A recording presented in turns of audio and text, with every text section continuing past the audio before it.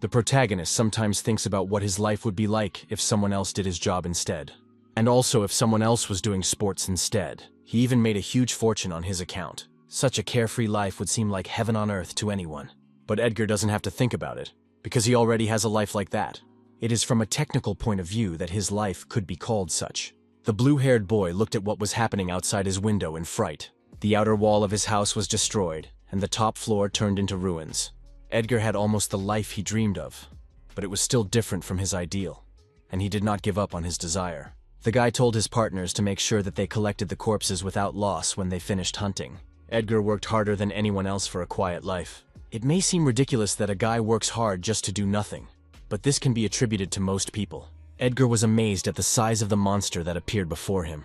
The guy decisively ordered his comrades to take the right positions. Along with his diligent work, Edgar had something else. The fact that he was not alone. The comrades attacked the huge monster in a coordinated manner. They were all about to pounce on him, while Edgar took a fighting stance. The boy grabbed his blade and was about to strike the monster with a decisive blow. The other fighters also pointed their blades at the monster. All these guys were not really his comrades. They were his own clones. There are so many things that a person is obliged to do. Edgar is forced to work and study hard, and also cook your own food at least 3 times a day. But the boy had no fewer things he wanted to do, namely play games, travel within your country and around the world. He also wanted to hang out with his friends like a normal young man. Edgar wanted to connect with people and build relationships. He was disappointed that a person can only do one thing at a time. And it was for this reason that he always dreamed of having 2 bodies, and as a result, he did have 2. A huge number of young people were waiting outside Gyeongguk University, all of them expecting to awaken their skills. The blonde joked with his friend that he could use an intelligence-raising skill, because he was counting on some superpower. The main character Edgar was very tired of all the fuss. He was standing near the university and just thought about how to get home as soon as possible. He had the same desire to have 2 bodies in his mind. The A-class hunter, Devon, began to speak into the microphone and asked for everyone's attention. The man greeted the young people and said that he would be responsible for the 10th Portal Awakening program. The Awakening program is a program launched by the government to help awaken abilities, for which people were forced to cross the portal. Devon told the first group to come forward and added that he sincerely hoped they would have a successful awakening. A group of young people, including Edgar, went forward. The guy was a little nervous because it was almost his turn. A slender lady asked Edgar Williams if he was in group 37, number 7, and the boy replied that he was. She asked him for permission and handed him the device to check his identity. Then the lady asked Edgar to hand over all the devices and enter the portal in front of him. Edgar Williams was 1 step away from entering the mysterious portal, and with a sharp movement of his hand, he began to enter it. After passing the user identification, Edgar regained consciousness. He realized that he was unconscious and felt his helmet hurt like it was going to explode. Then he looked up and saw many drones flying above him. He realized from the appearance of other people that they were not feeling well either. One of the awakened ones was amazed at the ability she had managed to gain. She was immediately surrounded by representatives of various guilds, offering to join them. When Edgar heard about the guild, he immediately began to envy this girl. Then a young man approached him, congratulated him on waking up, and asked if he was feeling well. Erhar replied that he was feeling rather unwell, and the stranger assured him that it would soon pass and asked if he had tested his ability. Edgar hadn't done it yet, so he said he would do it now. Then a translucent screen with information about his characteristics appeared in front of him. Then he found out that his active skill was cloning, and his passive skill was clone amplification. Looking at his low reflexes, health and endurance, the guy got a little hopeful. Still, Edgar realized that the skill was more important than these characteristics and decided to learn more about it. His cloning skill allowed him to create a clone using energy that looked like the user. The maximum number of clones depends on the user's level, but also noticing that there were no conditions for using this skill meant that Edgar could use it in everyday life. The stranger realized from the boy's worried face that he had finished testing his abilities. The man told Edgar not to be disappointed, adding that beginner's initial performance is quite weak, and asked if he could learn his skill. The guy realized that there was no point in hiding it, and he said that his skill was cloning. Upon hearing this, the stranger was immediately embarrassed. Edgar gave him a questioning look in response. The man explained that there was a person with the skill of illusory cloning, but since the clones did not have a physical shell, they could not do anything. This answer confused Edgar, because his clones are not an illusion. The stranger tried to encourage Edgar, saying that if he demonstrated his skill to officials, they would be able to evaluate it more accurately. Then he looked at the place where the others were demonstrating their skills. One of the men was demonstrating his ability to become petrified. The audience looked at him with an appraising gaze. After watching all this, Edgar was overwhelmed by depression. He asked the man where the exit was, and the man replied that Edgar had to go through a final scan and registration, and only then could he return through the portal. The boy went to the research team, as the stranger advised him. He waited in embarrassment for his skill to be scanned.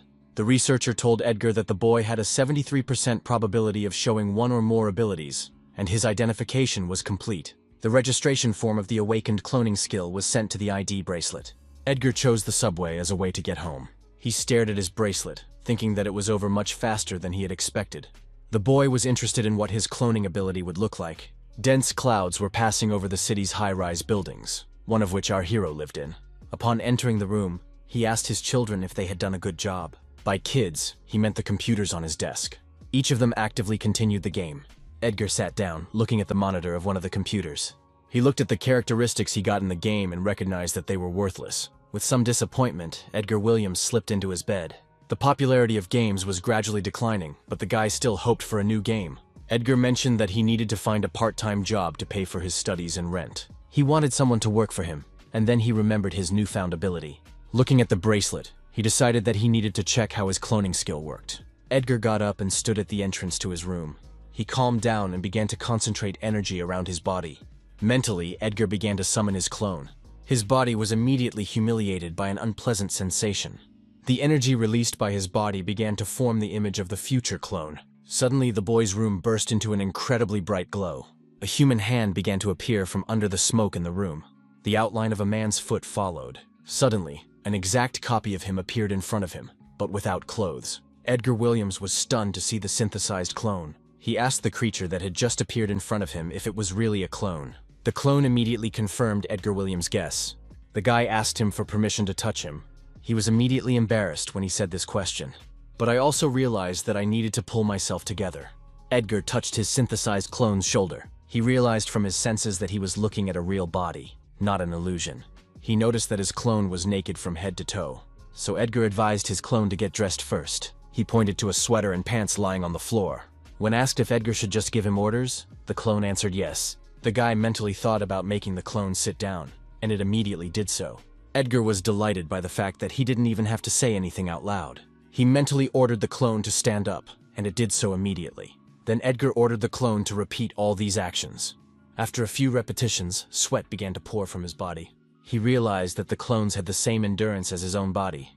Then Edgar heard his cell phone ring in his pocket. He looked at the phone screen and realized that Ryan had written to him. Ryan asked Edgar what skill the guy had gotten, boasting that he himself had gotten 2 hunter skills, while the clone continued his series of squats. Edgar replied that he did not fully understand the skill he had acquired, and then his friend began to mock and humiliate him. A translucent screen appeared in front of him, informing him that his duration had increased by 1,000th. Horse racer George Lucas is a master of the shimmering skill, an S-class rider in America, and by extension the leader of the Enlightenment Group, the first person to awaken the Tower of Odin. The action moves to the main building of the Enlightenment Group. The secretary informed George that according to the results of an analysis of the population of 300 million people, 80% of them are awakened. And given the number of participants in the awakening program each year, they could expect that within 5 years, there would be a 100% awakening of the population. The man admitted that 5 years is not a long time for such a process. He looked at the city from his huge window.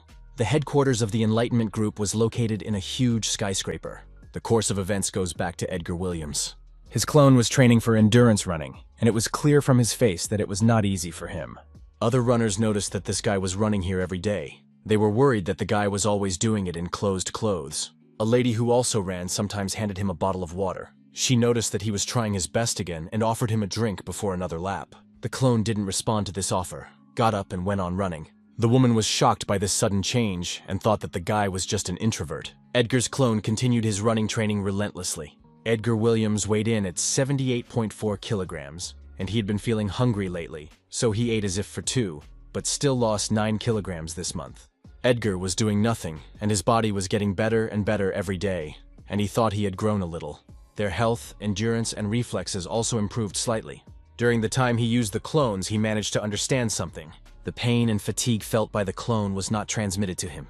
The second thing is that the clone simply disappears if it gets damaged or exceeds the energy limit. The third thing is that with every change in Edgar's body, the clone copies his records. The fourth thing is that even over a long distance, you can transmit orders with the help of thoughts.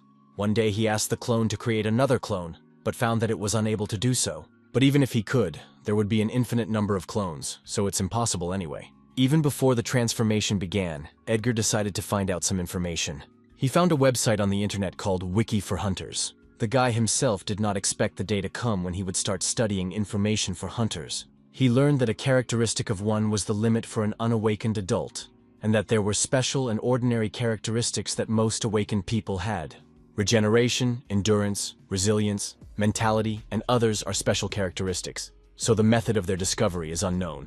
With standard training, it was difficult to improve performance even by 0.001 per day. Since the clone trains non-stop and does its best to follow orders until it reaches its limit, Edgar managed to raise his performance very quickly.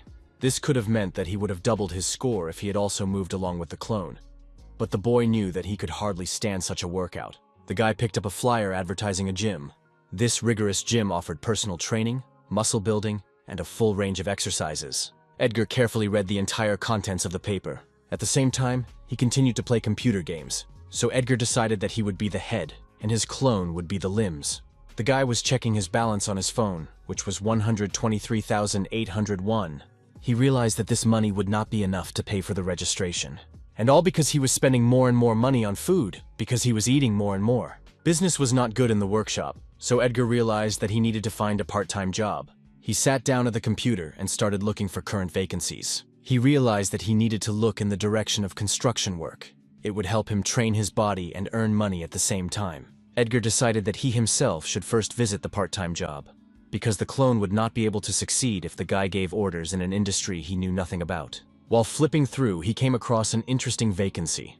The Wukong Logistics Center was looking for a part-time worker. Edgar took the contact number and called it. The phone was picked up on the other end, and the guy said hello and said that he had seen an ad for hiring workers on the website. He was told that there would be no preliminary interview, so Edgar could start working right away. And then he was asked when he could start.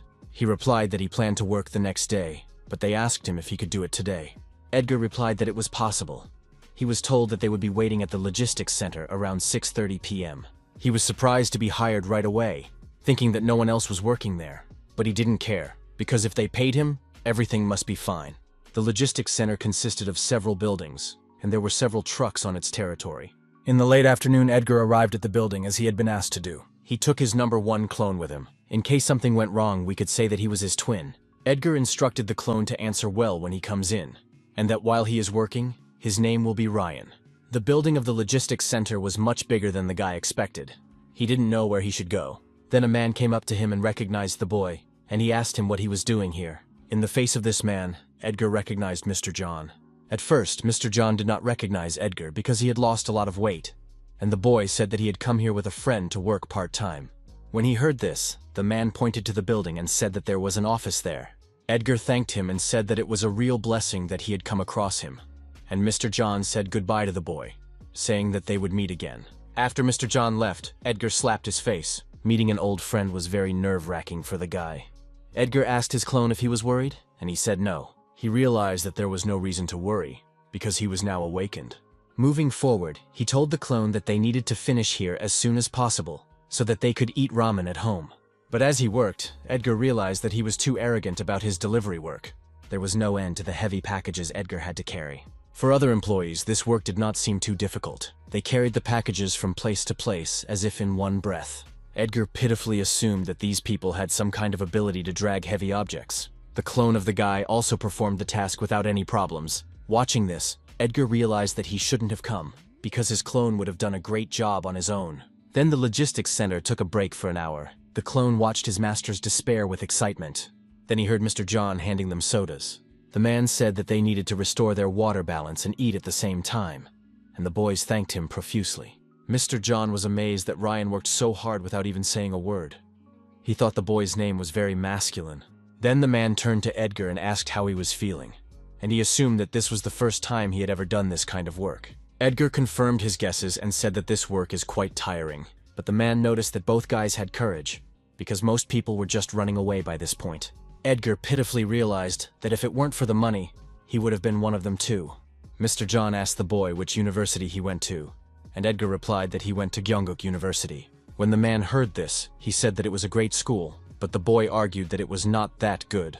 But Mr. John told Edgar not to be modest. The man himself would have given anything for his daughter to go there. The guy told the man not to worry too much, because he didn't study very well either, but managed to get in. Mr. John didn't understand how this was possible, and Edgar explained to him that he had simply obtained several licenses and a special permit. Mr. John's spirits immediately lifted when he heard about his special experience.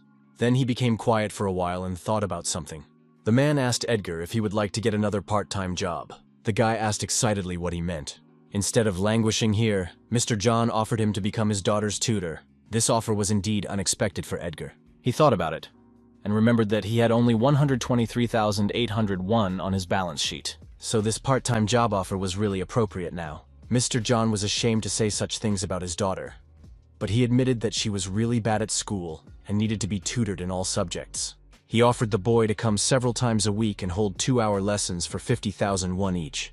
Edgar thought that this was not a bad price at all, if only the time costs were taken into account. So he agreed to the man's proposal, and they shook hands as a sign of agreement.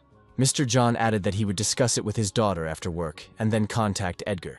Looking up at the sky and thinking about tutoring, he hoped that everything would work out for the best. Then a window appeared in front of him with information that his performance had. It was a complete success for Edgar to get the job and the performance points. He noticed that his colleagues continued to work. He mentioned that there was something else he needed to do before he left for work. Edgar looked into his bag to get a snack, but to his great regret, the guy found that it was empty. His clone wasted no time in looking up at the sky. Edgar's face immediately twisted with anger, but the clone indifferently continued to munch on their snack. Edgar irritably asked the clone if he had eaten everything. The course of events is postponed until the next morning. After a hard day's work, Edgar felt terrible. From that moment on, he decided that he would use clone number 1 for that part-time job. Looking at the screen with the characteristics, the guy realized that number 1 was still working. Edgar mentally ordered the clone to return. He wanted to recall and summon it again, but if he did it outside the house, he would lose his clothes. First, he decided that he should eat. He was very happy with his delicious breakfast. But a sound at the door drew his attention away from the meal. Number 1 entered and informed the owner that he had returned. Edgar told the boy to take a shower and change his clothes, and in a few minutes his request was fulfilled. Then the guy asked the clone to give him his hand. The guy realized that number 1 was a clone, and if he was withdrawn, he would just disappear into the wind. He is not a person or a living being, but he still felt sorry for him. It was very difficult for him to even slightly injure his clone, but I still had to, and then blood came out of number 1's finger. Number 1 continued to look at his master with an unchanged expression. Edgar apologized for hurting him and acknowledged that he was doing well. The guy did everything to get the regeneration characteristic. Regeneration was one of the few characteristics whose method of discovery was known. You had to make a wound on the body and wait for it to heal on its own. He had to repeat this action until the feature opened, so he decided that he would keep trying for another month. He was afraid of inflicting wounds more serious than a needle cut, so he decided he would just do it often. The guy told the number 1 to eat ramen every time he felt hungry and then to continue to exercise. Edgar said that he would be away for a while and instructed the clone to answer calls from an additional phone while he was at work. The entire city was furnished with modern buildings. Edgar decided to respond to the flyer about the gym and went in search of it. But suddenly someone called out to him and hugged his side. Edgar recognized Ryan Miller in the face of the man who approached him. Ryan wasn't sure that it was Edgar, but he was right. He was surprised at how much weight the guy had lost, and Edgar himself was not happy with his gesture. When told that he had lost weight, Edgar replied that he was working out and was on his way to the gym. Ryan replied that he was also a sportsman, but you couldn't tell by his appearance. Then he asked Edgar which gym he went to. The guy said he was going to the Strong Body Gym, a place Ryan was familiar with, and he said it was pretty good. Edgar said he didn't see anything special there except the price. Rayon enthusiastically reported that the coach there was a real beauty. He asked to go to the gym with Edgar, and the guy was extremely unhappy with his actions. Edgar Williams and Ryan Miller entered the gym together. Inside, the training room was quite well equipped. The head of the gym himself sat down to lunch at that time. Looking around the room, Edgar noticed that it was quite nice. The manager apologized to the clients and welcomed them to the Strong Body Gym and asked if it was their first time here. The man said that in honor of the opening, they are currently offering discounts, and if they take a 3-month subscription, it will cost only 160,000 won. Edgar replied that he would take a 3-month subscription, and asked the man to see if he had the correct technique for each of the machines. The manager agreed to the boy's request, and said he would help him with the payment. Edgar Williams began his exercises by lifting a barbell. The manager said that this is how you do bench presses on an incline bench, and over time you need to increase the load and accelerate. At this time, unexpectedly for everyone, Ryan lifted a 50-kilogram barbell. This surprised both the head and Edgar himself. However, his achievement attracted not only their attention. Other athletes also watched his actions in embarrassment. Ryan Miller's body was really muscular. The manager was impressed by his body and assumed that the man had been working out for a long time. But Ryan proudly replied that it was his first time. Then the man missed that Ryan got a boost in strength after waking up. His strength score was 2.1. Edgar realized that the very ability Ryan was talking about was strength. He was jealous because expected endurance to play a bigger role in weightlifting. He was afraid to imagine how strong other high-class hunters were. If a banal skill to increase strength had such an effect. No wonder everyone talked about hunters, even though it is a dangerous job. Then he heard his cell phone ring. Picking up the phone, he heard the familiar voice of Mr. John. He said that he had talked to his wife and daughter about tutoring, and wanted to check with the boy if he had time. Mr. John wanted to talk to him face-to-face at their home, and Edgar said he would come as soon as he could. After a while, the boy got to Mr. John's house. Edgar was unhappy that after Ryan demonstrated his skills, he didn't even register for the gym. His friend justified this by saying that if he started going there, Edgar would not be able to study properly and would only envy him. But it wasn't true. In fact, the guy didn't register because the nice coach wasn't there today. But Edgar recognized that this was even better, because then he wouldn't have to worry about his clone. The guy went to apartment 603, where they were supposed to be waiting for him. He listened and heard that it was quite noisy, and he could hear the girl's dissatisfaction with her father because he had decided everything himself. Mr. John opened the door and said that he was going to work, and if they didn't like something, they should tell the guy themselves. Then the man stopped talking and looked at Edgar in embarrassment. The door slam from Mr. John was a surprise for the boy. The man's daughter was watching from the apartment. She was instantly embarrassed by the whole unpleasant situation. When Edgar entered the apartment, they put a compress on the place where he had bruised himself. Mr. John apologized to the boy, explaining that he hadn't noticed him. The man's wife put sliced apples on the table. The lady did not recognize Edgar because he had lost weight, and he explained that he had been actively involved in sports lately. Then the guy asked the girl if her name was Erica. Edgar said his name and said that he would be her tutor from today. He had heard that she was planning to enter Gyeongguk University and asked if it was true. Her parents immediately noticed that Erica instantly blushed, even though she had been unhappy a few seconds earlier. The girl replied that it was true. She was embarrassed because she thought that Edgar might have heard her screaming. The guy asked if she was in her senior year and added that he would like to see her progress before starting classes. Erica was extremely excited to hear his request. Edgar's expression immediately changed when he looked at the girl's report card. The reason was that things were extremely bad there, and Erica understood this very well. Then Mr. John slowly began to get up from the table. He suddenly sped off, saying he was in a hurry to get to work, while thanking Edgar. At this time, the guy was watching Erica's reaction to his reaction. He saw a hint of sadness and shame on her face for her poor performance. Edgar decided to cheer her up, saying that he, too, had not received good scores on the standardized test for admission to higher education. This revelation really cheered up the upset Erica. The guy said he would try his best to improve the girl's results and informed her that they would meet twice a week. The bright sun illuminated the high-rise buildings of the city where Edgar lives.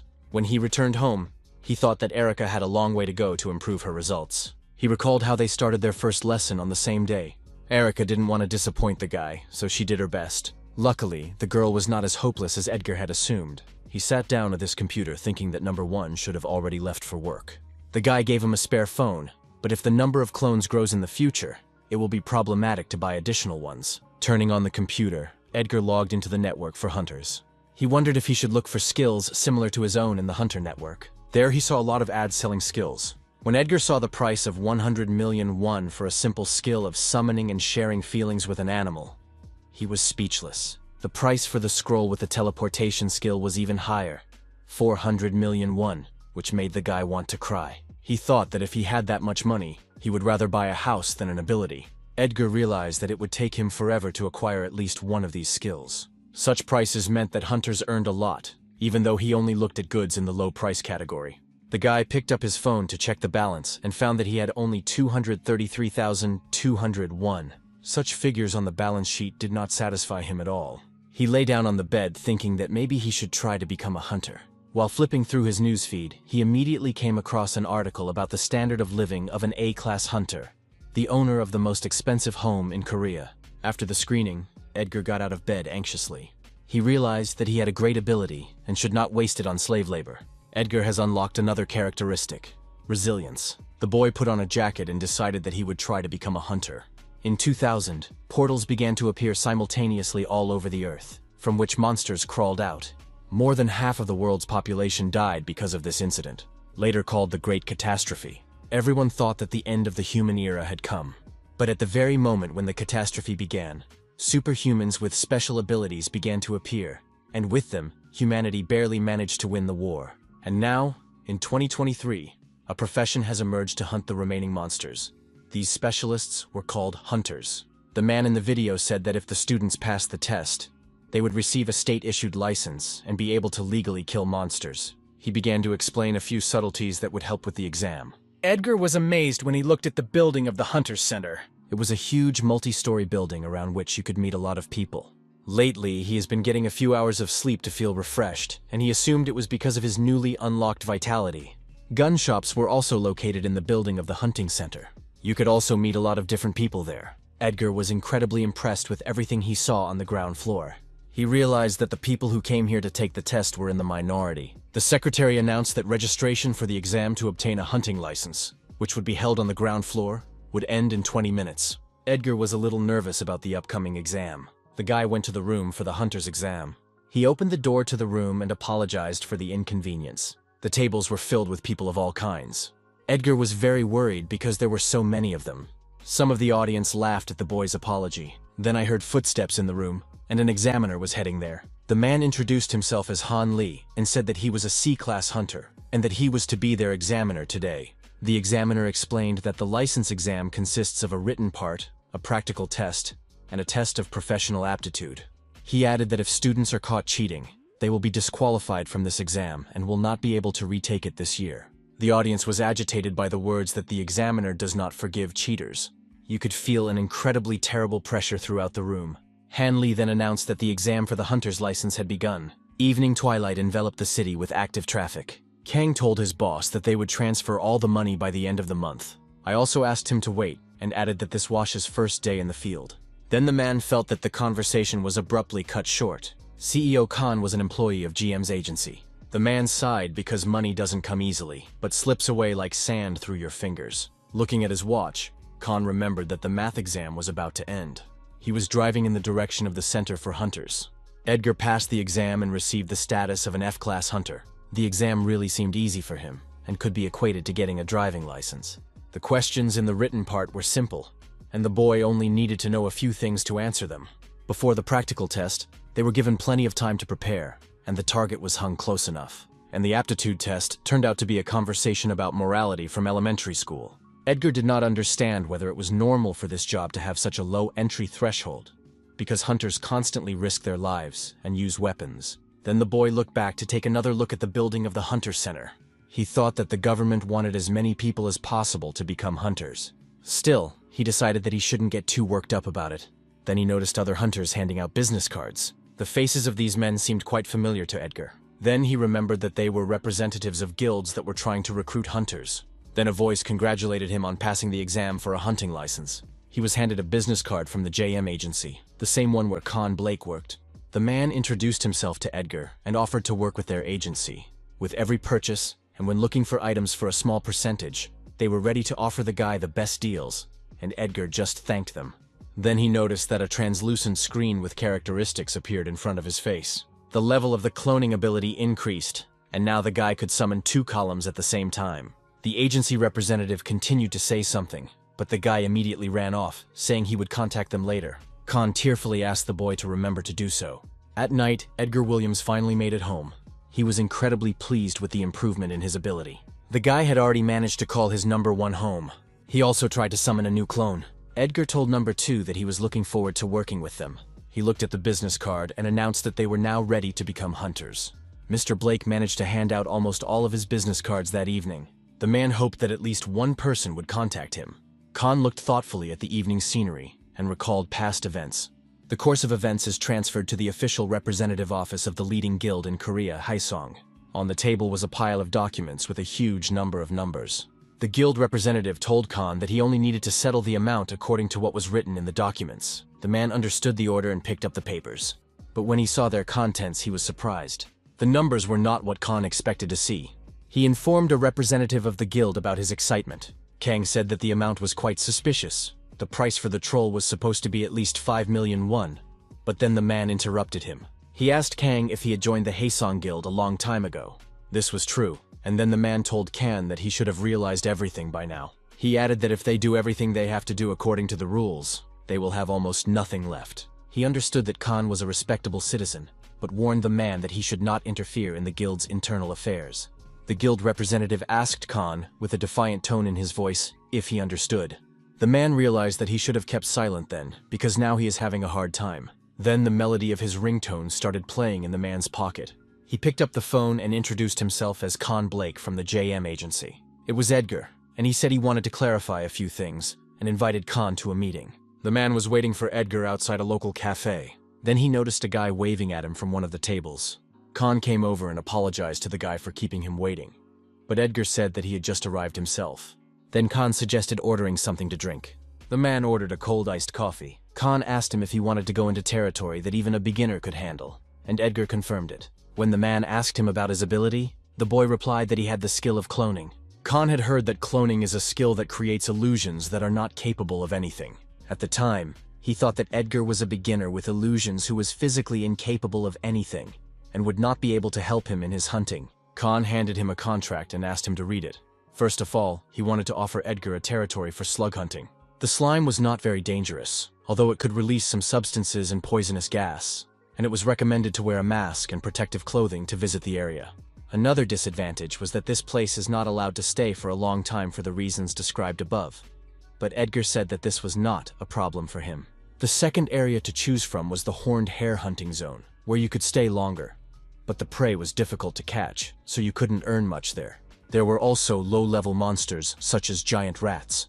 But only the aforementioned monsters were in areas where Kang could guarantee the boy's safety. Edgar liked the two locations, and the price of the items for sale was attractive. He handed the man a piece of paper and said he wanted to sign a contract. Con Blake immediately thanked Edgar for accepting the offer. He asked the boy which of the two territories he would choose. The guy immediately stamped it and said that the man had misunderstood him. He had already told Con that he liked both places. The man looked anxiously at the clone that had just appeared in front of him.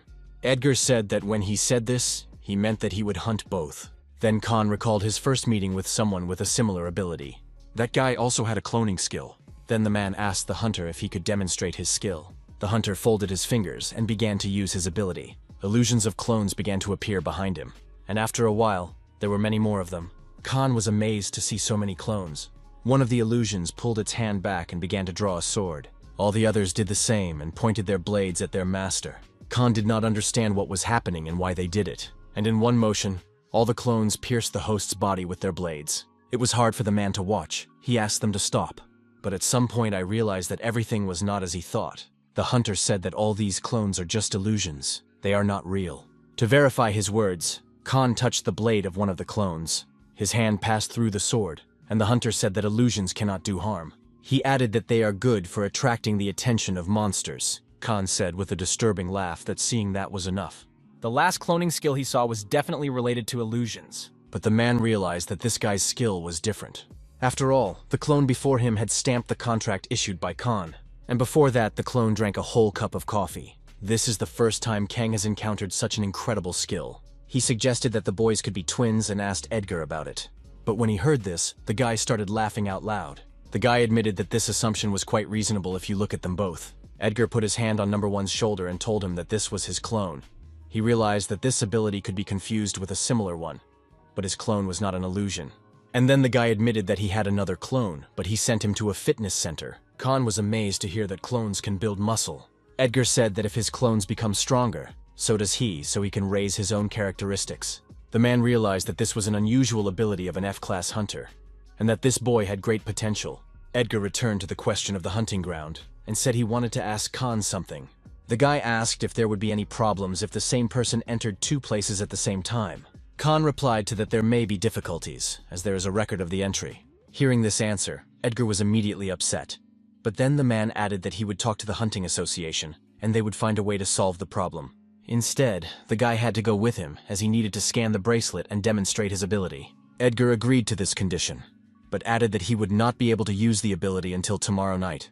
In response, Khan offered to meet at the Hunter's Center in 2 days, and then the man timidly reminded him of the contract. Edgar replied that he had already put the stamp on it and checked all the details from the photos sent to him by number 2. But the guy was suddenly alarmed when Khan suddenly stood up. The man extended his hand and said that he would look forward to working with them. Edgar shook hands and said he would be waiting for it too. 2 days have passed since the meeting between JM's executive director and Edgar. The guy looked from side to side, waiting to meet Mr. Khan. And then he heard a familiar voice addressing Edgar as a hunter. Khan noticed that the guy had arrived earlier than planned, and Edgar replied that he had come early in case the man was already waiting for him. Kang told the boy that most of the departments of the Hunters Association were located in the Hunters Center building and suggested that he visit it first. In the queue, Edgar Williams was number 166. After Hunters 164 and 165, it was finally Edgar's turn. An employee of the association asked the boy if he wanted to get double access to the territory for hunting. Edgar confirmed this, saying that he has the skill of cobbling, but only one bracelet for identification. The employee told the guy to wait a minute, noting that he was the first person after Skakun to request a duplicate bracelet. After a while, the employee gave Edgar an application, telling him to come to the government office to fill out the appropriate documents. And then the man added that Edgar could take the test in the skills demonstration room. Khan said he would deal with the paperwork himself and suggested that Edgar go to the showroom for now. The guy listened to the executive director and went to the showroom. He had to show his skills there, so he started creating a clone. As always, the synthesized clone appeared completely naked. This made both Edgar and the woman who tested his ability to do so embarrassed. At that time, one of the scientists of the Association of Hunters was almost completing the bracelet. He carefully examined his product to make sure that he had done everything without mistakes. The request for an identical ID bracelet was fulfilled, and the man told Edgar that the clones could enter the hunting grounds simply by scanning their fingerprints. The scientist added that they had also taken into account the possibility of simultaneous entry and exit from different locations, as well as re-entry of clones, and Edgar thanked the man for this. The scientist was very interested in Edgar's skill, because he knew that such a skill has not yet been found not only in Korea, but also around the world. The guy was excited by his words, so he took the clone under his elbow and told him it was time to go. The man was upset that Edgar had left because he could have been a great subject for research. The guy came back and informed the executive director that everything was done. Finally, his preparation for the commission was completed. Khan asked Edgar if he was going to the territory to hunt right now, and he said yes, because he had nothing else to do today. The man didn't understand why the clone was hidden under a mask, but Edgar explained that he didn't want to draw too much attention to him. At this time, a man was watching Khan and Edgar's conversation from one of the upper floors. He realized that his friend Khan Blake was standing down there. The man himself was the head of the Heeson Guild, Mike Heeson. The men's conversation was interrupted by an unexpected appeal to Mr. Khan Blake. Immediately afterward, the head of the guild loudly descended to the floor. He told Khan that they hadn't seen each other for a long time, especially in a city like this. Edgar Williams immediately recognized the man in front of them. Mike emphasized that he did not know that Khan was still dealing with the hunters. Looking up, Edgar realized that the man had jumped from a height of at least several floors. Khan Blake caught incomprehensible glances and was embarrassedly silent. He only dared to say a few words of greeting to Sir Mike Heeson, but the man laughed at him for saying "good afternoon" and addressing him as "sir." He looked at Edgar with a superior look and asked who this guy was. Mr. Khan explained that Edgar is a hunter associated with their company. Then the head of the guild looked at Edgar Williams again.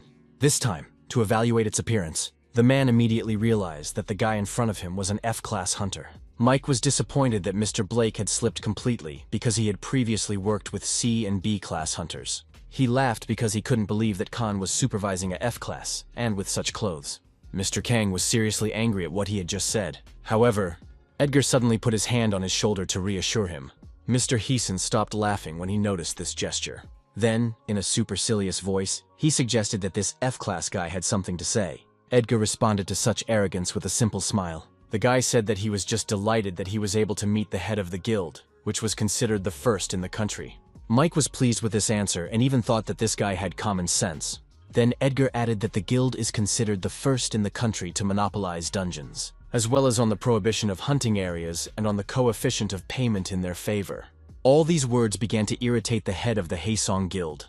Finally, Edgar said that he couldn't believe he had received praise from the head of such a guild. Mr. Heeson told Edgar Williams that he was quite brave, but then his expression, and the energy of his personality changed overnight. He approached the guy and asked if his skills were on the same level as his audacity. Edgar was extremely agitated by the question he had just asked. But then their conversation was interrupted by a man looking for Mr. Heeson.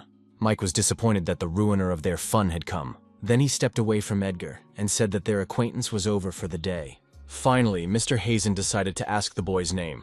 Edgar replied that the chairman could find out for himself. The man admitted that Edgar was a funny guy and said goodbye to Mr. Khan as he left. The man who interrupted their conversation reproached the head of the guild for behaving like that inside the association building. Mr. Blake, Edgar, and number 2 went to the hunting grounds. The man embarrassedly thanked Edgar for standing up for him. The guy replied that he could not just stand there and watch. Kang asked if the boy was aware of his relationship with the Haesong Guild. Edgar didn't deny it, adding that he found out about everything when he did a little research on JM.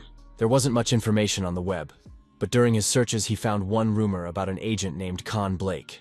According to this information, the man was kicked out of the Haesong Guild, and someone even told him to never join the agency, because then he would become a target for the Haesong Guild. Khan did not know that even this case had been leaked on the internet, and now he understood why no one was joining them. Mr. Blake then asked why Edgar had chosen their agency. The guy replied that it was because of the payment ratio, because they had an 8-to-2 ratio, but there was another reason why he chose this agency. The guy said that he could also trust Mr. Blake if he didn't like something in the industry or the guild. The last words came as a surprise to the executive director. Finally, he thanked Edgar for his trust and choice.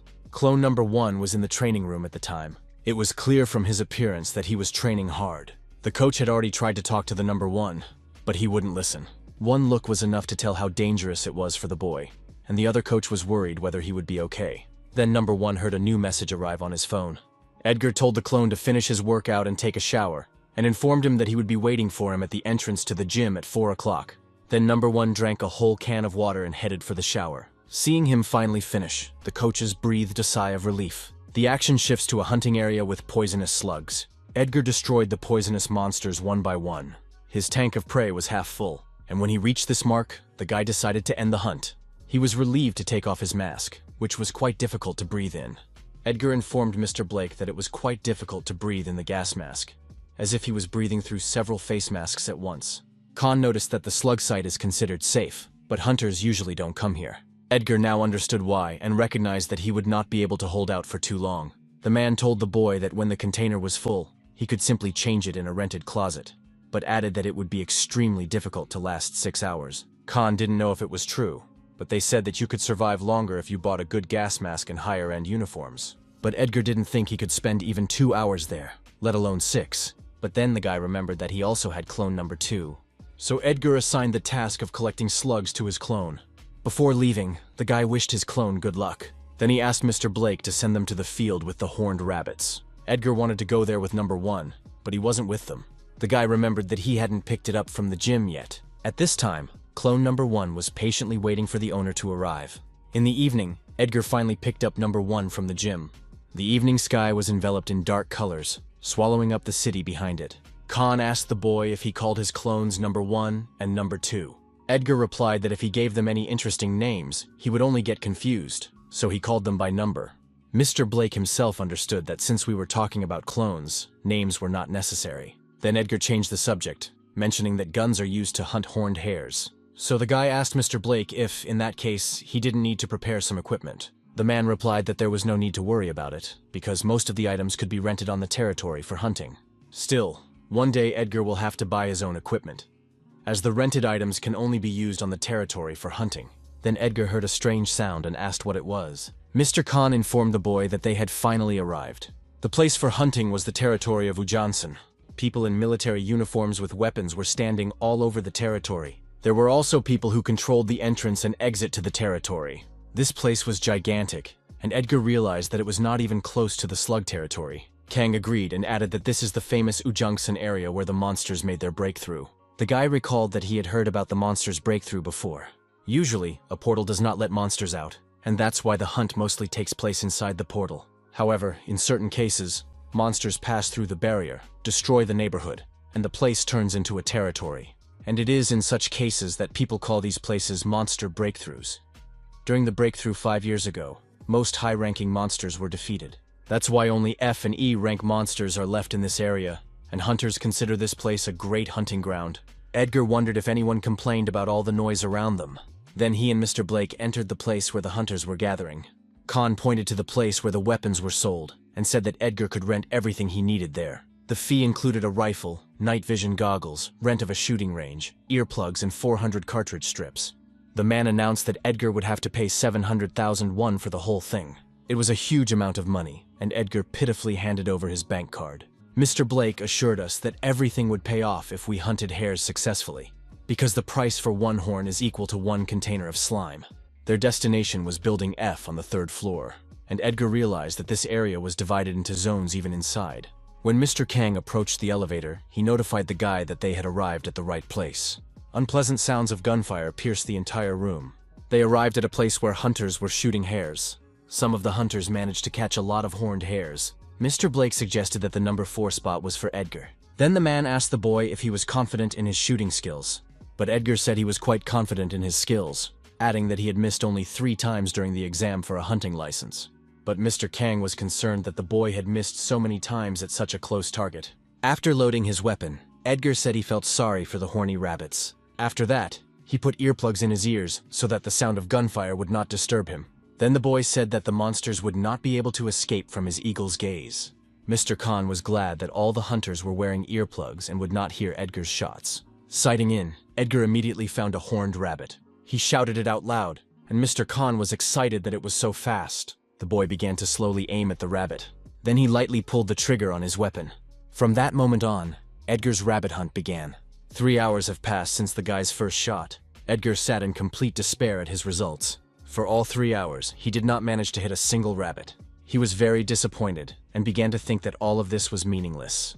The first time, he actually took good aim, but the horned rabbit immediately sensed that danger was approaching. So he quickly ran away from the place where the bullet hit. Every time Edgar started shooting, the monsters managed to escape. Even the man from the agency had to leave because it was getting late. The guy couldn't even recoup the cost of the bullets and thought that was enough for today. Then he decided to turn to his number 1 clone and ordered him to shoot at the rabbits with a gun and collect the corpses with a harpoon. He told me to send him a text message with the number 1 if I was successful, and to call him if I ran out of bullets. Finally, the guy tiredly added that he was going home. Before going to bed, Edgar decided to take a look at his performance. He was pleased that at least number 2 was doing a great job with the slime. Edgar's performance continued to grow steadily. He was actually happy about it, but there was something disturbing in his thoughts. He recalled the fear he had when the guild leader Hazen approached. Edgar Williams realized that he had a long way to go. The hunt for horned rabbits turned out to be a complete failure. The guy didn't think it would be so difficult. Edgar fell asleep with the thought that number 1 should catch at least 1 rabbit. After a while, the guy's phone started vibrating with notifications. In the morning, there were 46 unread messages from number 1 on the phone. The next day was the same sunny weather as yesterday. Mr. Con Blake looked thoughtfully out the window in his office. He was interrupted from his contemplation by the ringtone of a melody that came through the phone. The man picked up the phone and told that it was the JM agency. On the other end of the phone, he was asked if this was the agency to which the hunter Edgar Williams belonged. It was the manager of the slime territory, and he asked Mr. Khan to come immediately and stop the guy. The man was struck by the words that Edgar had been hunting for more than 24 hours and was now out of it. Khan replied that he would come as quickly as he could. Edgar finally woke up from his sweet dream. He saw a message from number 1 on his phone and thought he was out of bullets. Back then, the guy didn't understand why there were so many messages from him. All the messages from his clone were with the number 1, and Edgar was frightened when he realized what it meant. At this time, Mr. Blake arrived on the territory to hunt slugs. He was amazed to see that all the tanks were almost full. The man did not understand how it was possible that the boy had filled them all in just one day. Workers on the grounds tried to calm the clone down. Khan realized that now was not the time to be surprised and called Edgar. The man informed the boy of the good news. He said that he was now in slime territory and that clone number 2 had filled all the slime reservoirs in one day. After that, Khan added that they were going to call in the cleaners and asked Edgar to order number 2 to stop the hunt. The guy was happy to hear this and asked if they could send more cleaners to Ujansen. Mr. Khan did not understand why the boy needed it, but Edgar assumed that the entire passage was already filled with corpses. Everyone present was amazed to see so many rabbits caught. One of the spectators started filming everything on his phone, hoping that no one would notice. It was hard for people to believe that the guy in front of them had caught all those rabbits by himself. Then a man approached number 1 to praise the boy's skills. Kim Bettler handed him a business card from the Brown Bear Guild. The man asked the clone if he was currently in any guild, but all he could hear in response was silence. Kim realized that he needed to be patient, because most talented people were strange, but this idea was immediately denied by another man. One volunteer said that they had already tried to talk to the boy, but he did not respond to them. In the faces of all these people, Kim recognized recruiters from a large guild. The man objected, saying that the guy should have said at least a few words. Then Edgar approached number 1 and handed him extra balls. He ordered the clone to continue hunting, and if Mr. Agent came, to let him take care of the corpses. Finally, Edgar praised the number 1 for his excellent work. The clone was very happy to hear the owner's praise. So after these words, he immediately took up arms. The audience could not believe that this guy was going to start hunting again. Still, they decided to stay to watch him hunt. Edgar realized that he had grossly underestimated the clone's capabilities. Now they were getting only 50% of his performance, so they were essentially half as good as him. But the clones were distinguished by their desire to complete the task, their ability to make a decision without a shred of doubt, fully focused on the task at hand. Edgar assumed that they were capable of even more. But then he was interrupted from his thoughts by Erica. The girl leaned over and asked the teacher what he was thinking about. The guy apologized and said that he had already finished the test, and added that the girl's knowledge had improved since their last meeting. Edgar explained that he had recently visited the area for hunting, and everything had gone much better than he had expected, which was exactly what he had been thinking. Erica was shocked to hear this, because she did not know that her teacher was a hunter. Edgar was surprised that he hadn't mentioned it before, and Erica replied that she hadn't known anything about it until now. Then the girl asked the teacher if he knew the hunter about whom people were so actively discussing on social media today. Edgar asked who she was referring to, and Erica said she was talking about the shooting god, Eagle Eye Ujansen. Edgar could hardly contain himself from laughing when he heard such a hunting name. Erica held out her phone and said that this hunter had already killed more than 200 rabbits. Enough to set a new record. When people ask him questions, this guy doesn't answer anything. So everyone thinks he's cool and mysterious, which is why this topic has made such a splash. But the video showed how, when asked his name, the clone answered Eagle Eye Ujansen. Edgar was completely desperate when he heard this nickname. Erica admitted that this guy was really cool, and then added that she actually dreams of becoming a hunter too. She added that she has even obtained a license, but is a little afraid to go hunting. Then Erica asked, embarrassed, if she got a good result on the test, if Edgar could go with her once. The guy replied that it wouldn't really be a problem for him, and said that if the girl went to university, he would definitely take her with him. Erica asked the teacher if he was lying, and Edgar said that it was true, and that he even knew some safe areas for hunting. So the girl agreed, and as a sign of promise, she held out her little finger to the teacher. Edgar held out his hand in return, and they made a promise to each other on their little fingers. Then Erica added that the guy shouldn't even dare change his mind about his decision. The guy agreed and said that if she kept up the good work, she would definitely be able to enter Gyeongguk University. After class, Edgar left Erica's room. The girl's mother asked the boy if the lesson was over. Edgar replied that he did, and then the woman asked if Erica was doing well in her assignments.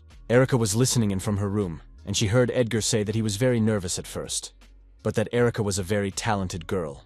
The girl's mother offered Edgar something to eat, but he refused, saying that he had to get to another place. Erica was very excited about having another meeting with Edgar.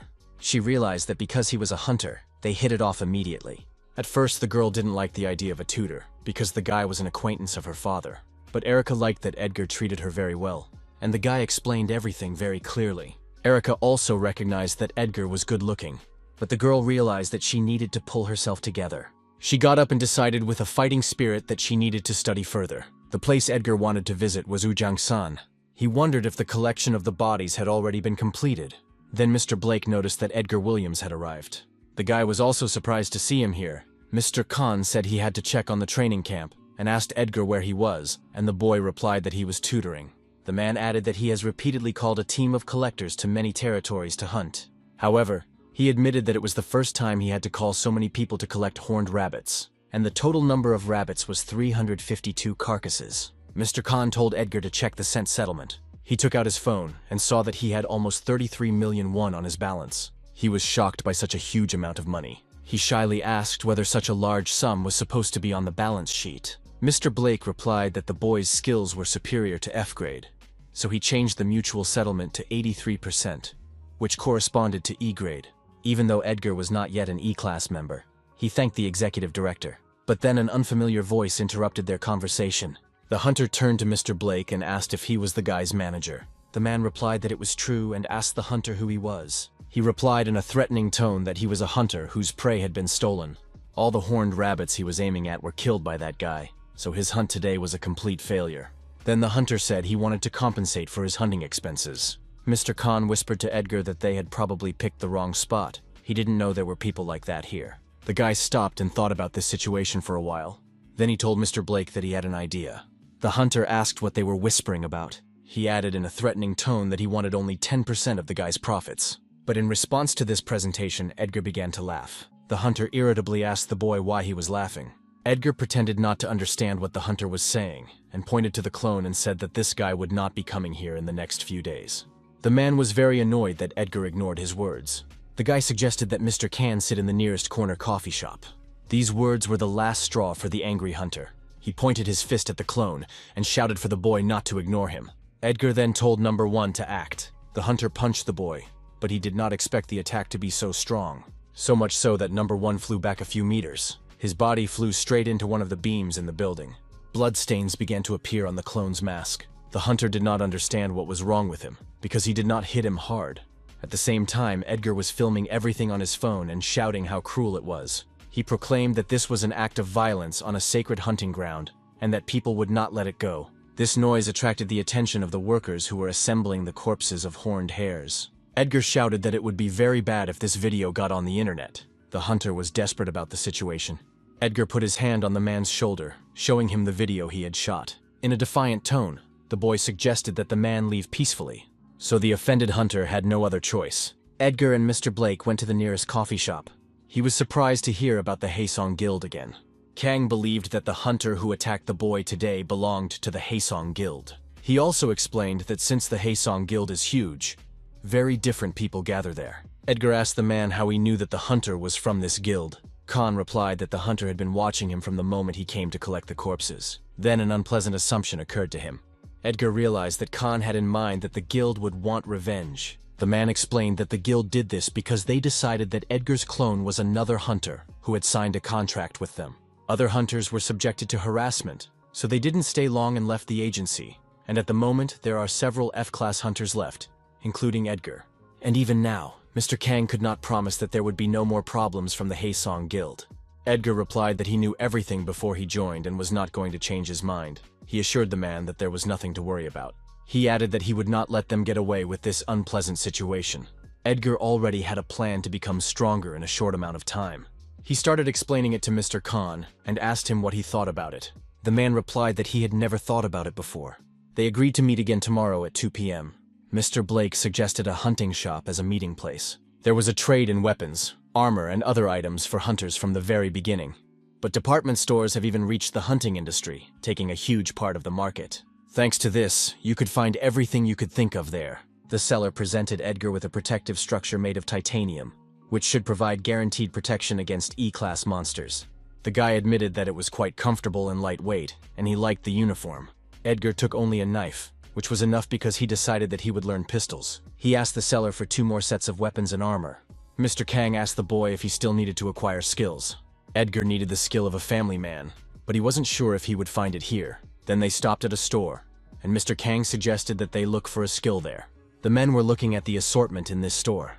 Then Edgar said he had finally found the right skill.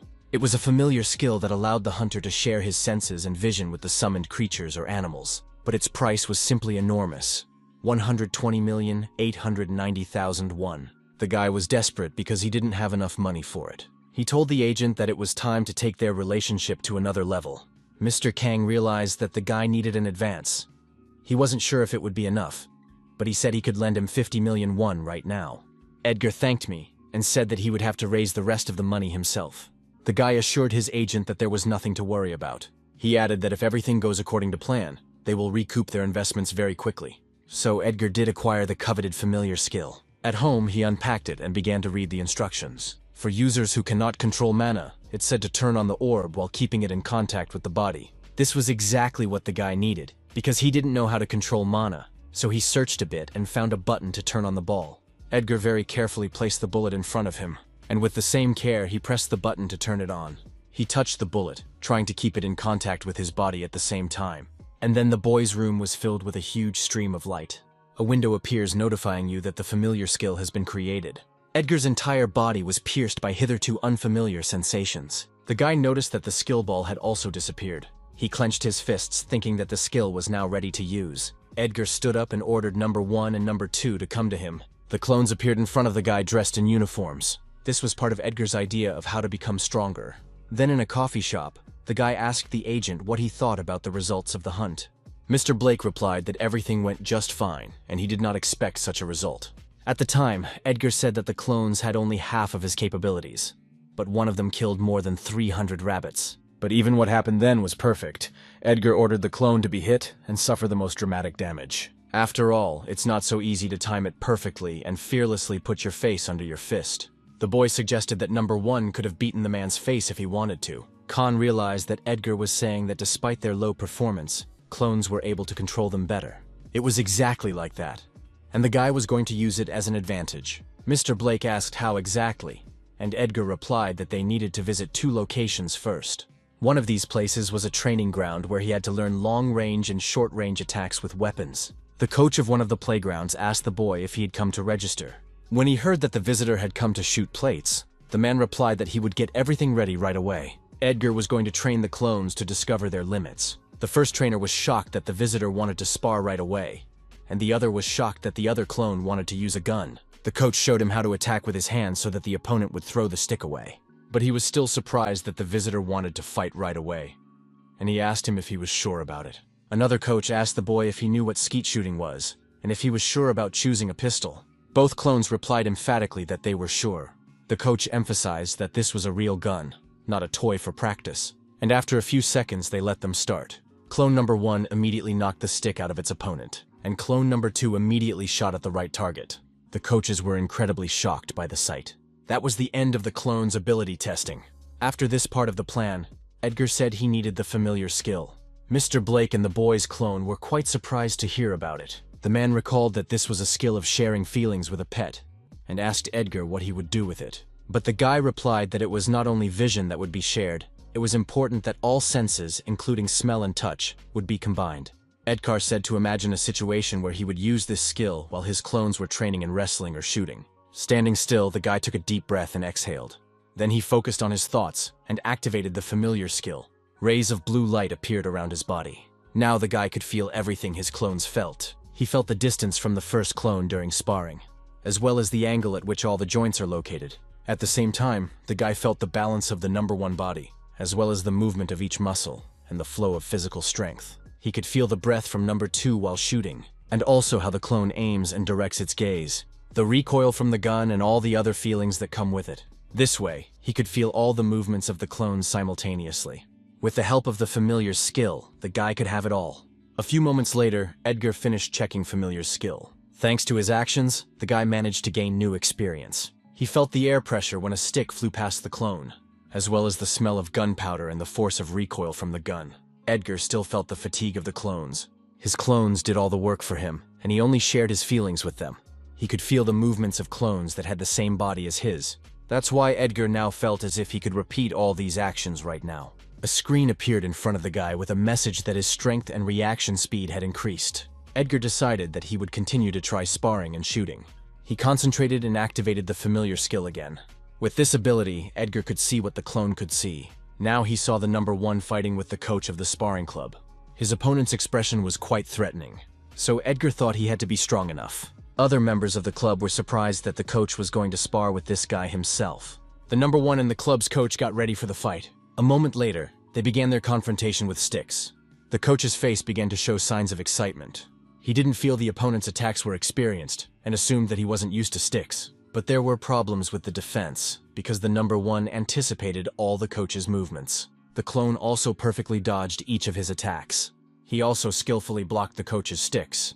The man was surprised that the enemy was able to repel his attack. The number 1 immediately attacked the coach. This attack was quite strong, and the man realized that the enemy had copied his own fighting style. The whole situation made the coach nervous.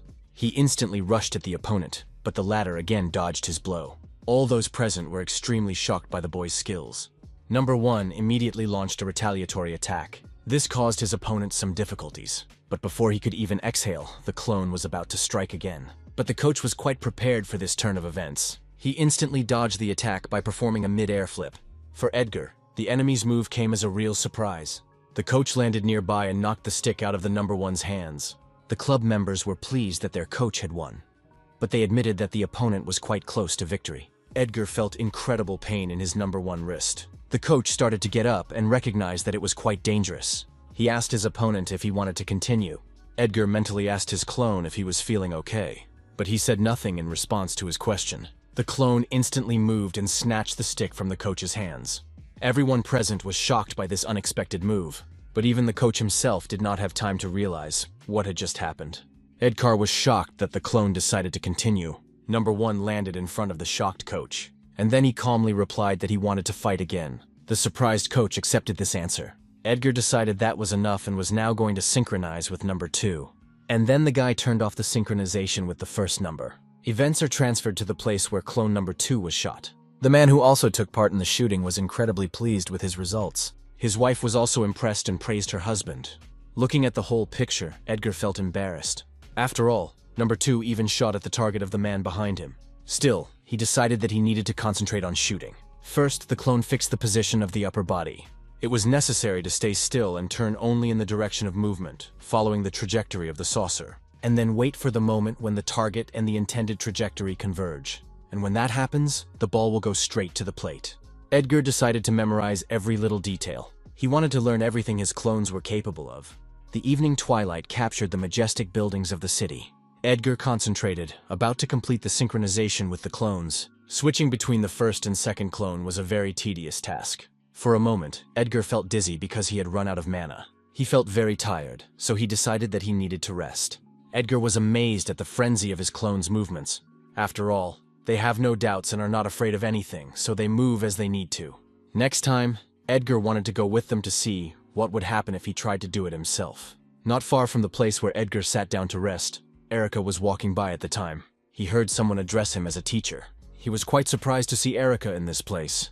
Edgar asked the girl what she was doing here so late, and Erica replied that she was studying in the library. The guy thought she was lying to him, but Erica stood her ground and added that she had even finished her homework. At that time, someone was watching them from the sports field. A man with a cigarette in his mouth asked the hunter if they were looking at the guy he was talking about. The events are transferred to the moment of the hunter's conversation with a representative of the Haesong Guild. The man explained that he was just trying to intimidate Khan Blake, but it turned out that someone was filming it. The interlocutor asked the hunter if someone had really filmed his attack.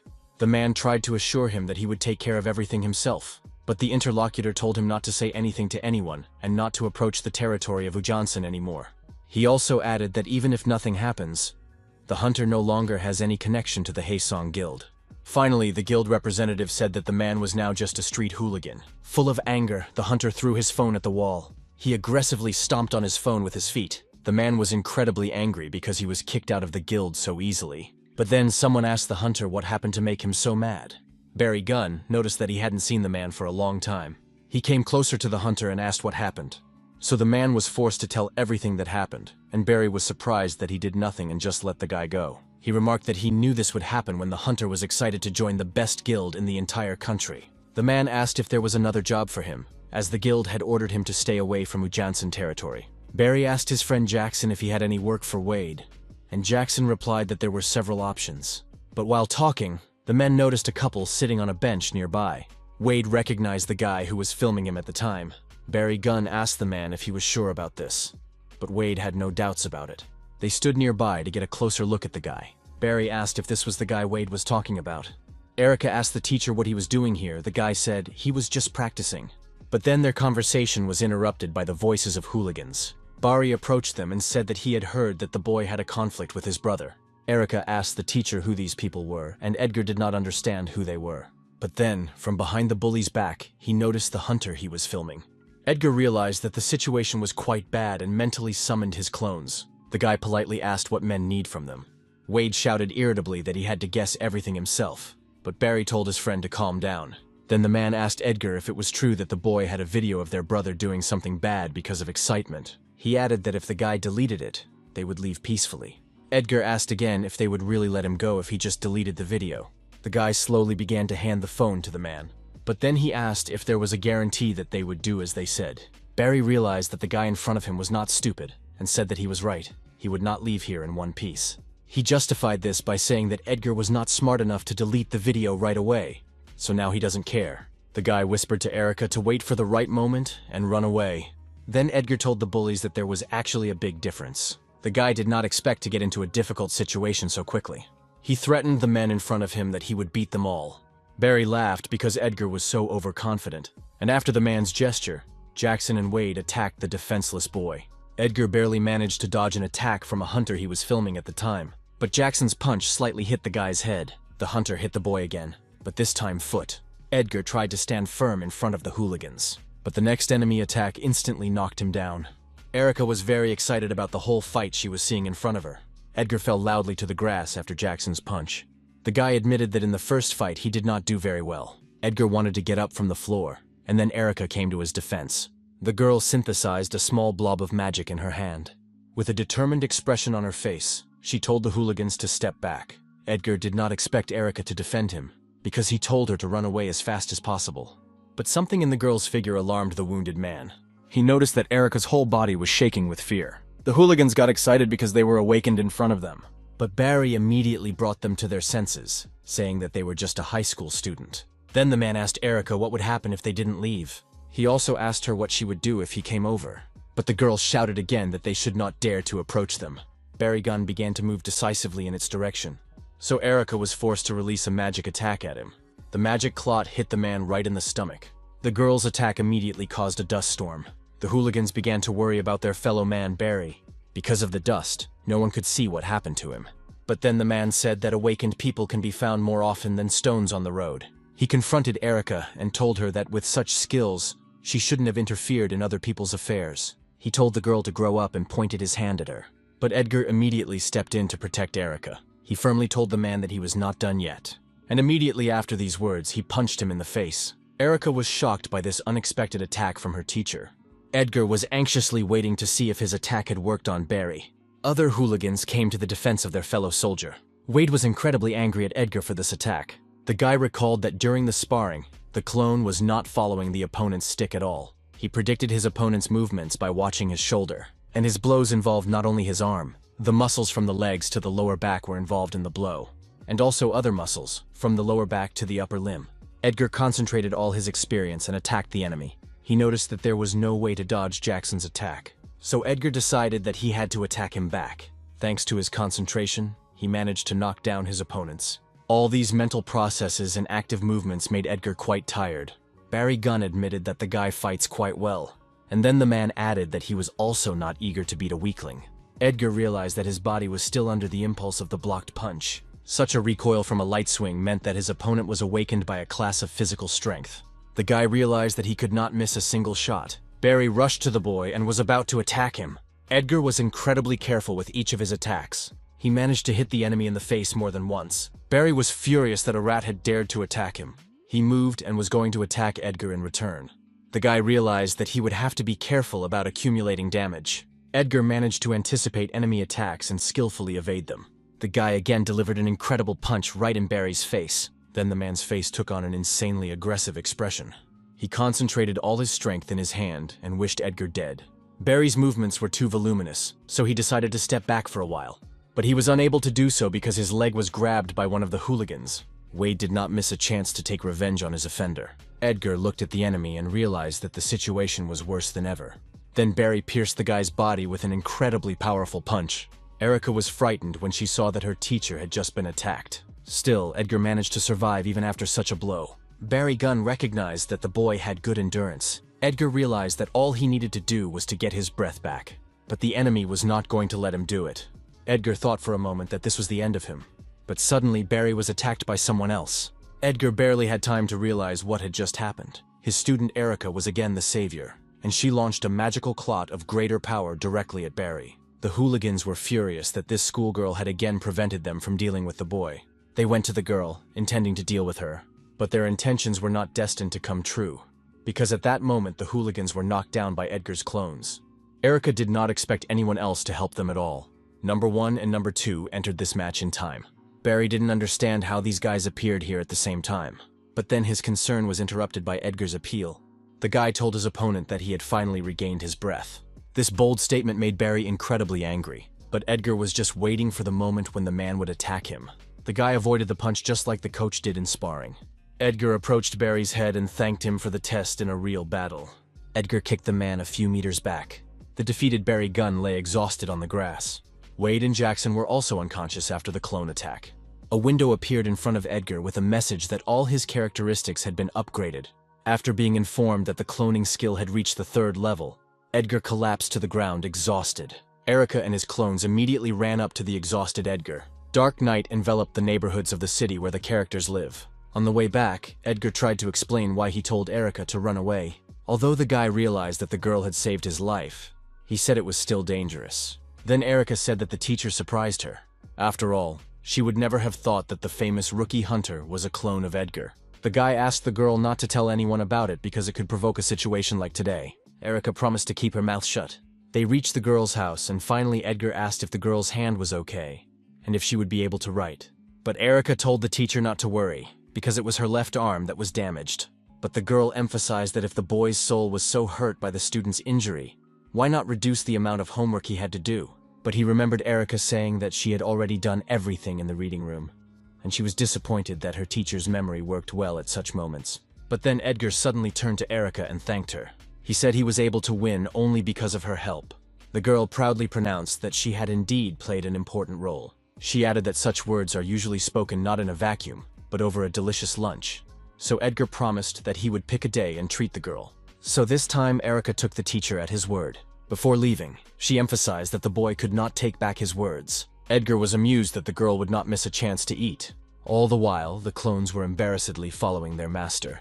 Edgar only now realized that they had been with him all along. He asked why they weren't training, and they said it was late, so the shooting range and gym were closed. Edgar bent down to one of the bushes to pick up a branch. He handed the clones a stick each and told them to go to the parks and practice there. The story moves forward a month after the incident with the hooligans. Mr. Blake called Edgar to ask how his plan was going. The guy replied that he was quite successful. Now he could hit the plates with a revolver. The cloning level had risen, so he added a 3rd clone. The man congratulated the boy on these achievements and said that this would significantly increase the speed of progress. Edgar said that Mr. Khan would be very surprised to see his performance. He also added that it may sound a bit unexpected, but he asked us to look for 3 more areas for F-rank hunting by tomorrow. Mr. Khan was very surprised, but said that he would make every effort to find it, and Edgar did not expect anything else from him. The man asked the boy what time he planned to go hunting, and Edgar replied that he would send the clones to train in the morning, so it would be in the afternoon. The guy ended the phone call and turned to the clones. Clone number 1 was to improve the top, number 2 was to improve the bottom, and the 3rd was to do aerobics. Edgar told them to go to the park to exercise and return by 12 o'clock. But just before he left, he emphasized that they should leave their guns at home. At that time, the guy himself decided to watch videos about capturing hunting zones with monsters. The guy noticed that his coons assimilate information very quickly. They are able to repeat any movement if it does not exceed the capacity of the physical body. So Edgar assumed that if he studied all these countless videos of monster raids, the clones would be able to hunt by following the example of raids as well. He started watching videos about hunting monsters one after another. Night had already turned to day, and Edgar hadn't finished watching the videos. He was distracted by the sound of footsteps in the room. He didn't even have time to notice that it was already 12 o'clock. Edgar ordered the clones to take a shower and sit down at the table. The guy hadn't slept all night, but still didn't feel particularly tired. He watched the raids on most F-rank monsters, and now it was important to understand whether the bowing would work for him based on the example of raids. In addition to battles, Edgar should focus on mana training, as he was unable to withstand the mana cost of the familiar skill during the last sparring and plate shooting. The guy received a message from Mr. Blake and remembered that he was coming soon. Edgar told his clones to pack up if they were done. The guy and his clones left the building to see Mr. Agent. In the presence of the clones, Edgar felt a sense of danger, and even he felt uncomfortable around them. Mr. Khan said that all the hunting zones are ready, and they are located not far from here. Edgar asked the man to take care of the clones, and Mr. Khan was surprised that the guy wasn't going to go with them. Edgar explained that he would keep up to date with the familiar skill, and that he also needed to listen to the mana breath lecture. The guy asked me to drop the clones off at the zones and sign in when they arrived. After the car left, Edgar was also going to go take care of business. The guy slowly breathed in and out. He had to get rid of the tension in his body, notice all the sounds around him, and concentrate on himself. In meditation, It was recommended to imagine the sensations while using the skill, which was also a good way. Edgar recalled that every time he used the familiar skill or summoned clones, he felt as if energy was surging out of his body. The announcer said to breathe deeply for 10 seconds, imagining mana circulating through the body. Edgar imagined the energy he felt then circulating through his body. And then the energy really began to circulate in the boy's body. The mana spread to all parts of Edgar's body. And then the guy suddenly returned to his previous state. A window appeared with a message that the meditation skill had been formulated, which played a role in improving magical power. At that time, a tragedy occurred in one of the hunting areas. One of the hunters did not understand where such a strong monster came from. It was an F-rank dungeon, and they came here only for the mutant fish. But there was a terrible monster waiting for them, devouring these fish. The hunter realized that he needed to inform the guards as soon as possible. With its terrible hand, the monster grabbed one of the hunter's blades. The man was about to call for help, but his intentions were interrupted. A huge monster put a sword to the hunter's head, and the next moment only a loud human scream could be heard from the cave. Mr. Blake reached the last hunting area of the abandoned wastewater treatment plant. He told the clone that there were mutant fish here, which were quite famous for their powerful jaws. Finally, the man told number 3 to be careful. The agent had dispersed all the clones to the hunting zones, so he sent a message to Edgar. He was really surprised by the guy's incredible ability, which allowed one person to hunt in 3 places at once and still stay at home. The man realized that depending on the results of the hunt, the hunter's case could be in turmoil. On this one, Edgar rejoiced in his dormitory, thinking he had discovered the skill of mana breathing. But after the announcer warned him not to confuse the newly acquired meditation skill with breathing mana, he sighed in disappointment. He realized that the skill of breathing mana was not so easy to acquire. After receiving a message that all the clones were in place, Edgar thought it was worth taking a walk to one of the hunting zones. He concentrated his energy and activated the familiar skill. Edgar immediately saw a picture of a giant rat being killed. He did not expect to see this immediately after activating the skill. He realized that he had synchronized with the first number, who was hunting at the time. Everything was going well, and it looked like the knowledge from the raids had helped. Then number 1 noticed a huge pack of rats approaching from the other side. Edgar decided to watch the battle from that moment on. Giant rats, even with an F rating, were quite unpleasant opponents. The man in the video recommended not to go to them alone if possible, but he also emphasized that there are several ways to attack them if a person comes in solo. First of all, since the rats were moving in a straight line, it was necessary to increase the distance and open fire on them. Number 1 followed this instruction and started shooting at the giant rats. The man in the video said that if the bullets failed to kill all the rats, the hunter would have to engage in close combat. Rats have strong skulls, so you need to aim for the eyes or spine. This was the number 1 way to neutralize the surviving monsters. But it was also known that giant rats bred at the same rate as normal rats. So if the hunter learns how to overcome them, he will gain a huge amount of experience points. Then the announcer began to tell how to get into the monster's spine, but a janitor began to block the camera. Number 1 shot one of the giant rats with incredible speed. The bullet of his gun flew off into the distance. Number 1 shot directly into the spine of a giant rat. As Edgar expected, the clones were able to hunt in accordance with the material he had studied. They were not afraid, and did not fall into a stupor when they saw monsters. And they continued the hunt regardless of the severity of the raid. One by one, the clones overcame all the obstacles on their way, and with the help of the skill, Edgar's family could gain experience in hunting without directly participating in the hunt. The characteristics increased incredibly fast. The higher the characteristics, the faster the clone hunting speed. Edgar ordered the clones to send all the F-rated monsters to the next world today. One of the hunting areas became too quiet. The hunters did not understand why, because by this time they should have met at least a few monsters. Then they noticed the carcass of a dead rat nearby. When the hunters got closer, they saw that the entire floor was littered with the corpses of monsters. They decided to collect everything for themselves as soon as possible. Edgar felt that the clones' hunting was going well, but when the guy synchronized with the 3rd number, he felt devastated. And then he realized that he had missed the most important thing.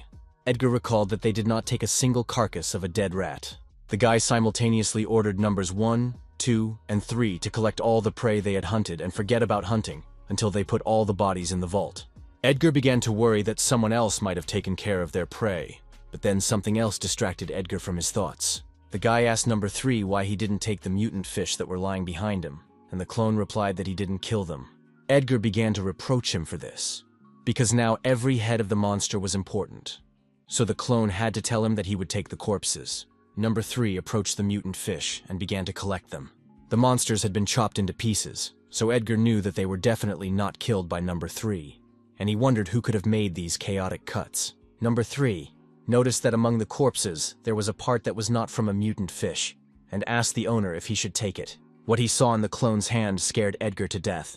Number 3 was holding a severed human hand in his hand. Then the clone's attention was drawn to a strange noise in the bushes nearby. Edgar realized that there was something unusual about them. Number 3 took up a pistol and went to inspect the area. Then the clone heard something land near him, but at the site of the crash, only the severed head of the mutant fish was found. Edgar realized that this maneuver was a bait for him. The clone sensed the presence of a huge monster and immediately prepared to attack. But before he could do anything, his right arm was cut off. The clone didn't even have time to realize what had happened. It was hurt and hot at the same time. Edgar gritted his teeth against the incredible pain that pierced his body. The guy felt all the pain on his right arm that the clone was experiencing at that moment. At that moment, Edgar's synchronization with the clone was interrupted. With an incredibly frightened look, Edgar looked at his right hand. The guy still felt an incredible horror that permeated his body. Because of the pain, Edgar unconsciously cut off the connection with the clone. The guy realized that this was no time to chill and pulled himself together. Edgar called Mr. Blake and asked where the third hunting area was. The man replied that there was an abandoned wastewater treatment plant near Incheon and asked what happened. The guy said to send numbers 1 and 2 to the area immediately, and that he was also leaving, and added that he would tell all the details on the spot. He told Mr. Kan that there was a problem in the third hunting zone, and then he added that this problem is quite serious. The wounded clone knelt down in front of the monster. The body of number 3 gradually began to dissolve into thin air. Then he completely disappeared, and only his clothes remained in his place. Edgar got out of the car and hurriedly closed the door. The guy was still nervous from the shock that had permeated his body. He arrived at the plant where the third hunting area was to be located. Then Edgar was struck with the feeling that the connection with number 3 had been severed. The description said that the clone could be summoned only after 6 hours and 34 minutes. Edgar approached the guards and they allowed him to enter. The boy realized that the agent should have arrived earlier and been the first to accompany the clones. Upon entering the territory, he saw that the agent and his clones were indeed already there. Mr. Blake said that he had brought along numbers 1 and 2, as Edgar had asked. The guy began to explain the situation, saying that number 3 had been eliminated, and that instead of themutant fish, another monster had appeared that was much stronger than it. Edgar also added that the monster looked like a fish man, with a head like a fish and arms and legs like a real monster. Mr. Blake was familiar with this description. This monster was popularly called Fishman. The agent replied that they should immediately report everything to the security post and temporarily surround the premises. Even a group of E-ranked hunters would not be able to defeat the Fishman, because this monster was D-ranked. Khan was going to go warn the guards and temporarily block access to the hunters, but Edgar stopped the man, saying that they should do it after the clones entered the portal. The guy said that he could not just sit idly by. He hoped that Mr. Khan would be able to believe in him the same way Edgar believes in his clones. After these words, Edgar focused and activated the familiar skill. Number 1 and number 2 entered the territory through the portal. The clones were preparing for the upcoming battle with the monster. First of all, they had to find the place where number 3 was killed. The clones headed into the depths of the forest to explore the area. After a while, they managed to find the place where the fishman was sitting. Edgar realized that he was not very lucky because the situation was not the best. His characteristics were at the E rank level, but at the moment, the clone's characteristics reflected only 53% of his strength. At best, it was F rank. However, the monster was not in its best condition now either. So, given the clone's hunting skills, Edgar believed they would do the job. Through a mental connection, the guy ordered the clones to aim at the fishman's head. And then, one by one, the bullets flew in the direction of the monster. They hit his body, but it did not bring any result. It seemed as if Ribolud did not care about these bullets at all. But then Edgar realized that the clone's bullets had simply bounced off his body. The fisherman noticed the boys and shouted very loudly. After that, he jumped in the air and rushed at them. The clones simultaneously bounced away from the spot where the enemy had just attacked. Edgar did not miss the opportunity and ordered the clone to attack the monster. But this attack was not very effective because the guy left only a small cut. The fishman rushed at the clone that had just attacked him. Number 1 managed to dodge, and the monster's sword hit the tree. Because of the monster's massive body, it will be difficult for him to wield his sword among the trees. But it seemed so to the guy only at first glance. Because the fish-eater cut down the trees near it one by one, Edgar realized that he had made a mistake and took it back. The guy again ordered the clones to attack the wild monster. This time they wanted to chop off his arm, but it was also to be expected that it would not work. The fishman flexed his fist and pointed it at one of the clones. Edgar did not know how to strike to defeat the monster, but suddenly he remembered the previous shot. One bullet did ricochet, but the other managed to wound him. So the guy thought about it and decided to shoot at the monster's wound. The monster screamed in pain, which meant that Edgar's idea had worked. So the guy's next strategy was to fill the monster with bullets. Clones 1 and 2 simultaneously began to shoot at the body of the fishman. This had a significant effect because his wounds began to bleed. The blood from the fisherman's hand flowed to the handle of the blade, and the next moment this blood burst into flames. The divorced monster pointed his sword at the clone. Edgar could not understand what had just happened. Right now the fishman just got stronger. After the monster rejected the first clone, it moved into the second. Edgar realized that the key to his power lay in his sword, a blade that resonated with the monster's blood, but it also indicated that the monster was badly wounded. He thought that the decisive battle would not last long. Edgar continued to wound the monster through the clones, but the fish-eater was not going to retreat, so he defended himself in return. But Edgar did not expect the battle to go off without a hitch. He decided that if he was going to shed blood, he would shed as much as possible. The boy continued to attack the terrible monster with all his might, but he was not going to let himself be defeated so easily. Number 1 was heavily affected by the fish-eater attacks. The monster swung his fire sword in the direction of number 1. But at that moment, clone number 2 came to his defense and held off the fish-eater's attack. The clones set out to attack the monster at the same time again. This time they cut his ugly body badly. The fish-eater looked back angrily at his rivals. The exhausted monster gradually began to lose energy. A moment later, he fell defeated to the ground of the territory. Edgar breathed a sigh of relief that it was over. His clones didn't even have the strength to make a move. We are out of ammunition, so today's hunt will have to be called off. Edgar realized that he needed to notify the agent so that he could call the collection team. But then the bloody footprints on the ground caught his attention. He got scared, assuming that the fish-eater was not dead yet. Edgar ordered number 2 to follow the bloody footprints. The situation was very bad because there was a portal in that direction. The guard of the territory told the hunters that a D-rank monster had been detected, so for the moment, the entrance to the portal was prohibited. The association was supposed to send other hunters, so the guard said he would inform the men when the situation became clear. But the hunters were very unhappy with this, because they spent a lot of time collecting all the prey. Mr. Blake was thinking that Mr. Edgar should hurry up, but then the voice of the guard caught his attention. He noticed something strange near the portal and ordered his colleague to call the unit commander. The guards took aim at the monster approaching them from the portal. It was the same fishman whom Edgar had not fully defeated. One by one, the guards started shooting to prevent the monster from going through the portal. But the monster still broke through even through them. Then, from under the bushes, one of Edgar's clones took a swing at the monster. With a quick movement, he threw the dagger toward the monster. It reached the fishman, but immediately bounced off his skin. But at that moment, Edgar appeared out of nowhere and picked him up. The boy strained his palm and stabbed the fishman with his dagger with all his might. The monster's blood began to pour out of the wound like a fountain. All the guards present were shocked by the sight. The huge monster fell helplessly to the floor. Somewhere on the sidelines, the clone was incredibly proud of its owner. The investigator informed the Hunters Association that he had arrived at the right place. He said that he would report back as soon as he had conducted an investigation. When he came closer, the man did not immediately realize what was happening. There he saw a crowd of people standing over the defeated monster. Based on the monster's appearance, the investigator assumed that it was a fishman. The man told the guard that he had been sent by the association and asked to report on the situation. The guard replied that the statement about the D-rank monster was true, but that the hunter who had entered the portal before they banned the entrance had dealt with it. The investigator knew that this was an F-rank hunting area, so he asked if a team of D-rank hunters had arrived and dealt with the monster. The man did not understand what it meant that it was not a D-rank, or even a team that dealt with the monster. The guard pointed to the guy behind him, and added that the monster was dealt with by an F-ranked hunter with clones created using the skill. The investigator did not understand how an F-rank could deal with a D-rank monster with the help of some kind of cloning. The man noticed that the attacks were concentrated on the wound site. It was like a way to damage a monster without magic bullets. He looked carefully at the hunter and the agent standing next to him. The investigator was still concerned about how it was possible to shoot at a monster that was constantly moving. The man told the guard that he would inspect the area inside the portal to see if there were any more D-rank monsters left.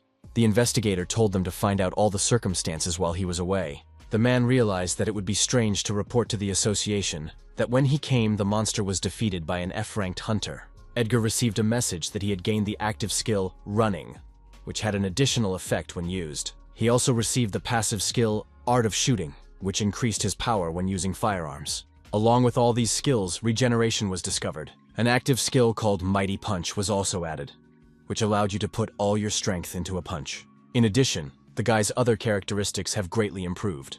Edgar did not even realize that he had acquired so many skills. He assumed that clone number 1 and number 2 had survived through regeneration. The guy told Khan that the clones were badly injured, but there was still a lot of time left before the next challenge, so the regeneration was to help them recover. The agent was delighted that Edgar had defeated the Drank monster, and the boy himself admitted that it was quite risky. Mr. Kang was sure that with his skills he could easily clear the E-rank zone, and Edgar wanted to learn more and then raise the 2 clones higher. In the middle of the conversation, Edgar remembered the sword of the fishman. He told the agent that the monster was carrying an unusual sword that could absorb blood. Edgar approached the monster's body to pick up the sword from the floor, but Mr. Khan stopped him and asked him to order the clone to take the sword just in case, because it might be cursed. Upon hearing this, Edgar asked if he could use the item. Mr. Kang replied that the cursed items are rare, and depending on their value, the guy could set a price of several 100 million won. The agent also said that since Edgar had defeated a D-rank monster, he could expect a big profit, so Edgar decided to stop hunting for the day. But the guy was interested in another thing, and he asked the agent if the thing that popped out of the fishman's head was also expensive. Then Edgar pulled a crystal-shaped object out of his pocket. Con Blake's face showed indescribable surprise. He knew that the thing the guy was holding was a low-level crystal.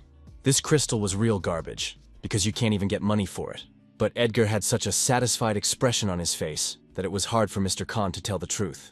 The agent told the guy that it was a cheap item that could improve his performance, but he could not use it. He added that it has a lot of side effects, which is why the price is so low. But Mr. Blake immediately added that the rest of the loot could be sold for a lot, so Edgar had no reason to be too sad. After these words, the guy cheerfully said that he would leave the rest to the fundraising team. After the incident, Edgar returned to his home. The guy was very tired from all the events that happened today. He told the clones that they could rest for now. Edgar himself was about to summon clone number 3. The guy activated the ability and the figure of his 3rd clone appeared in front of him. When he showed up, Edgar immediately ordered the boy to put on his armor and go to training. He sat down to look at what he had managed to take with him. As a result, he took a low-level crystal and a sword of the fishman with him. Edgar found out online that the crystal he received was a crystal of power. It said that it was not suitable for humans, but that it could be used on familiars. But it causes monsterization. Increasing his strength by 0.005 at a time was a very tempting offer, but he was worried about monsterization. Usually the clone's shortcomings in the form of hunger, injuries, and other things did not affect Edgar. But it could happen that monsterization will not be included in their list. Edgar imagined his head turning into a dragon's, and how Mr. Blake shoots him in the head out of fear. After thinking about it, he decided that he would not do it for now. Next, Edgar was going to examine the fishman's sword. He recalled the agent's words that the sword could be cursed. The fundraising team gave the guy his case, after which a clone carried it. But nothing happened during this time. He could have gotten a lot of money out of it, but Edgar decided to use it to the maximum and sell it later. He told number 2 to take the sword. The clone obeyed its master's order and reached for the blade. Edgar expected something to happen after number 2 took over, but a few seconds passed and nothing changed. Number 2 only said that he heard some noise. Edgar decided to listen to him as well, so he activated the familiar skill. He felt a great thirst for blood and heard the sword's request to kill. These calls were too loud, so Edgar deactivated the familiar skill.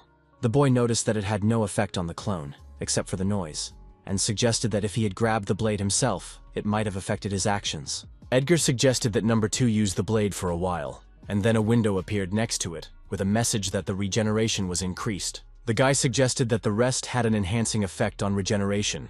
Tomorrow, Edgar wanted to continue to travel through the hunting areas, but he realized that it would be problematic, because his guys were in bad shape. The guy told the clones that today the 3 of them would meditate and try to open the mana breath, and tomorrow, when he was gone, they would continue it together.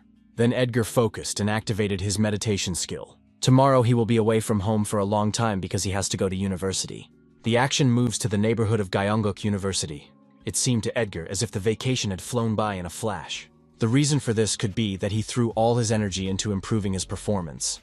The clones did not rest a single day to improve the host's performance. There was one more thing that disturbed Edgar at the university. The boy was sad because no one in the building greeted him, and everyone pretended not to know him. However, in the classroom, Edgar immediately ran into his friend Ryan. The guy clearly did not expect to see him here.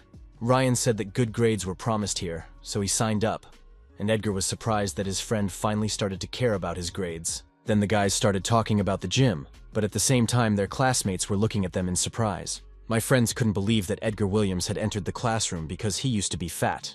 Other classmates also did not recognize the guy and began to actively discuss him. Ryan noticed that Edgar was popular now, and now he knew why no one recognized him. Edgar pointed at himself and asked his friend if he had really changed much. Ryan told the boy that he had changed so much that his own parents wouldn't recognize him. He added that he himself barely recognized Edgar when they bumped into each other. Ryan suggested that his friend get together with his friends and have a drink to celebrate the start of the semester. But Edgar said he already had plans. However, this answer was incredibly shocking to his friend. Edgar repeated that he had already made an appointment and could not leave. Ryan thought it was a real betrayal, because he thought Edgar had made a date on the day the semester started. The guy replied that he would explain everything later, but Rayon said that there was no need, because his other friends had already heard everything, and Edgar did not expect Charlie and Chase to be here. The boys promised Edgar that they would remember this betrayal for a long time, but their fight was interrupted by a professor who entered the classroom. The action moves to the building of the World Association of Hunters. A large number of people work to maintain security around the world. They could also foresee impending disasters. An employee of the headquarters told the head of the association that the Oracle had predicted the disaster. Michael Harris asked the subject to tell him about the details. It was supposed to open a portal and invade several hundred giant monsters. Michael asked if it was possible to establish an approximate date for the portal's appearance and the type of monsters. The worker replied that the highest danger level of the monsters was A, and there was a high probability that the portal would open soon. And based on the prediction, they found that the place where the portal would appear would be the Korean Peninsula, the Republic of Korea. The head of the country's third Canes Guild, Devin Moore, was rushing to a large-scale meeting without understanding what was going on. But on the way, the head of the country's sixth guild, Yolo Han Miho, ran into him. Devin was angry, but still calmly told Miho that they hadn't seen each other for a long time. The woman noticed that the case was serious if even the head of the third guild was called. Devin confirmed that it really must be something important. Miho noticed that the man had grown a beard and thought it was especially for her. But to her disappointment, Devin said that he had just been too busy lately. The heads of the third and sixth guilds entered the room where other important people in the world of hunters had gathered. The head of the country's first guild, Haisong, immediately noticed their appearance. Mike Heeson announced with satisfaction to the whole room that Devin Moore had come in. Like others, Miho did not like the head of the first guild. Devin asked him dryly what he wanted from him. But Mike noted that the man could have said hello first. The head of the third guild said that if there were no assignments for him, he would return. But the man did not have time to finish the last word, because he was shocked by the words about the Tower of Odin. Mike Heeson recalled that the first Canes Guild capture team had recently been sent there. He was eager to know if the sweep was successful, because time had passed, and there was no news. Dan White, the head of the country's second guild, Tijin, told Mike not to cross the line. This answer made the man realize that the results were disappointing, and apologized for the fact that his memory had been failing him lately. But such words were increasingly arousing the rage of the head of the third guild. Miho noticed this and began to worry about her friend. Then the head of the Korean Hunters Association, Oh Ram, entered the office. Noticing the expressions on the faces of the leaders of the first and third guilds in the country, the man thought that something had happened. The others in the room were also quite excited. The leader of the association realized that something had definitely happened here. First of all, the man thanked the leaders for responding to the general convocation. He said that the World Association of Hunters has sent a warning that a catastrophe is approaching South Korea. Mike Heeson mentally assumed that it would be about the Oracle. After receiving information about the formation of the portal and the invasion of A-rank monsters, since this is a large-scale disaster, O-Ram decided to ask the largest guilds for cooperation. One of the leaders asked when and where the portal would open, and the head of the association replied that there was no information yet, except that it would be in Korea. Dan White immediately thought that the leader would propose to surround the entire Korean peninsula, stupidly waiting for the portal to open. O-Ram had just called them all together to discuss this moment, and all they knew was that the portal would open soon. But the leaders did not understand how to prevent a catastrophe when you do not know where and when it will occur. And they did not have enough hunters even for raids. When asked whether the association would cover the salaries of hunters assigned to defense, O-Ram answered vaguely. The head of the guild, Mr. Canas, said that he had one suggestion. Devin said to have the rapid response teams from each guild patrolling their neighborhoods on high alert in the first place. He added that as soon as a disaster occurs and its location is known, all guild forces should be sent there. The man emphasized that everyone should be sent without exception, and those who refuse will be punished. The chairman of the association emphasized that this was a good idea. and proposed a show of hands. The guild leaders realized that it would not be difficult to fulfill the plan, since they already periodically patrol the area of their base, so they raised their hands. Han Miho, head of the 6th Guild, also raised her hand in agreement, and even the leader of the Haesong Guild agreed with this proposal. The vote was unanimous, so the chairman of the association announced that they would follow the suggestion of Chairman Devon Moore. Finally, the man added that he hopes that each guild will protect its territory and maintain close cooperation. The action moves to the grounds of Gyeongguk University. The first day of the semester at the university passed quickly. Edgar was returning home after class, but on the way, he noticed Erica, who was reluctantly talking to a man. The stranger asked for the girl's number because he really liked her. Erica replied that she had a boyfriend, but the man continued to insist. Edgar approached the girl and asked her what she was doing near the university. Erica did not expect to meet the teacher here, but she immediately took control of the situation and decided to pretend that he was her boyfriend. Edgar looked at the girl in surprise when she called him dear. Erica told the guy that she had been waiting for him for so long, took him by the elbow and led him away from the place. The sky above the city was gradually changing its colors to evening ones. Erica explained that she didn't want to give the man her number, so she grabbed Edgar's hand and left the place, because she had already told him that she had a boyfriend. So that Edgar wouldn't misunderstand her, she added that she didn't actually have a boyfriend. Edgar asked what had happened at the school that Erica had asked for meat today, and she replied that it was the anniversary of the school's opening. Now the guy realized why she was wearing casual clothes. Erica thought he couldn't take his eyes off her dress and offered to give her his number. But there was no need for that, because Edgar already had her number. The guy received a message from Mr. Blake saying that the advance had been paid and that he had already sent the payment for the booty. Edgar was amazed that they had already recouped all 50 million and admitted that his cloning skill was truly incredible. With joy, the guy told Erica that she could choose the most expensive meat. He assured the girl that she shouldn't worry about money and offered to take Korean beef. Erica and Edgar stopped at the Korean Khao Seol restaurant. They chose one of the most expensive types of meat and started cooking it. Erica admitted that the meat she chose was indeed incredibly tasty, but she was still worried that the prices in this restaurant were too high. Edgar reiterated that there was no need to worry about it, and added that he still felt guilty about Erica's injury. The girl did not expect to hear that the teacher really still cared. Then Edgar turned to the restaurant owner and asked him to bring 4 more portions of meat. Besides Erica and Edgar, there were many other people in the facility. The restaurant was operating as usual, and nothing seemed to portend trouble. But the video on the TV suddenly stopped. A notification appeared on the screen about the threat of monster invasion through the portal. The announcer announced that a disaster alert was sounding throughout Korea. This was not a drill. All citizens were asked to prepare essential items and head for shelters. His classmates asked Ryvan to calm down, but he was sure that while they were struggling to get around, Edgar was on a date with a girl. Chase told Ryan that he couldn't be sure that Edgar was on a date. But immediately after these words, they noticed Edgar sitting with a girl in a restaurant nearby. You could see them laughing and having fun together. Chase was incredibly angry at what he saw, and also began to get angry at Edgar. Then students received a notification on their phones at the same time. Ryan took out his cell phone to find out what had happened. After reading the notification, he told his friends that the situation was worse than ever. The entire internet was abuzz with reports of an unexpected alarm. Charlie noticed that it was too calm outside for an alarm, and that sirens should have sounded. Edgar came out of the restaurant and immediately noticed the guys at the entrance. Erica followed him out, and Edgar asked what they were doing here. Charlie replied that they were walking and suddenly saw Edgar in the window, and Ryan asked him if it was his girlfriend behind him.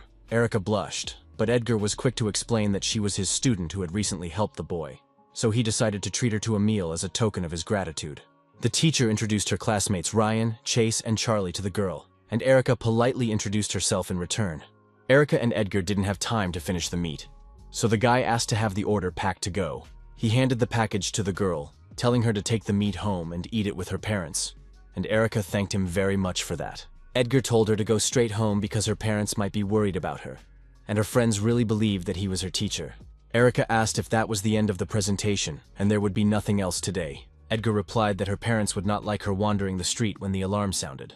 But even his classmates thought it was too boring on Edgar's part. The guy shouted that the situation was dangerous, so he ordered us to go home. He did not understand why his friends were acting so carefree. Edgar heard the drunks nearby planning to keep going.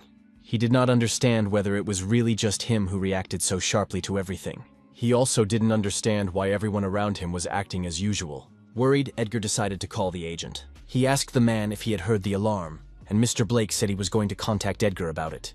This was confidential information, but the association planned to report the threat for at least 3 months. It was not yet possible to determine the place and time of the portal's formation, but it was known that A-ranked monsters would emerge from it, so huge casualties among people were possible. Edgar asked why the association does not disseminate information and does not insist on evacuating to shelters. Mr. Con Blake explained that many businesses would suffer if citizens' activities were suspended for such a long period, and because of this, all the criticism for the damage will fall on the association, so they warned us only in this way. The man added that most likely the hunting zones were closed on an emergency basis, so they would not be able to hunt. Khan was going to take shelter, and Edgar to his family. In the evening, Edgar returned to his apartment. Upon entering, he immediately asked the clones how they were feeling. Number 2 said he was almost fine, and Number 1 said he was alive. Edgar noticed that Number 2 had almost recovered, and that the first man's wounds were too serious, so he didn't get better at all. Opening the menu for the hunters, the guy saw that the recharge time was over, and he could summon the third clone. Edgar decided to call back Number 1, and after this maneuver, the guy's physical condition became much better. The guy asked the clone to put on a cap to make it easier to tell them apart. Then the third number entered the apartment, having just finished his workout. When everyone was assembled, Edgar announced that they were going home. He could not believe that 3 months had passed since he left home. Edgar knocked on the door of the apartment and announced that he had arrived home. The door was opened by his mother, who at first did not realize who was standing in front of her. Edgar was embarrassed, assuming that his mother really did not recognize him. Then the woman turned to the boy and asked if he was really Edgar. He confirmed this, and the mother immediately asked the boy why he had lost so much weight and assumed that he was starving. The boy's father was also surprised by his son's appearance. Freya was immediately happy to hear that her brother had returned. She told Edgar that if he came, he would first visit his sweet sister. The girl came closer to look at her brother, but then her face was filled with surprise. She was also not prepared for her brother's appearance to change so dramatically. Freya was surprised to ask the guy who he was. Edgar recalled Ryan's words that even his parents did not recognize the boy and admitted that he was right. The mother noticed that her son did not come alone and asked why all his friends were wearing masks. Edgar replied that they were not his friends and asked the boys to take off their masks. For Edgar's family, what they saw was a real surprise. They did not understand why the faces of all 4 boys were the same. Edgar hurried to reassure them and said he would explain everything. The guy said that a few months ago he took part in an awakening program, and cloning is his skill. The mother knew only that most young people participated in the program, but she did not think that her son would also join, and Freya wanted to do so as soon as possible. His father asked Edgar if he was a hunter now, and the boy replied embarrassedly that he was not going to hide it from them. His mother asked him worriedly if it was dangerous. Edgar replied that he was not doing anything dangerous with his skill, because his clones were doing the hunting for him. Then the guy remembered that there had been a threat alert and told his family that they should also move to the shelter. The father replied that they had packed things in case of an emergency, but first they wanted to observe the situation. The man added that he had to go to work tomorrow, and the whole family couldn't just up and leave. Edgar realized that people in general do not realize the seriousness of the current situation. The guy was sure that everything would have been different if the association had at least declared the scale of the invasion. Then Edgar replied that from that day on, he would live with his parents, saying that the university had sent a message about the cancellation of lectures, but in fact, it was a lie. The guy realized that he could not convince them to take shelter, so he decided to stay with them himself. He held out a bag of meat and offered to have dinner with it. Freya was excited to see that the boy had brought Korean beef, and Edgar's father told his wife to get the appetizers. Looking at his family, Edgar wished he had visited them sooner. The clones were happy to hear Edgar's mother ask if they needed to eat too. The guy confirmed this but said that he was sorry to waste meat on them, so they just make do with rice.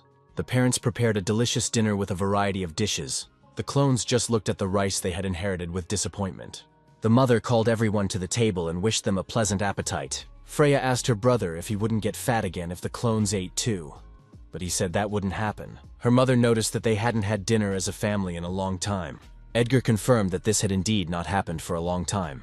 As he continued to speak, debris suddenly flew into the house. The unconscious man began to slowly open his eyes. All Edgar could see around him were stone fragments, and he did not understand what had happened. He began to slowly get up from the floor, holding his head. When Edgar realized what had happened, he was in shock. The wall of their apartment was smashed, and the upper floors were destroyed. This disaster was caused by huge monsters coming out of the portal. The apartments in the city burst into flames and were destroyed by monsters. A huge monster was releasing a stream of fire from its mouth, destroying everything in its path. Edgar did not expect the portal to open near their home. The boy turned around and called out to his unconscious parents and sister. On their bodies, he noticed the number 1 outfit. The guy realized that the clone had shielded them from the explosion with his body. Then Edgar looked back at the noise coming from the boulders. Clones number 2 and 3 emerged from the rubble. Number 3's arm was torn off, but he managed to stop the bleeding. Number 1 was destroyed, and number 3 was seriously wounded. Edgar never expected the portal to open so soon. The boy's mother began to slowly get up from the floor. Edgar's family did not understand what had happened, and he told them that the first thing to do was to leave the building as soon as possible. My father was desperate because the wall in their apartment was completely destroyed. But the guy said that now was not the time to think about an apartment. After all, a more serious catastrophe occurred. A portal with monsters opened. Many buildings and infrastructure were destroyed. Terrible monsters chased the unfortunate people who did not evacuate in time. Many residents were simply covered in rubble from destroyed buildings.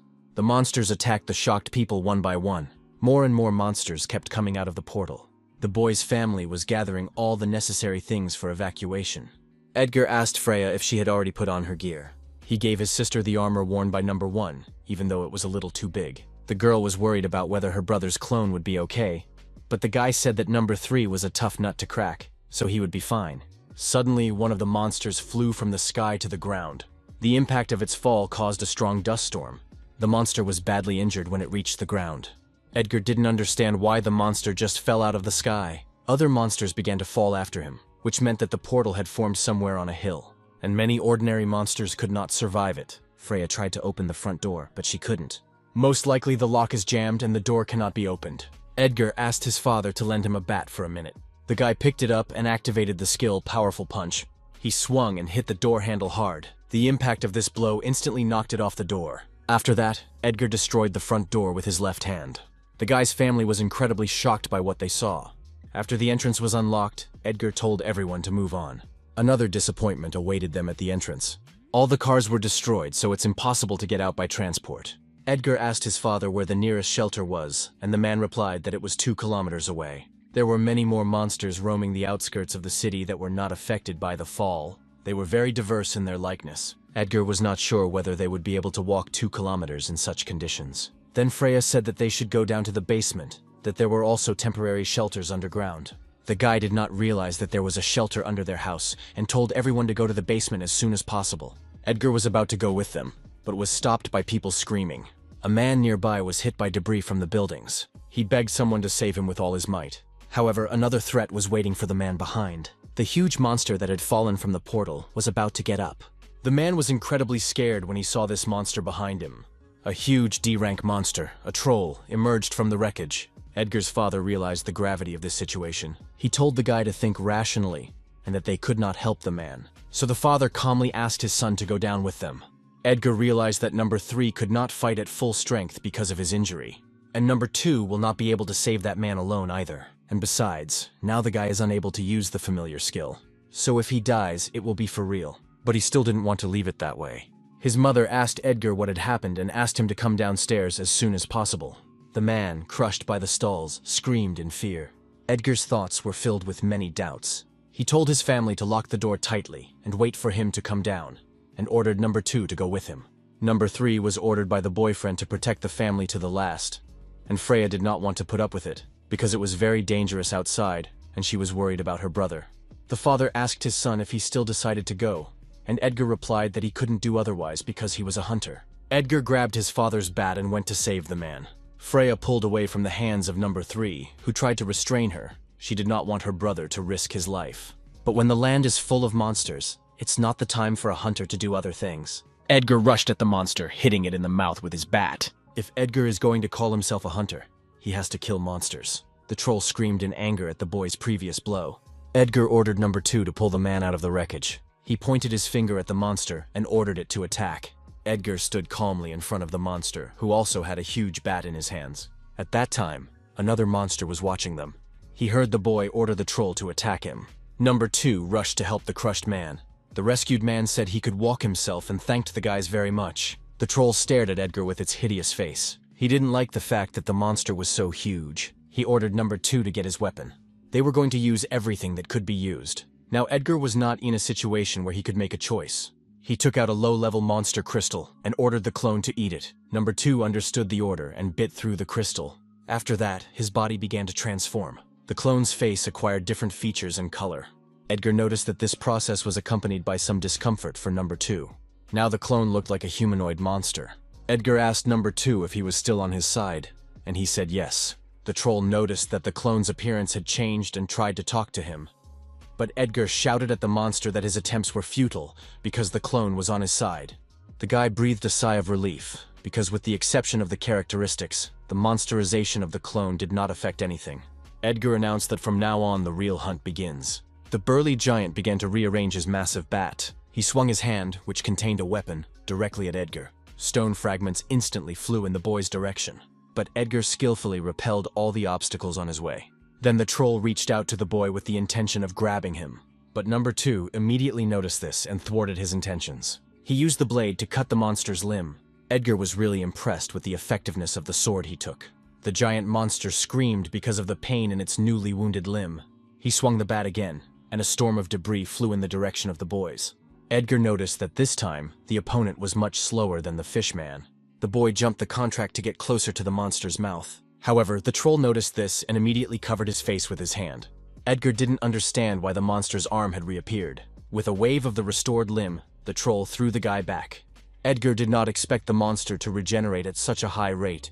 The monster's skin itself was fragile and could be cut quite easily. But the problem was that the troll regenerated too quickly. In this case, the method of damage accumulation will practically not work with him. Edgar shouted to Number 2 to make the monster tilt its head. The clone heard his master's order and swung his blade at the troll. To make the monster bend over, he cut its lower limb. The wounded leg fell to the floor and the monster bent down after it.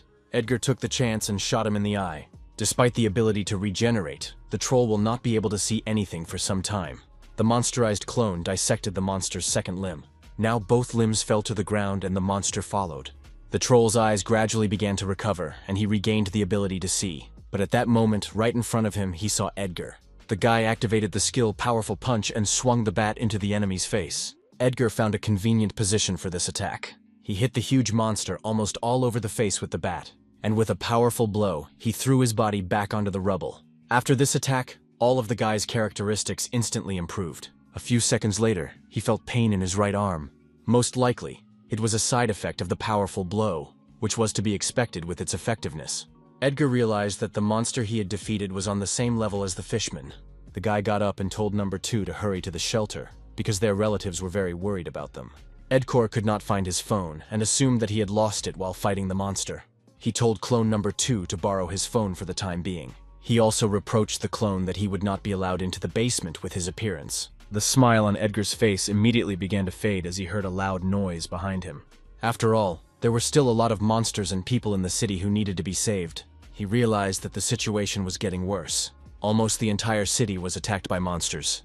Airplanes of the Hunting Association rushed to the site of the portal's opening. An incredibly huge monster roamed the neighborhood. With just one step, it destroyed everything in its path. This terrible monster was similar in size and appearance to a dragon. In addition, this monster could accumulate fire and shoot it in different directions. But this time, he was prevented from fulfilling his intentions. Local hunters rushed to confront the monsters.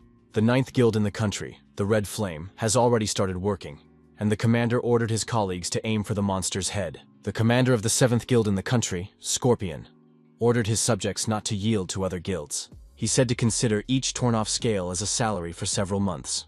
The hunters surrounded the dragon-like monster from all sides. Meanwhile, the Kane's Guild was flying fighters to the crash site. The pilot announced that they had arrived at the target and was about to open the hatch. The head of the country's 3rd guild, Devon Moore, was on that plane. When they reached the target, the man ordered his colleagues to get ready. Upon noticing the plane, the bird-like monsters immediately began to approach it. And it was precisely for such a case that these planes were equipped with weapons. And the approaching monster was immediately hit by a barrage of bullets. The hunter informed the captain that the Megalosaurus was retreating.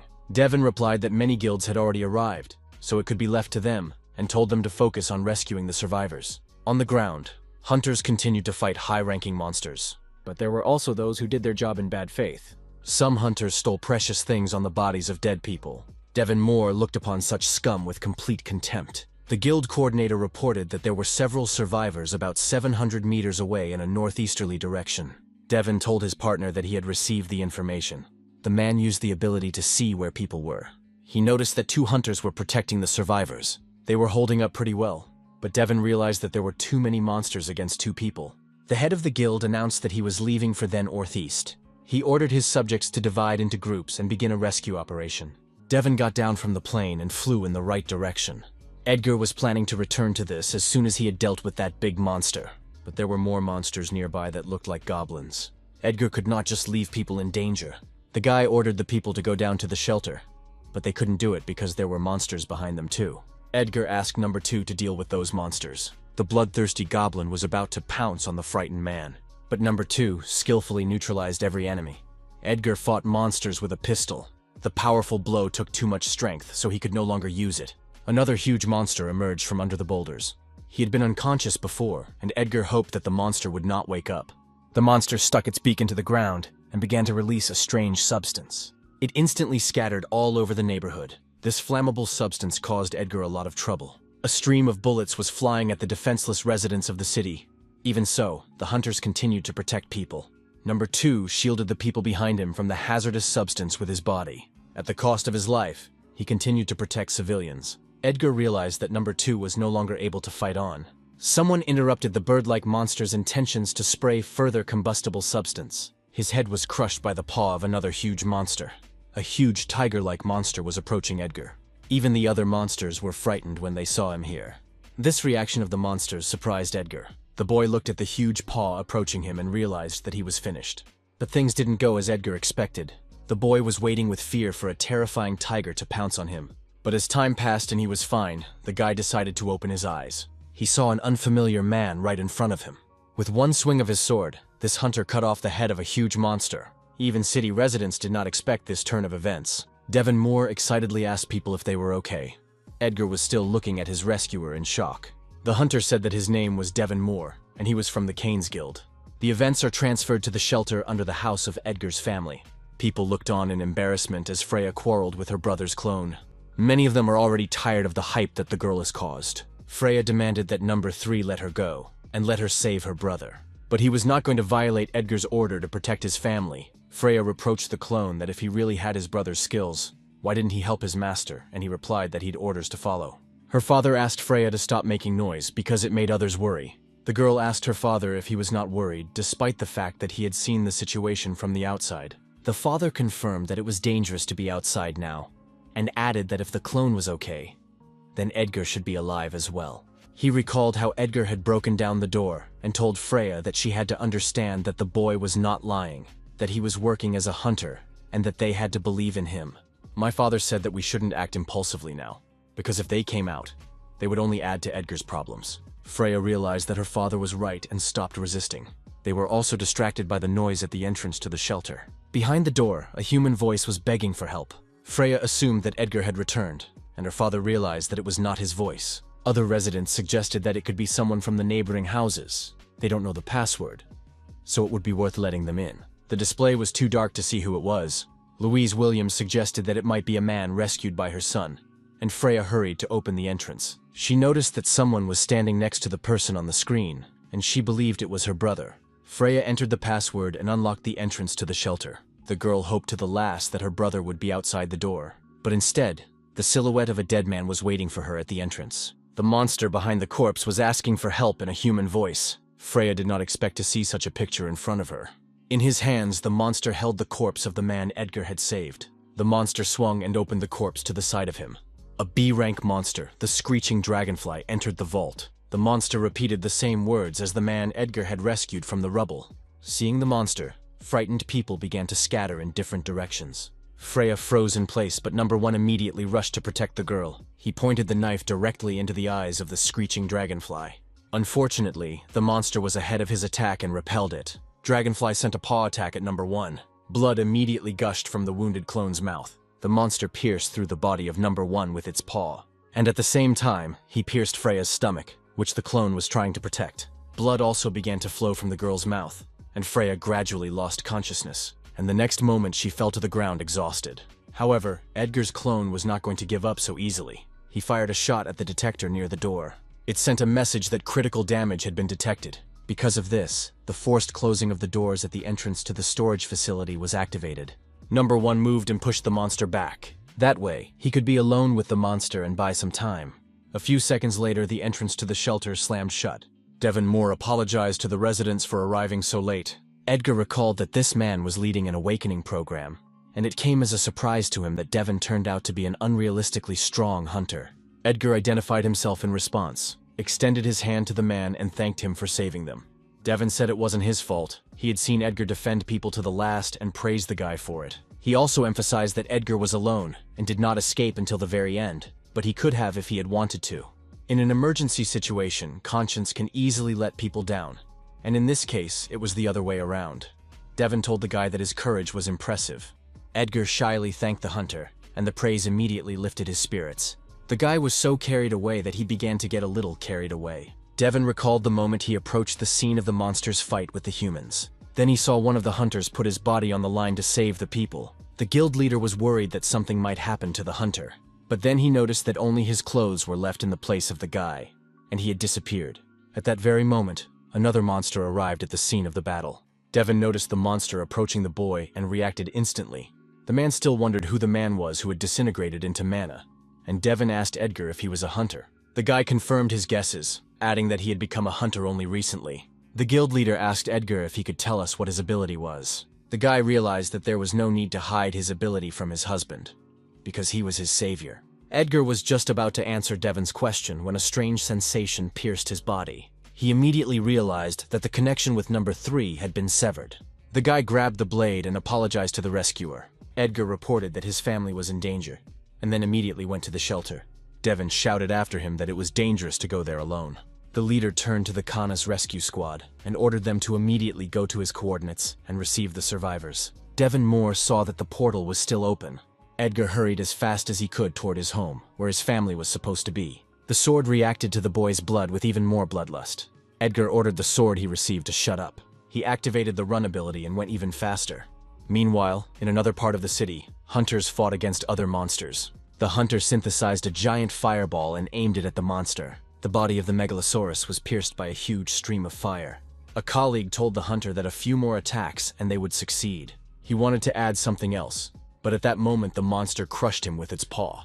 The chairman ordered his colleagues to disperse the support group even further, because the radius of attack was too large. A hunter from another guild tried to attack a huge monster with his sword, but because the shell was too strong, he was unable to inject the poison into it.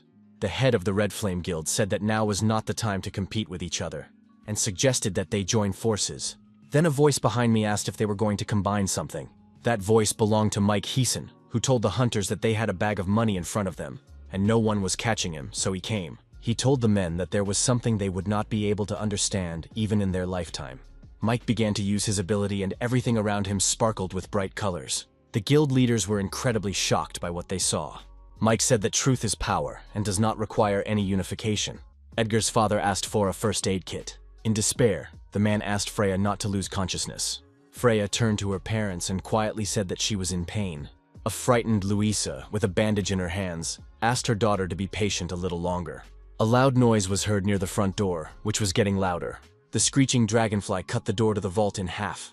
The frightened people froze in place from the horror this monster inspired.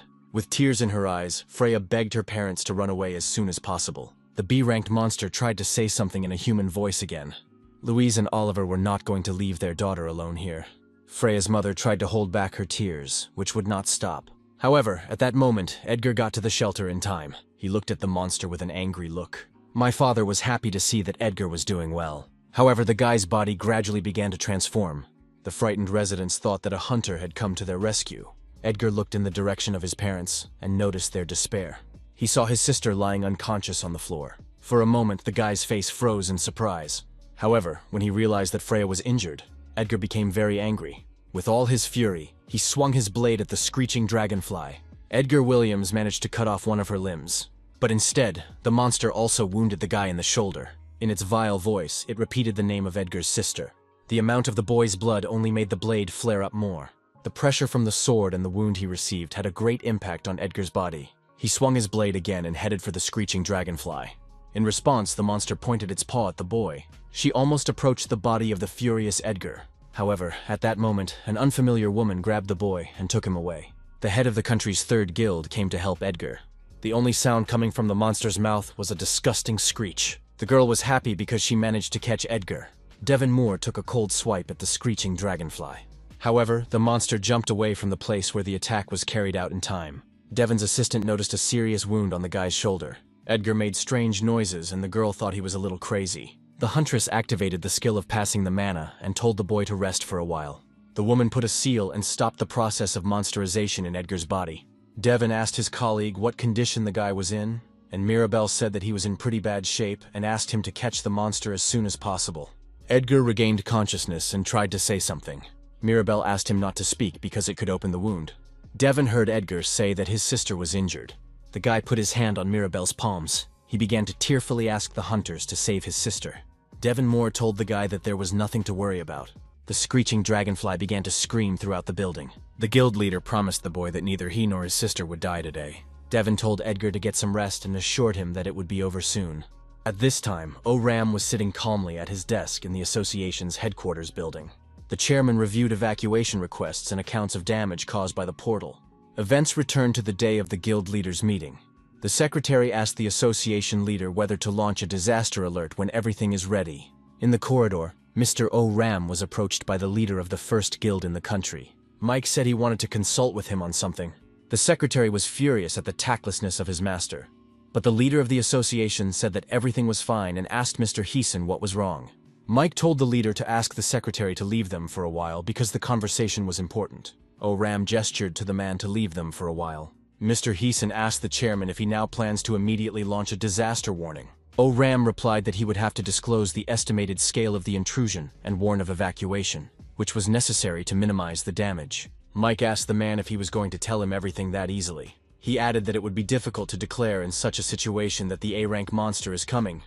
Everyone should drop what they are doing, run away, and cover everything for 3 months. Mr. Heeson asked the leader if he was confident that he could handle the consequences. The man realized that the association would be blamed for all the troubles, and he assumed that Mr. Ram's head would be off his shoulders in less than a month. He added that he did not benefit from this either, and the leader asked the man what he proposed to do. Mike Heeson advised not to say that A-rank monsters would appear, that is, to hide the scale of the invasion. This way, he can shift the responsibility for the evacuation to them. Mike said that if he were the leader, he would cover his mouth, not hold any meetings, and not issue any warnings. Ram did not understand how a man could say that, because in this case there would be a huge number of victims. But the head of the guild, Hasten, shouted that it would only be for the best when the portal opened, and a huge number of people would die, and then the value of hunters would increase. He added that the army's forces will not be enough to fight D-rank monsters, and eventually they will all run to the hunters. The man approached the leader of the association and said that he was wrong about something. In a crazy voice, he said that his words did not sound like a request. Mr. Ram did not know what to do in this situation. The news reported that an operation to destroy the Megalosaurus is currently underway. Edgar Williams ate potato chips with satisfaction. He told the clone to try even harder, reproaching him for growing muscle mass more slowly lately. The guy was incredibly happy with his skill. He could just lie there and not worry about anything, while someone would earn money and do sports for him. He looked at his phone and saw a notification from Mr. Agent. Edgar told Number 1 to get up and informed him that they were going to make money. Outside, Mr. Con Blake met Edgar and the clone at the car. The guy asked the agent to send them to a hunting area with horned rabbits today. Mr. Blake asked the boy where Number 2 had gone, and Edgar replied that he had sent him to the gym. Mr. Agent noticed that if Edgar had practiced with him, the speed of progress would have increased significantly. Edgar was not a big fan of sports, so he thought that the clone's work would be enough. The boy honestly answered that he decided to become a hunter just for fun, and Mr. Khan told him that with this ability he could become the best hunter. But Edgar said that he hadn't thought about it, because it was enough for him that he could take care of himself. Then the tone of Mr. Con Blake's voice changed dramatically. He asked the boy if that was the reason why everything turned out the way it did. Edgar was incredibly scared, not understanding what was happening. Mr. Blake asked the boy with a bloody face if he was satisfied. He pushed him back, repeating the question of whether Edgar was satisfied over and over again. During the fall, he felt that he had touched someone's back. He saw the bloody bodies of his mother, father, and sister in front of him. His father told Edgar that the boy eventually became a hunter and left them.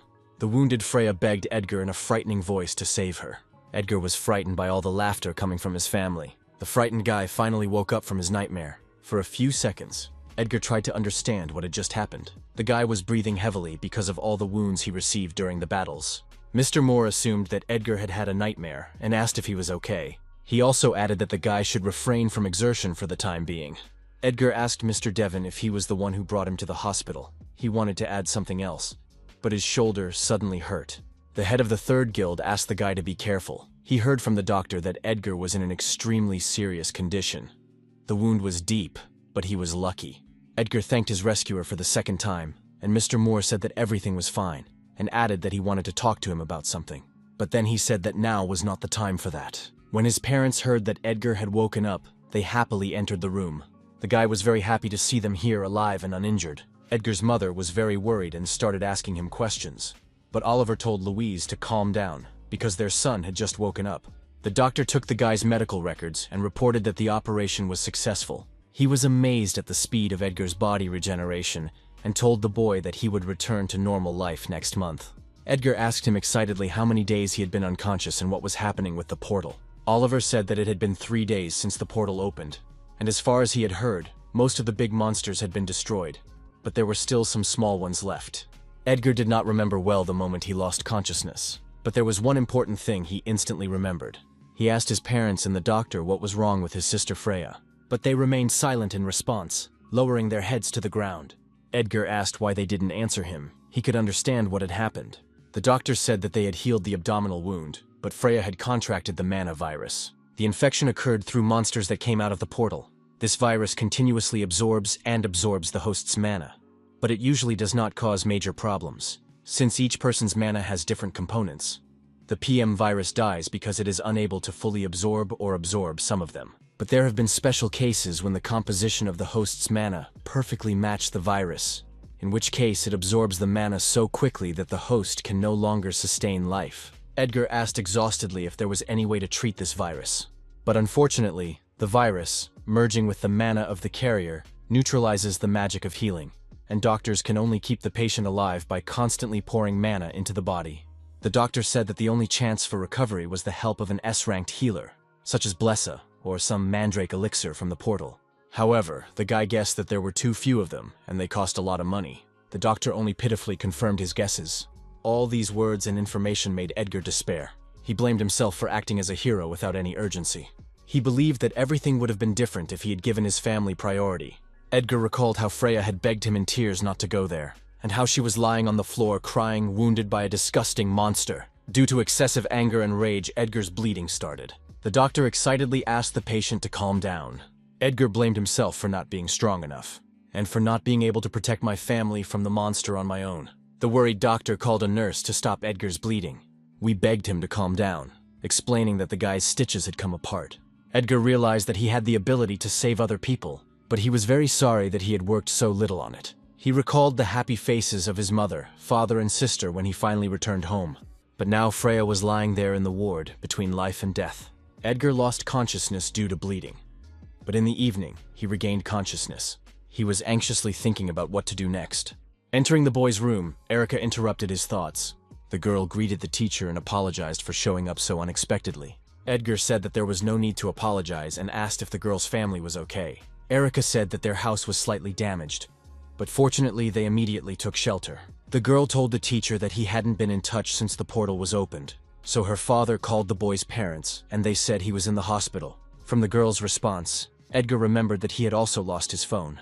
The guy noticed that Erica was speaking to him too respectfully and asked the girl to speak as she felt comfortable. Erica shyly agreed and wished the teacher a speedy recovery, as he had to work with her again. But Edgar already had other plans, so he decided to tell Erica right away. The guy approached the girl and told her that he was going to drop out of the university. 2 weeks have passed since Edgar woke up in the hospital. The doctor was incredibly impressed that the guy recovered so quickly. Even despite the rapid regeneration, it was too amazing. The nurse asked the man if all hunters were like that. According to the doctor's knowledge, such hunters were rather an exception to the rule. Edgar took off his shirt and threw it on the bed. The guy felt that he had almost recovered, and his wound had already healed. He began to recall a conversation with Erica that had taken place 2 weeks ago. Then Edgar said that he would no longer be able to study with the girl because of his younger sister. Erica didn't know how to react to this, but she was definitely sorry. Edgar once again apologized to the girl for not being able to be her tutor. Erica smiled and said that everything was fine and thanked Edgar for everything. She added that this does not mean they will not see each other again. Erica shyly told the teacher that he would be very sorry to have missed out on a beautiful student like her. She confidently said that she would definitely enter the university thanks to the material she had learned with Edgar. Erica added that when she goes to university, she will get a boyfriend. Before leaving, I told Edgar that he would not have a chance to change his mind. However, that conversation with Erica did not have much effect on the boy. He had already firmly decided what he should do next. Edgar no longer wanted to regret his decisions. He firmly decided that he would no longer have time for doubts and regrets. Edgar got into a taxi and headed to the Canis Guild office. On the way, he looked up information about Devon Moore on the wiki for hunters. From there, he learned that his rescuer was the head of the Canis Guild. The taxi driver informed Edgar that they had arrived at the right place. The guy arrived at the office building of the Canis Guild. He opened the door and went inside the office. A secretary met him there and asked how she could help. Edgar said that he had come to meet Devon Moore, and the woman asked if they had made an appointment. The guy replied that the head told him that he just wanted to talk to him, and the woman wanted to tell him that they do not accept unannounced appointments. But before she could finish, a man told the secretary to wait. The head of the secretariat asked the man if his name was not Edgar Williams. Edgar was amazed at the man's height and excitedly replied that it was his name. The head of the secretariat told the woman that he was their guest. The man told Edgar that he would see him off and suggested that he go on. He told him that the head of the guild was waiting for him. The head of the guild was told that Edgar Williams had entered the building. Mr. Devon asked his secretary and the boy to enter his office. The head of the secretariat opened the door for the boy, and Edgar awkwardly greeted Mr. Devon. The man was happy to see that Edgar had been safely discharged from the hospital, and noticed that the boy had been discharged much earlier than the doctor had expected. The guy said that it was all thanks to Mr. Moore's care, so he came to him as soon as he left the hospital, and he once again sincerely thanked the man for everything. Devon replied meekly that he had only taken the appropriate measures. Edgar was very grateful that in such a situation the man provided him with timely treatment and saved his family. But there was still one thing that bothered him. Edgar was curious about what prompted Devon to do this. Holopets heard it said in the hospital that it was the head of the guild who helped him get a single room. Moreover, Mr. Devon covered the intensive care unit's expenses for collecting mana for Freya, and even provided temporary housing for the boy's parents. Edgar asked if this had anything to do with the topic of the upcoming conversation. Mr. Moore replied that he also has a younger sister who is currently missing with the first conquering team. The man admitted that he had let his own feelings interfere and hoped that Edgar would understand that it was not done with the intention of putting a debt on him. The guy was embarrassed to ask why the man wanted to meet with him after discharge. Mr. Devon never found out what Edgar's skill was, but he realized that it was real cloning, and the guy who saved the townspeople was his clone. Edgar replied that he had no plans to hide it, and that the man was right. His skill was cloning. This answer was exactly what the guild leader expected. Devon went to the main man and told the guy that they needed his strength. He wanted Edgar to save the first conquering team of the Canis Guild. He added that, just as Edgar did not save people for profit, the man does not force him to repay the personal help mentioned earlier. But Devon emphasized that the boy is the only one who has a chance to save the man's sister and the first team. The head of the guild bowed to Edgar and asked him once again to help them. The boy silently thought about what to say to Mr. Devon. Edgar recalled how he begged the hunter to save his family. The guy calmly replied that Mr. Devon had already saved his family once. He added that now it was his turn to do the same. Edgar agreed to the guild head's request and said he would do everything in his power. To save the first team, Edgar was at Mr. Devon's complete disposal. Immediately afterward, the head of the guild took Edgar to one of the rooms in the building. More precisely, he brought him to the Canis Guild's fight hall. The walls of the room were quite strong, so Edgar could use his skills or firearms there with peace of mind. The guy asked if it wasn't more important to make a plan to save themselves now, and the chairman didn't deny that the sooner the better. But that didn't mean they had no time to prepare. Thanks to his sister's abilities, the first team brought a lot of supplies with them, and they have at least 8 months before they run out. But the problem was also the level of the dungeon. The first team consisted mainly of the guild elite, but with the appearance of the wounded, it became impossible to leave the dungeon. This meant that this task posed a great threat to Edgar, but there was a way to overcome the level of the dungeon. Mr. Devon said that in the face of death, a person is able to unleash incredible power. A surge of destructive power that can tear muscles or crush bones will also affect the growth of basic characteristics. Right now, Edgar lacked a stable base, which he had compensated for with his combat instincts. But this could be a stumbling block in their plan. The guy understood what the chairman meant by all these words and what he was going to do. Mr. Devon took a swing at the guy and told him that he had to choose how to resist. The sun was shining brightly in the office where Mr. Con Blake worked. A long time ago, Edgar told the agent that he would take a short break from hunting because he was in the hospital.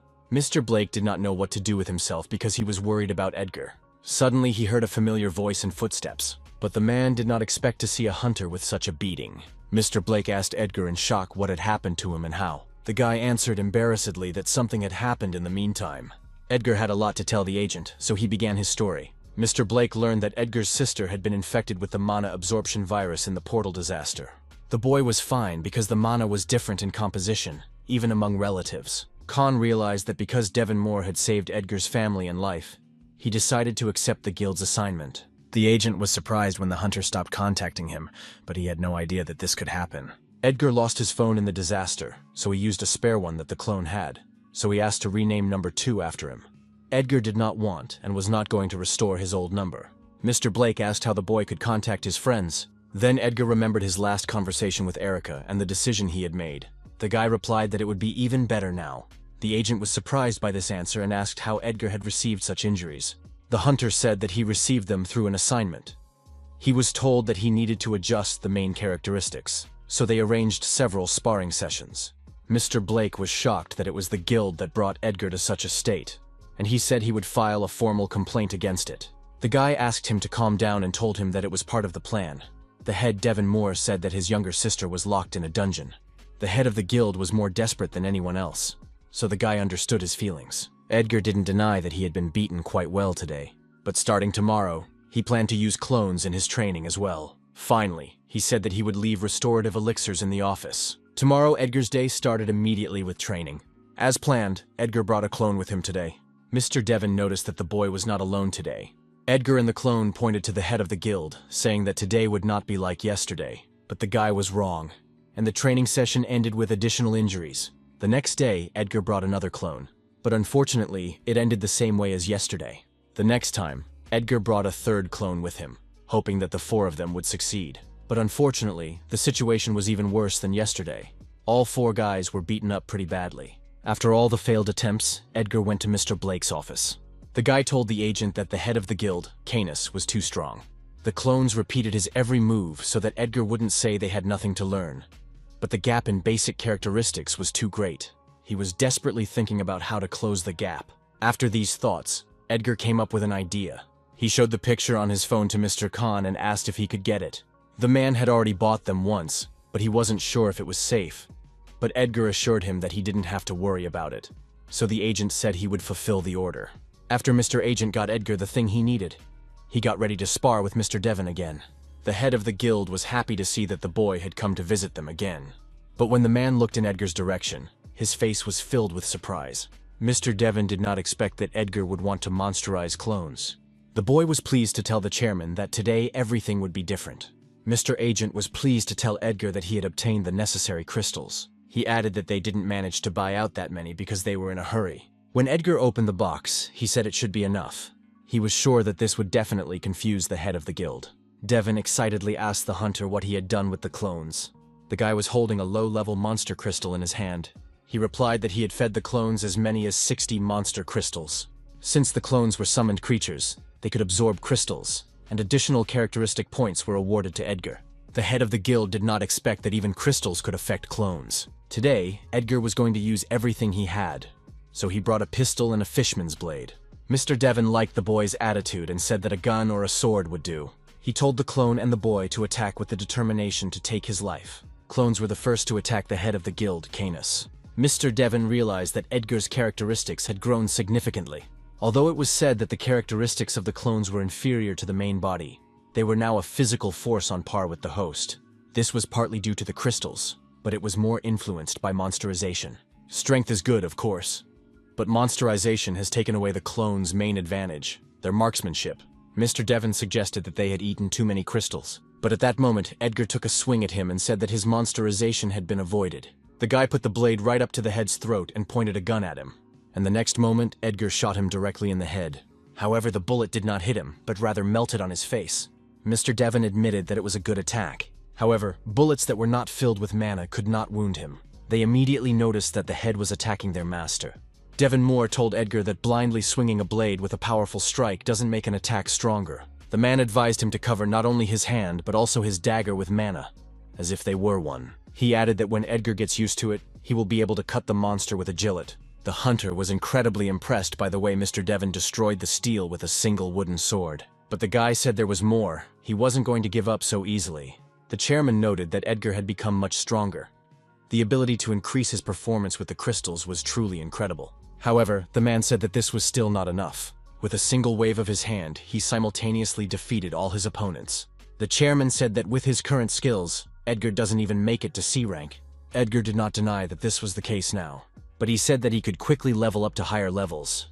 He also added that he was not going to stop at the C rank. Then Edgar suddenly turned to his clones. The wounded guys immediately noticed his voice. He asked them to look at the chairman's face and asked if it looked familiar. Edgar noticed Devon Moore's awkward nose. I also noticed his pointed chin. The guy was going to play a comedy in front of them. In a reassuring tone, he said that the head of the guild was actually a crystal, and he added that the one who eats it first will be the winner. Edgar and the clones simultaneously rushed at Mr. Devon. In fact, Edgar wanted to become stronger not only because of his husband's request. When Edgar woke up in the hospital, he experienced a whole range of emotions, and also the powerlessness of having to entrust the lives of their loved ones to other people in a disaster. Search operations were conducted at the site of the monster battles.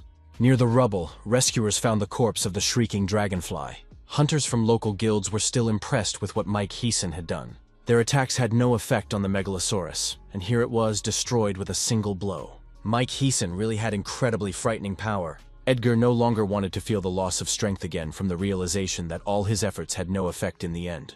The guy told Mr. Devon that he didn't have to worry about the performance. After all, Edgar was never going to stop.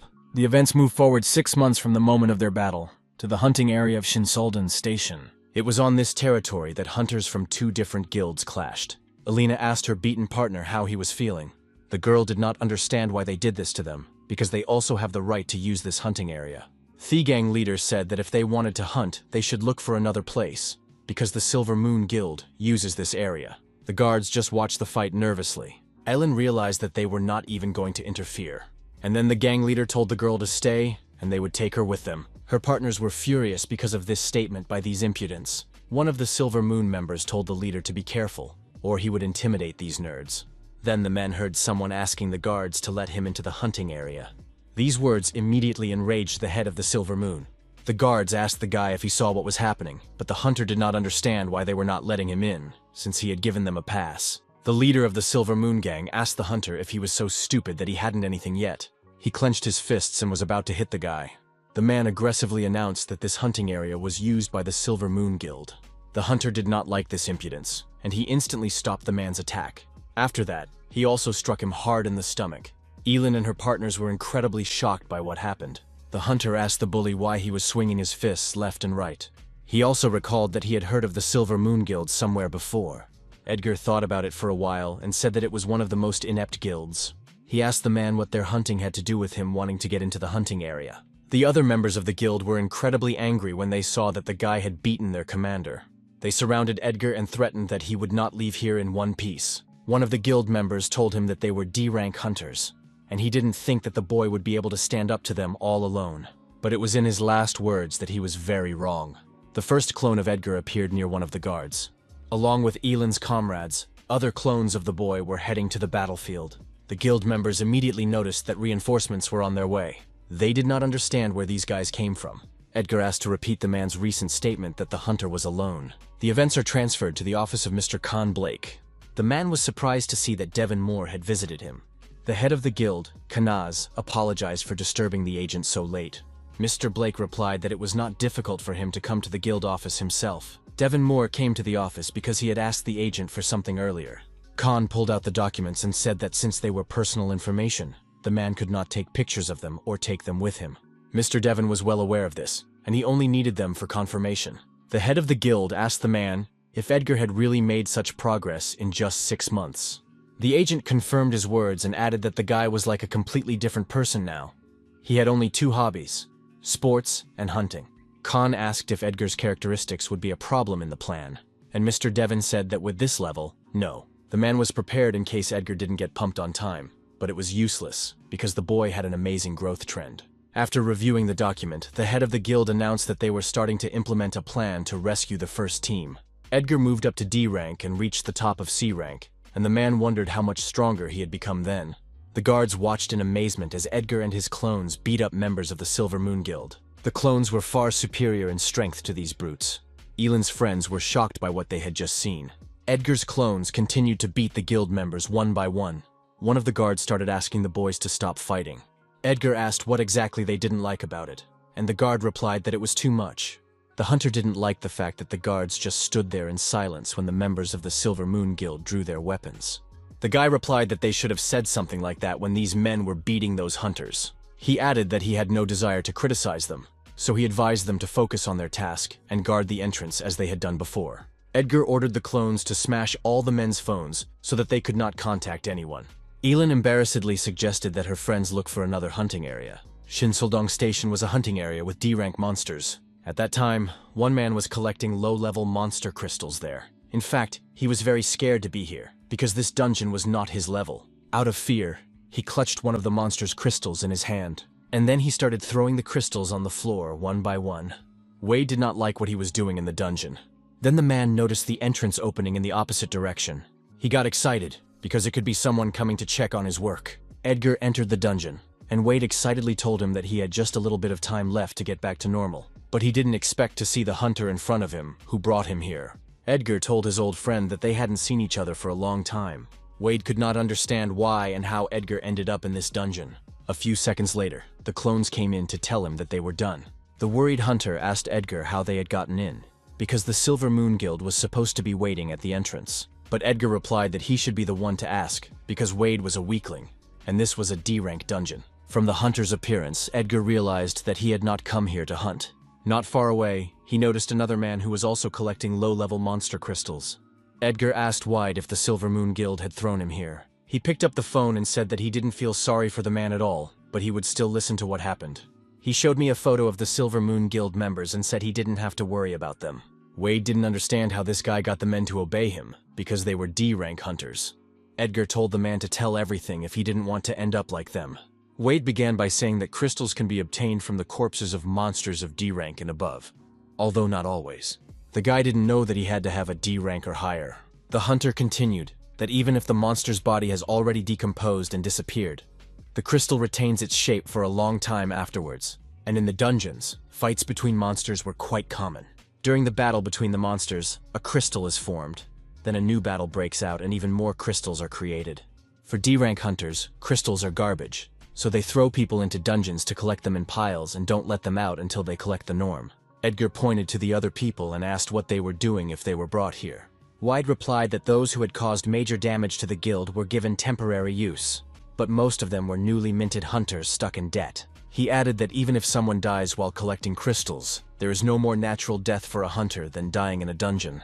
Edgar was a little upset by the whole story. He recalled playing similar computer games. The lives of these people could be compared to characters who are easy enough to sacrifice. Edgar realized that there are people who turn dungeons into workplaces.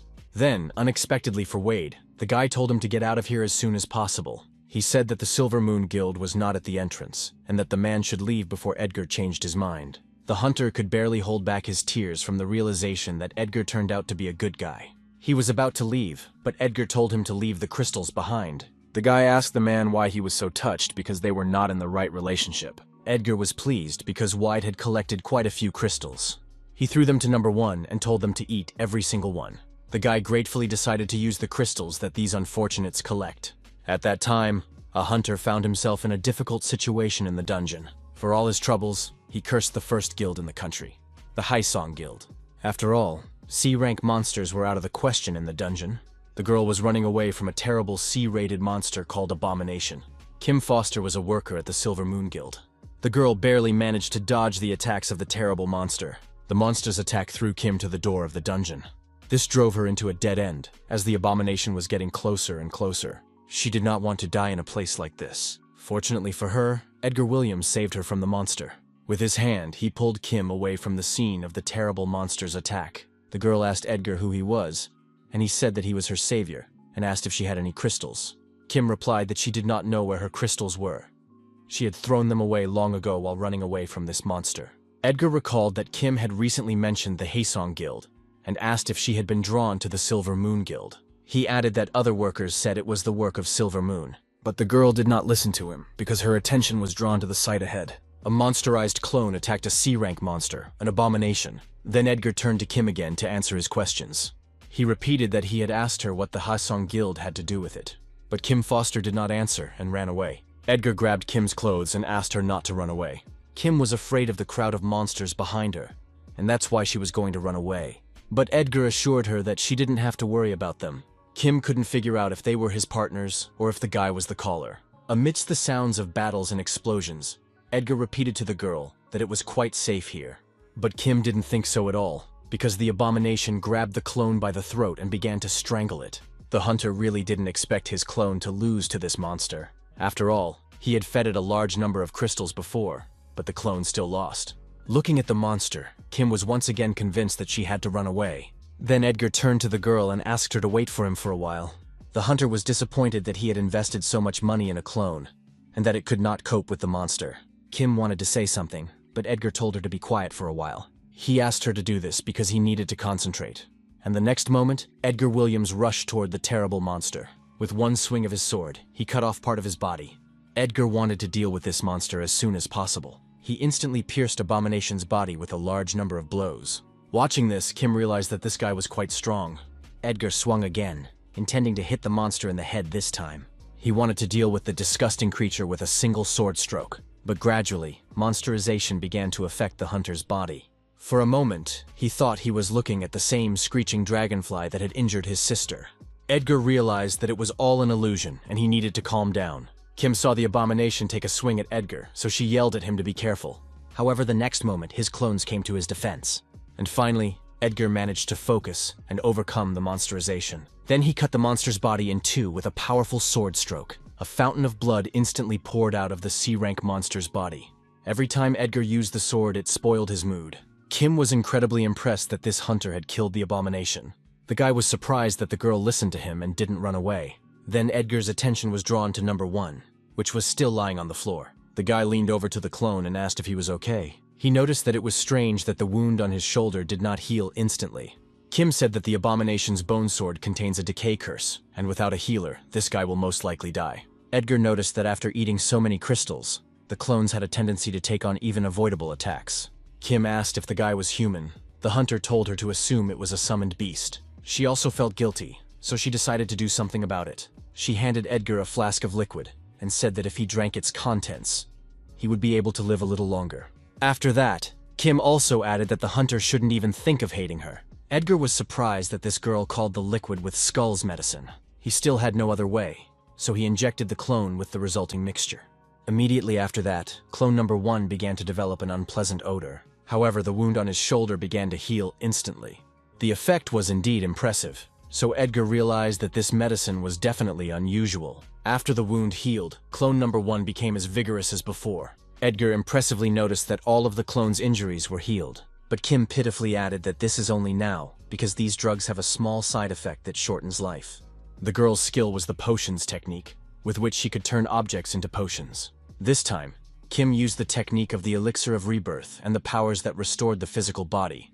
But this gradually depleted the body's vitality. Edgar realized that number 1 would soon run out of life force and die, so it was still better than nothing. The hunter told the clone that he would soon die and ordered him to go back to hunting. Kim turned to the boy and said that she had already revealed her skill to him, and now it was his turn.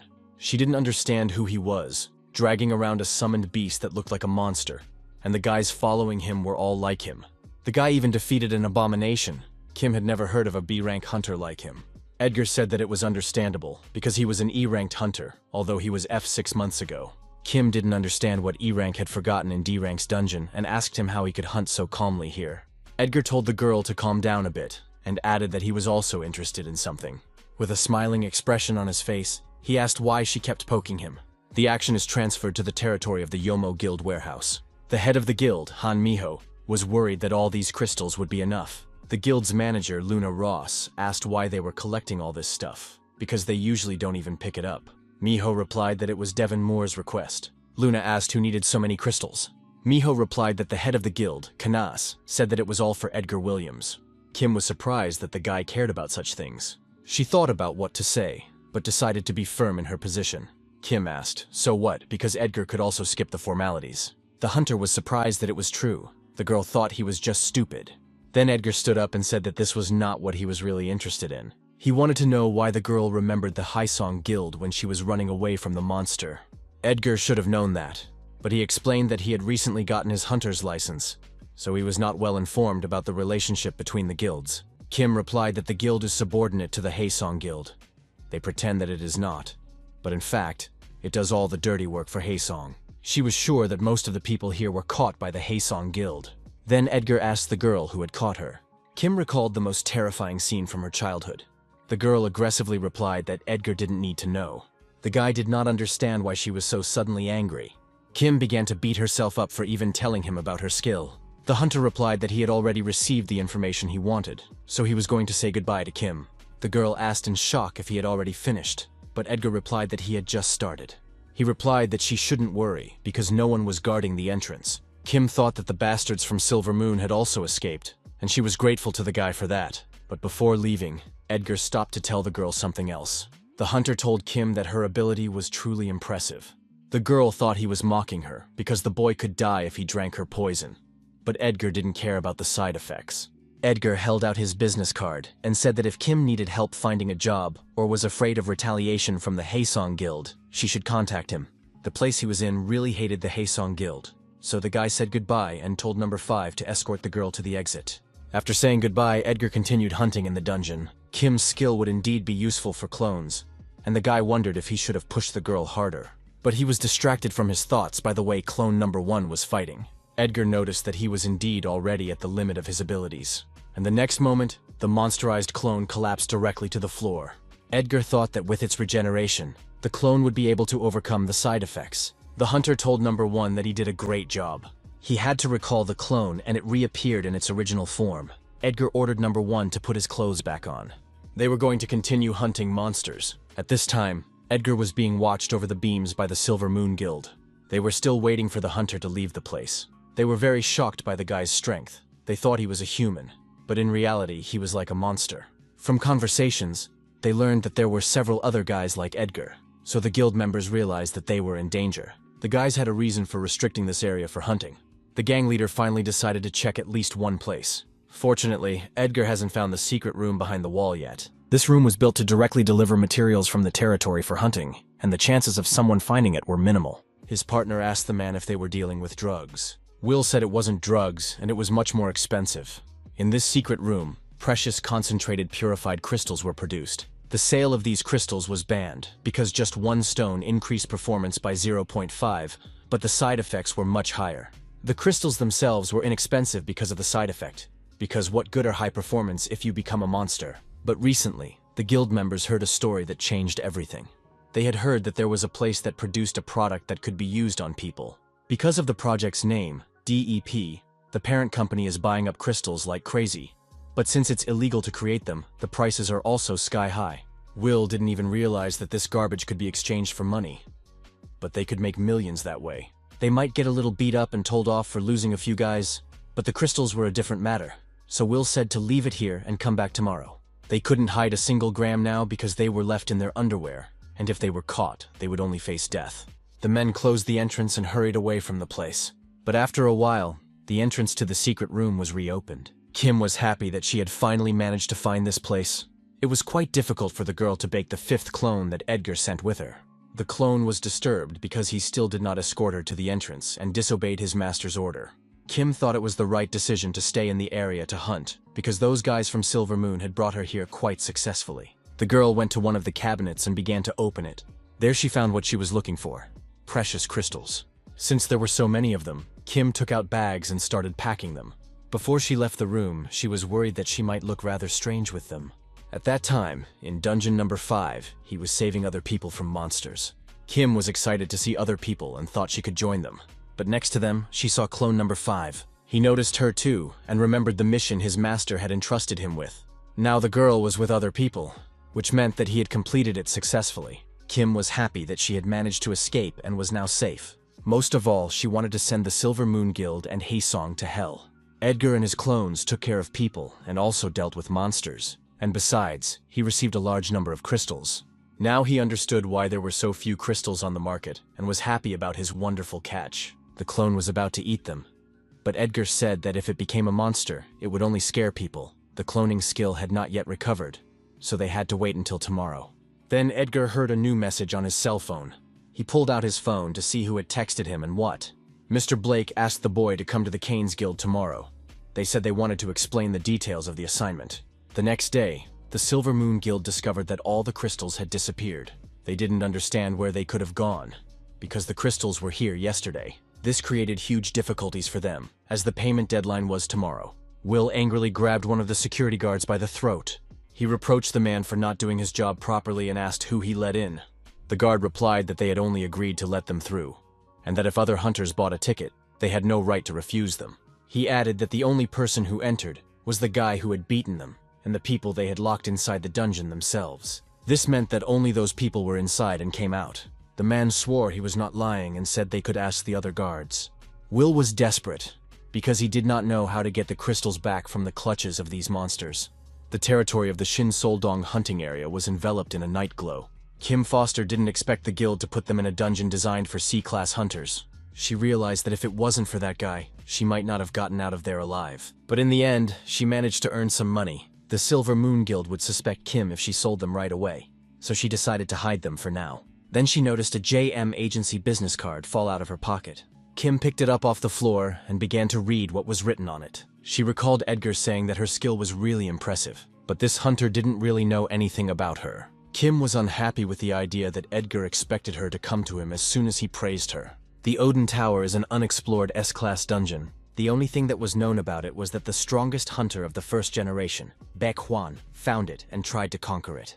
But the connection with the man was lost and he has not returned yet. After that, countless hunters tried to conquer the tower, but all failed, unable to even descend to the levels below. But there was another person associated with the Odin Tower, George Lucas, who was nicknamed the Steed. Mr. Devon said that it was in this place that their first team was trapped, including his sister, the team leader. Edgar asked what he meant by the word trap. The man replied that Odin's tower has a special structure. It has an entrance but no exit. The only thing that connected people with the outside world was mana, and they could only be contacted through the skill of telepathy. Therefore, to get out, you need to either go through the dungeons or escape using teleportation, which is why Edgar's cloning skill is so important. The guy asked if this meant that the first team would not be able to get out on their own. Devon replied upset that they had given them a way to escape. The guy's agent asked why they hadn't escaped yet. The head of the guild replied that he would tell them what happened in the Odin Tower and what went wrong. He began the story with the events that took place 5 years ago, after the large-scale disaster of 2005. Devon's sister discovered her ability in dark times, a little later after the disaster ended. Back then, you could see all kinds of monsters everywhere. At the time of the story, Devon Moore was 16 years old. At the time, his sister Una Moore was 9 years old, and she asked her brother if he was hungry. Devo was telling his sister not to go outside, and then he noticed a strange thing near her. Una then developed a skill similar to interdimensional storage. The girl explained that this thing just appeared and she could put a lot of things in it. Devon told his sister that she had a pretty good ability and suggested that she go home and rest. The girl didn't mind because she was very sleepy. Una asked her brother when Ajosi would return, and he assumed that it would be in about 20 days. Thanks to Una's ability as a child, they were able to overcome many dangerous situations. Both objects and people could fit into the space created by her skill. Devon thought her ability was perfect for clearing dungeons. A long time later, when she and Una became adults, the girl hit her brother on the back of the head and asked him why he was sad. At that time, Una Moore became the head of the first team of the Canes Guild. Devon was worried about Odin's tower. He believed that to begin with, you need to have a person with the skill of teleportation. But Una thought it would be easier to buy teleportation scrolls, because there are not even 100 people in the world who have this skill, and they hadn't received any. The girl said that the first team is in the best shape now and this is their only chance. But Devon still couldn't stop worrying about the decision. Then his sister asked if he could not trust her. Even after the first team went to the Devon dungeon, I couldn't be sure that they would be able to pass the Odin Tower. The other members of the first team assured us that they would be able to protect their leader. Una promised her brother that they would return if it became dangerous. She added that she knows how painful it can be when a family member does not return. Now the head of the guild realized that he shouldn't have agreed. The girl noticed that they had not only a teleportation scroll, but also huge supplies of food and medicine. But the man should not have felt relieved because they had emergency supplies. Now he realized that he should have stopped the first team. At the time, it was hard for Devon to accept that they were finally going to Odin's tower. Mirabelle pointed out that they would have gone anyway, because they had been preparing for this for so many years. The woman noticed that he was overprotective of the team leader, because who else could believe in them but the head of the guild? Devon thought that Mirabelle was right, and that if they were gone, he could only believe in them. Then the Secretary General of the guild knocked on the door. He told Mr. Devon that he would have to leave soon. Mirabelle was surprised to hear that he had a meeting. The man said that it was his turn to host the Awakening program. Edgar recalled that he participated in that Awakening program. Even so, the head of the guild would not have recognized him even if he had seen him. Mr. Blake asked the man if he had tried to contact the first team. They agreed to contact each other every week using telepathy scrolls, but this was impossible outside the portal. So the communication team had to be at the entrance to the tower. And with the first 3 reports, everything went well and the man even started to calm down. But a month later, problems began to appear, and the guild expected the scheduled report to arrive soon. That day, the team had to reach 40 kilometers on the first floor. They had prepared a scroll of telepathy and were going to use it. A huge stream of mana immediately rushed to the building. The controller informed them that they had received a report from the team. He said that they had covered 700 meters from the last claimed point. There they were ambushed by unknown monsters. Most of the team fought the monster, and there were some wounded. But then the members of the communications team were struck with an incredible pain in their heads. Devon assumed that the first team had torn several scrolls at once. He told Mirabelle to control the flow of mana. Then the man turned around, as if expecting the worst-case scenario. A huge portal began to appear in the building. This meant that the team had used the teleportation scroll, and Devon was worried about what had happened to them. At that time, only one person left the portal. It was a cowardly decision to save oneself, despite others, in a pile of irresponsibility under the guise of trust. All of this led to the result that Devon saw before his eyes. From the portal, the head of the guild caught the wounded Ethan. He told one of his subjects to immediately call a medical team. Then the portal instantly began to close before their eyes. Mirabelle was busy stabilizing her mana flow at the time. Now, everything was supposed to be fine, and the woman asked one of the communication team members if the telepathic connection was intact. She told me to tell them that they would send a rescue team, so they should report back at 2 in the afternoon and never get out of subspace. Ethan apologized for their failure, and for the monsters tearing up all the scrolls. They had never seen such a monster in a report before. There was serious bleeding, so we had to take him to the hospital immediately. The men put him on a stretcher and were going to take him for treatment. Devon still couldn't realize what had happened. Then one of the members of the communication team told the man that they wanted to give him something. The telepathic connection was still active, so the workers simply passed on everything he was told. These were Yuna's words. She announced that the battle was over. She apologized because she believed she could handle it, but they failed the mission. The girl said they could wait, so there was no need to rush. She promised that she would return alive, no matter what it took. These were the last words of the girl, and after that they tried to hire many hunters, but no one agreed. After all, if the tower could be entered relying on teleportation scrolls, there had to be an explanation for the failure of the guild team trapped there. One hunter refused because her animal could not go more than 5 kilometers away from her, and she did not want to go. After unsuccessful attempts, the reopening of the portal was a disaster. And it was on that day that the head of the guild met Edgar Williams. Edgar realized that he needed to have characteristics that would allow him to at least get to the place where the first team was stuck. And now it's time to start the rescue mission. Devon said their guild, the Canes, would lead the guy to the entrance of the Odin Tower. They were supposed to leave tomorrow, so the chairman expected to meet them there. In one of the hotels, visitors heard the noise of a fight in room 3. The head of the Silver Moon Guild slapped Will in the face. The man was dissatisfied that his subjects did not fulfill the task, because he did not even tell them to go into the dungeons and hunt, and did not ask for anything impossible. He even gave them D-class men and asked them to guard the entrance, but everything was stolen. The head of the guild, Ian Hudson, was not willing to believe what his subjects would say in justification. But still, the man told me to tell him who the bastard was who robbed them. One of the guys said that they were almost all wearing masks, but one of them was not. But he is not on the list of hunters of D-class and above.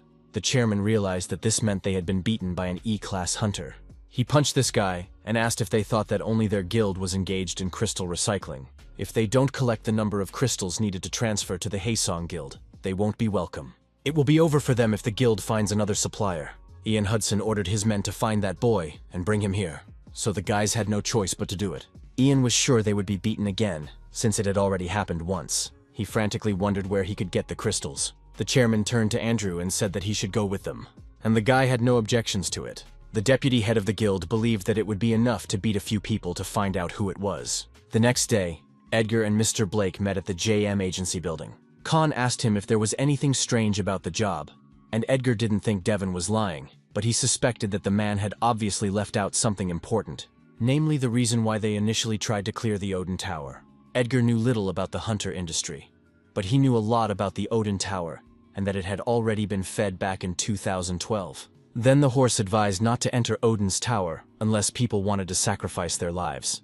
He said that Odin's Tower was empty and all that was left there were monsters. There were no treasures and no objects. After that, the tower lost interest and became an abandoned dungeon. But George did not explain why his best team decided to conquer the tower on their own. It didn't matter, because Edgar's task now was to save the team, not to complete the dungeon, so he would need to focus on that. They decided to return to this conversation later when they saw a man at the entrance. In the face of this person, Edgar recognized the girl he had rescued from the dungeon. The guy explained to the agent that he had met her in a hunting area, and said she could come here if she wanted to find a job. Then Mr. Blake approached the girl and asked if she was okay. The man introduced himself as Con Blake from the JM hunting agency. Kim was frightened by the look on her husband's face and immediately pulled away. But then she saw Edgar and was immediately ashamed. The hunter and Mr. Agent stared at her inexplicably. First, they offered the girl a snack. Edgar suggested we go to a restaurant across the street from the agency. Kim Foster devoured the food with great enthusiasm. Mr. Khan advised the girl to take her time, and Edgar realized that she was very hungry. Kim wanted to say something, but the guy told her to finish eating first. Edgar wrote down his number on the girl's cell phone. Judging by the fact that Kim had come, Edgar could count on the fact that she was here to work for the JM agency. The girl hesitantly confirmed his guesses about this. Then Mr. Blake asked what ability the girl had. Kim replied that her skill was evaluating items and creating potions. Edgar ironically remarked that one could die after these potions. Kim angrily pulled his hair, saying that she also had potions that did not kill.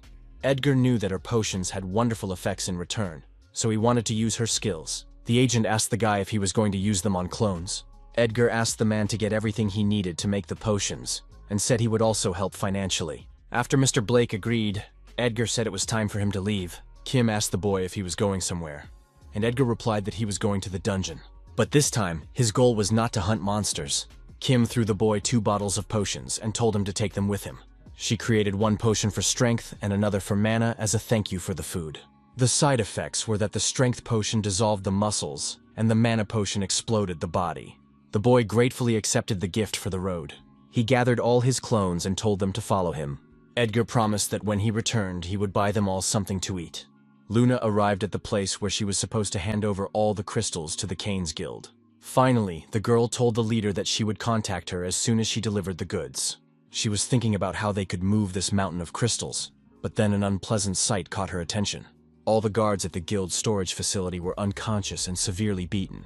Luna saw a human-sized hole in the wall of the building.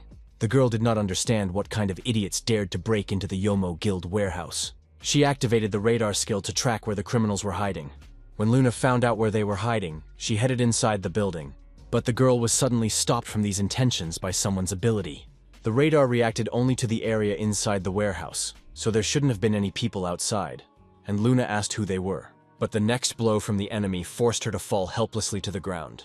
The enemy replied that if he said who he was, he would not be able to continue to hide his identity. He defiantly apologized to Luna, adding that they needed the crystals immediately. Andrew asked his subjects if they had collected all the necessary crystals. After an affirmative answer, he began to pour gasoline on the territory. Andrew was used to seeing things through to the end, and he was going to leave a wreckage behind. The guild members were frantically taking the crystals out of the burning building, first to retrieve them and then to find out who had encroached on their property. The course of events is transferred to the island of Iceland. The plane carrying Edgar landed on one of the island's shores. He never imagined that this would be his first trip abroad. They arrived at the portal connected to the Odin Tower, the Valhalla portal. The guards informed Edgar that Chairman Devon Moore was waiting for him at the entrance to the tower and that he could enter immediately. It was only a matter of time before Edgar would be in Odin's tower. He went further in and saw a very unusual entrance to the tower. He could not believe that he was looking at the entrance to a dungeon because it looked nothing like Edgar had imagined. On one side was a boundless rock, and on the other side was the universe. It didn't look like a tower at all. It was quite cold there, so Edgar told the boys to hurry to the guild camp. At this time, the camp was talking about the recent attack on the Yahello guild warehouse. Devon said that the attack had been fully planned, and that all the crystals he had collected had disappeared. And Mirabel suspected that the thieves did not know Han Miho's character at all. Then their conversation was interrupted by Edgar's unexpected entrance. They were instantly happy that the guy had finally arrived, and that the day had finally come. The members of the communication team were embarrassed to see what kind of guy would go to the rescue of the first team. The guild prepared capes for Edgar and the clones. They had anticipated that they would be cold. Devon reported that the place where the team disappeared was 40 kilometers away from the entrance. Edgar thought this distance was suspiciously short for a lunar expedition, but Devon explained that they were in no hurry because they had no problems with provisions. The chairman prepared 3 teleportation scrolls with a reserve and told Edgar to have the clones divide them among themselves. The guy assigned them to number 4, number 5, and number 6. The scrolls were the key to their plan, so it was important to keep them safe. The scroll already contained information on how to use it, and all that was needed was to tear it open. Mirabel added that they had told the first team to check the area every 2 hours, and that Edgar might find traces of battles, which would not be difficult to find. Devon asked the boy if he was interested in anything else. Edgar thought for a minute about what to ask him. He turned to the chairman and asked when his sister returned what they would have for dinner. This question immediately made Mr. Devon feel warm. He said that for the first time in a long time they would eat home-cooked food. Edgar told the clone to take the sword and not to forget the elixirs. Now the guys were ready to start the mission. They approached the portal to the dungeon and began to walk through it. Edgar also prepared for his duties. The guy concentrated and activated the familiar skill. Devon watched this process with a worried face. Edgar was the man's only hope of saving his sister with the first team. The guy synchronized with the clones and began to see something. The clear image around him meant that the skill had worked as intended. As soon as the boys entered, they encountered a snowstorm, and even with his increased resistance to cold, Edgar was still cold. Then the majestic tower of Odin appeared before his eyes. The guy was really impressed with her appearance. He turned to the other clones and said they were in place. It was quite unusual for Edgar to use Familiar's skill in a different way. He was filled with strange feelings because he was running number 1 himself. Now Edgar not only shared his feelings with the conquered object, but also controlled it personally. Previously, he could also give orders on where to aim or where to go. But then he didn't feel like he was doing it himself. The guy told the clones to get ready to go to rescue the first team. Now he understood why they said that escape from the tower was impossible. The space behind was blocked by an ice barrier that could not be broken. The boy looked at the notes to find out what kind of monster would be waiting for them at the front of the tower. Their first obstacle was the E-rank monster Frosty the Bat. These monsters have a habit of acting in packs, so we had to be wary of attacks from all sides. The peculiarity of these monsters was that there was always the largest individual in the pack, acting as the leader. The leader of the Frosty Bats was a D-rank monster. Edgar decided to deal with the main monster on his own. But just as the guy was about to swing, the other clones had already rushed to the monster. So Edgar's intentions to deal with the monster on his own were thwarted. After the clones dealt with the Frosty Bats, they moved on. However, the original monsters began to appear more and more often on Edgar's path. There was no end to them. Even though they were quite weak, it still annoyed him. Edgar and the boys have already walked about 13 kilometers through the Odin Tower. This was about the 4th part, and judging by what was written in the manual, they were about to face a new monster. And as if on purpose, new monsters began to crawl out from under the rocks. Edgar activated the mana bullet skill, which charged ammunition with mana and fired it, and hit the enemy. The bullet instantly flew toward the body of the monster he met. Edgar told the clones that there were 3 monsters coming at them from behind, and 2 in front. The hairy monsters headed for the clones one by one. The guys, in turn, were preparing to take their attacks. Edgar shot at them with a pistol, and the clones attacked with their bare hands. The guys managed to cope well with the monsters they met. Edgar landed on the floor and was about to swing his blade. But at that moment, the ground under his feet began to crumble to pieces. And the next moment, someone's huge hand came out of the ground. The night glow enveloped the tent of the Cain's Guild, where Edgar was staying. Mirabel was worried whether the boy would be okay, because the first team was the most elite conquering unit of their guild, and the place where they were staying was quite dangerous. But Devon told him not to worry. First, the man was thinking of strategies to avoid any kind of battle, just to quietly find the first team and rescue them. Because the average stats of a C-rank hunter were the main criterion for this operation. But the growth rate of Hunter Edgar Williams was completely unexpected. He was able to raise most of his stats to almost 20 in just 6 months. This value could be compared to the level of a B-rank hunter. But more importantly, the clones were also getting stronger. They were weaker than the host. But on the other hand, their movements were perfectly skillful.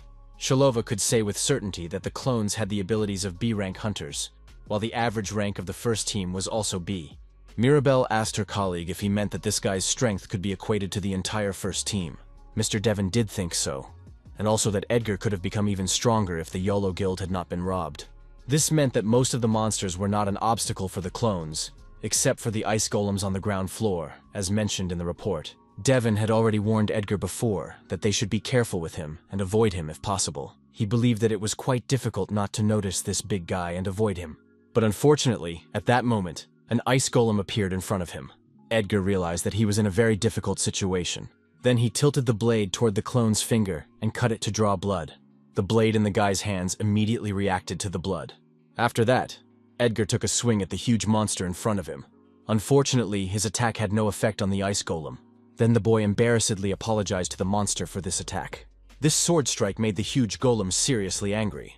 Edgar had no intention of fighting him any further, so he slipped out of his grasp as quickly as possible. Even his blade didn't hurt the monster, so that meant there was no way to damage it. Then the hairy monsters hurried toward Edgar and the ice golem. Suddenly, they began to attack a huge monster. The monster obviously did not like this, and it grabbed one of the hairy men in its palm. The next moment, he threw the creature into his mouth and ate it. Edgar did not expect the ice golem to eat these monsters. Then the monster stretched its hand in the direction of the clones. The guy immediately noticed this and ordered the clones to dodge.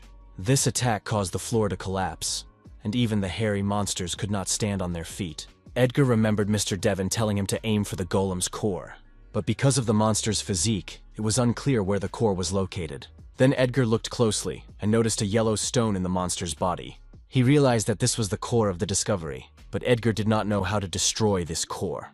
The mana bullets did not even leave scratches on it, so Edgar had only one way to defeat the monster. The monster continued to destroy the earth with its blows.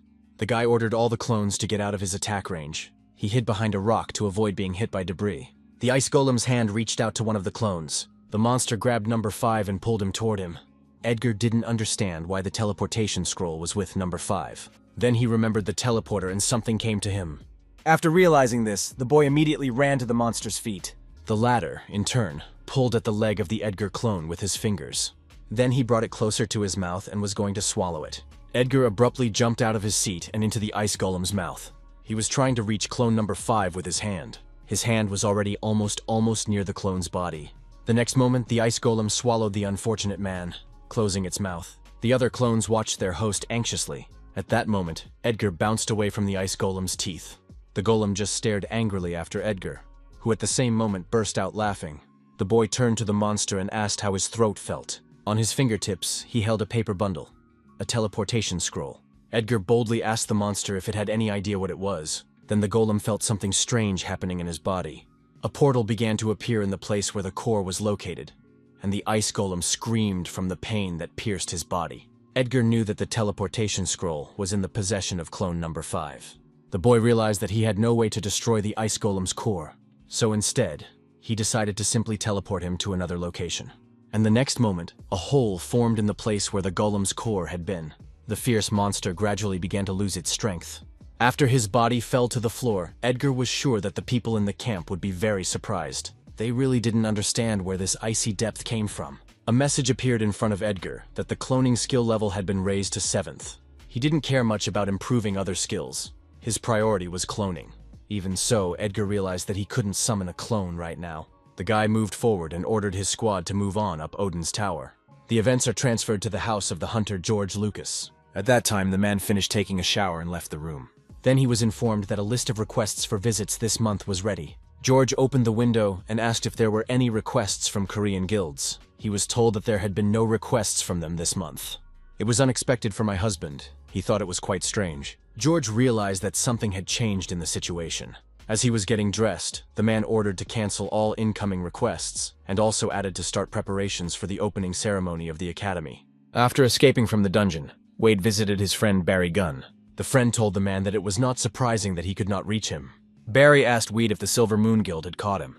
This was partly true because, to be more precise, the Haesong Guild handed the man over to them. Barry wondered how the man had managed to escape from these scum. Wade hesitantly replied that he had help with this. Barry replied that if Wade was already here, he would have to help Jackson because he had a lot of work to do lately. Then the men heard someone knocking on the front door. Barry opened the entrance a little and asked who was bothering them. However, he should not have expected a normal response, but saw a man's fist through the doorway. The unexpected guest knocked the door down with one punch and threw Barry's gun back. Wade was worried when he saw that his friend was wounded. Andrew also entered the room and asked Wade if he was here. The guy said that it wouldn't take long and asked who was the one who had messed with them in the Shinsolden hunting grounds. For the record, Andrew added that this is the third Wade to date. The two people before him said they knew nothing about it, and the guy was going to find out if Wade knew anything about it. Barry shouted back at Andrew in anger. He took a swing at the guy, asking what they were going to do on someone else's territory.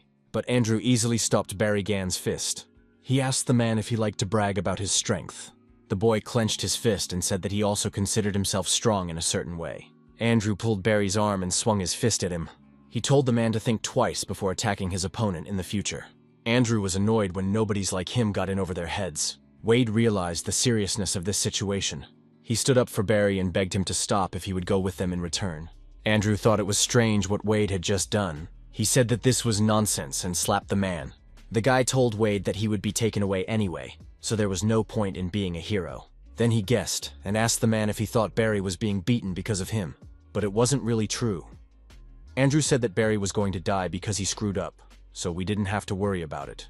And after these words, he hit the man again hard in the face. Wade did not like to see his friend being beaten. Andrew was kicked Barry's stomach, but something stopped him from doing so. Namely, the unexpected exclamation from Wade that he knew everything.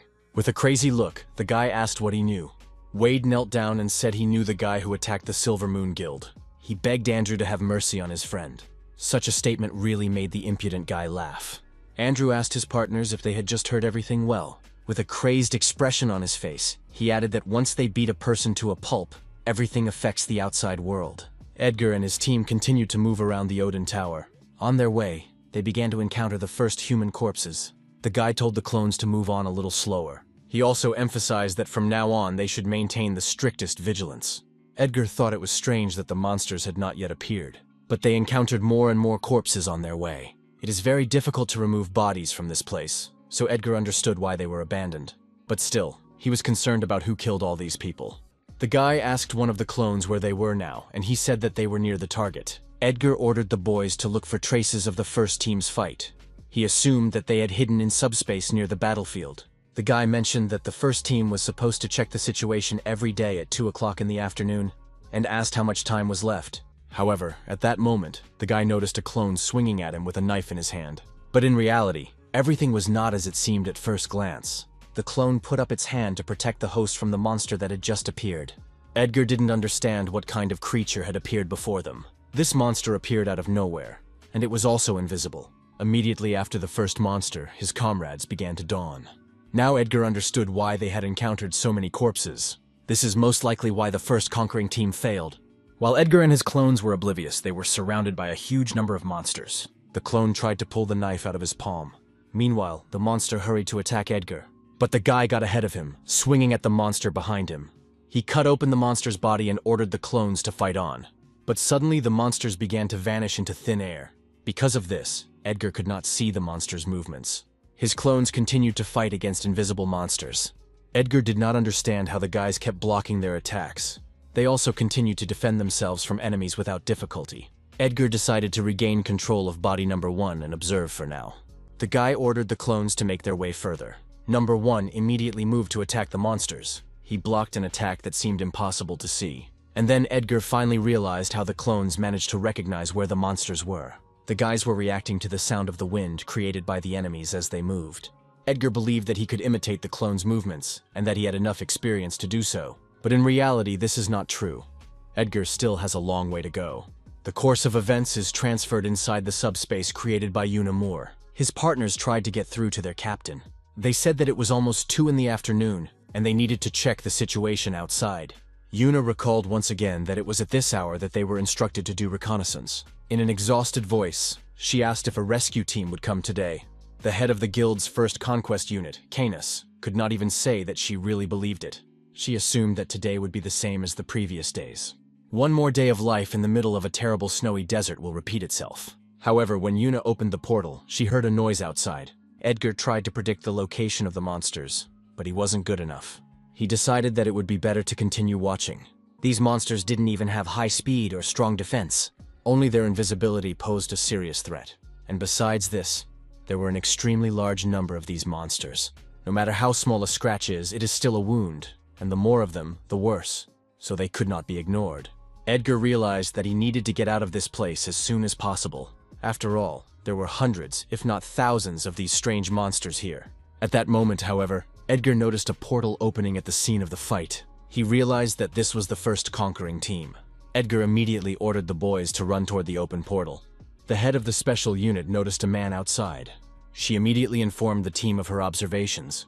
The girl ran to them, saying that there were people outside, but her team members had a hard time believing it. Young Moore assured me that she could hear a sound approaching them. Then others looked in the direction of the portal and actually saw people there. They immediately assumed it could be a rescue team. However, Yuna noticed that they were not hurrying to them alone. Behind the clones' backs, the silhouettes of a large number of monsters were seen, and the special forces were frightened because these people were leading all the monsters. Edgar shouted to the people in subspace that he could save them, and in return, he asked me to save them from these monsters now. Then Yuna ordered the first conquering team to support this guy. They realized that they had no time to waste. With the help of magic arrows, they began to neutralize the enemies who were running after the boys. The clones barely made it to the entrance to the subspace, and when they did, the barrier was closed and the monsters could not get in. Edgar was incredibly happy that they had managed to run. Yuna ordered the entrance to the subspace to be closed and the shield to be removed. And the next moment, the portal to subspace began to disappear.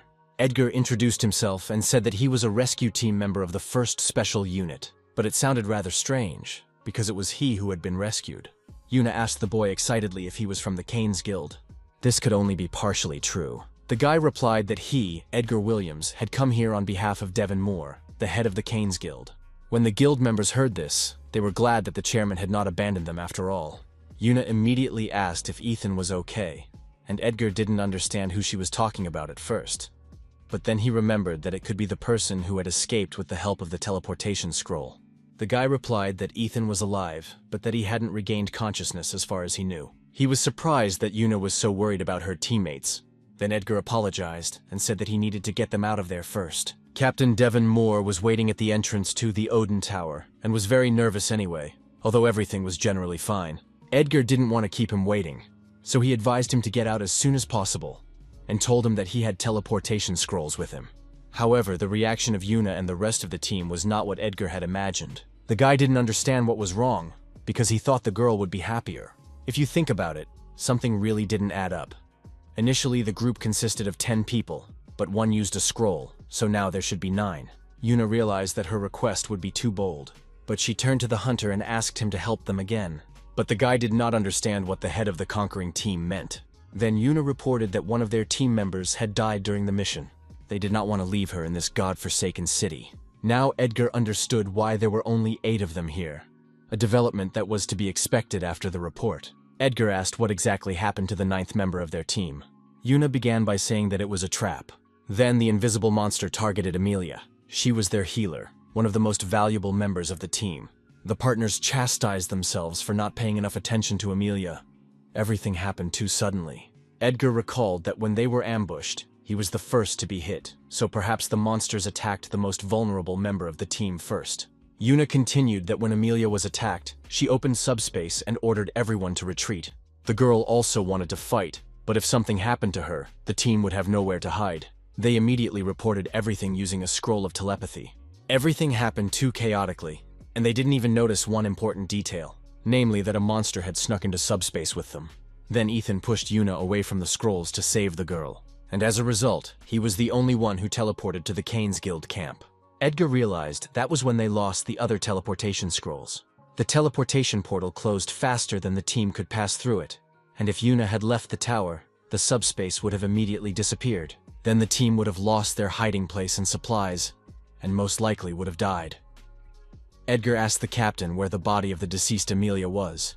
Young Moore opened up the subspace a bit to show where the girl's body is. Edgar realized that this place was quite far away, and it will be impossible to get to the girl without facing monsters. Yuna didn't run away over the corpse of a teammate, and she was stuck here for 6 months. so the hunter realized that he couldn't tell her to just leave Amelia here. So the guy had no choice but to agree to take the girl's body. The members of the winning team cheered up and thanked Edgar very much. But then the guy added that he would have certain conditions. He came here to save them, not to increase the number of victims. So if Edgar thinks for a second that the plan is doomed, he runs away with the survivors. Yuna agreed to this condition, because she understood that Amelia would not want anyone to die either. His second condition was that the clones would handle this task, but Yuna replied that it was too dangerous, and that they were only asking him to cover for them while they took the body away. The hunter assured him that there was nothing to worry about, because they were not real people, but clones. The team leader did not expect to hear such a response. The plot shifts to the building of the JM agency, for which Edgar worked. At that time, Mr. Blake's office was visited by unpleasant people. Andrew didn't expect that the hunter Wade had pointed them to was under the command of Con Blake. The boy asked the man if it wasn't enough for him to be an enemy of Haeshan. He pulled Con's hand and was about to ask him something again. Andrew asked the name of the bastard who robbed them. But even though he was in pain, Mr. Con was not going to answer his questions. Andrew only sighed heavily at this answer, dissatisfied that the man was still resisting.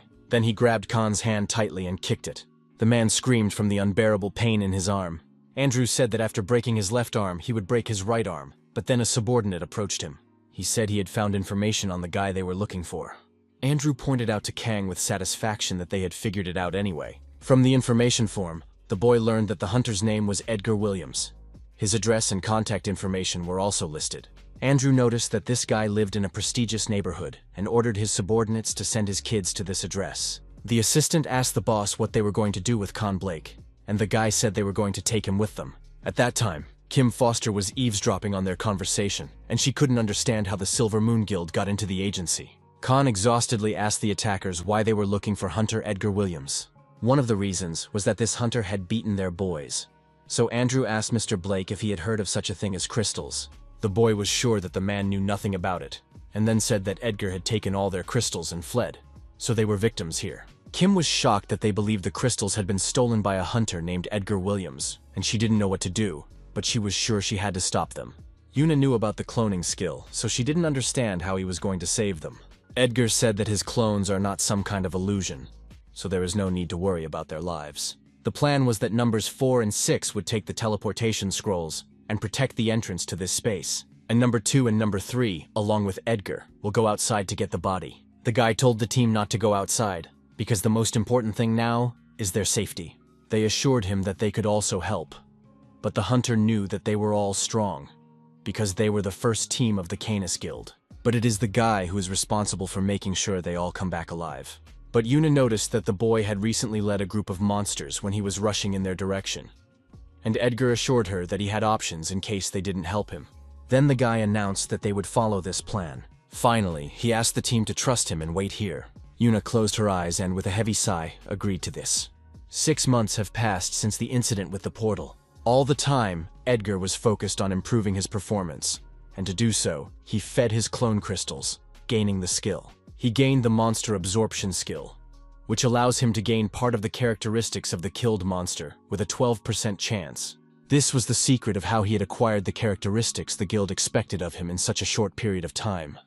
But he was not going to stop there. He was happy to use any opportunity to become stronger. He took the elixir that Kim had given him for the road and announced to the clones that they were ready to go. The boy asked clone number 4 to lend him a knife. In exchange for the knife, he entrusted him with his blade and a potion of power. Edgar told the clone to go along with everyone else as soon as they took the body. Yuna emphasized that those monsters stand still all day long when no one is around, so now they are standing in the same positions. So she asked Edgar to be extremely careful. Then the entrance opened, and Edgar and his clones were about to complete the mission. When Edgar came out, he immediately started looking for Amelia's body. He examined the area and finally managed to locate it. After that, the guy and the clones immediately moved to this place. Clone number 4 watched his master and his partners closely. He asked the guild members to stay away from the entrance outside.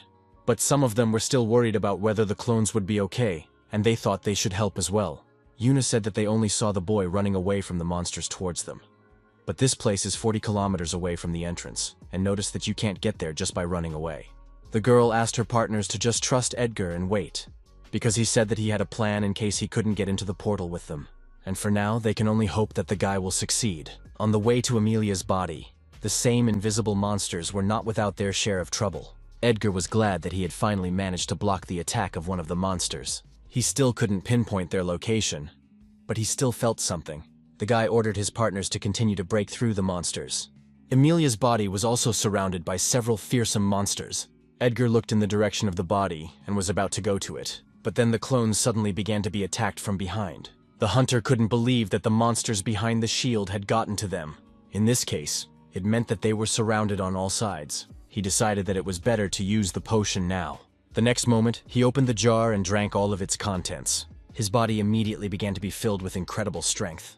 He activated the magic bullet skill and was going to break through the monsters without hitting the corpse. The next moment, he took out a good portion of the monsters with one shot. The road on the way to Emilia's body began to be cleared of monsters. The first conquering team was incredibly impressed by what they saw.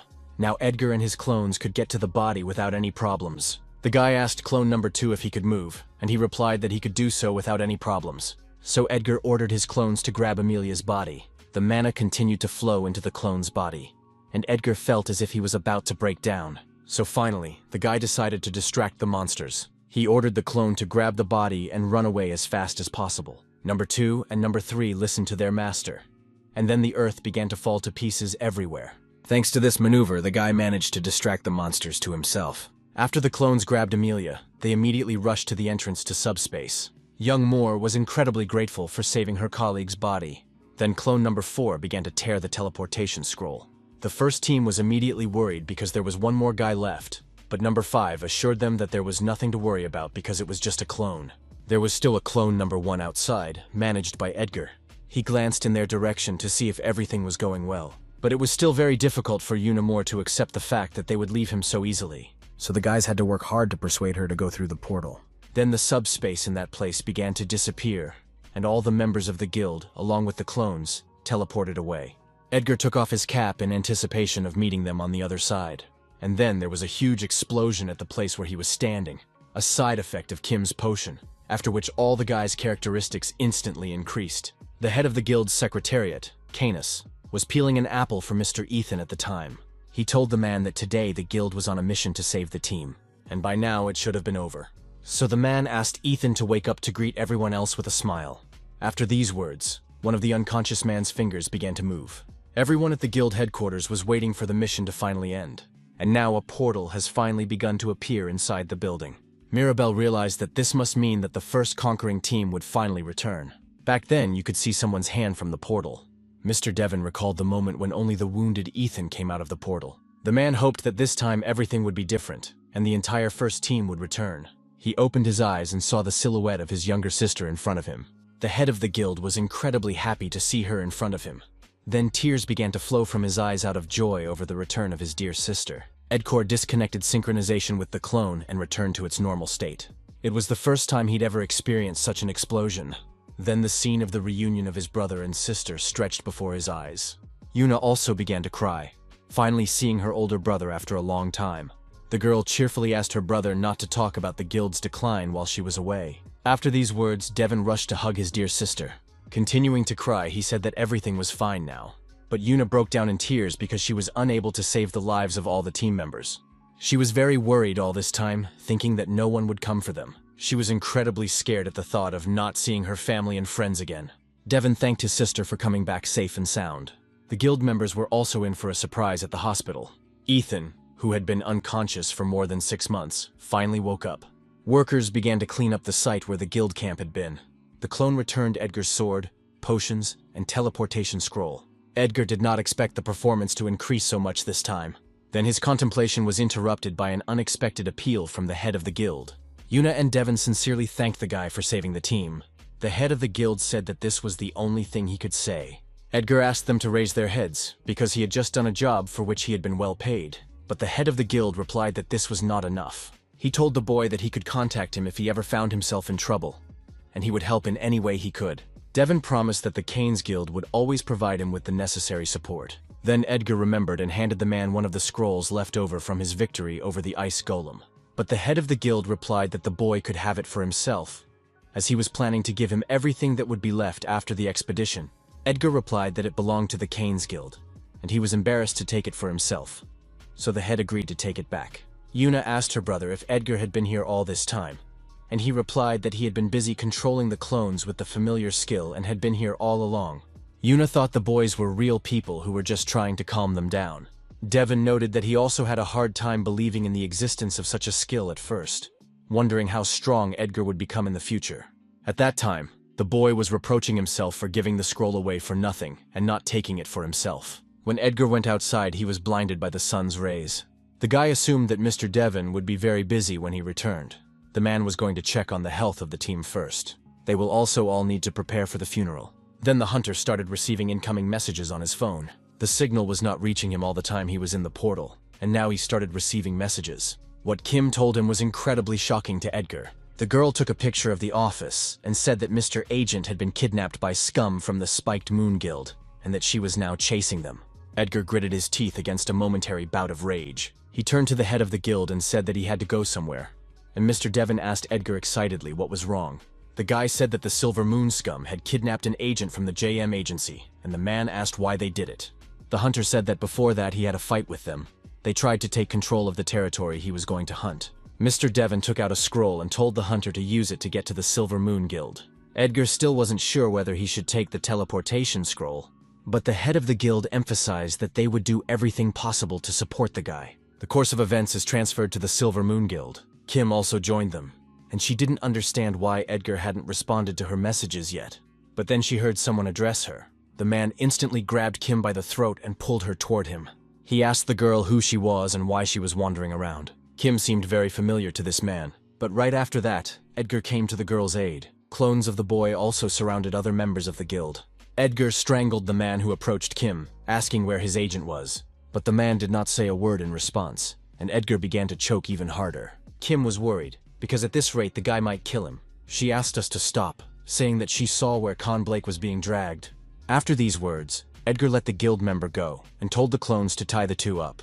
Edgar asked the potionist what was happening to Mr. Agent, and the girl said that the scum from the Silver Moon had taken him inside the warehouse. She also added that in addition to these two men, there are several other people who constantly patrol the warehouse's neighborhood. Edgar was about to go there and told Kim to stay here because it could be dangerous. Since he had other clones with him, he assured me that I wouldn't have to wait long. At this time, in the guild warehouse, Andrew was calling out to Mr. Blake to wake up. Before that, he was already wondering why the agency, among many guilds, had chosen them. He said that few guilds privatize hunting areas. Andrew asked the assistant when Edgar Williams would show up, and the man replied that the guy was abroad, so he would have to wait a few more hours. The time was quite late, and Andrew was already hungry, so he suggested ordering a delivery. Then a noise from outside the warehouse caught the attention of everyone in the warehouse. The handle at the entrance began to cut through the metal of the door. Kang was excited by the noise, and Andrew was momentarily alert. The passage was opened, and Edgar Williams entered the lineup. He turned to the audience and asked if they were the Silver Moon Guild. Andrew's assistant was surprised that his predictions were wrong. He didn't know how the guy got here so quickly. As far as the men knew, Edgar was supposed to be with the masked men, so one of the guild members said he would check to see if they were hiding nearby. Andrew sighed and said that the sooner they finished, the better. He ordered his subjects not to kill the boy. Mr. Blake turned to Edgar and begged him to stop, but the guy responded by asking the agent to be patient a little longer. He threw an incredibly fierce look at the members of the Silver Moon Guild, and he said angrily that he would do to these bastards what they had done to Mr. Agent. After these words, one of the guild members took a swing at the boy. However, Edgar instantly blocked his clumsy attack. He grabbed this guy by the arm and pulled him toward him. After that, he pressed on his hand with a strong blow and broke his arm. Following the wounded guild member, another man rushed to the boy's side. Edgar instantly jumped to him and grabbed his side. Andrew was incredibly annoyed that these fools were useless. The boy's assistant was excitedly watching his teammates fight. The hunter easily dealt with everyone who came across his path. Andrew then turned to Edgar and asked him to pause for a moment. He clarified that it was not too late to tell them where the crystals were hidden, and then he would let everyone go alive. But Edgar did not understand what kind of nonsense this guy was talking about. He said that they had already crossed all the boundaries themselves, and that it would not end easily. The deputy head of the guild pulled out a piece of paper and said that it was a document with all the guy's personal data. He did recognize that Edgar was pretty strong, because the hunter had easily dispatched their D-ranked guys. So Andrew assumed that Edgar was somewhere around C or B right now. The guy also noticed that the hunter's performance is just great. A couple of hits, and even a few tough hunters will end up on the floor. But then the deputy head of the guild asked Edgar if his skill was cloning. Then Andrew laughed out loud. because he thought that this was the reason why Edgar had been swinging his fists without using the skill. He added that he knows many awakened people with miserable skills. He also suggested that it is precisely because their skills are useless that they insist on training their bodies, and that they have nothing else but strong fists. Andrew asked if the masked guys who were following the hunter were also a bunch of losers with pathetic skills, adding that such fools always gather in groups. Edgar really didn't like the guy's arrogance and insolence. Then clones of the guy joined the guild, and Edgar told the deputy head of the guild to check for himself whether this skill was pathetic or not. Mr. Blake was excited to see the other boys here. The Silver Moon members recalled how the same guys beat them up at the entrance to the Shinsolden hunting area. Will told the deputy chairman that all the guys outside were defeated, and Andrew replied that when they checked for themselves, they would know. He noticed that now he needed more rivals because he didn't want to rush at Edgar alone. The hunter was annoyed by the overconfidence coming out of the boy's mouth, so he told him to show him how incredible his skill was. But in a crazed tone of voice, the boy said no to Edgar. His body began to dissolve into thin air, and finally he added that Edgar was unlikely to see his skill. The skill of the deputy head of the Silver Moon Guild was called Incognito. The boy's ability is considered the best among the skills of hiding, which is difficult to recognize even for the best people in intelligence. Mr. Blake could not understand where the boy in front of them had disappeared. Andrew's skill erased all traces of him, so even if the hunters sensed his presence or desire to kill in the air, they could not find him. Andrew wanted to make Edgar worry because he couldn't see his opponent. He was absolutely sure that the boy would not even understand anything. But in response to the sudden disappearance of the deputy head, the hunter only sighed heavily. Andrew got to the guy and swung a knife at him. He was quite sure that the battle would end at that moment. Then Edgar looked in his direction and ordered the clones to grab the boy. The clones easily found Andrew's location and headed in his direction. The deputy head of the guild could not understand what had just happened. All the clones looked at him with frantic expressions. Andrew was instantly excited to be discovered so easily. He did not understand how his opponents managed to do it. At that time, Edgar's university friends were relaxing in a bar. They recalled the years of their youth and noticed how old they were. Charlie asked his friends how it happened that only those who drink gathered here, and asked the guys if they had any girlfriends. But by the pouty reaction of his friends, the guy realized that he shouldn't have asked and offered to just drink. Charlie's words made the boys remember the day they met Edgar and the girl. Chase then asked his comrades if any of them were in touch with Edgar. They replied that the guy had changed his number, so there was no way to reach him, and he didn't answer in the messenger either. Ryan noted that he had heard that Edgar was still a hunter. The guys were surprised that he still hunted monsters, because when someone crossed the line and made fun of Edgar, he always just turned it into a joke. Ryan realized that the boys were not aware of this, because Edgar was a bad joke if he got angry, and Charlie asked why he was saying that. Ryan recalled an incident that happened in his third year of high school. Then the guy agreed to go home with Edgar, but he was caught by some thugs who wanted to take all his money. At that moment, Edgar was already approaching him. Ryan was frightened for a moment when he saw him step aside, but in fact, the guy then rushed at those bullies and thus wanted to save his friend. But they both ended up getting beaten up. And then Ryan found out that these thugs had taken Edgar's money before, and it might seem strange that he intervened and attacked them. Ryan said that it seemed absurd at the time to those who took his money after he had attacked them like a madman. The guy added that Edgar is a bit crazy and doesn't care about himself most of the time. But when his loved ones are in danger, he seems to become a completely different person. Now Andrew was in a very difficult situation. The hunter told the clones to deal with the situation and free Mr. Agent. Andrew asked Edgar in a desperate voice how he could see him. It really seemed to the hunter that Andrew was very confident in his skills. But the guy was out of luck because Edgar literally came back from a battle with a bunch of monsters with the same skill as the deputy head of the guild. The guy tensed his hand and asked Andrew what he was talking about before. All those arrogant words and excessive self-confidence seemed to the hunter to be real nonsense. He emphasized to his opponent that his skill was not garbage, and also that he achieved everything not just through physical training. One of the clones has already managed to free Mr. Blake from handcuffs. Edgar recognized that one thing Andrew had said before was true. Namely, that Edgar Williams' characteristics were indeed incredible. The guy took a swing and was about to hit Andrew, but he begged him to stop.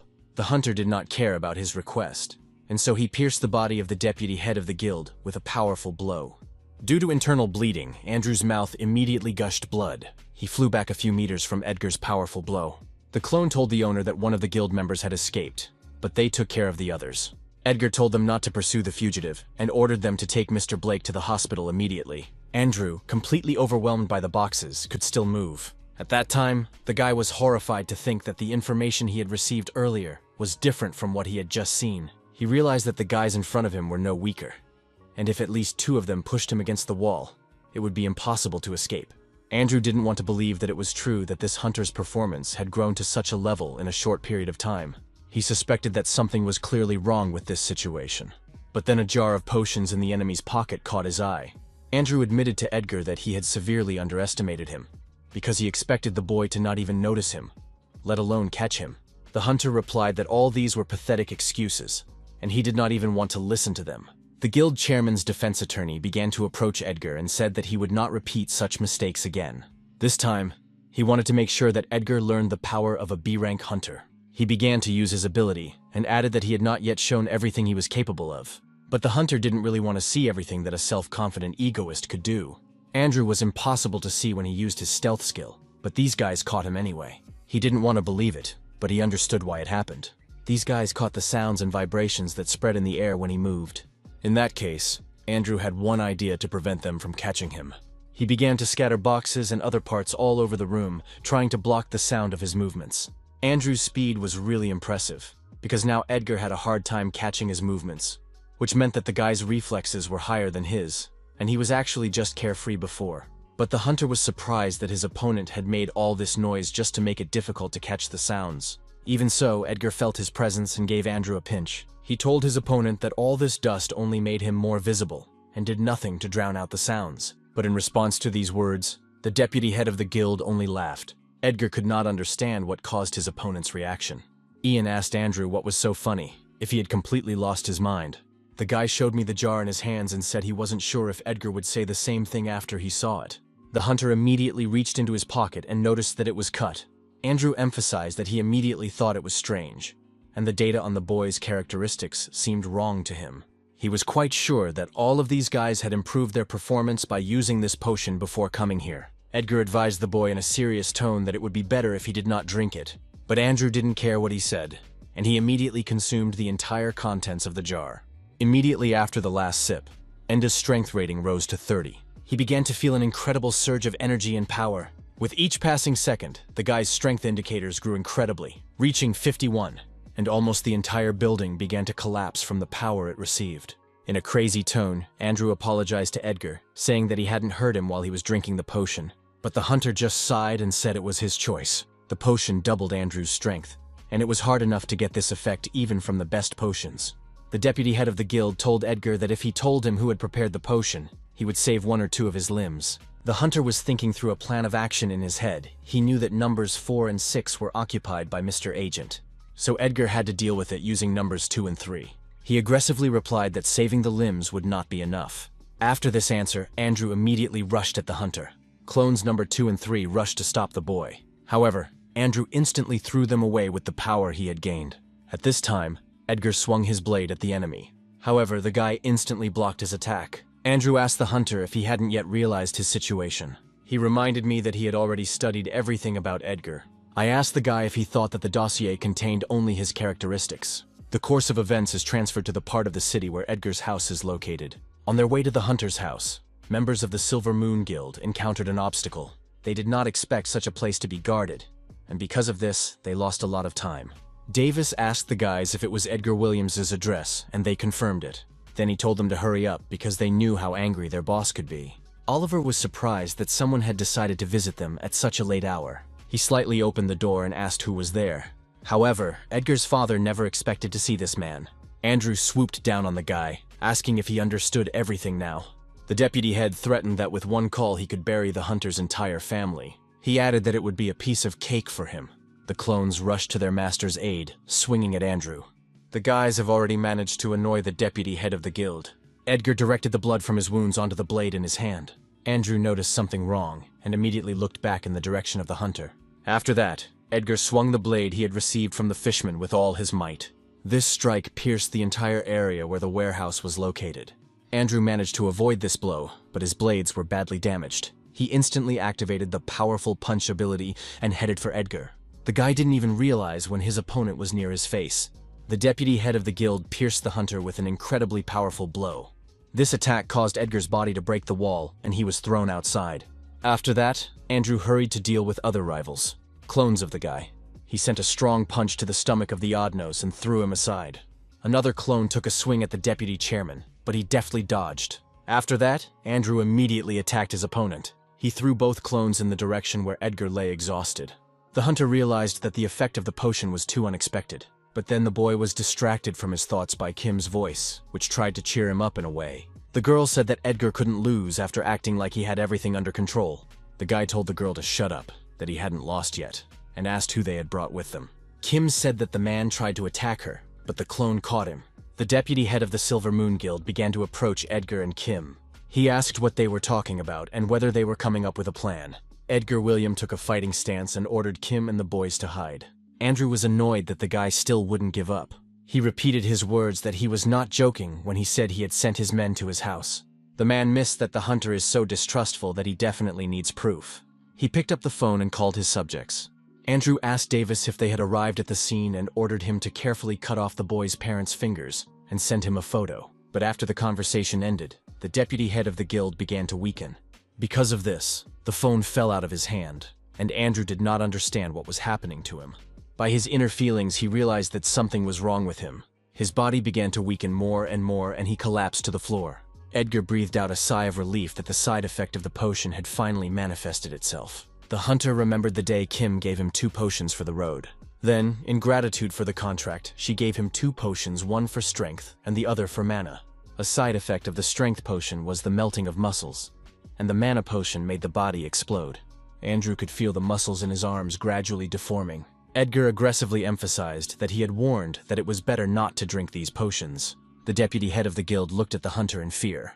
Then he heard a call on his phone. It was the leader of the second team, Davis. Andrew picked up the phone and ordered that Edgar's family be taken hostage immediately. He angrily told the hunter that if he did anything to him, his family would die. Andrew demanded that the guy immediately give him the antidote. Then the person on the other end of the phone said that the guy had a wrong number. The second team had already been dealt with by the guys from Edgar's familiar guild, and the general secretary said that he was from the Kane's guild. Then a man from the Kane's guild knocked on the Williams' door. Oliver asked the unexpected guest if there was anything they could do to help him. The secretary general apologized for disturbing them at such a late hour. Squeezing Davis's head aside, he said that he had come to inform him that Edgar had successfully completed the mission and was on his way back to Korea.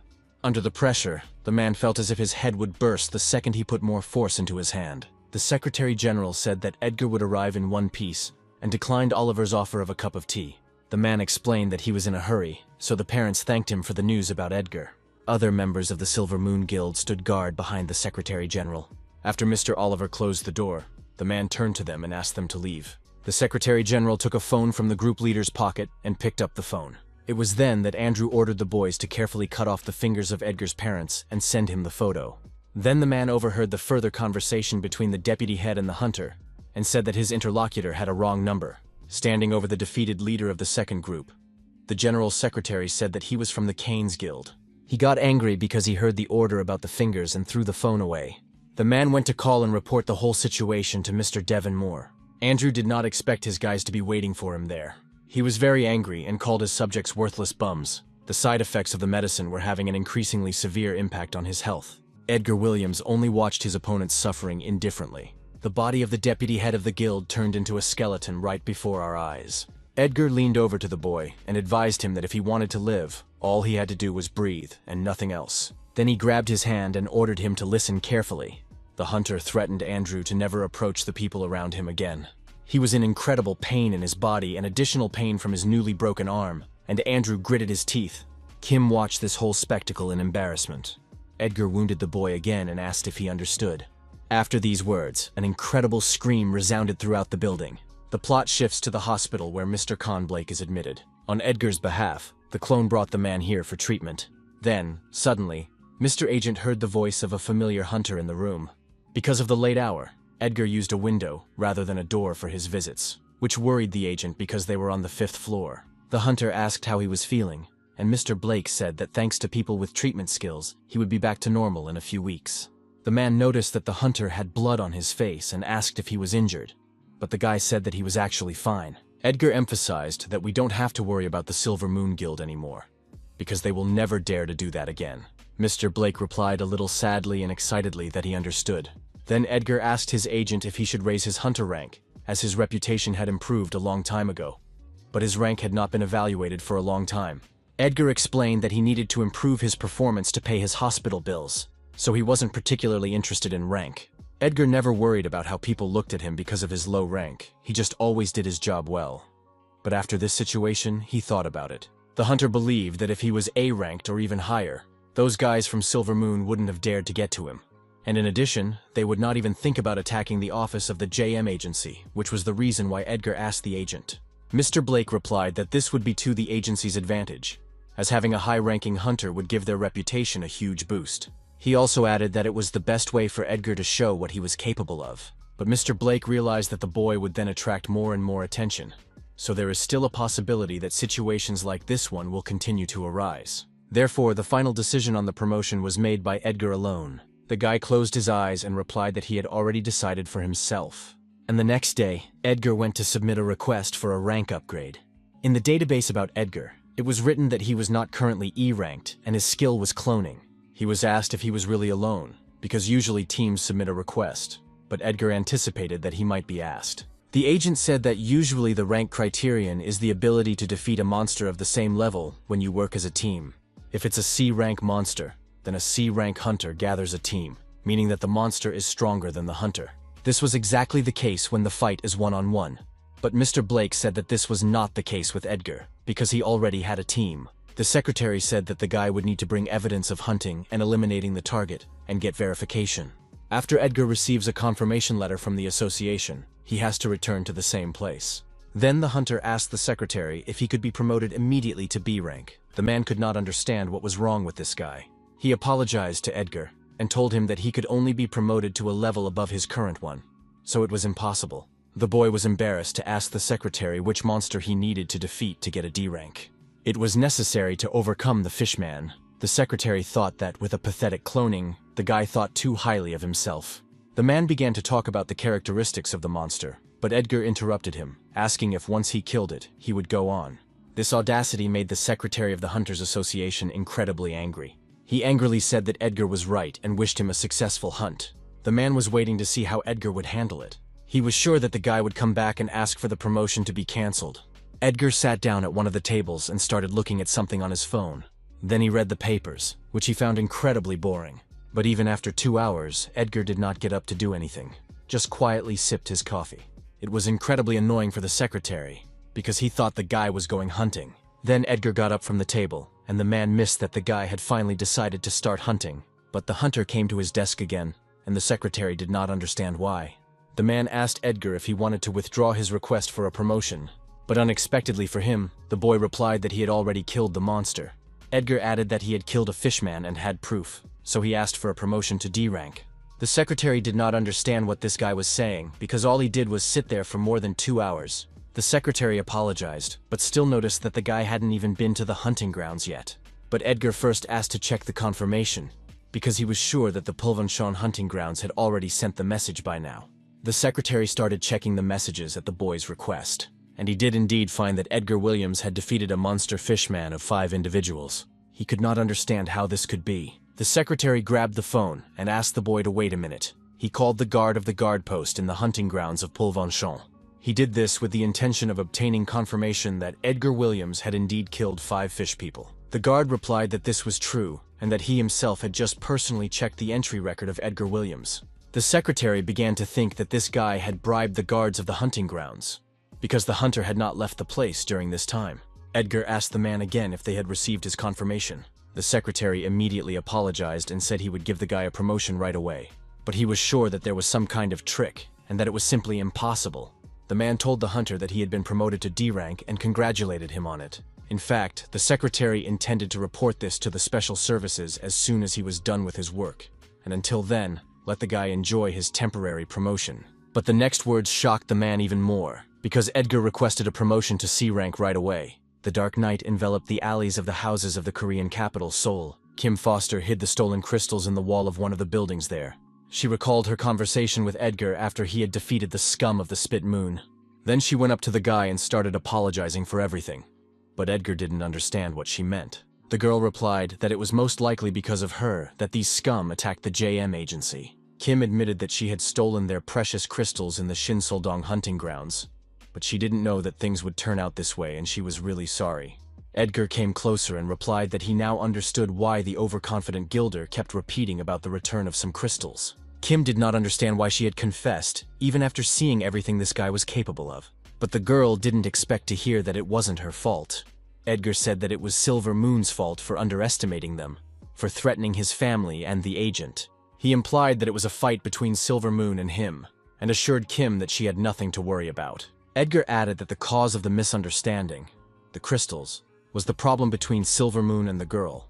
He was sure she hadn't stolen them just to play. The guy had no idea what Silver Moon and Haesong had done to Kim, but he wasn't going to take the girl's problems as something insignificant. Edgar told Kim Foster that she didn't have to apologize to him. Kim realized that the problem with the crystals was really a problem between the guild and her. She grabbed a bag of crystals and ran forward. Everyone in the building of the Hunters Association was incredibly shocked by what was happening.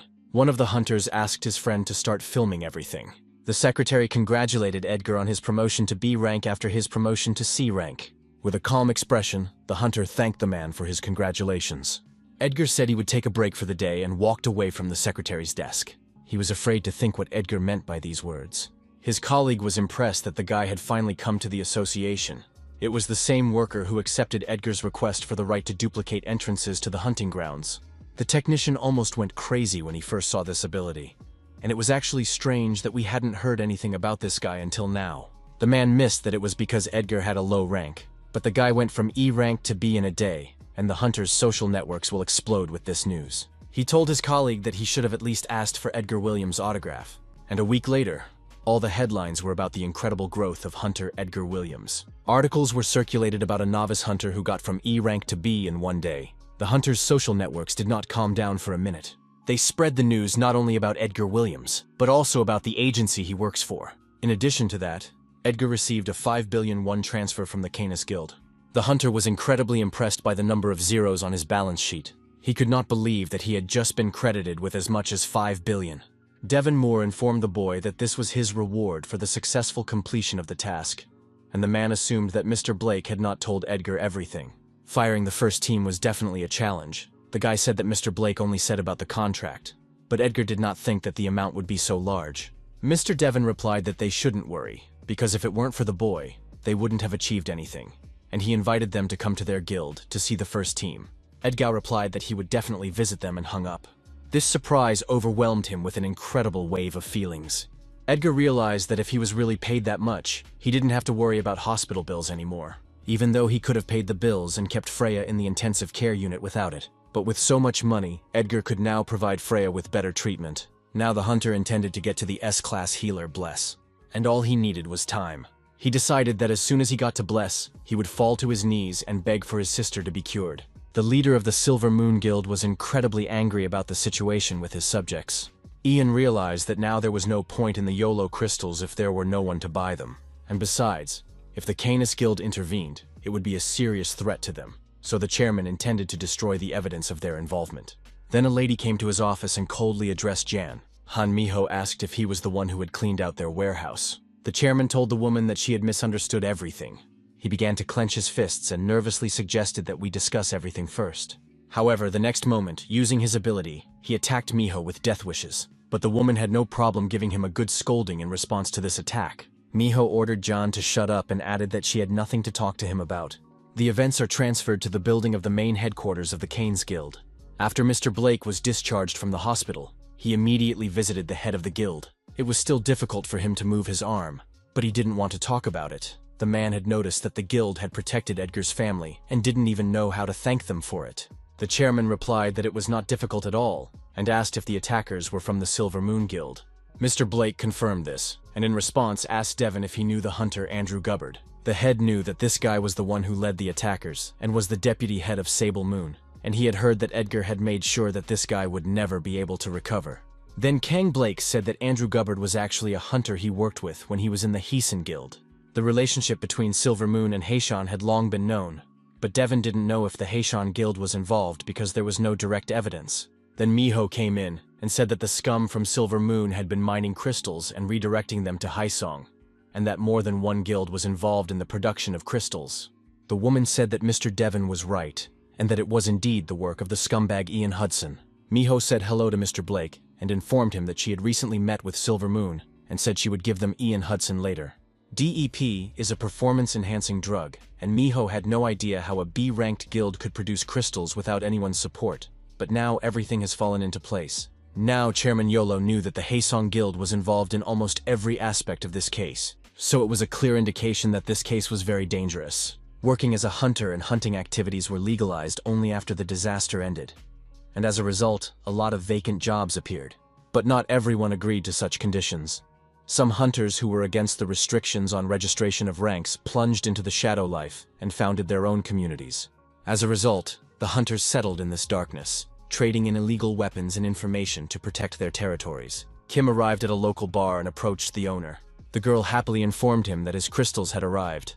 The man did not believe that she had finally found them, but Kim confirmed that they were indeed in the Shinseoldong hunting grounds. She asked the owner who she could sell them to quickly for a good price. But unexpectedly for Kim, the man began to apologize for something.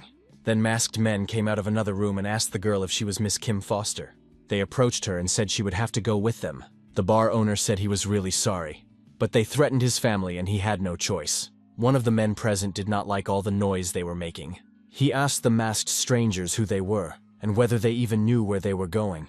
The man did not know what their intentions were and began to threaten them. But the strangers clearly did not like the threats and hit the man in the face. After one strike, they continued to beat the daredevil. The head of the group told his partners to move. But immediately after these words, Edgar Williams came at him with a punch.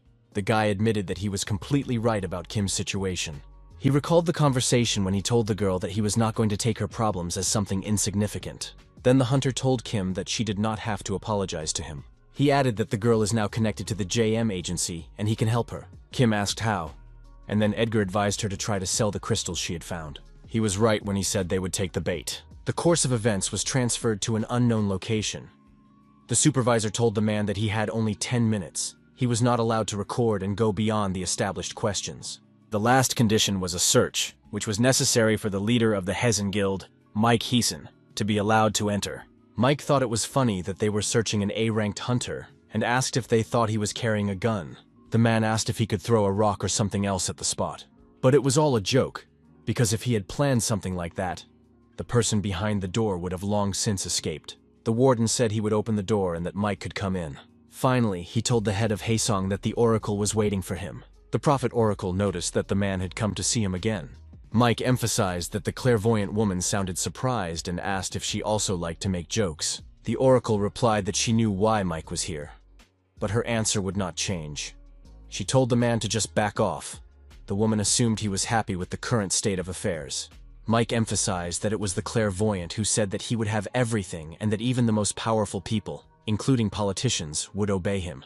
He didn't understand why the oracle was simply telling him to back off, because up until that point, everything had been going very well. The clairvoyant replied that his fate had taken a sharp turn. In other words, it had changed because of someone, and Mike asked who it was. But the oracle was surprised to answer that she didn't know, because it was not one or two people.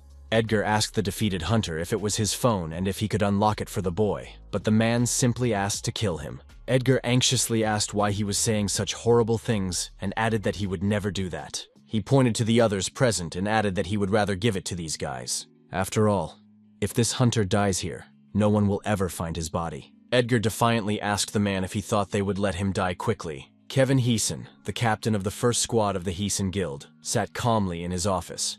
Then he picked up the phone, and the guys told him that they had returned the crystals. Kevin praised them for their excellent work and ordered them to bring them to Factory 3 right away, and asked what was wrong with the man's voice, who replied that he was having trouble communicating.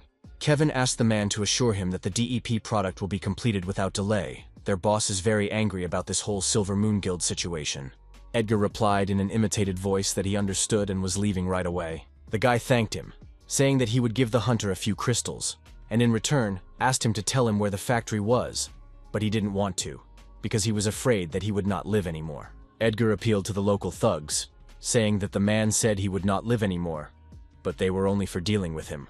The hunter reminded him that Edgar had made a promise to him before, and the boy replied that he had said he would just keep him alive. He added that he was very soft-hearted by nature, so he could not bear to see cruelty, and was about to go home. After these words, the man from Haesong promised that he would tell them everything. Before he left, Edgar asked Kim if she had recorded everything on a dictaphone. He asked the girl to send the recording and the location of the factory to Mr. Blake. Kim Foster was embarrassed and thanked Edgar Williams. The girl was grateful that he helped her with everything all the time, but Edgar said she shouldn't thank him. Kim noticed that she had seen articles about Edgar, and now understood why those guys were so similar to each other. The hunter realized that she was not particularly interested in other people. But the same could be said of Edgar, because he didn't even know her name. The girl squeezed his throat and told him to quickly memorize that her name was Kim Foster. She also asked the guy where all his clones were now, since he had come here in person. Edgar Williams immediately smiled when he remembered his boys. After all, he promised that he would feed them well after the mission was over. The guy told Kim that they were very busy right now. The waiter informed the boys that their order was ready and they could eat. Kim sent the recording of Edgar's conversation with the head of the first team of the Haesong Guild to the office. Con Blake immediately recognized the man's voice. It was the leader of the first team of the Heeson Guild, Kevin Heeson, son of Mike Heeson. And in this case, the connection between the Haesong Guild and crystals was obvious. There were only 5 guilds that supplied crystals to Haesong. Miho explained that among them, the Silver Moon Guild broke up, so there are 4 suppliers left. The rest are similar to Silver Moon, and all of them are about B-class guilds. Mr. Blake was unaware that crystal making was illegal, and asked if they could take this evidence to the Haesong Guild. Mr. Devon replied that it would be very difficult, because Haesong does not produce crystals on its own, and they are protected by the Hunters Association in Korea. That is, even if they are sent to prison, the guild members will be released immediately. Miho emphasized that in this case they need to act carefully and slowly. Chairman Canas told Mr. Blake that he should not go there alone, so they would put a guard around him. The agent replied that he would tell the hunter, Edgar Williams, to be careful as well. But the chairman replied that it was not worth it, because no one could overcome Edgar Williams. Mr. Blake wrote to Edgar that they had listened to the recording and learned that the crystals were the starting material for a drug called precious crystals. It sounded quite dangerous, so the guy advised Kim not to go outside and stay in the office. The girl asked if they had already dealt with the case started by the Silver Moon Guild. Hunter asked Kim if she had been to their new office yet. The girl was surprised to hear about the new office, and Edgar said she would be very surprised when she saw it. Mr. Blake was pleased that Ms. Foster had also arrived at the new office. He said that he had just arrived at the place, and the office was full of various furniture and working equipment. The agent said that he had actually been planning to move here for a long time. He had to visit a lot of places, and since their old office was destroyed, he decided to just speed up a bit. Edgar pointed out that they would soon become the #1 agency in the country, and then even this place would be too small for them. And Mr. Agent agreed. The hunter told the potionist that there was even a room for her personally. This room was filled with a wide variety of machinery and equipment. Edgar emphasized that they had purchased the most powerful equipment for making elixirs, and he also added that Mr. Con Blake had helped with all this. The agent said that most of the items had already been purchased, but if the girl needed anything, she could contact him at any time. He also whispered to Kim that she could eat and sleep in the next room. Kim Foster thanked them for all of this, and after the last words she realized that they knew she had nowhere else to go. Then the bell rang in the room and Mr. Blake picked up the phone. What he was told by his interlocutor was completely unexpected. After the conversation, the man turned to Edgar Williams. He said that the guy needed to go to the hospital immediately. The action moves to the Silver Moon Guild storage room. At this time, Mike Heeson, the head of the Heeson Guild, arrived at the building. He looked straight ahead and turned to someone and told him to get out. After he spoke, another person appeared in the room. A masked man came out to the chairman and said he was here. Mike asked where Ian Hudson was. The man replied that he was locked in the walls of the Yahello Guild, and that the documents related to the precious crystals were most likely confiscated. He also added that, judging by conversations with other team members, they already knew about the location of the crystal factory. Mike Heeson was extremely unhappy with what he heard. He pulled 2 metal containers out of his pocket and handed them to the masked man. Mike asked him if he knew who he was supposed to use it on, and the man said he understood. Finally, the chairman said that if their enemies want the precious crystals so badly, they will get them, even though they are not yet perfect. At that time, the head of the Silver Moon, Ian Hudson, was sitting in the basement of the Yahello Guild, tied up. Then the man noticed that a strange entity began to appear in front of him. He was frightened by the arrival of a masked man, who told him to calm down and that the executive director had sent him. After these words, Ian asked the man if he had been sent by Mike Kearson to rescue him from here. But the black-haired man was holding a syringe, and this worried the head of the Silver Moon Guild. The masked man said in an eerie tone that Jan shouldn't worry about anything now. He promised the frightened Hudson that it would not hurt at all. Miho told Devon that he shouldn't have accompanied her after all. But the man had already said that he wanted to get information from Jan Hudson. And if Miho had been kidnapped, he would have been more worried about the kidnapper. But then the woman said that she smelled something burning. The guild building was engulfed in flames, and there was a monster near it. The head of the guild immediately rushed to the aid of her people. A huge monster could be seen near the building, which also noticed Miho and Devon. One of the victims reported that a monster was in the basement, and their B-class hunters were unable to stop it. Miho realized that they were facing at least a Class A monster. But the woman did not understand how this was possible, because there were no portals nearby, so where could he have come from? Then Miho noticed a familiar scar on the monster's face. She recalled the moment when Jan Hudson attacked her with a punch. The woman assumed with fear that the monsterized head of the Silver Moon was in front of them. The events are transferred to the hospital room where Andrew Hubbard was lying. The same man who had visited Jan Hudson appeared over his exhausted body. He was unhappy that Mike had trusted this guy and sent him to the Silver Moon, and that everything turned out exactly like that. The black-haired man told Andrew that there was nothing to worry about, and that his syringe would allow the guy to at least move. But just before the injection, the man was stopped by a woman's voice. Luna didn't know what the stranger was up to, but she said that he would not be able to carry out his intentions on her watch. Chornavalisi has already resigned himself to this course of events. He pointed a syringe at the woman and said he would use it on her. But he did not manage to fulfill his intentions, because just before the injection, someone interfered with him again. Edgar said that in the hospital only doctors and nurses are authorized to give injections. Then the hunter began to fight with the stranger. Chairman Keynes warned that the monster was beginning to attack. He swung and sent a powerful punch to the floor. Neighboring buildings began to collapse from this attack, and Mr. Devon asked if Ian Hudson was a Class A hunter. Miho was quite sure that it was the head of the Silver Guild who was in front of them, and said that the man was in the upper ranks of the B class. Chairman Keynes did not know whether it was possible to turn people into monsters and enhance their skills and powers. The man recalled his conversation with Miho when she told him that precious crystals were a drug to strengthen the body. Then the girl said that something was obviously wrong here, and Mr. Devon concluded that the transformation of a person into a monster, and its amplification, was quite possible. If it is indeed Ian Hudson, it also means that Andrew Gubbard, who is now in the hospital, is also in danger. Luna told Miho that she had seen a suspicious person in the hospital, so she immediately contacted Mr. Blake. So the guild leaders Yahello and Kanas have to deal with the monster. Miho synthesized a ball of mana and aimed it at the monsterized Jan. However, the monster unexpectedly absorbed this attack with its skin. Miho didn't expect this to happen, and then Ian appeared incredibly quickly at the woman's side. Mr. Devon reacted in time and cut the monster's arm. From the incredible pain in his arm, the monster began to scream at the whole area. The head of the guild, Kanas, was going to use his ability. He used a crescent cut technique on his opponent. The monster used the skill to restore the outline of his lost arm, and with a single blow he forced Miho and Devon to retreat. Now they were sure that it was Ian Hudson, because he even used his skill.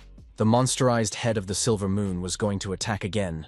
But unexpectedly for everyone, one of the hunters got ahead of the monster. He pierced his entire body with the blow of his blade.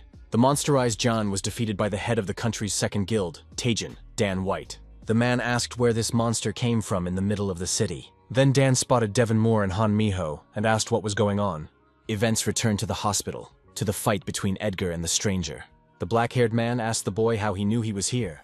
Luna asked the stranger if he really thought that when someone sneaks into a hospital, they go unnoticed. The girl activated the flame skill and directed it at the enemy, but somehow he managed to cancel it. The black-haired man said that flames should not be used in the hospital. Edgar attacked the enemy and noticed that a person who had snuck into the hospital with a syringe should not have said that. Because of this attack, the man was forced to retreat a little bit. He acknowledged that his opponent was not as weak as he had seemed at first. Hunter was able to get to the hospital quickly because their new office was right next door. The black-haired man said that now he understood why Andrew lost and admitted that Edgar was really strong. During the fight with the hunter, he managed to notice another interesting thing. The black-haired man said that the boy's clones had already arrived at the hospital. Edgar asked the enemy if he was already planning to flee. The enemy replied that he was not an idiot and would not fight faithfully against so many opponents. Finally, he told Edgar that they would see each other again, because there were many shadows around. As an example, he cited the intensive care unit for patients with mana disease right below them. The enemy knew that it was the hunter's sister who was in it. Edgar became incredibly angry and swung his blade at his enemy, but he actually expected such a reaction from the boy. He told Edgar that this was the way to piss people off, and added that they would see each other again. After the incident, The three guild leaders, Taejin, Yolo, and Canis, managed to deal with the monster that appeared in the middle of the city. Dan White was angry when he heard the whole story and tried to spread the truth about Mike Heeson, a man who seemed suspicious to him from the beginning. But the incident was presented to the public as a simple breakthrough of a monster from a short-lived portal, and Ian Hudson was reported missing. Because the YOLO Guild could be suspected of kidnapping, no one agreed to testify about the situation. Although it was late, we managed to locate the crystals and headed there, but by the time we arrived, there was nothing there. All the people involved in the production of crystals also disappeared, and only the equipment remained in place. Several new monsters appeared in the city, but the news was hushed up. The monsters were quickly disposed of, and people completely forgot about the whole incident. Everything that happened was shrouded in complete secrecy, and that's how the incident with the unidentified monsters ended. Edgar told the agent that they needed bodyguards, a thought that had been in his mind since the incident with the Sable Moon.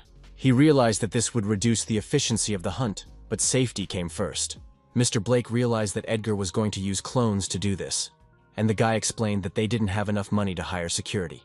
Edgar was going to place one clone at home, 2 in the hospital, 1 near the JM agency, and leave 2 to hunt and work continuously. The agent asked the guy if he could summon a 7th clone if his level grew, but Edgar also had plans for the 7th clone, and the Canes Guild was supposed to help him with them. The hunter was going to send the clone to a familiar place. This place was the very Tower of Odin, from which Edgar had recently rescued the first conquering team of the Canes Guild.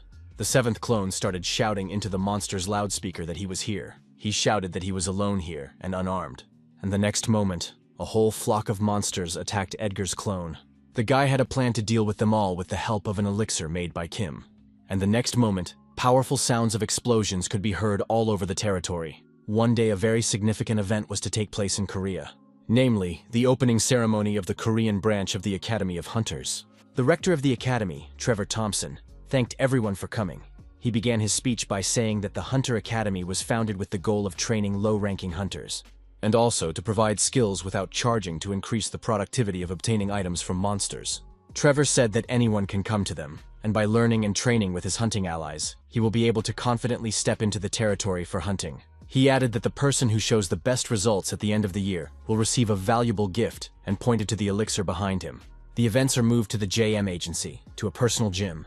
The hunter Edgar Williams was engaged in body training there. The guy was sorry that he could not get dumbbells weighing more than a ton, because the floor could collapse due to such weight. Edgar found it very boring, and he didn't feel any progress at all. It was reported on television that the rector, Trevor Thompson, announced the opening of the Hunter Academy, and said that applications would begin on the 12th. Edgar didn't understand why the agent had turned on the news. He wanted to find the remote control to switch to something else.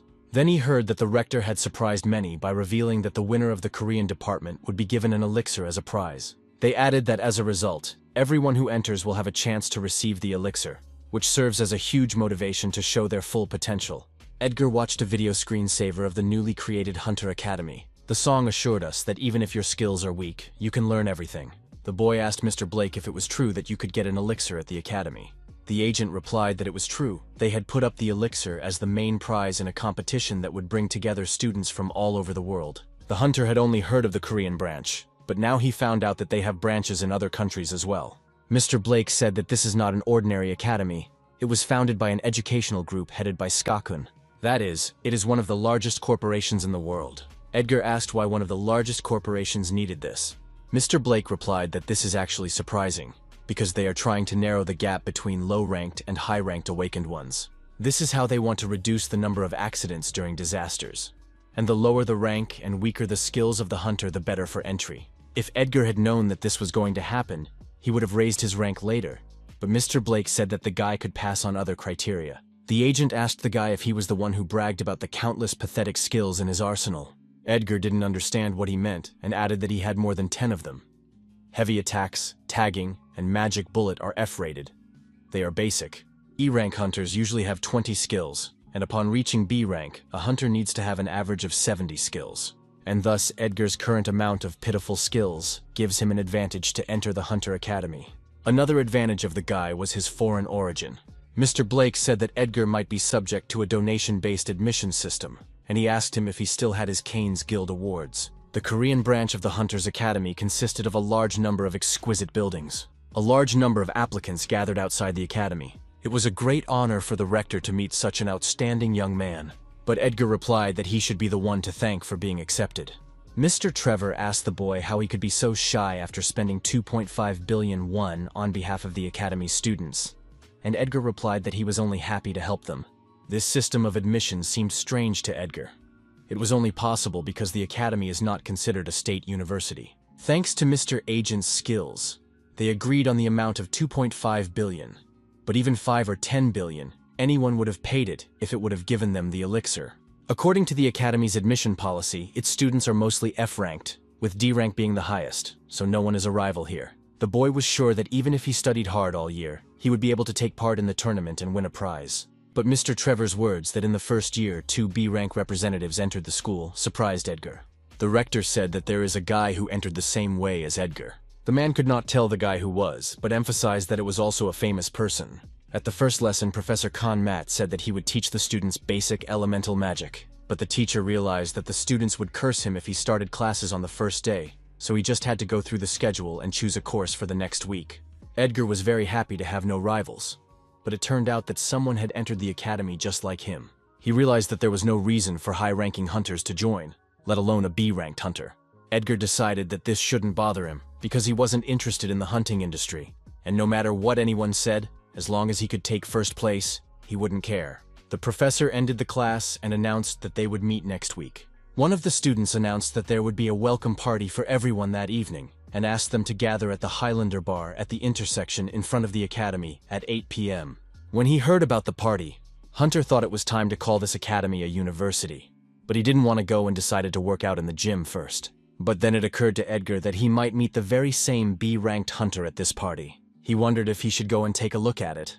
Nevertheless, the hunter decided to leave, and in the evening headed to the Highlander Bar. Many students have already had a drink on their first day at the academy. Edgar was surrounded by a bunch of girls, and they bombarded him with questions about his various achievements. They also asked to see the cloning technique, but the guy said that his clones were busy right now. This noise annoyed the hunter, and he wanted them to calm down for a while. Then Edgar asked his classmates if there was another B-rank hunter entering the academy besides him, but their reaction showed that they had not heard of it at all. After his question, Edgar asked me not to take it into account and to forget what he had said. All the articles on the internet were only about Edgar. The guy missed that the hunter was deliberately hiding himself, and he would not be lucky to meet him at the party. The hunter no longer had any reason to be here. He got up from the table, said that today was fun, but he had to go. The girls didn't want Edgar to leave, because they had so much alcohol left. One of the students also emphasized that the guy did not even finish his beer. Edgar grabbed his mug of alcohol and started to finish it. The girls just looked at their classmates in embarrassment. Edgar finished the alcohol and said that there was nothing left. He stood up and wished the girls a good evening before leaving. Edgar assumed that because of the antidote, alcohol had no effect on him. Putting on his cloak, he recalled his student days. As a guy, I also drank with Ryan, Chase, and Charlie on weekends. Edgar decided that he would just go home today. However, an unknown girl walked up behind him. She pointed to the side and asked if the welcome party was in that direction. Edgar said yes, and that the party was not over yet, so the girl could go there, but she asked why the guy was already leaving. The hunter replied that he didn't know anyone there, so he decided to just go home. But then Edgar realized that he had heard this woman's voice before. The girl asked if he would like to go for a drink with her in that case. Shiny long hair began to show from under the cap and hood. Erica told the teacher that he should know her. Edgar was not expecting to see his former student here, and he asked Erica what she was doing here. But the girl found this question strange, and replied that she was also studying at the academy. The hunter asked why and if she hadn't made it to Gyeongkook. But Erica didn't care about these questions, and immediately changed the subject. The girl said that it was too cold, and she would like to have something to drink while they talked. So Edgar was forced to go to a bar with Erica. The girl ordered an unusual drink called Purple Rain. Edgar noticed that Erica had just graduated, and it was rude to ask her to buy him a drink. The girl replied that this was exactly what she had, and asked to be treated in honor of her graduation. The guy asked what was going on with Erica's entrance exams, and she said that she had passed, and he should know that he had taught her well. Erica explained that it was actually her parents who wanted her to go to that university, so she planned to become a hunter after graduation. But after that, a department of the academy was opened for hunters, so she assured her parents to let her do whatever she wanted, because Erica had entered where they wanted her to. At first, her parents said it was dangerous and so on, but after a few days of arguing, they finally allowed her to enter. Erica said that it was her teacher's turn to tell about herself. and Edgar asked her to stop calling him that, because he was no longer her teacher. Edgar and Erica entered at the same time, so she assumed they must be on the same level. Then Erica asked if she should call her boyfriend Edgar Appa. The hunter did not like it because it sounded too strange. He said that Erica could continue to call him teacher, but the girl liked to tease the teacher, so she called him an Appa over and over again. Erica recalled that they hadn't been able to contact Edgar for a long time and asked if his phone was broken. She handed the glass to the bartender and asked for another drink, but Edgar took the glass from her and told her to stop drinking. The hunter was not sure if Erica even knew how much she could drink. Then she suddenly got up and took Edgar's phone. She did it to exchange numbers with him. Erica was happy that she now had a teacher's number.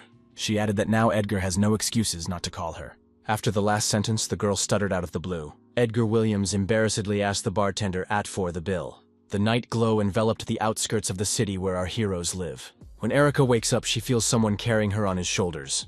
The girl was instantly embarrassed to see her former teacher carrying her. Erica immediately began to wonder why he was carrying her and assumed that she had fallen asleep on the bar. The girl did not know where they were going, but the thought of Edgar carrying her to his place made her instantly shy.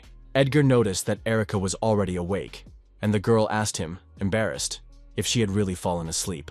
The hunter replied that this was the case, and added that if she was awake, she could continue to stomp on her own 2 feet. But Erica just clung to the guy and said that she still felt too sick to go. All this time, she was worried about something and decided to ask Edgar about it.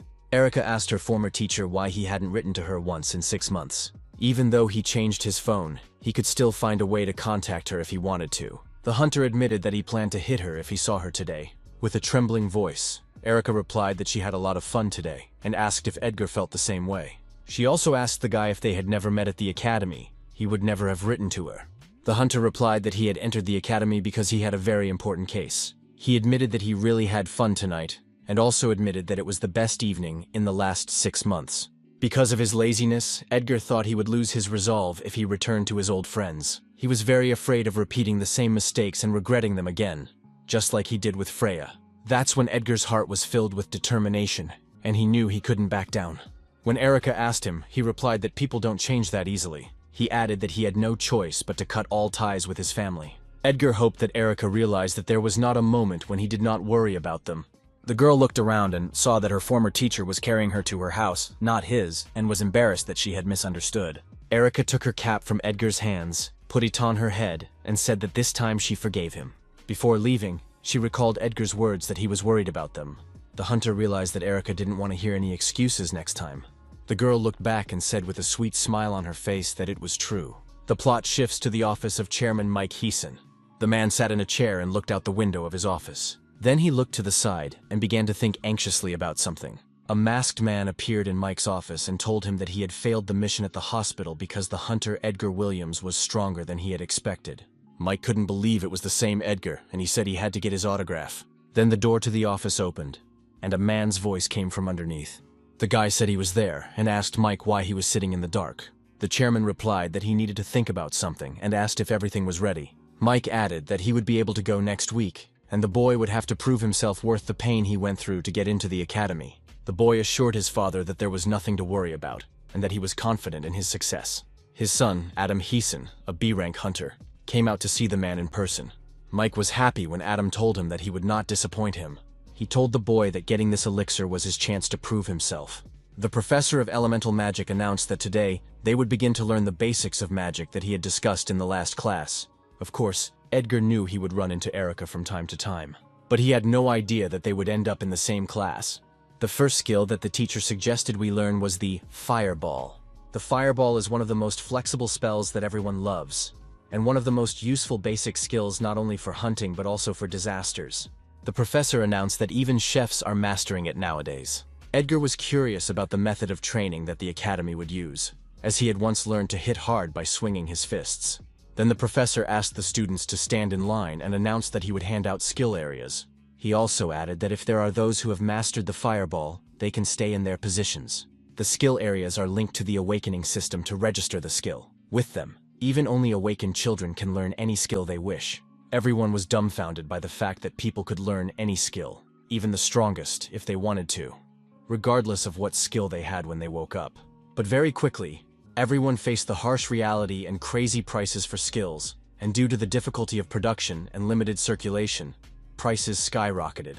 High-ranking hunters began to monopolize the market of skill areas. They bought them all and earned even more. As a result, the demand for areas only grew. This caused a domino effect. Only hunters from the higher echelons could afford to buy skill areas, and the gap between high-ranking and low-ranking hunters only grew.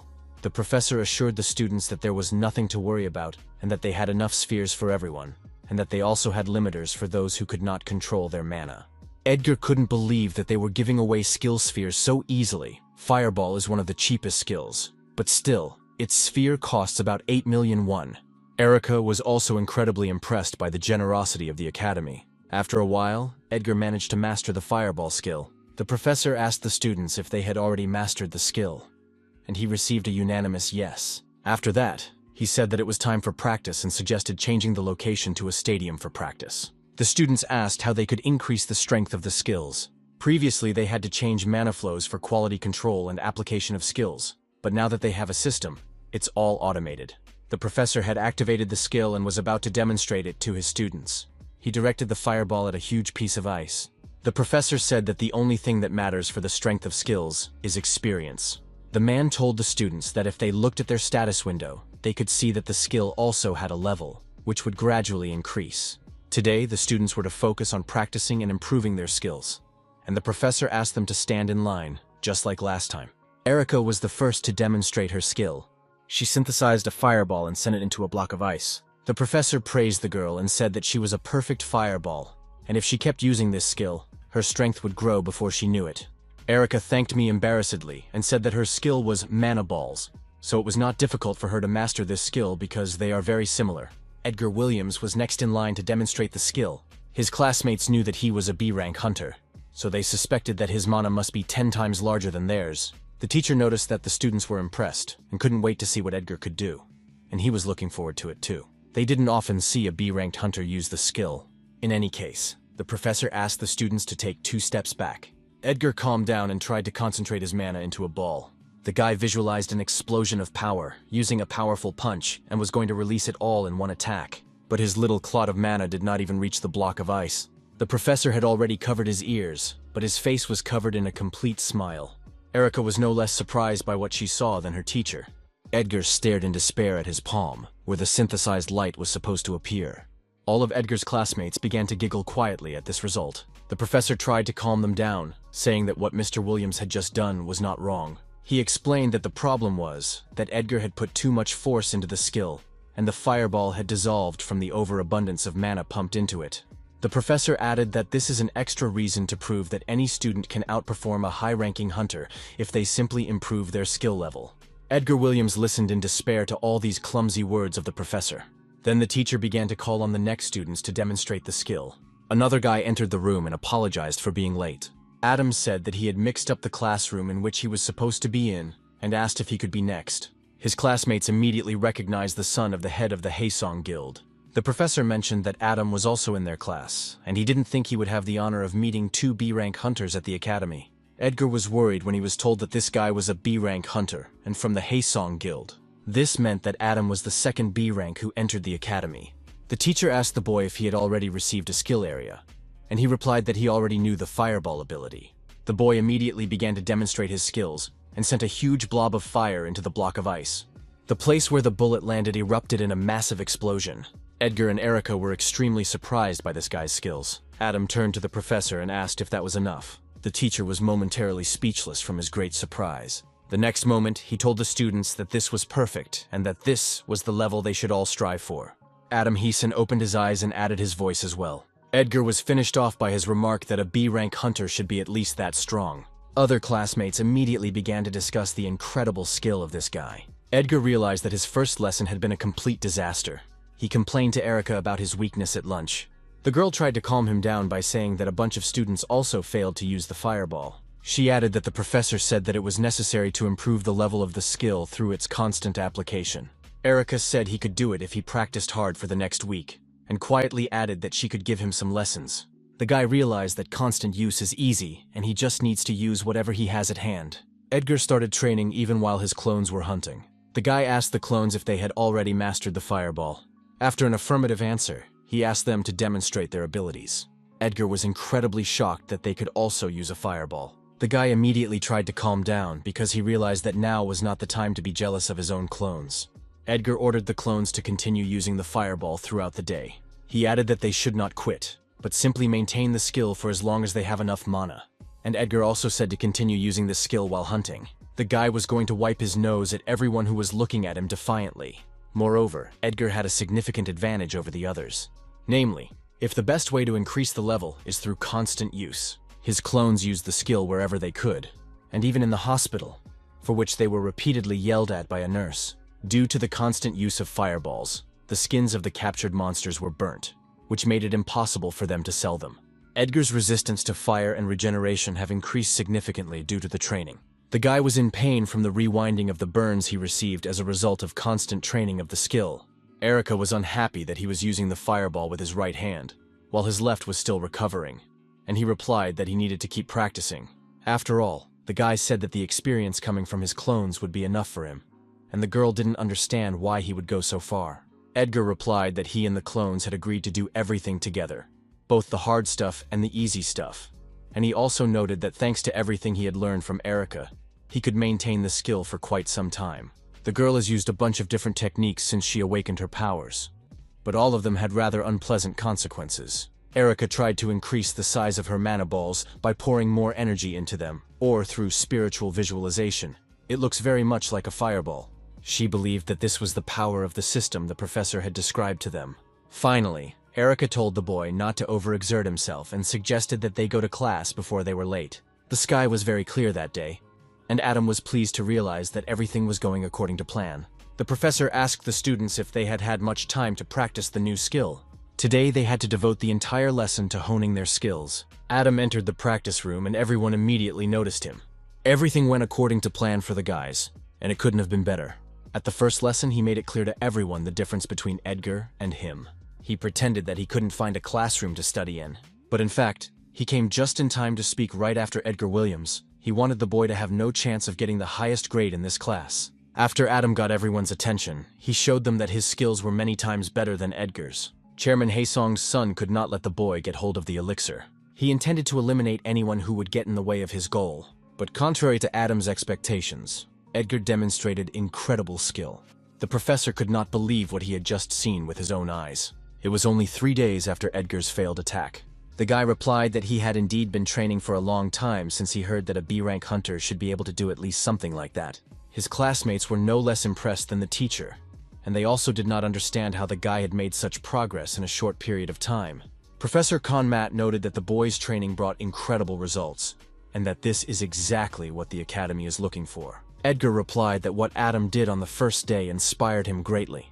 It was the best motivation of all. Erica noticed that all of her classmates looked so surprised today, and she told Edgar to be careful, because she didn't want to tie his hand next time. Edgar assured me that there was nothing to worry about, and his left arm was in much better condition.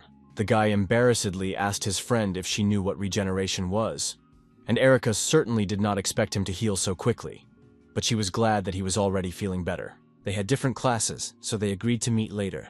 Edgar was confident that he would be able to level up the skill to level 20 next week, but he was currently at level 15. Then Adam came out of the corner of his eye and asked the boy what he wanted. He said that if he needed money or real estate, he could get or buy Edgar anything he wanted if he just told him. The hunter asked Adam what had happened, but the boy asked him not to act like an innocent sheep. Adam Heeson asked Edgar what he wanted in return for not fighting for the elixir. The hunter was well aware that the elixir was very important to his opponent, but he noticed that it was no less important to him. Edgar told the boy that he would not give up trying to get the elixir even for all the real estate in Seoul. Adam told the boy that he would regret it. Edgar replied that if he were him, he would watch his words, because those who threatened him in this way have never ended well. This answer made Chairman Haesong's son even angrier. He slammed his fist against the wall and asked Edgar if he wanted to ruin all his plans. The story shifts to Kim's new laboratory, where she produced her elixirs. The girl handed over elixirs that help to increase resistance to poisons when drunk. Kim said that the side effects are much less severe now, because lately all she has been doing is eating, sleeping, and brewing elixirs. Edgar was unhappy to hear that the side effects were now less severe, and Kim immediately punched him in the face. She said that only a stupid guy like him could use elixirs as bombs. Then Edgar asked the girl to calm down, and asked if she had heard the news. He was referring to the news about DEP and how things ended with them, and it was a great opportunity for Kim to strike back at Haesung.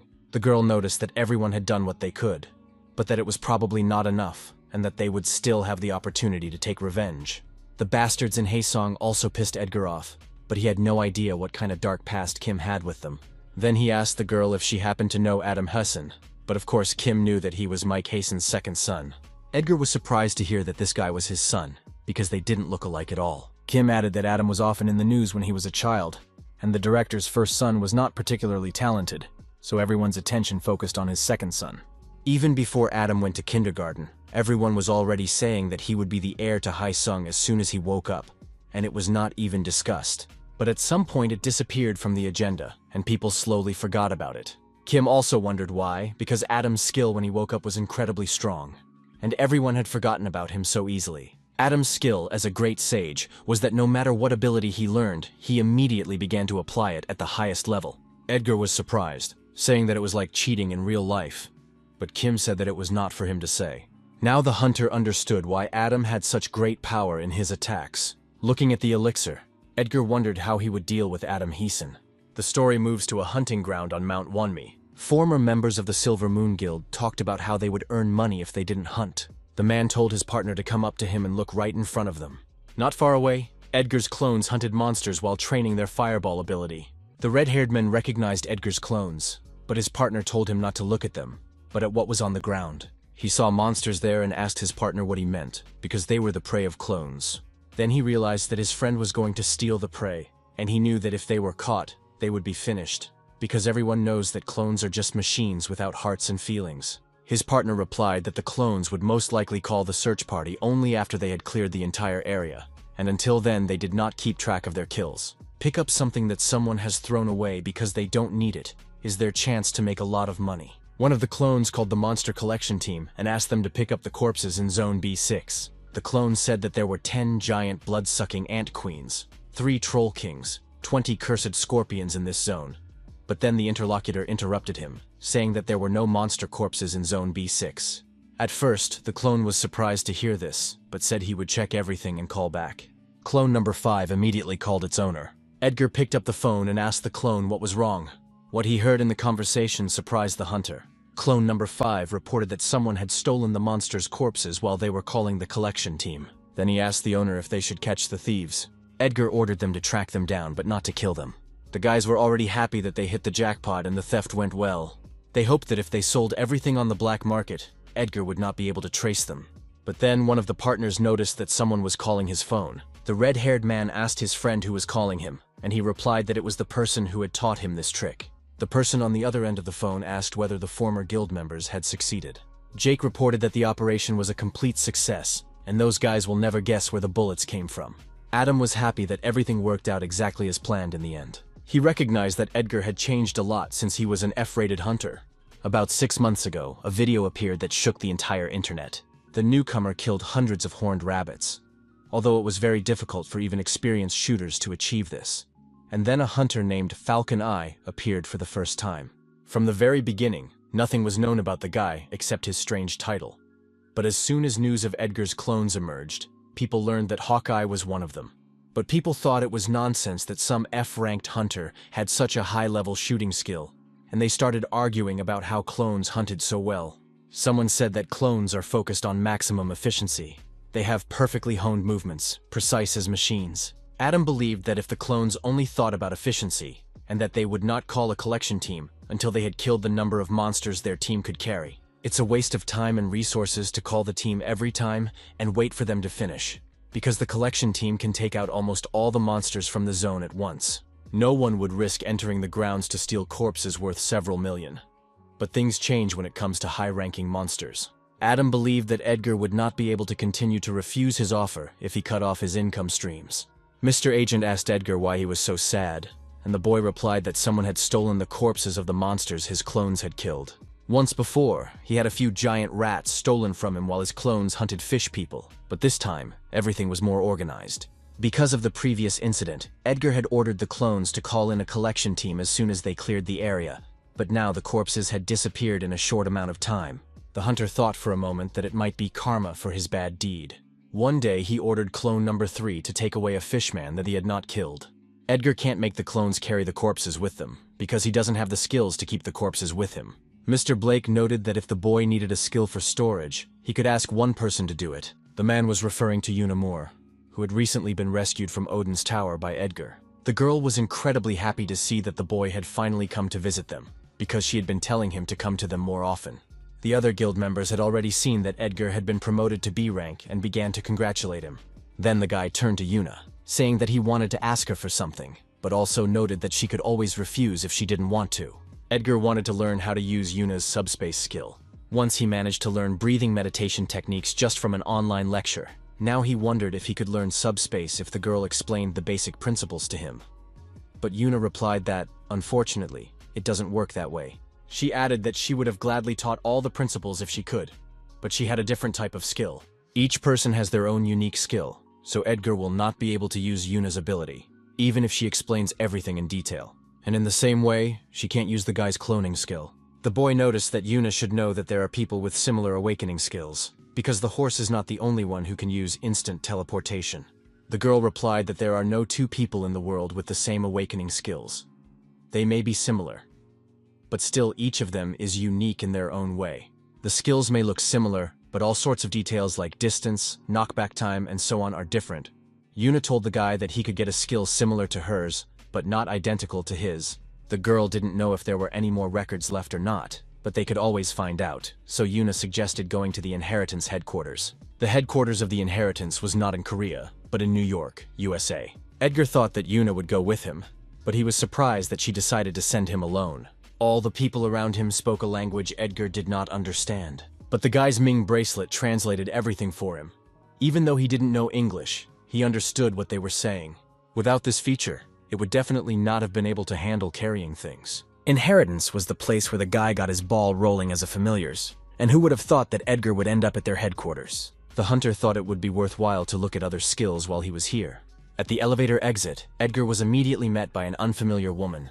This lady was the CEO of Inheritance, named Arya Bershael, and she learned about the guest from the Canas Guild. Edgar was surprised that the Director General of this headquarters was a woman. Arya opened the rather massive door and invited the guy into the room with the skills of organizing the Inheritance. At this time, Edgar's clones were busy doing their daily business. They hunted disgusting monsters in hunting grounds. At the same time, the clones were training their newly acquired fireball skill. They could launch several attacks at monsters at the same time. Thus, their hunting was many times more effective than before. The former guild members were unhappy because the clones were always using the fireball. Because of this, they had to cut out only the undamaged parts of the monsters and continue to follow the clones. Judging by the silence around them, the men assumed that the clones had already finished hunting.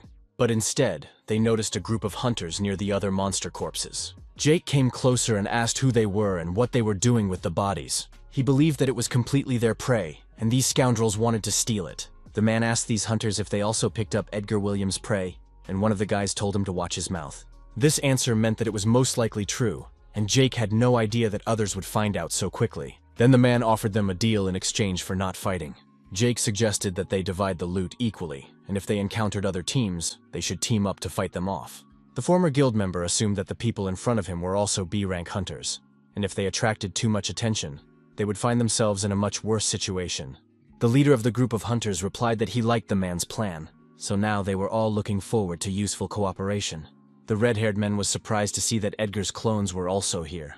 Before that, Jake had said that these guys had to go train after the hunt, but it didn't matter, because they had already sold the corpses on the black market. He assured us that there was nothing to worry about, because there were plenty of other hunters around, so we should go away as if nothing had happened. The red-haired man was blocked by a dagger suddenly thrown at him. The same thing happened to the leader of the hunters with whom they teamed up.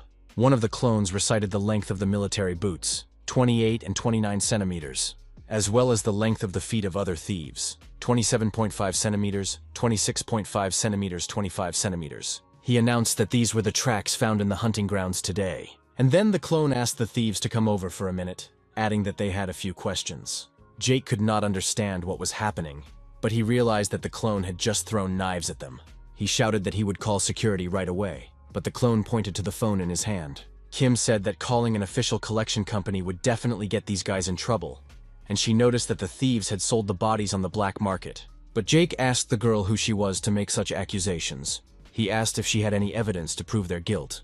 Kim Foster replied that she is now at the point of sale of the black market. She asked her husband if he wanted her to bring them the corpses that had just arrived, and added that they could check if they were really killed by their weapons. Edgar's clone remarked that they should really just call security. He picked up the phone and started looking for the number of the guards. After a while, the thieves agreed to move far enough away from the place where they had just been. Then they turned to the clones and asked what they wanted from them. Clone number 5 recounted Edgar's words that when he was a rookie, he had also tried to take a corpse that was someone else's prey on purpose, so he understood what happened. Then the guy added that if the thieves returned everything they had earned from the stolen loot, the boys would not make a big deal out of it. It would have been much faster for them to just clear another area than to wait for the black market corpses to identify their owner. So they didn't call the guards right away. So they believed that this proposal would be beneficial for everyone, but Jake still had some things he couldn't understand. He told the clones that they were just a manifestation of the skills of some hunter, and asked how they dared to offer them, B-rank hunters, such conditions. Jake said he had a better offer and started to pull out his blade. He told the guys that they would kill them right here and now, and that what they put on the black market would be sold in a few hours and no evidence would be left. The man did not want to just give the boys money. There are now 5 of them, so they could defeat these clones, and killing them would not technically be considered a crime. He noticed that the guys should have called security earlier, and was surprised that they brought them to a half-empty place. KFM was worried whether the 2 clones would be able to deal with it on their own. Then she noticed her old friend and asked if he knew who had sold the bodies. The man said that it was a team of 5 B-rank hunters, and Kim replied that these hunters had actually stolen the corpses from Edgar. The man immediately became angry because this gang of scoundrels dared to sell him stolen goods. But Kim was surprised to hear this, because she thought that her friend only bought such goods, and he believed that he did not have to sell stolen goods. Then the man asked where Edgar had gone if someone was stealing his loot, and Kim replied that the guy was abroad at the headquarters of the Inheritance. The events are transferred to the Inheritance headquarters, to the Skill Sphere manufacturing room. Arya said that this is where they create skill areas. She added that 80% of the world's production is located here. She had already heard that Edgar had learned meditation and mana breathing from online courses. And then I asked the hunter if he knew that he could learn fireball skills in the same way. It made sense. If it's not about the skill of awakening, almost everything can be learned online, Edgar thought. Then why do people buy such expensive skill areas? Arya guessed that the guy would think of this, and answered that the reason was that the skills were incredibly difficult to learn. Even if a person is very gifted, it can take from 6 months to several years to master a fireball on their own, and not to mention how long it will take to learn other skills. The fireball was a basic skill, so the others could take decades, if not longer, to master, since the information in the sphere is linked to the system. Even people with terrible mana control can learn skills instantly. Such spheres are incredibly difficult to manufacture, and therefore their prices are extremely high. Arya knew that Edgar was looking for a subspace skill, and said that luckily they still had one left. The woman pointed to the price tag, which read 10 million. Edgar was surprised to see this figure, because he expected it to cost much more. But then the CEO said that 10 million was in dollars, and in Korean money it was about 12.8 billion won. The lady said that this is just one of the cheapest skills related to subspace. Edgar expected the prices to be expensive, but they were too high even for him. Eris understood everything and told the guy that if he accepted her offer, she would give him a discount or even give him the sphere for free. Edgar was incredibly excited to hear that he could get this sphere for free and asked what the woman wanted. Then Arya came closer and said that she wanted Edgar's body. So the guy could not understand what she meant by these words. The plot shifts to a fight between the thieves and the boys' clones. The men did not understand how these guys were able to defeat them, because they were also B-rank hunters. They were incredibly angry, not understanding how this was possible. But they decided not to give up and continued to attack their opponents. One of the huntresses shot her arrow directly at the clone. However, he easily repelled her attack. The girl did not understand how this guy was able to repel the attack with a knife. 2 other thieves attacked clone number 4. However, he instantly dodged each of their attacks, but he was incredibly quick to strike back. Then the 5th of the thieves from the association joined the battle. Using the ability, he sent pieces of ice to the clones. However, they dodged it and swung their knives at the other attackers. 2 daggers immediately hit the huntress's body. She screamed painfully because of the wounds she had just received. Number 5 hurried to attack the 5th thief. The man raised his hands in the air and said tensely that he was surrendering. Jake still couldn't understand how this could happen. After all, they are also B-rank hunters and still lost. The man admitted that they lost to the clones in this fight. He said with despair in his voice that they would return all the money. The clan calmly asked for the money to be transferred urgently. He held out Edgar's bank account number, but did not have time to give it to the thief. And all because at that moment he was attacked by an unknown girl. Such a powerful attack threw the clone's body back several meters. The girl said that she had caught a couple of hooligans trying to make money. She added that in the name of the Haesong Guild, she would not allow such a crime to happen.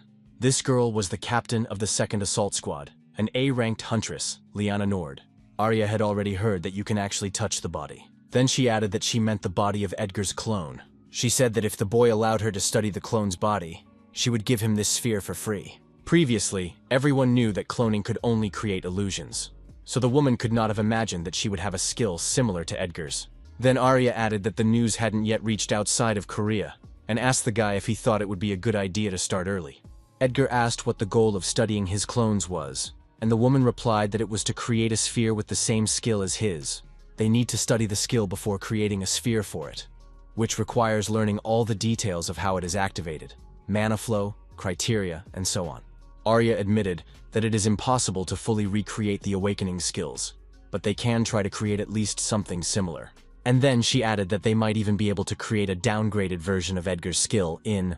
The hunter doubted whether he should do this, even though the woman would give him a sphere worth 12.8 billion, and there was no skill more useful to him than this. But if he agrees, his cloning skills could end up on the market.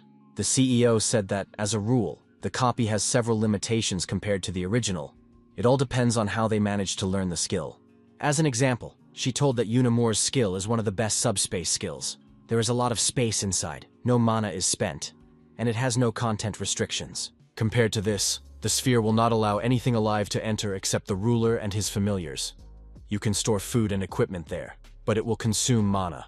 Therefore, even if they manage to copy Edgar's skill, it will most likely have similar limitations. After hearing the story, Edgar decided to accept her offer. But then he added that he would also have his own conditions, and if they agreed to them, he would immediately bring one of his clones here. The action moves to the area where the clash between the clones and the thieves took place. At that moment, Liana Nord of the Hasten Guild arrived at the scene of the fight. The girl was amazed that the clone managed to block the attack. He really was as fast as they said. Jake asked Liana who she was, and she replied that she was a righteous huntress who had come to stop the violence. After these words, she advised the thieves to huddle together and get out of here as soon as possible. However, Edgar Williams' clones were not going to let them go so easily. Clone number 4 apologized, but said they couldn't leave until they got all the money back. But the next moment, Liana attacked him, saying that it was no longer his decision. Clone number 4 quickly dodged the girl's attack with lightning speed. She hadn't expected him to be able to avoid her punch, but Liana was not at a loss and kicked the clone's body. The thieves just looked on in amazement as they ran away from the fight. But the guys were not going to let them go anyway. They had to get income for their hunting.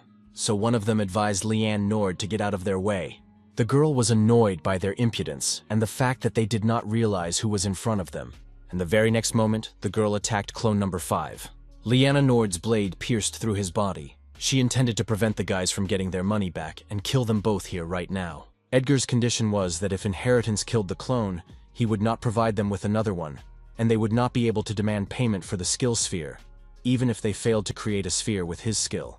Edgar will provide them with a clone for research for 3 months, and in return, the clone will have to do everything in its power. And the guy added that his clone will need clothes.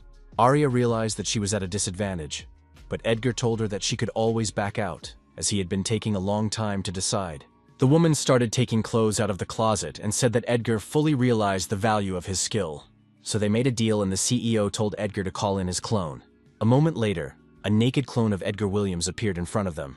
They immediately threw clothes on him and ordered him to get dressed. The CEO was a little embarrassed by the sight. She never thought she would see a clone with a real body. Edgar told the woman that she could call him number 7. He said that originally this clone was supposed to hunt in a certain place, but as the side effect of the potion weakened a bit, its self-destruction also weakened. Arya held out the sphere, saying that in any case, she had already verified the reality of the hunter's clone. Therefore, she was going to fulfill her end of the bargain by transferring the sphere to Edgar. Immediately after touching the sphere, Edgar began to absorb the new skill. Now the hunter had a subspace skill, the size of which depends on the level.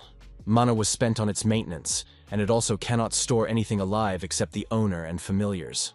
The CEO congratulated Edgar on his new skill. He decided it would be a good idea to try it out right away. The hunter activated the subspace skill, and a crack began to appear in the air. Every second its volume was growing. Edgar noticed that everything inside the subspace was very similar to Yuna's. There was a wall, and the space was much smaller than Yuna's, about 33 square meters. It was consuming the boy's mana, but not too fast. So the problem was small. This space should have been enough for the monsters his clones were killing. Ms. Arya asked the boy about his impressions of the skill, and he said that everything looked great so far and the last thing left was to see if the clones could use it. At first, the CEO did not understand what Edgar meant by these words. Then she saw the clone she had just summoned also use the subspace skill. The woman was amazed that the boy's clones also use skills, and Edgar explained that they can do anything but clone themselves. Arya Bershale was incredibly excited by this incredible skill. She realized that she had to get it at any cost. Edgar told number 7 to try to enter subspace as well. He did, but for some reason he came out from a different place than the hunter expected. It was quite strange, because the clone came out of the exact same entrance that Edgar had created before. Then the hunter noticed that another entrance appeared behind number 7, and this was most likely the passage that the clone had made. Edgar realized that no matter who uses the subspace, they are all united at the same time. He realized that it was more like a portal, if you can use it that way. However, at that moment, a strange crashed into number 7. Edgar could not understand where this weapon came from. Liana did not understand what skill her opponent had used and where her baton had gone. The clone replied that this is what happens when you throw your weapon around. It gets caught in subspace. Then the boy looked back in embarrassment, hearing his master's screams. Edgar shouted at number 7 that he couldn't die in his arms, but the clone objected, saying that he was still alive. But the hunter angrily shut his mouth, shouting that he would take revenge for him. He added that he did not know who did it, but he would never forgive him for it. Edgar grabbed the weapon he had just received and prepared to fight. Liana realized that she had caught a bigger fish than she had expected. The hunter asked the girl if it was her who threw the club, and the clone confirmed that it was this girl and that he had nothing to do with it. Liana didn't expect Edgar himself to show up, she asked, and so what if it was her? But Edgar only gave her an angry look. He noticed number 5 wounded nearby and asked if he was okay. The clone replied that he was able to stop the bleeding, but he could not feel his legs. Elgar told the boy that he had done a great job and then canceled the clone's call. Clone number 4 reported that they had found a team of hunters stealing monster corpses, and were in the process of getting paid for their loot. But at that moment, they were attacked by this girl. He added that she said she belonged to the Curson Guild, and the mention of them irritated the hunter, because everyone in this guild tries to ruin other people's lives. Liana told the guy that he sounded brave, and that it was typical for a B rank to think that they could afford it. Edgar Williams grabbed a gun and asked clone number 4 to cover him. He was about to start attacking a huntress from the Haesong Guild, but Liana Nord was walking in his direction with an imperturbable expression. Adam Heeson was irritated by the weakness of his subjects. Jake told them that everything went very badly and asked them not to call them again, because they almost died.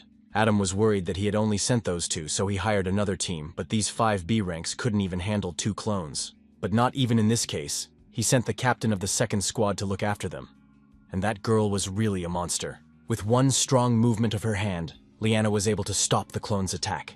She told the guy not to get carried away just because a few newspapers wrote that he was an impressive newcomer. She kept wondering why the clone couldn't figure out who his rival was, and assumed that he had taken after his master, and she told Edgar to know his place as a B rank. Liana swung her baton and said that she would teach him a good lesson for that. After such a blow, the ground under Edgar's feet split in 2. The captain of the 2nd Guild squad, Heeson, admitted that her opponent was quite fast. Due to the scale of the attack, Edgar realized that this girl was an A-ranked hunter. But at least he managed to break her right arm by blocking the attack, so she still took damage. Liana asked her opponent if he wanted to return her weapon. Edgar was going to block the girl's next attack with her own weapon. The blow was quite powerful, so the guy could barely withstand it, and as a result, Liana Nord took back her baton. The girl said that her weapon was made in accordance with the latest technology, and asked the boy if he was going to continue fighting with this toy gun. Edgar could not understand what she had just done and how, because her arm was broken. He was incredibly annoyed by this whole unpleasant situation. The hunter told the girl that she shouldn't worry about what he was going to use to fight her. And then a couple more clones appeared from subspace. Liana realized that her opponent would not give up easily. The clones brought the blade, as Edgar had asked, and took number 5 to the hospital. The hunter took up arms and prepared to fight Liana, but the girl was already looking forward to him attacking her.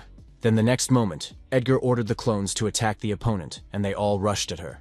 The CEO of Heritage could not understand what was going on here at all. She had no idea that subspace could be used as a portal. She didn't know what to do with this fight, because she understood that she shouldn't interfere in personal disputes. But now was a great opportunity to keep the guy in her debt. And mentioning the baton, the CEO suggested that this weapon was developed by Tron Industries. She didn't want to miss the opportunity to put those arrogant fools from Tron in their place. Then Arya called Hubert and asked if they had already finished the prototype they were working on. The guys managed to stab the body of the leader of the second guild unit, Hyasun, with knives. With a smile on her face, she admitted that the clones were quite fast. But then the girl asked if they knew what her skill was. Liana's skill was damage return.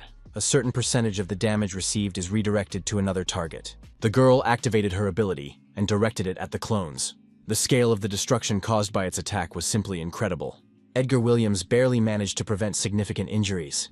But Liana wasn't going to let him rest. She immediately swung her sword at the guy.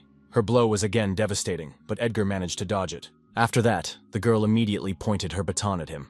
The guy was in a difficult situation, because he could not dodge while he was in the air. So the next moment, his body was pierced by flames from Liana's weapon. Edgar was thrown back and noticed that all the girl's wounds had already healed, but he still couldn't understand the secret of Liana's skill. Then he shouted to number 4 to start acting. He threw him a small bag and the clone immediately caught it. He opened the bag and began to pour its contents into his mouth. Liana asked her opponent what he had just fed his clone. Edgar replied that if the girl was from the Haesong Guild, she should have guessed what it was. And he added that his clone had just eaten the same drug from the crystals. And Liana couldn't believe what she had just heard. The hunter said not to play dumb because they made a lot of them together with the Silver Moon Guild. The guy had heard that one such crystal increases the performance of about 100 gems, so he kept some for himself.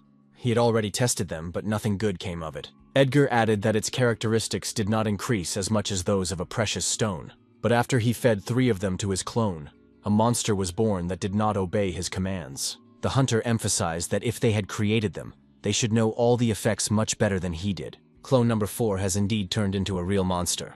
But Liana advised us not to think that something would change just because the clone got bigger. Even though it costs hundreds of gems, it increases its performance by only half a level. She was annoyed that her opponent thought that if he ate a couple of them, it would make a big difference. But the monster didn't mind her words and started attacking. Liana was knocked back several meters into the air by the previous blow. Edgar assumed that the girl had bitten her tongue. The bonus to a characteristic from a crystal is so small only for visible characteristics, but the power gain from transforming a monster is quite different.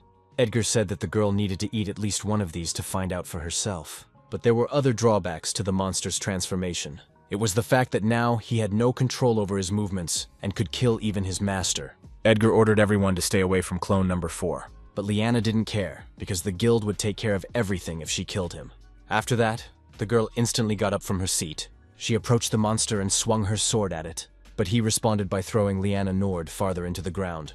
However, after all the injuries, the girl began to recover instantly. The girl used her ability and attacked the monster. Her attack was incredibly powerful, and it knocked the monster to the ground. After Liana dealt with the monster, she jumped up to Edgar. In a crazy tone, the rival asked the guy if she killed him. Would the clones disappear with him? This amused Edgar at first, but then he realized that she was completely serious. 2 more clones came to help their master, blocking Liana's attacks. The 3rd clone was about to attack the girl behind him. He swung the knife and, as it seemed at first glance, plunged it directly into her body. But Liana held the knife back with her bare hands and said that it was nowhere near enough to defeat her. She swung her sword in the direction of her opponent. Because of this attack, his entire body was pierced by the flames from the sword. The girl noticed that the guy's clones did not hit vital organs and asked if they had never killed a person before and why they babysitting him. Edgar cut his leg to get the blood that his blade was supposed to absorb. He told his opponent not to worry and that this would not happen again. Seeing that her opponent had just cut his leg, Liana assumed that he was going to give up. But in the next moment, Edgar's body felt incredibly thirsty for blood. After the sword absorbed his blood, the guy rushed to attack his rival. It was incredibly fast, and Liana realized that he was aiming directly at her neck. Edgar asked the monsterized clone if he was okay. He responded by attacking the seat where Liana Nord was sitting. He grabbed the girl's hands with his claws and was going to take her upstairs. But Liana was incredibly annoyed and immediately escaped from the monster's clutches. 2 other clones shot at the girl with fireballs. Liana easily fended them off, telling that their little lights would not harm her. The monsterized clone was also going to use the fireball technique. A huge stream of fire rushed out of its mouth and directly at Liana. The girl tried her best to block this attack. The next moment, she shouted the name of Edgar Williams incredibly loudly. Liana absorbed the damage and directed it toward the boy.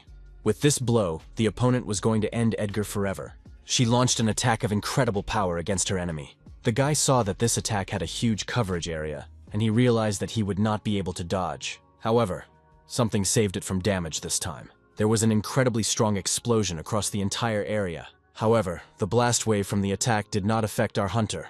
Edgar saw some kind of cloth on himself. He could not understand what it was. Ms. Arya enthusiastically said that this is the newest experimental armor created by Heritage, called MRSR. It is lightweight, flexible, and designed to absorb damage, as it is made in the form of a cloak and can be worn over other armor as additional protection. The CEO proudly announced that the baton made by Tron Industries was no match for her, and number 7 was impressed by her speech, but he did not understand English. Edgar asked the clone to convey his gratitude to Ms. Arya Bershael. An exhausted Liana Nord considered this a real mockery. The monsterized clone did not miss the opportunity while the girl was in despair and attacked her. The ground under his feet began to collapse rapidly. The opponent was covered with debris, but she still continued to hold the baton. She activated the skill and was about to redirect the damage to the target. But a moment later, Liana realized that she had nowhere to redirect the damage. That's why the girl's attack began to fly in different directions. The monster crushed the opponent with its huge paw again. She realized that she needed to redirect this damage somewhere. The monster did not let her do so, continuing to attack her opponent. Liana Nord was lying exhausted on the ruined ground. She lifted her leg up and was about to direct the damage at the monster. It really worked, and the attack was redirected in his direction. The girl was sighing incredibly heavily as she lay on the ground. But then she opened her eyes because she felt someone standing over her. Edgar clenched his fist and told Liana that she had done a good job.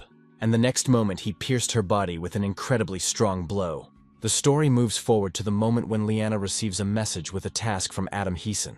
The girl told Loki that she would be back soon. My partner noticed that they should have finished hunting by now. Liana said that she had been summoned by the chairman's son, but Loki was unclear why she was helping him, as his rank was lower than the girl's.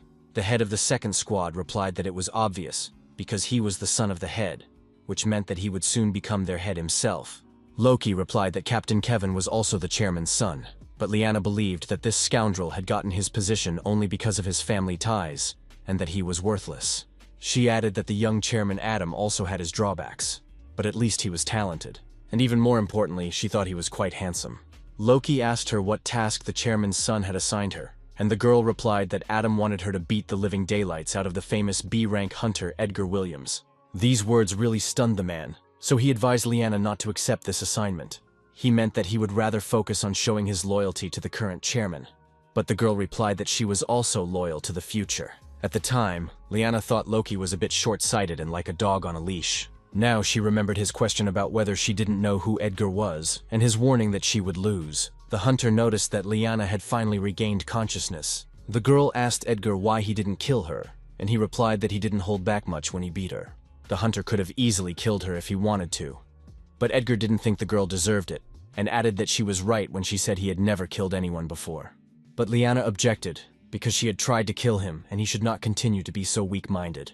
After the last words, Edgar plunged his blade right next to the girl's head. With a crazy tone, he told his opponent that this was her last chance. He suggested that we finish before anyone died, and since he had already been returned what he had, the guy told Liana to forget about what happened and disappear while she still could. Edgar didn't like the idea of having to kill someone, but he had a lot of ways he could do it. Then the girl said in a cautious tone that she understood everything. Edgar stepped away from her and began to open a subspace in the air. He asked number 7 if his face hurt, and he did not deny it. Liana breathed a sigh of relief after everything that had happened. Her face immediately turned red, indicating that she liked Edgar Williams very much. After that, the teams that had stolen Edgar's prey disappeared, and a few days later, the clones were restored, and he was able to return to his quiet life as a hunter. Clone number 7 was sent to Inheritance to develop the skill area.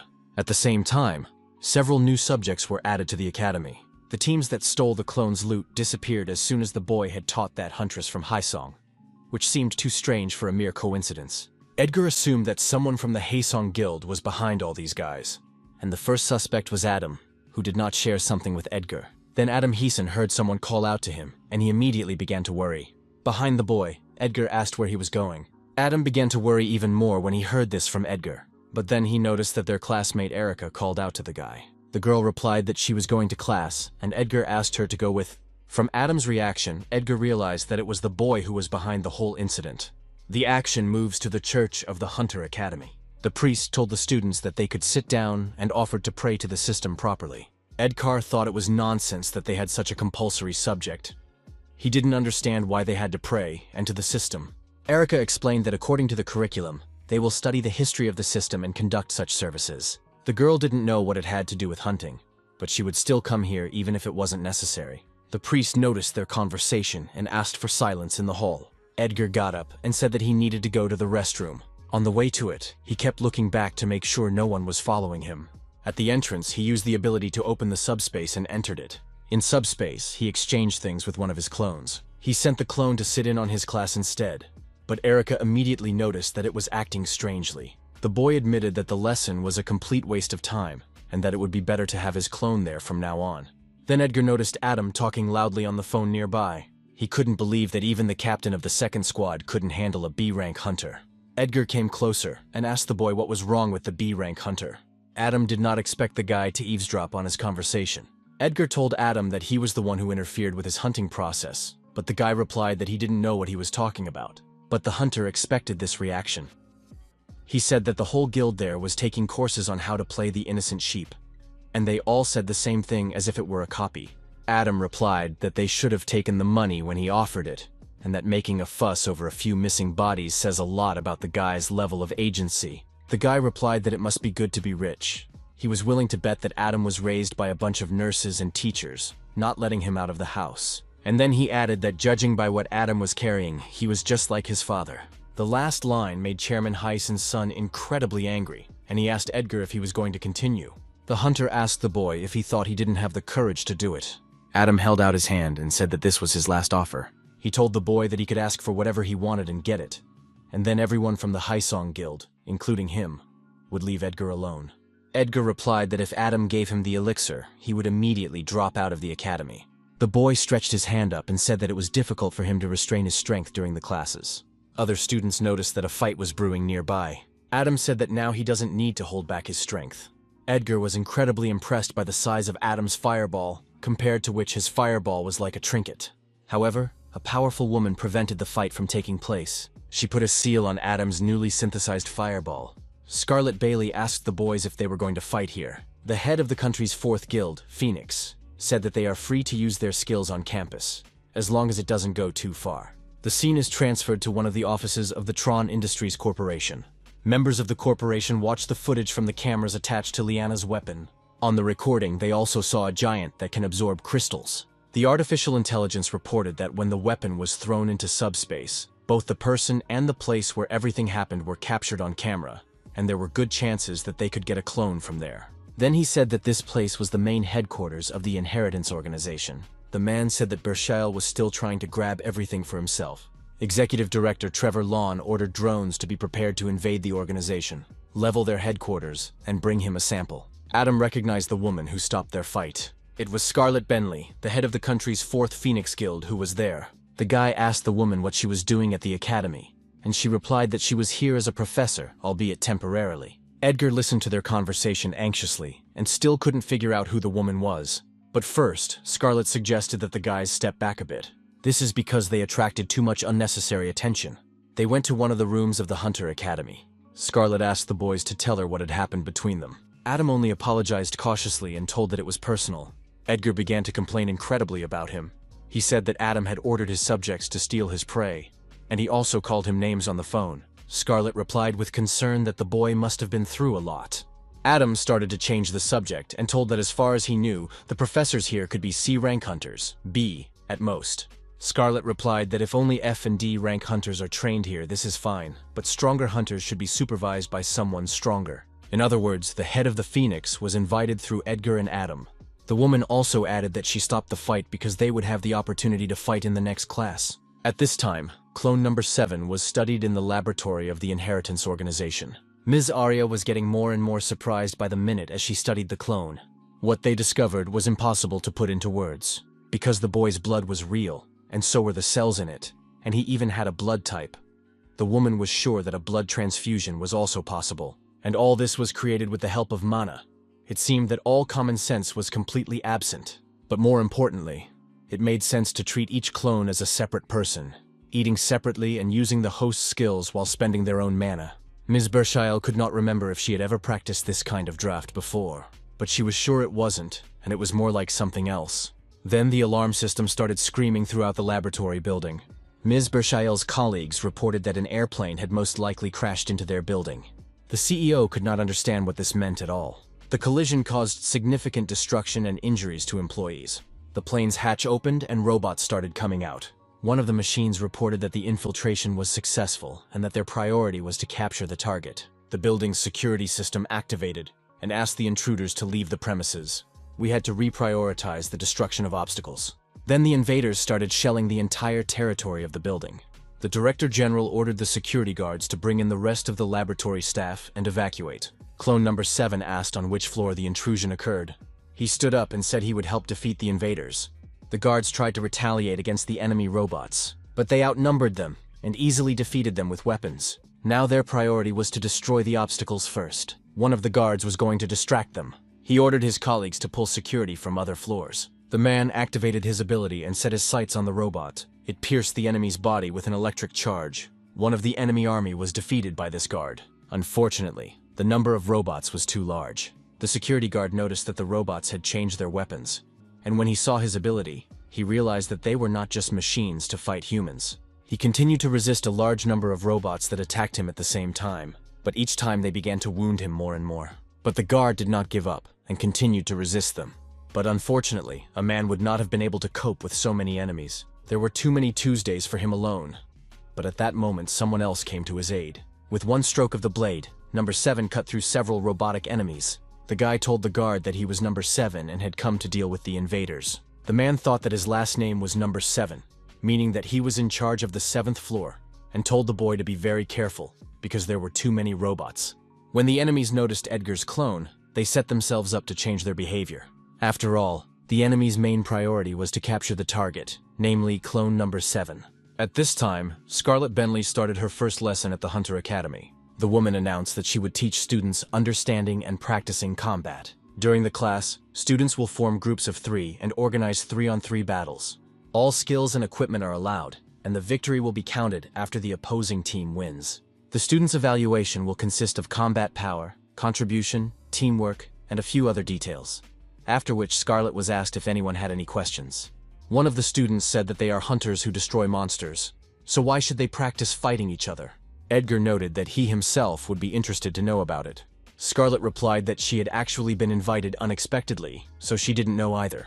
But based on her experience as an A-class hunter, the woman said that hunters need to worry about more than just monsters. Also, about the distribution of money, conflicts between groups of hunters, crimes in unregistered portals, and much more. Scarlett added that if you are a hunter, you can always run into a conflict with another hunter, and anything can happen in the portal. Another student repeated that the professor had said that the group should consist of 3, and he asked if there was any limit in terms of the rank of the hunters. Scarlett immediately realized what the guy meant by this question. She reminded the students that there were 2 boys among them whose level was above average. The professor said that students should not worry about this, because they will give them proper penalties to equalize the chances. With that, Ms. Scarlett ended her speech and said that students could get to know each other to find teammates for the next class. Edgar wondered what kind of fine the woman was referring to. Erica asked the boy if they would be on the same team, and Edgar embarrassedly agreed and said he had to take the phone.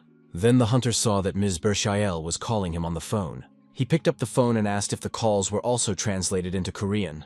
Ms. Arya asked excitedly if she was talking to Mr. Edgar Williams. She told the hunter that she had something to tell him. Sitting among the rubble of the building, Ms. Arya said that room 7 had been taken away. It was hard for Edgar to believe what he had just heard. He asked Ms. Bershile how this could have happened. Then one of the guards got up from the floor and said he could explain everything. When the clone arrived to help the man, he continued to cut up all the robots. The security guard also kept up with the boy and neutralized the robots with his own ability. He recognized that this guy next to him was quite strong, and he was interested in who he was. Then one of the robots began to activate the other team. He activated the refactoring of resistor modules and circuits. After this command, the enemy grabbed the man's neck with his iron hand. He did this in order to stop clone number 7 from resisting. After this maneuver, he directly addressed the guy who continued to fight. He told the clone that if he continued to move, he would kill this person. The guard shouted not to worry about him and to break the robot. The enemy said that if the clone stopped resisting, there would be no more destruction, assuring that this was true. Then number 7 asked the man if he belonged to Inheritance, who replied that it didn't matter now and that reinforcements would soon arrive. The guy said that his boss had ordered him to provide maximum cooperation to the Heritage team.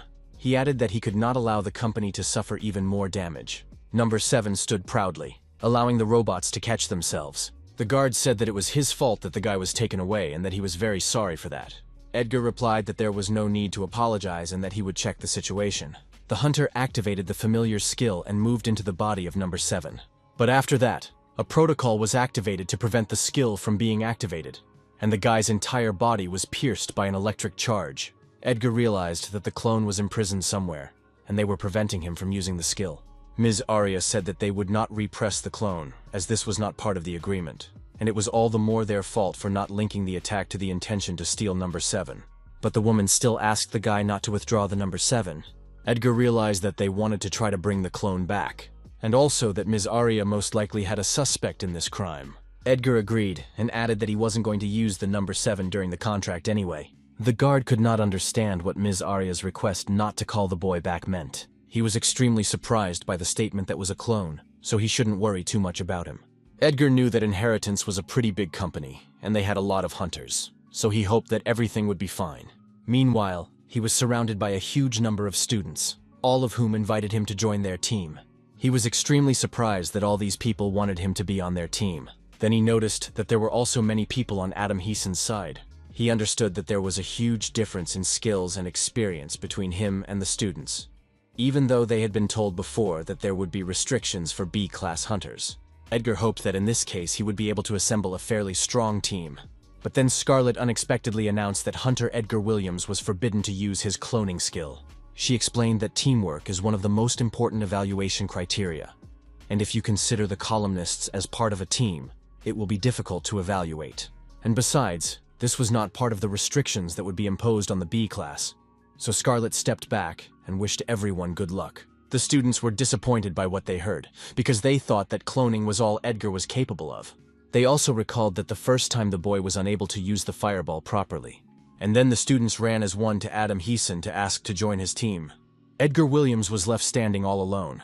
At this time, Erica was sitting in her seat, irritated. Edgar embarrassedly approached the girl and invited her to join his team.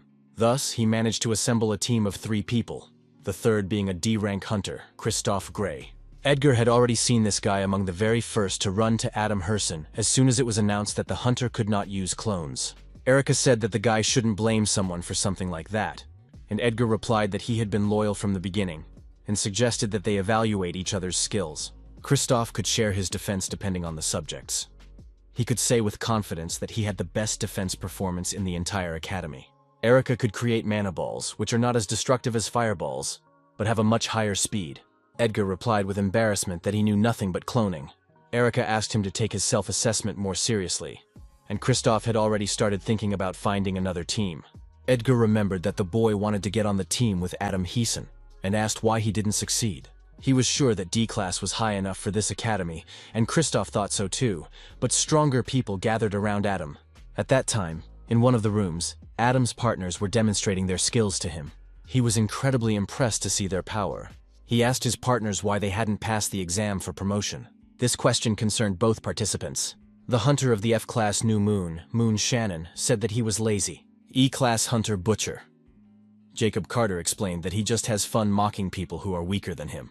Adam realized that these guys were somewhere around the C-rank level, if not higher, and even Jacob, who hadn't attended a single class, joined him. These guys were even too strong compared to the others, and with such a team, Adam believed that he would definitely destroy Edgar Williams. The plot is transferred to a vast desert on an unknown continent. A man wandered through it, leaving behind only the corpses of monsters. Many terrible monsters were waiting for him on the way. To defeat the monsters, the hunter used his blade. He easily managed to defeat each of his enemies. The man again left behind only the corpses of defeated monsters. He had almost forgotten how he was supposed to use what he had come here to do.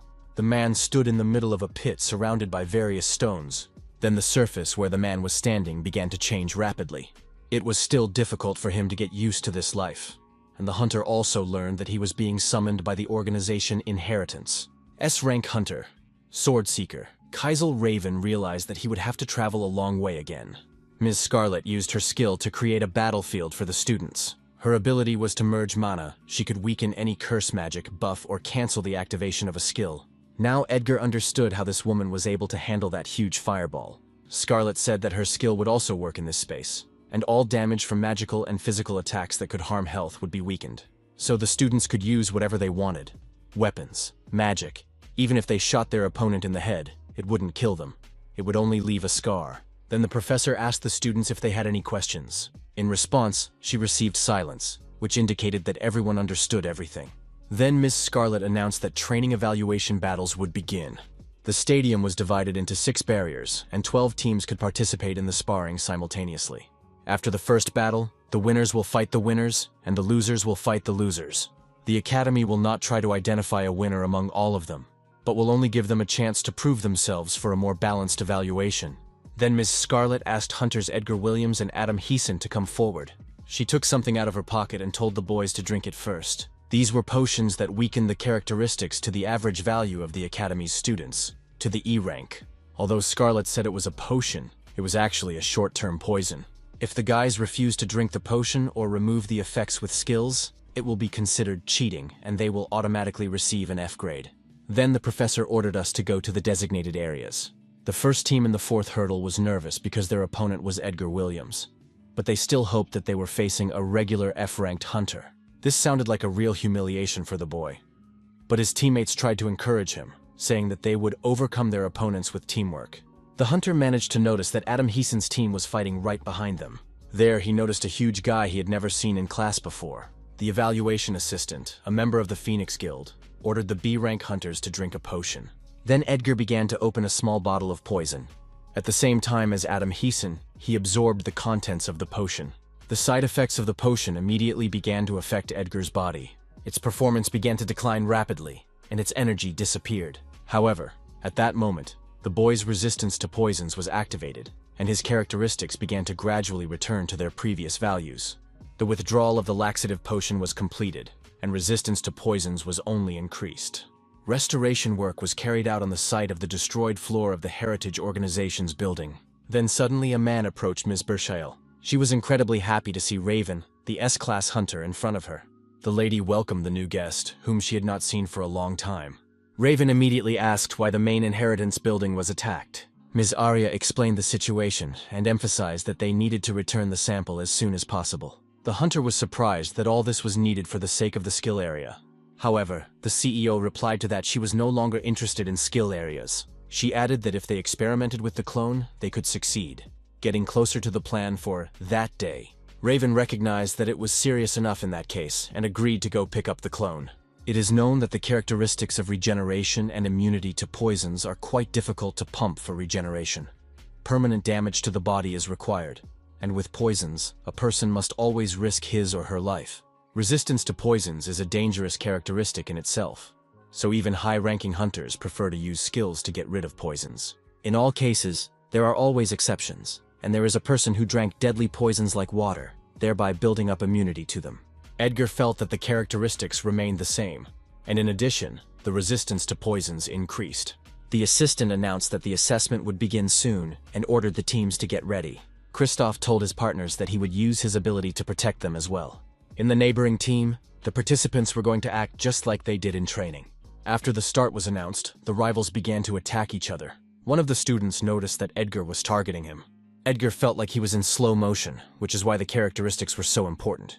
He thought he could even dodge like a clone. The guy mocked his opponent for moving too slowly. Now the guy thought he had dealt with one of the enemy's team members. But then the thought occurred to him that if he outperformed them by a lot, it could be proof that the weakening potion hadn't worked. Edgar realized that then he could be forced to drink something much stronger, so he decided to deliberately expose himself to the enemy. Edgar flew back a few meters from the previous attack. His partners were instantly worried when they saw what happened to Edgar.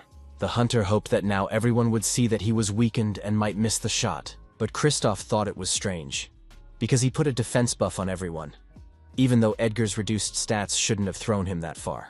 The hunter realized his mistake and began to get up. He told his partners that he was fine thanks to Kristoff's protection.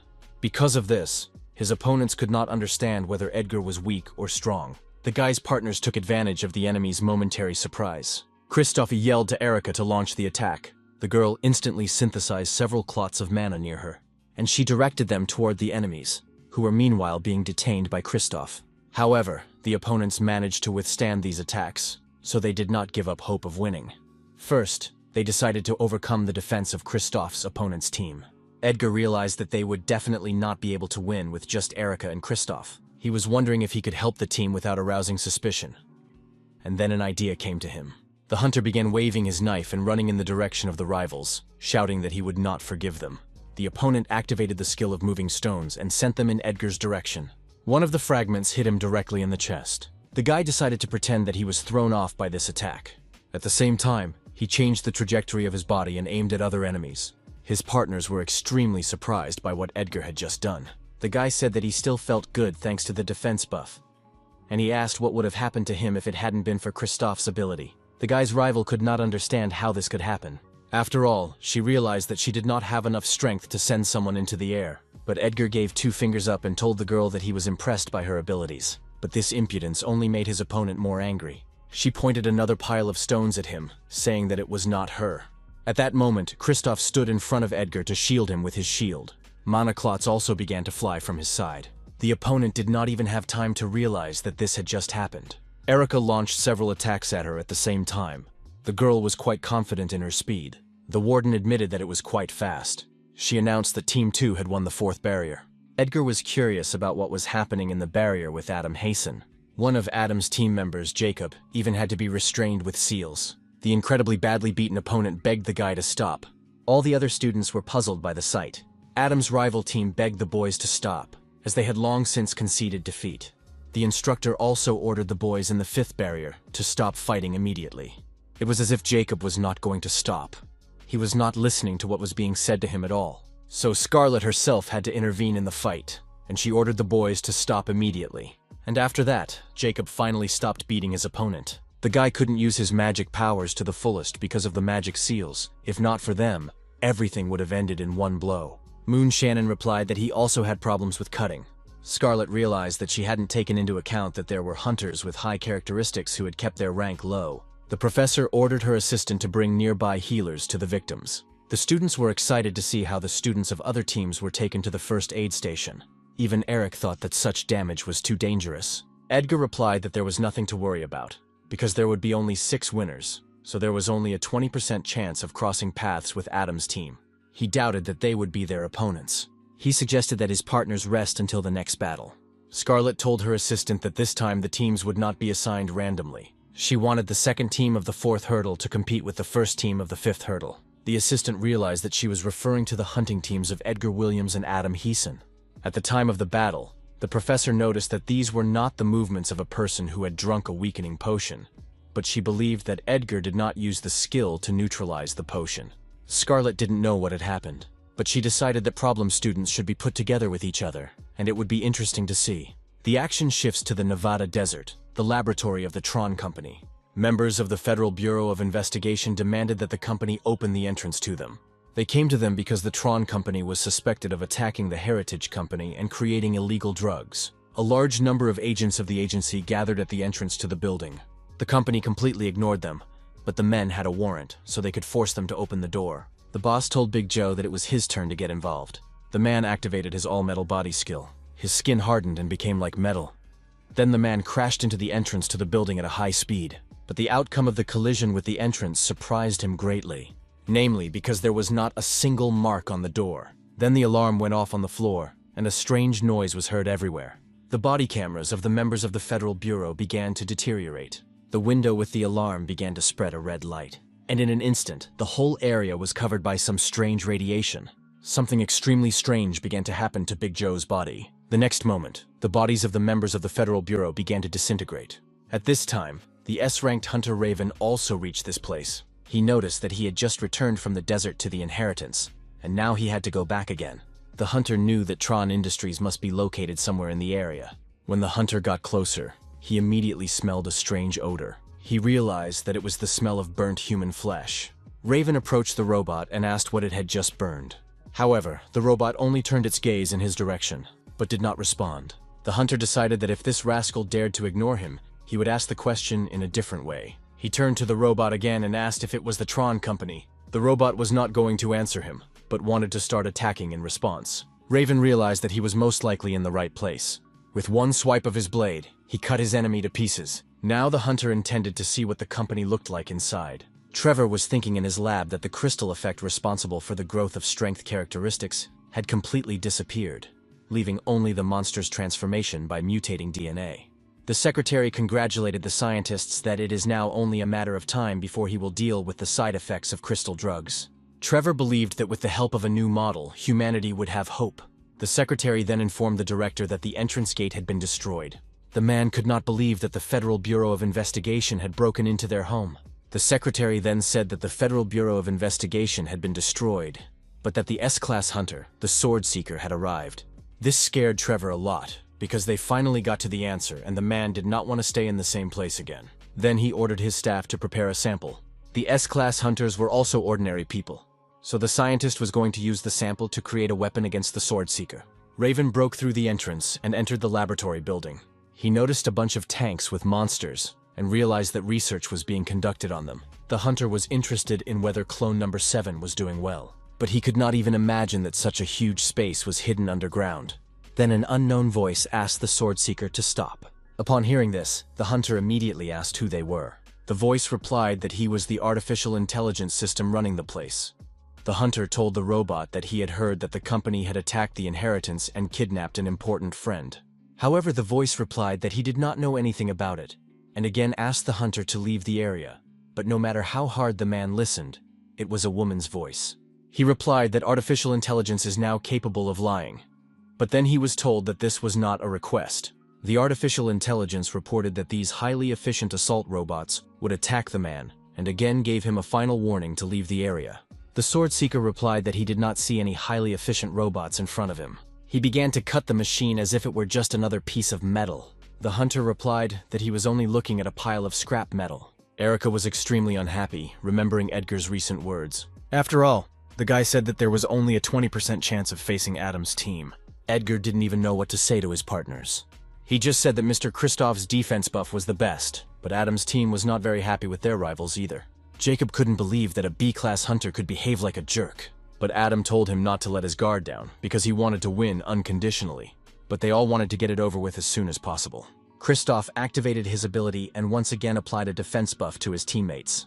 Edgar realized that he had to stop pretending now, because his two opponents were at least C-class, so he had to fight at full strength. Scarlet asked her assistant to call the healers just in case. Then she told the participants to get ready and announced the start of the match. Jacob attacked Edgar in order to test the skills of a B-class hunter. The boy immediately dodged the man's blow.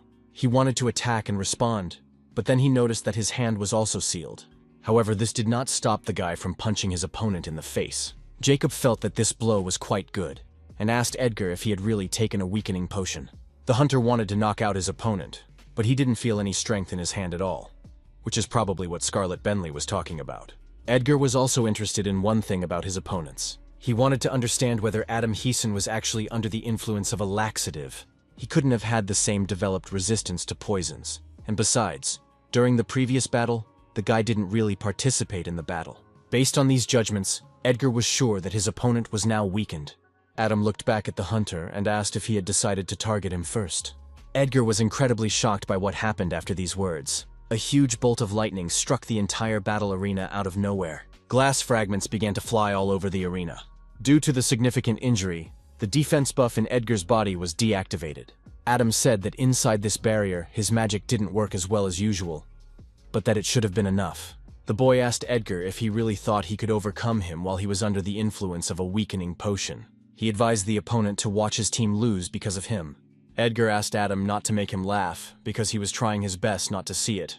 The artificial intelligence informed us that the assault robots were destroyed and ran out of reserve forces, and that they had prepared a subconscious mind-altering drug to control behavior, strengthen bones, basic abilities, and endurance. This drug was supposed to significantly improve the clone's visual acuity and motor skills. These words came as a relief to Trevor, and he ordered the clone to be administered drugs. At that time, Kristoff was facing off against Moon Shannon from the opposing team. Moon's ability was the ring attack. The more he swung his weapon, the faster his agility grew. He continued to wound Kristoff quite seriously. Moon said that this time he wanted to cut off his hand with this attack, but the seal on his hand did not allow him to do so. Edgar saw that his teammate was quite seriously wounded. Adam wasn't going to let Edgar get away that easily, because the guy wanted to deal with him first, so he activated the force field skill. Then the hunter turned around and told Adam in a menacing voice not to stand in his way. The guy destroyed Adam's force field with a fireball. Edgar mumbled that Edgar should have seen his skills in this ability the first time around. He was going to show his opponent what a real fireball should look like. In response to this attack, Edgar was going to activate his newly acquired subspace skill. He opened up subspace right at the spot where the fireball was going. Adam was annoyed that Edgar had managed to learn such a skill. At this time, Erica tried to resist Butcher Jacob. The opponent's ability was called Contempt for the Weak. The lower the opponent's characteristics, the higher the guy's. Jacob mocked the fact that she called her punches an offensive skill. He was going to attack Erica, but Edgar Williams stopped him. The guy wanted to say something to his opponent, but he couldn't finish, because suddenly his body began to monsterize. Erica could not understand what was happening to her teammate. Edgar was diagnosed with a body deformity and a new skill. Adam didn't understand what was going on with the guy, but this was their chance, so he told his partners to target Edgar Williams. Moon did not really want to do it, but he activated his skill. Jacob was also about to pounce on the guy in front of him. Adam activated the Fireball and Windblade skills. He mixed the skills and activated the Flames of Hell. All three simultaneously attacked one Edgar Williams. This attack caused a huge explosive wave in the arena. Jacob hoped that now he would finally be done with Edgar. Loud noise from the attack was heard throughout the area. Erica and Kristoff were worried because they could not understand what had happened to their partner. The examiner immediately began to call for a healer, but Scarlet ordered her to stop. Edgar acquired another skill, Strong Bones, which strengthened his skeleton, while his characteristics began to grow at a frantic pace. Jacob couldn't understand what had happened to his ability. The system said that the difference between the strength and reflex characteristics was too great. The Unbreakable Body skill was created in Edgar's body, and his basic characteristics almost doubled. Edgar was going to attack his opponent in response. Scarlet realized that this could be very dangerous and ordered Edgar to stop. She put several seals on the hunter's entire body at the same time. But the next moment, the guy broke one of the seals on his hand with his own strength, so he still managed to hit Jacob's body with his fist. Edgar's attack was full of incredibly destructive power. The blow threw Jacob right into the wall, which left bloodstains. Erica and Kristoff were seriously impressed by what they saw. Adam and Moon also did not expect this turn of events. The son of the head of the guild, Haesong, could not understand what had just happened. Edgar told his opponents that this is how battles should end. This transformation of the guy was caused by the drugs of the Tron Corporation. Trevor was pleased that the huge jump in performance was caused by resistance to being transformed into a monster. The man hoped that he could create a soldier capable of overcoming even the S-class he had imagined. The system reported that after resetting the hippocampus, they changed the old host to a new one. The director of the corporation approached the clone and told him that his new name was T-01. The system reported that the Sword Seeker had reached the 7th basement floor, and that his estimated arrival time was 5 minutes. Then the director ordered the clone to go and destroy the outsider. But a few seconds passed and the clone still didn't move. Trevor hurried to check that he had installed the translation device accurately. He named the clone T-01 and ordered him to go and kill the outsider in his mind. However, the guy pulled away from him and said that his name was number 7. He hit the man and added that he takes orders only from his master. Through the forced administration of drugs and the issuance of orders, the clone identified the surrounding objects as hostile. Scarlet was amazed that Edgar Williams had broken her skill with sheer force. She no longer believed that the guy was really a B-class hunter.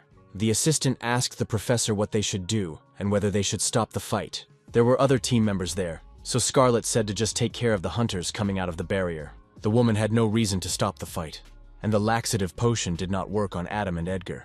This skill requires a huge amount of mana, so if Adam's stats were lowered, he would have been out of power long ago. Scarlet realized that in this battle all the restrictions were sent far away at first. She said that they would continue the battle and watch. Moon Shannon turned to the commander and asked him to give him an order. The boy noticed that Adam Heeson was now filled with anger, so he shouted in his direction to help Adam come to his senses. He asked the commander if he really did not see what was happening here. The guy immediately started apologizing for losing his temper for a moment. At this time, Adam was even more reproachful of himself for what he was thinking. He recalled his father's words that getting the elixir would be an opportunity for Adam to prove his worth. The guy realized that he couldn't give up, so he told Moon that he would put a speed-up buff on him and ordered him to knock Edgar down. Moon's reflexes and dexterity were significantly improved.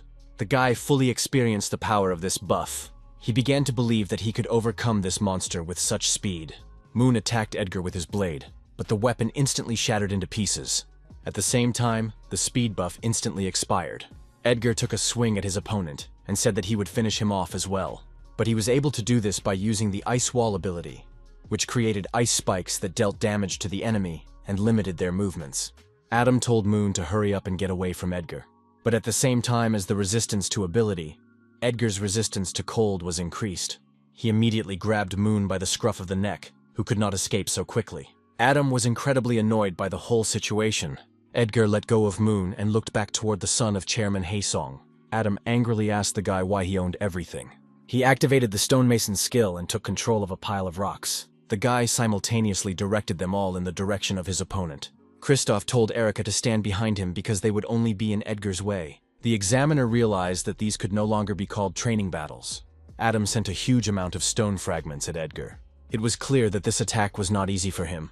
But the next moment, Edgar stood in front of him with a pile of debris on his body. The guy took a swing at his opponent and told him not to blame others for his shortcomings. However, at the crucial moment, Scarlet blocked the guy's attack. She told Edgar that the assessment was now complete. She announced that Edgar Williams' team had won. The professor asked him to call his clones to help clean up the place. The boy obeyed the teacher's order, and the clones with exhausted faces cleaned the territory. Some time passed, and the professor said that there was enough cleaning for today. She turned to the hunter Edgar Williams and told him to follow her. The hunter heard the professor's request and followed her. They walked a short distance away, and then Scarlet asked Edgar how he was able to get rid of the effects of the laxative. The guy assumed that he might be asked this, but now it was unexpected for him. The hunter replied to that he had drunk the potion, and its effect had completely disappeared. Scarlet asked the guy what his poison resistance score was, and was surprised to hear a value of 8. The woman realized that in order to do this, you need to eat whole handfuls of poisonous mushrooms, and Edgard explained that he had achieved this result through rigorous training. The professor smoked a cigarette and said that the students could start discussing it, but she intended to come up with a solution to this situation. The woman waved her hand in Edgar's direction and told him he was free to go. The hunter was glad that he had somehow managed to get out of this situation. And besides, he couldn't understand what kind of skill he had acquired because it had very good effects. He suggested that it might have something to do with number 7. The guy suspected that the clone might have been experimented on recently, so he decided to check it out with the help of the familiar's skill. Edgar tried to do so, but a protocol was activated with a countermeasure to the familiar's skill. After that, he decided that he would give up trying for now. Edgar was confident that number 7 would somehow get out of it, and his inheritance promised to bring him back. Meanwhile, the clone began destroying all the equipment in the Tron Corporation's laboratory. The artificial intelligence system begged him to stop, but the guy didn't care. He replied that he would only follow his master's orders, but the voice said that the Tron company was his master. The sword seeker finally made it to the lab. He looked at the boy and asked if he was clone number 7. The 7th one was a little silent at first, but after a moment he answered that he was right. Raven noticed that everything had been taken care of before he arrived. It was too easy, and then the hunter suggested that the clone leave together. Raven explained that he had been sent by the company Inheritance, which was to cooperate with number 7 for 3 months. After these words, the guy tried to remember something about Inheritance. The sword seeker noticed that something was going on with number 7. The clone apologized and said that he did not remember receiving such an order. The artificial intelligence got excited, assuming that the brainwashing drug had started working, and then it told the guy to start following their orders. However, the clone replied that it only obeyed its master's orders and would continue to do so. Raven didn't like the fact that number 7 had forgotten about the order to cooperate with the Inheritance Company. The hunter said that they could have just contacted Edgar, but he didn't have that option right now. Raven apologized and said that he would have to take number 7 by force, and the guy replied that he would treat him as an enemy in that case. The gentle twilight enveloped the subsidiary building of the Hunter Academy that housed the hospital. Adam woke up after a hard battle and tried to recover. He recalled the moment when Edgar told him not to blame others for his shortcomings. The guy thought about it and recognized that this time he had completely lost. He lost, even though he used those dirty tricks. It was extremely bitter for Adam to recognize all these facts. The guy left his room and headed out of the hospital. However, on the way out, he was grabbed by someone's strong hand. This time he was attacked by his former teammate Jacob. He told the guy that he had heard that Adam had passed out even before he received that blow, and he began to reproach the guy for not even being able to cope with a retarded idiot who was unable to use his only skill, cloning. But then the butcher suddenly saw Edgar in front of him. The guy immediately kicked him in the stomach, saying that the retarded idiot was right in front of him. He added that Jacob should have kept quiet as a losing party. The butcher did not expect the hunter to stand up for Adam Heeson. Edgar asked the boy if he was the one who said he couldn't use his powers because of the barrier. He opened a portal from which 2 more clones came out, and told Jacob to attack right now. The guy ordered the clones to teach the boy a lesson until he learned to speak with respect for others. The clones slapped Jacob in the face and told him that the correct thing to say is, "Wait, please." The opponent begged them to stop, but the clones replied that the correct way to say it was, "Stop, please." Adam turned to Edgar and asked him why he had saved him. The boy didn't want Adam to get the wrong idea, so he explained that Jacob was only being beaten for disrespecting the hunter. Edgar added that the fact that Adam prevented him from hunting hunters has not changed, so he advised not to consider him a friend. Finally, he advised me not to think that he was a good guy. Edgar wanted to leave, but Adam asked him to stop.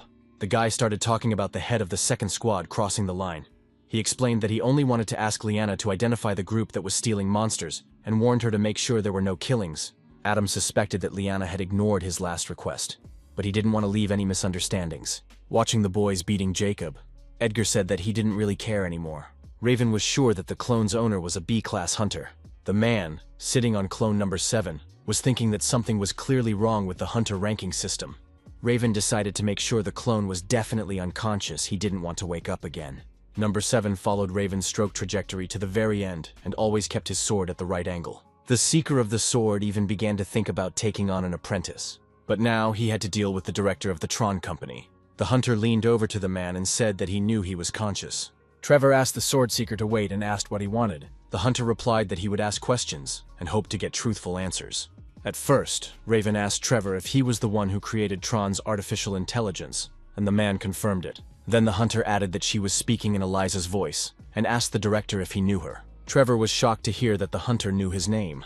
Raven concluded that Trevor was one of the researchers involved in the experiment he knew, and if he knew Eliza, he knew the others as well. The director began to ask where Eliza was and begged the hunter to tell him, and Ravnan started talking about her lover, Lieber Zeinstein.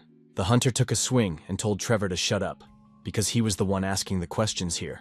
Then the sword seeker calmly asked the director to tell him everything he knew about Lieber Zeinstein. Trevor replied that he had never seen Lieber as a colleague. Raven concluded that the director didn't get along with him very well, which was great, because he planned to kill Lieber with his own hands. Trevor said that he knew something, but he was not sure whether this information would help the hunter. He started by telling us that Lieber used to use the same workshop, but the director is not sure that the man is there now. The last time he was there was 50 years ago. Trevor said he would send the geolocation via an identification bracelet and asked the hunter to provide him with his identification number. But the sword seeker was surprised to hear the phrase, identification bracelet, so he asked the director to write him the address on a piece of paper. Before he left, Trevor asked the hunter to tell him where Eliza was and if she was okay. But the hunter replied that he was the only one asking questions here. Edgar called Ms. Burchell because he had heard that they had successfully rescued number 7, and the woman said that they had experimented on the clones several times. The woman added that the throne had tried to brainwash him and erase his memory, so she asked Edgar to order the column to cooperate with the inheritance once again. The boy realized that it was because of the number 7 that he unexpectedly became stronger. He said in a haughty tone that with his current performance he could get an A rating. The hunter was pleased with the new skill Unbreakable Body, and even wanted clone number 7 to be kidnapped again. But then the guy started slapping himself in the face, because he promised not to treat clones as tools. Edgar was glad that everything was going well for him.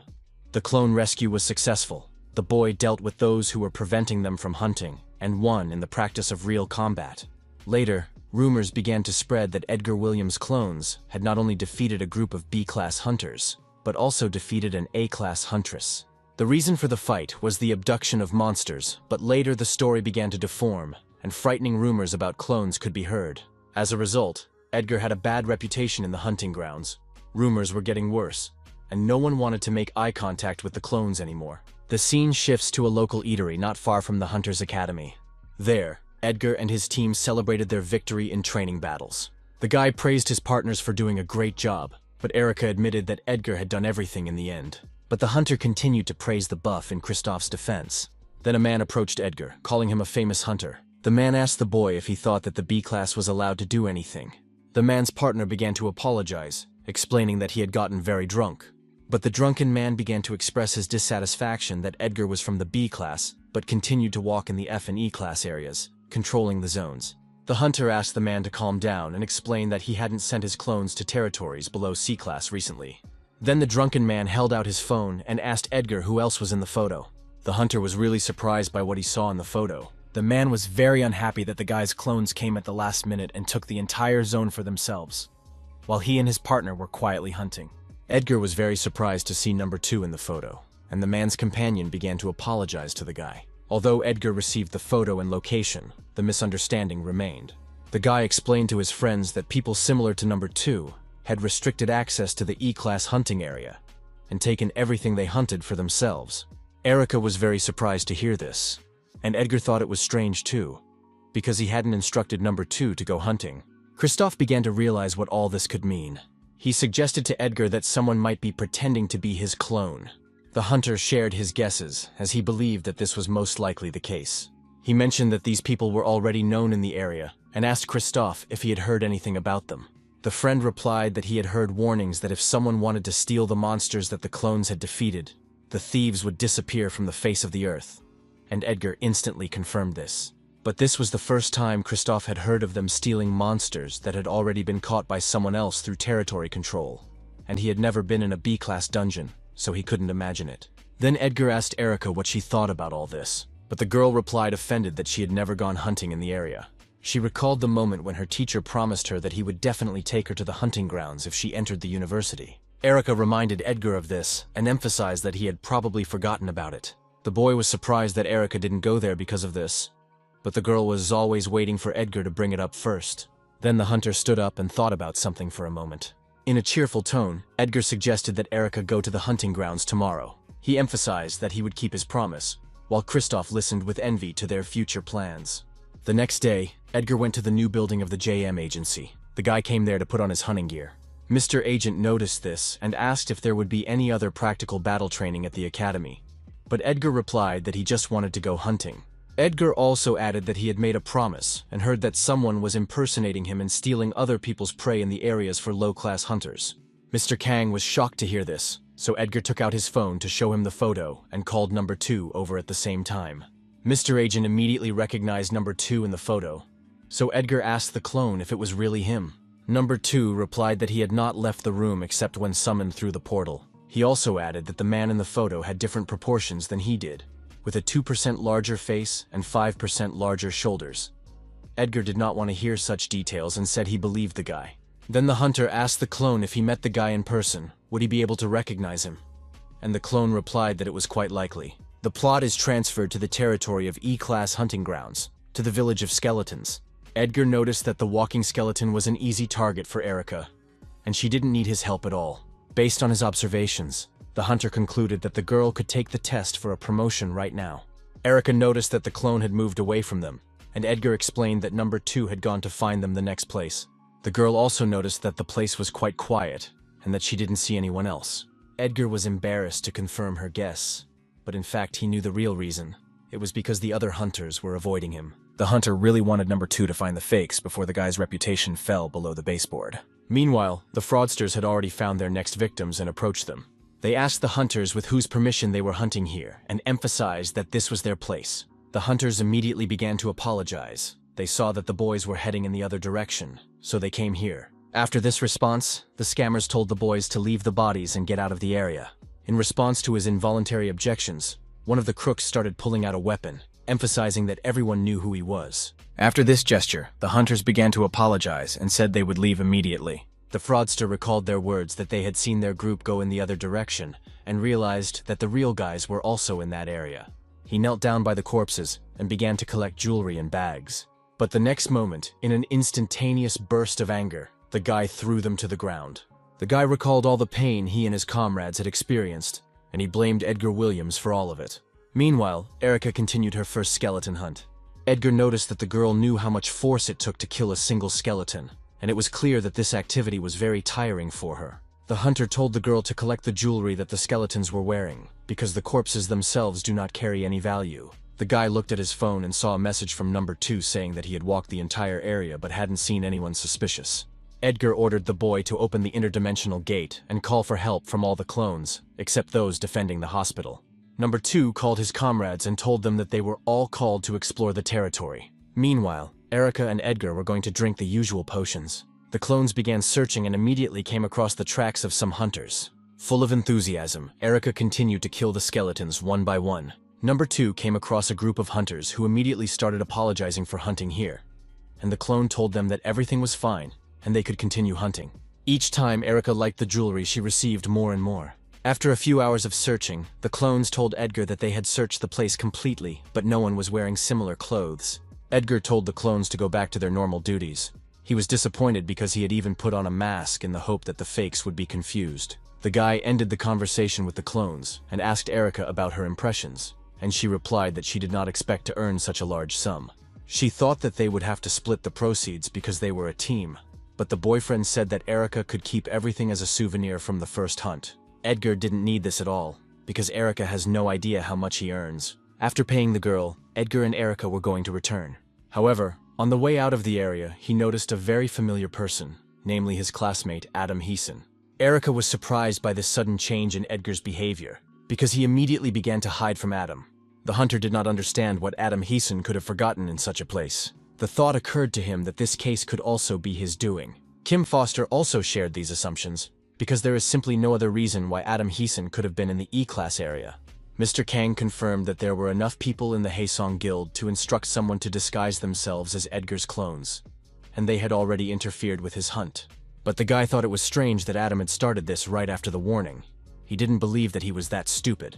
Kim had already heard that the head of one of the guild's Haesong units had already attacked Edgar. She wondered why the guy decided to let her live at all. Living in this city, Kim realized one thing clearly. All kinds of trash will respond to your kindness with a knife in the back. The girl advised Edgar to stop showing mercy to these people and not to expect them not to cross the line, even if Edgar did not. And she also warned that from now on, people with a similar mindset would be constantly picking on the guy. And Kim believed that Adam Heeson was no exception. And as if to confirm her words, the fake clones began to commit even worse acts. Once they got to the bottom of the hunters who were hunting giant rats, the guys were not satisfied with their prey, so they had to take off all the weapons the hunters were wearing. They began to explain that they couldn't hunt without it, and as a result, the fraudsters decided to take their equipment by force. One of the fake clones emphasized that it was not a request and ordered the hunters to remove their weapons. Anger and resentment for the unfair treatment slowly grew into something more. The hunters were extremely outraged that the clones started taking even their guns, and one option was to complain about them immediately, but they were afraid that they might be killed for it. Before entering the grounds, the hunters began to ask if Edgar Williams was on the territory, as they now feared for their lives. The stories about Edgar Williams and his clones were getting worse and worse. Most of the victims were F and E class hunters, and even at the academy they began to look at him askance. If this continues, it will greatly affect the guy's grade. Edgar called number 2 to see if they had found any fake clones, but the answer was the same as before. However, the guy said that members of the Kherson Guild showed up at the hunting grounds. They could not be confused with anyone else, because they came with guild flags. Edgar ordered the clone to open the portal. He was going to come there personally. One of the guild members was holding the clothes that clones usually wear. Then a large explosion was heard behind them, causing a chaff storm. Edgar moved to the hunting grounds and immediately asked the boys what they were holding. One of the guild members told his partner to report to the head of the group that they had found the boy, and he told Edgar that if he wanted to live, he had to follow them. He also added, unhappily, that the boy should know who they were. Edgar looked again at the clothes the other guild member was holding in his hands. He immediately thought that these guys were the ones who had been pretending to be his clones all along. Anger and resentment had already left a mark on the boy's heart, and he immediately grabbed his blade. Edgar said that he was going to see if it would be possible to place the corpses in subspace. After saying that, the black-haired man ordered the guild members to kill the boy, and now Edgar was about to face these men in a fight. But unexpectedly, his shot was adequately blocked. He immediately recognized the huntress who managed to block his attack. Liana Nord ordered her squad members to immediately retreat, and then she said that they were looking at the real Edgar Williams, and the guy couldn't understand what it meant. Liana was happy to meet Edgar again, and she noticed that he had become even stronger since then. The hunter told the girl not to mess with his head, and asked her what her real meant. The boy believed that it was the guild members who were pretending to be his clones. Liana realized that their surprise had failed, and replied that it wasn't them, because they had no reason to do such a thing. Then Adam appeared out of nowhere, and informed Edgar that they wanted to catch the counterfeiters for him. Adam's appearance came as a surprise to Edgar, who was surprised that the guy even had an invisibility skill in his arsenal. Still, the hunter was unclear as to why they were going to catch the fake clones. After all, It may seem that Adam was the one who was most interested in pissing off Edgar. The chairman's son, Haesong, explained that he wanted to apologize in this way, although, as Edgar said, it would not change the fact that he had interfered with his hunting. The hunter asked Adam how they were going to do it, because they didn't even know who it was, whether it was one person or several. Adam explained that they had set the bait. It was the guys from the academy who had done him a favor. As usual, the fraudsters were looking for new victims for their manipulations, and they approached the hunter and asked who allowed him to hunt here. The guy was surprised to hear that he had received permission at the security desk. The fakes asked what rank the guy had. This was F-class territory, so of course he was an F-class hunter. The hunter suggested that they not interfere with each other, emphasizing that he was busy. But the fake clones were annoyed by the guy's boldness. One of them emphasized that he was facing Edgar Williams himself, who had defeated an A-class hunter. Moon Shannon replied that he was familiar with Mr. Edgar Williams, but he knew perfectly well that he was looking at fakes. Fake Edgar and Moon Shannon started a confrontation with each other. Moon repeated the enemy's question about who allowed him to hunt here, and in response, he asked the fraudster if he himself had the right to do so in an F-class dungeon. The wounded fraudster told the guy that he would regret it, and he repeatedly emphasized that he was the real Edgar Williams. Of course, Moon didn't believe it. He assumed that the guy had never encountered that monster and knew nothing about it. Then, an interdimensional portal opened behind them. This meant that the real Edgar Williams had already arrived here. The hunter immediately asked the fraudster if he was the one who had been doing all sorts of nasty things on his behalf. The guy didn't expect to have to face the real Edgar. Adam found the tool they used to pretend to be Edgar. As they expected, the crooks hid their clothes inside and changed here. Then Adam poured out the fake's clothes and tools from the sack. By their appearance, Edgar immediately recognized who these things might belong to. He had heard about them from the agent. The guy who used the clones was interviewed before Mr. Kang joined the JM agency. The agent said that you still remember the guy because the interview was unique. In front of Edgar stood a D-class hunter, Martin Taylor, with the skill of illusory cloning. And it turned out that it was the guy who had been pretending to be Edgar all along. Martin realized with regret that he had been caught. He took off his wig and shouted that he was indeed a fake. Martin blamed Edgar for all his troubles, because the guy had a cloning skill similar to his own, and he managed to become very famous among hunters. Edgar was uncomfortable listening to all this jealousy and accusations. He took the guy's weapon from the bag and threw it after him. The hunter told Martin to defend himself with this weapon, because he was going to teach the boy a good lesson. Martin took Edgar's advice and still grabbed his katana and helmet. The next moment he swung and rushed forward toward Edgar. The guy took his punch and a fight broke out between them. Adam thanked Moon for his cooperation and informed him that he had already transferred the payment to his account. The boy noticed a wound on his classmate's body, and he said that the fake hunter also had a strategy. Martin merged with his clones, using them as a distraction. But Moon realized that this time the trick would not work. After all, it didn't work for Hunter Edgar Williams. He had no trouble recognizing where the real Martin was, and immediately attacked him. This attack threw the enemy to the nearest tree. Edgar came closer and ordered the boy to get up, because he was not finished yet. Martin asked Edgar if his strength was the result of hard training. He also added that he did not sit idly by all this time either.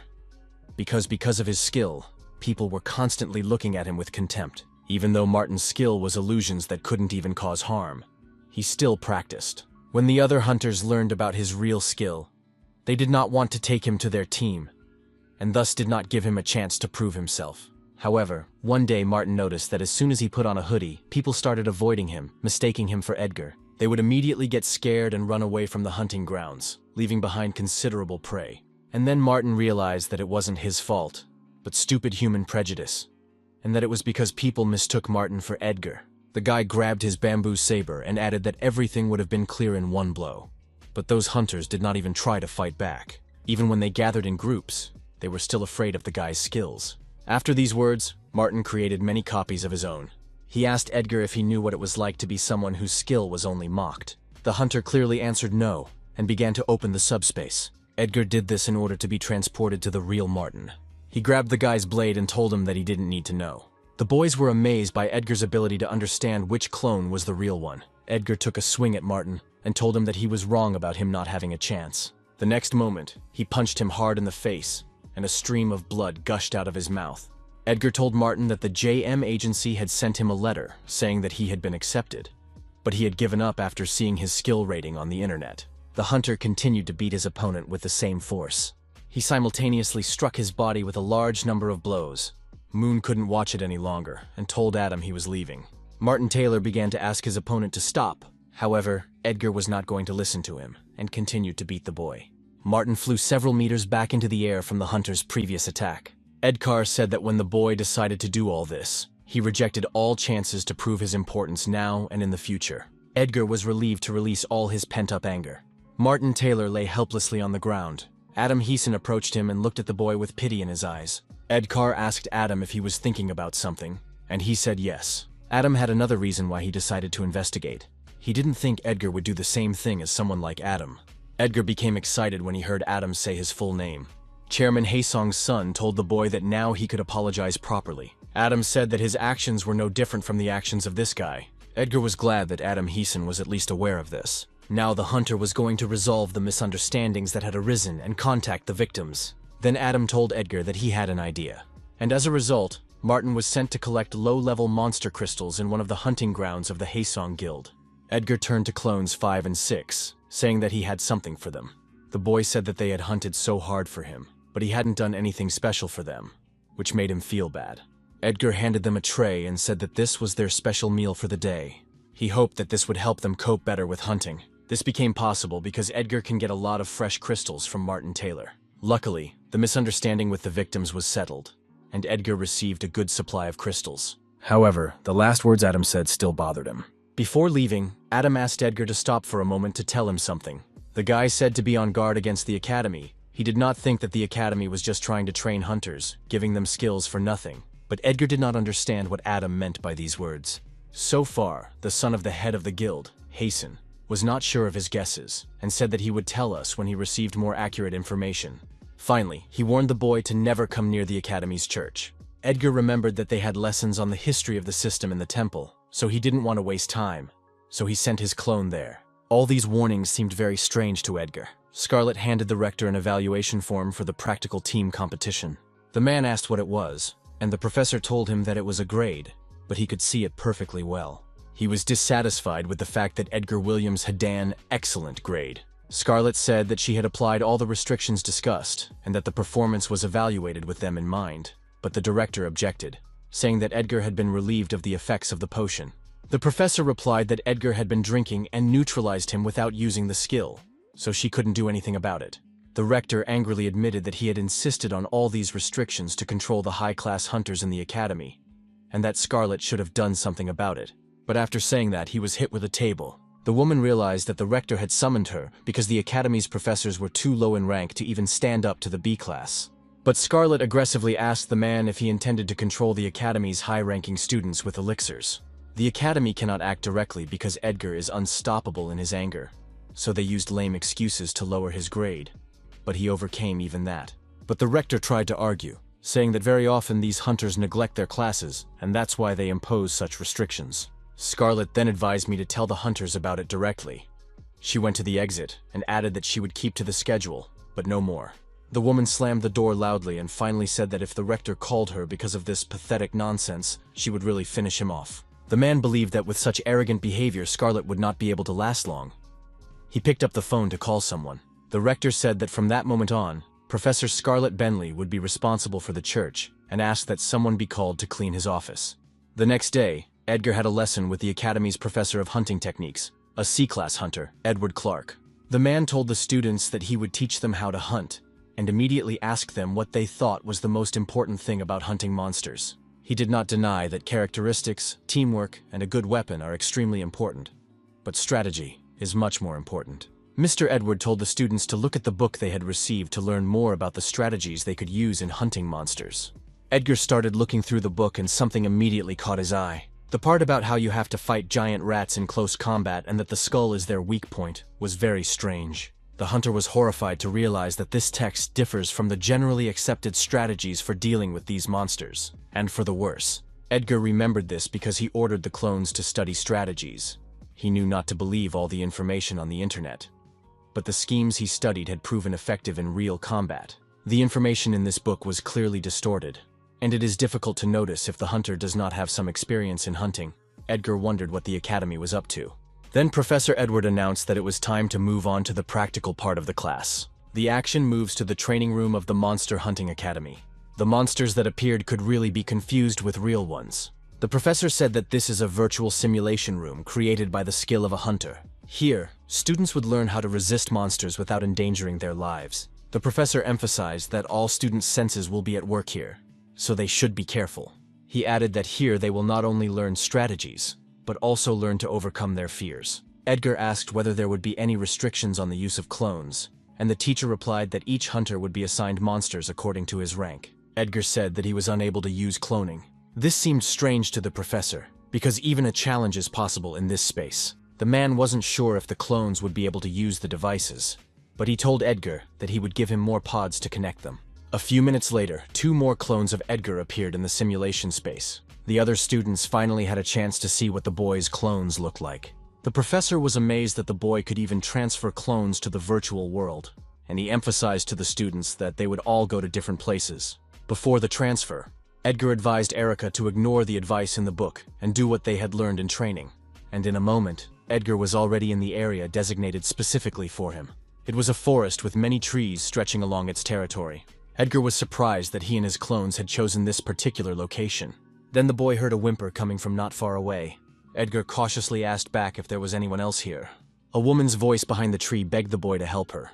The frightening girl came out from under the tree, emphasizing that she was in great pain. Other disfigured people began to come out after her. At first, the sight made Edgar very angry. He remembered the professor's words that the monsters would be assigned according to the boy's rank. But in fact, they were connected to students' internal fears, and Edgar's enemy on this territory was the same screeching dragonfly that had injured his sister. The professor walked around the area with the capsules in which the students were now. The final goal of his walk was the capsule where Edgar Williams was. Edward Clark looked at the boy with a cold stare. After a moment of contemplation, he reached for his blade. But before the professor could do anything, a clone of the boy appeared next to him, asking if he could help him. Mr. Edward was incredibly frightened because he did not expect to see him near him.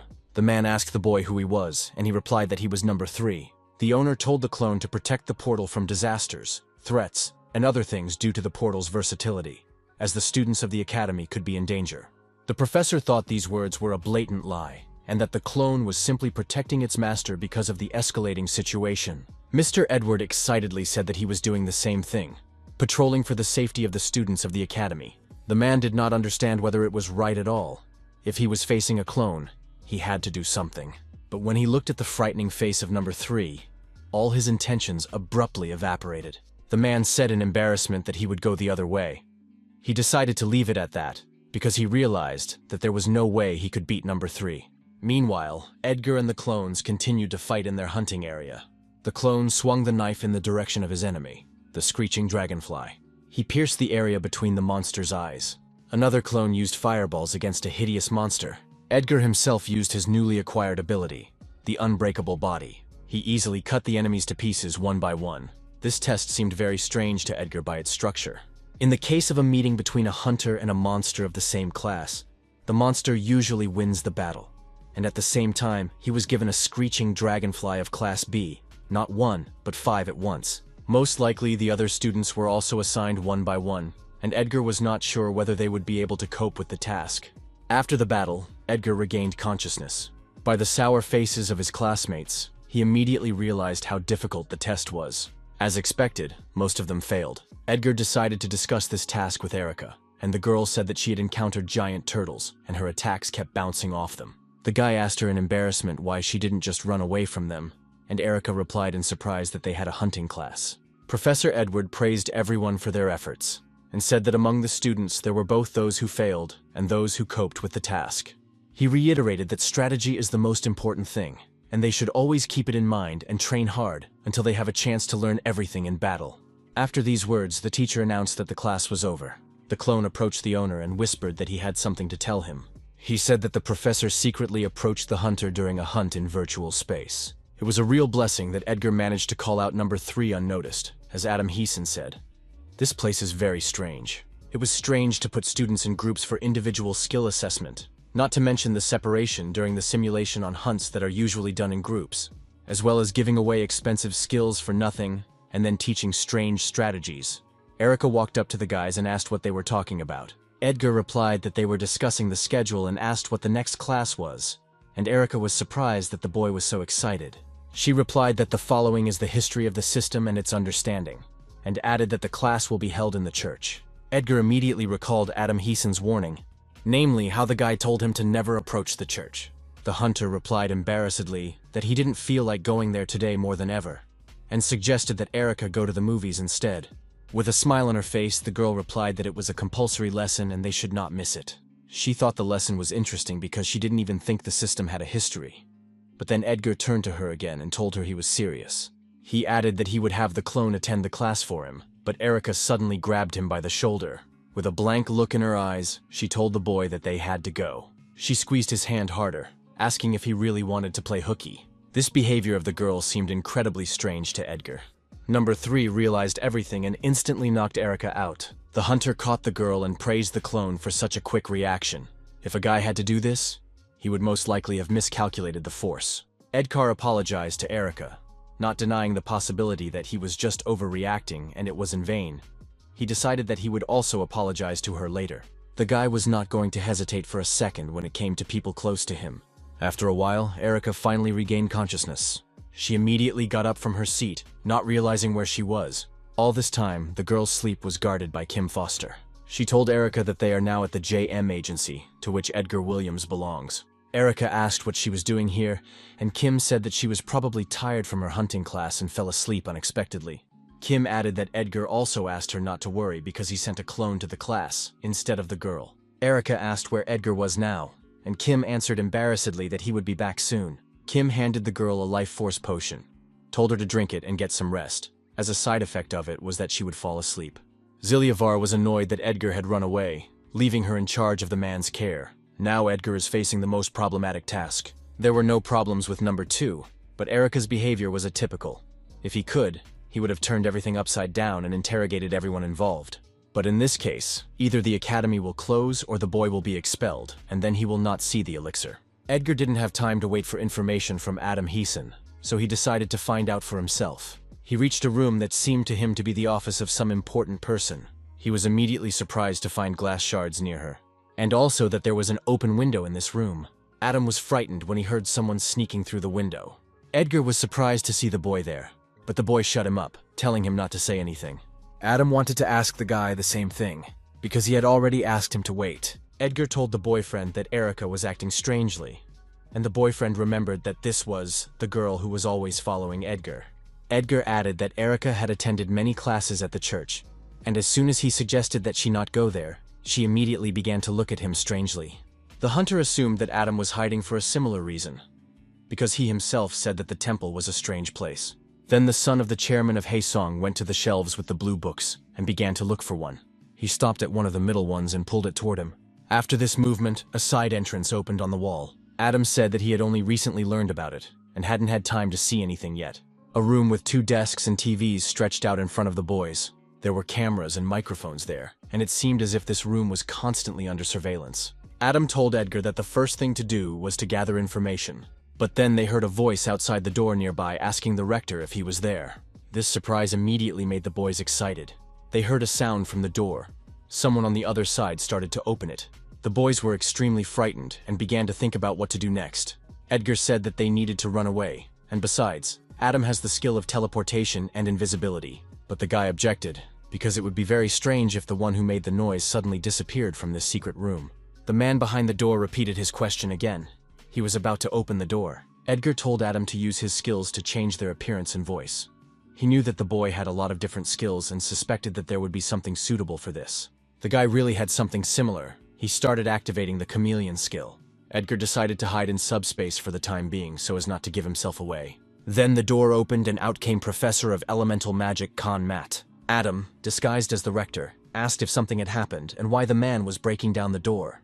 Mr. Khan did not expect to see the rector here at such a late hour. Edgar opened his subspace a little to be able to hear something. Adam in disguise explained that there was an urgent matter, and that's why he was here at such a late hour. The professor asked if it was not Pan who suddenly called the man, and Adam did not know who he was talking about, but he answered that it was.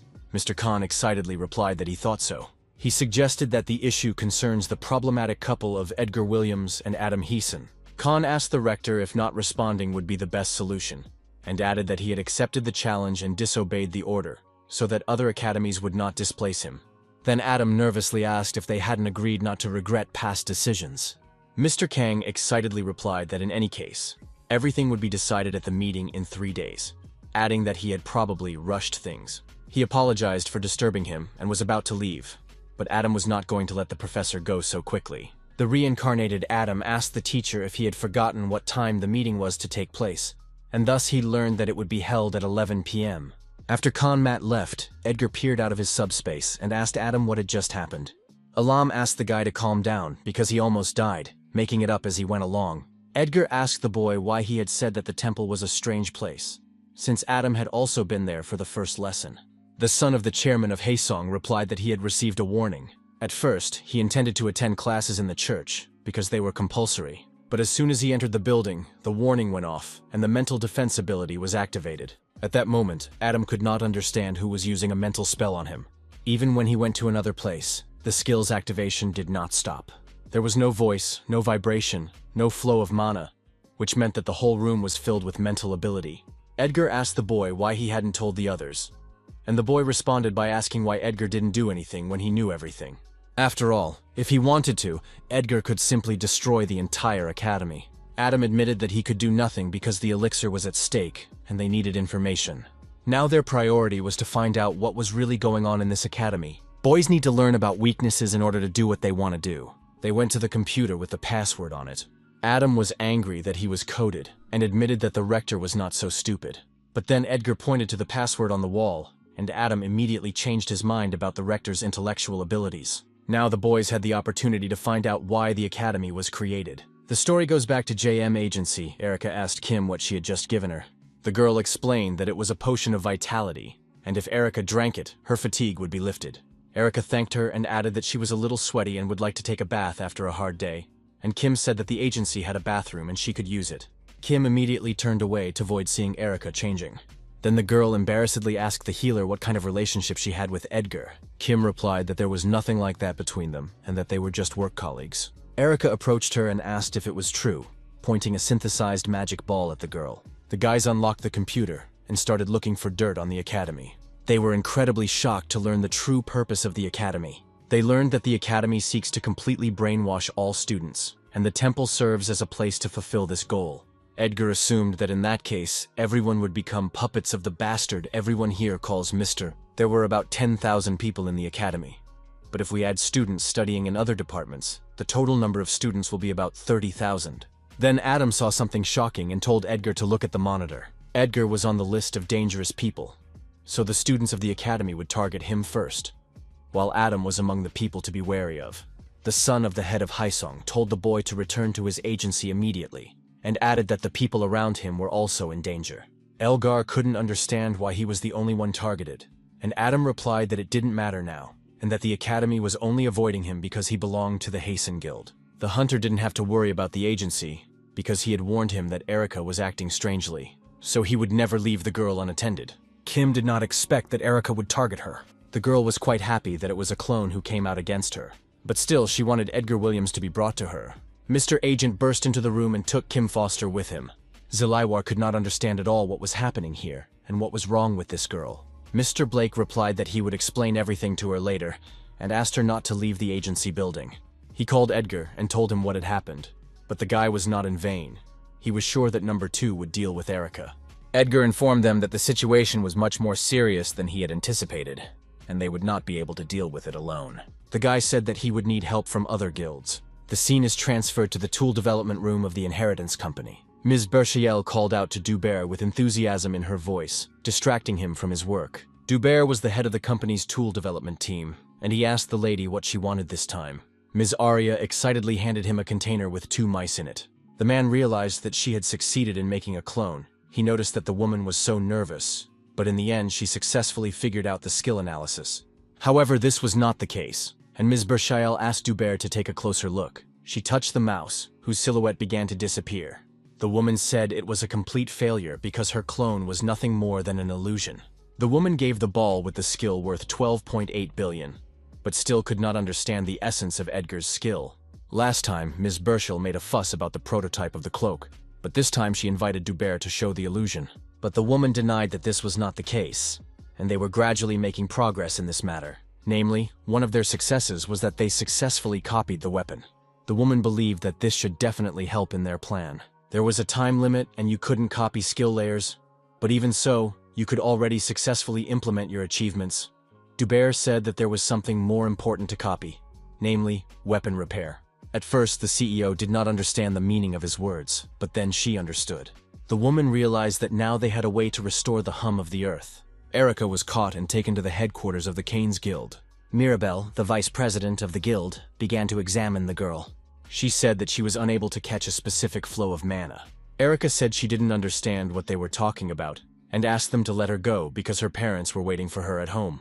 Mr. Devon asked if they were absolutely sure that Erica had been brainwashed, and Kim confirmed this, emphasizing that this girl wanted to blow her head off. Then Edgar, who had just entered the room, joined their conversation. He said that he did not think it was just brainwashing, and added that it was much worse than they thought. Kim was incredibly angry when she saw that Edgar had brought Adam from the Haesong Guild with him. The hunter tried his best to calm the girl down, asking her to be patient and emphasizing that they had solved the problem with the clones only thanks to Adam. Erica was excited to see Edgar. She hoped he would explain to them that they had misunderstood. However, the guy's reaction was not what she expected. Edgar took the information from the rector's office with him and asked the audience to look at it. The contents of the book really seemed like some kind of madness. It was about murder, brainwashing, and some kind of harvest day. Edgar did not know what it was, but he assumed that it was connected with the awakening of the entire population of the planet. Now the more important problem was brainwashing, and Edgar asked the guild leaders if any of their hunters had entered the academy. They said that some E-class hunters had joined, and Edgar emphasized that they should not know that he knew the leaders, because it was not known how they might react. Adam asked how they could solve this problem, because mind protection is a very rare skill, and hardly anyone else noticed anything but him. Miho asked the boys if they were really sure it was brainwashing, because even with her brainwashing ability, she couldn't detect anything. She also did not think that Erica had been brainwashed by someone. In addition, there were 30,000 people in Korea alone, and many branches of the academy were opened around the world, and it seems impossible to control such a large number of people. But Adam instead asked about Edgar's ability to clone, and said that it didn't make any sense at all. No one could know the potential of the awakened skills. But even so, Adam was sure that such a brainwashing had a weakness. When he was in the office, Professor Kang asked if it was the right decision to accept the boys, and added that they had even disobeyed orders to keep up with other academies. Accepting high-ranking hunters despite orders meant that the main goal of the academy was not to obey the leadership. They were definitely subordinate to someone, but they could act according to the situation. Adam confirmed that these are not some robots that will follow orders no matter what. Although they appear to be behaving normally, the murder of Edgar Williams is at the top of their list of goals. Mr. Agent asked if this was the only bad news, along with the fact that the flushing could not be detected, which put them at a disadvantage. Adam replied that the worst-case scenario for the Academy's leadership would not be the failure of the mission, but the abandonment of their master. They can use this weakness and change the situation at a joint meeting 3 days later. After the conversation in the office, Edgar and Adam went up to the roof of the guild building.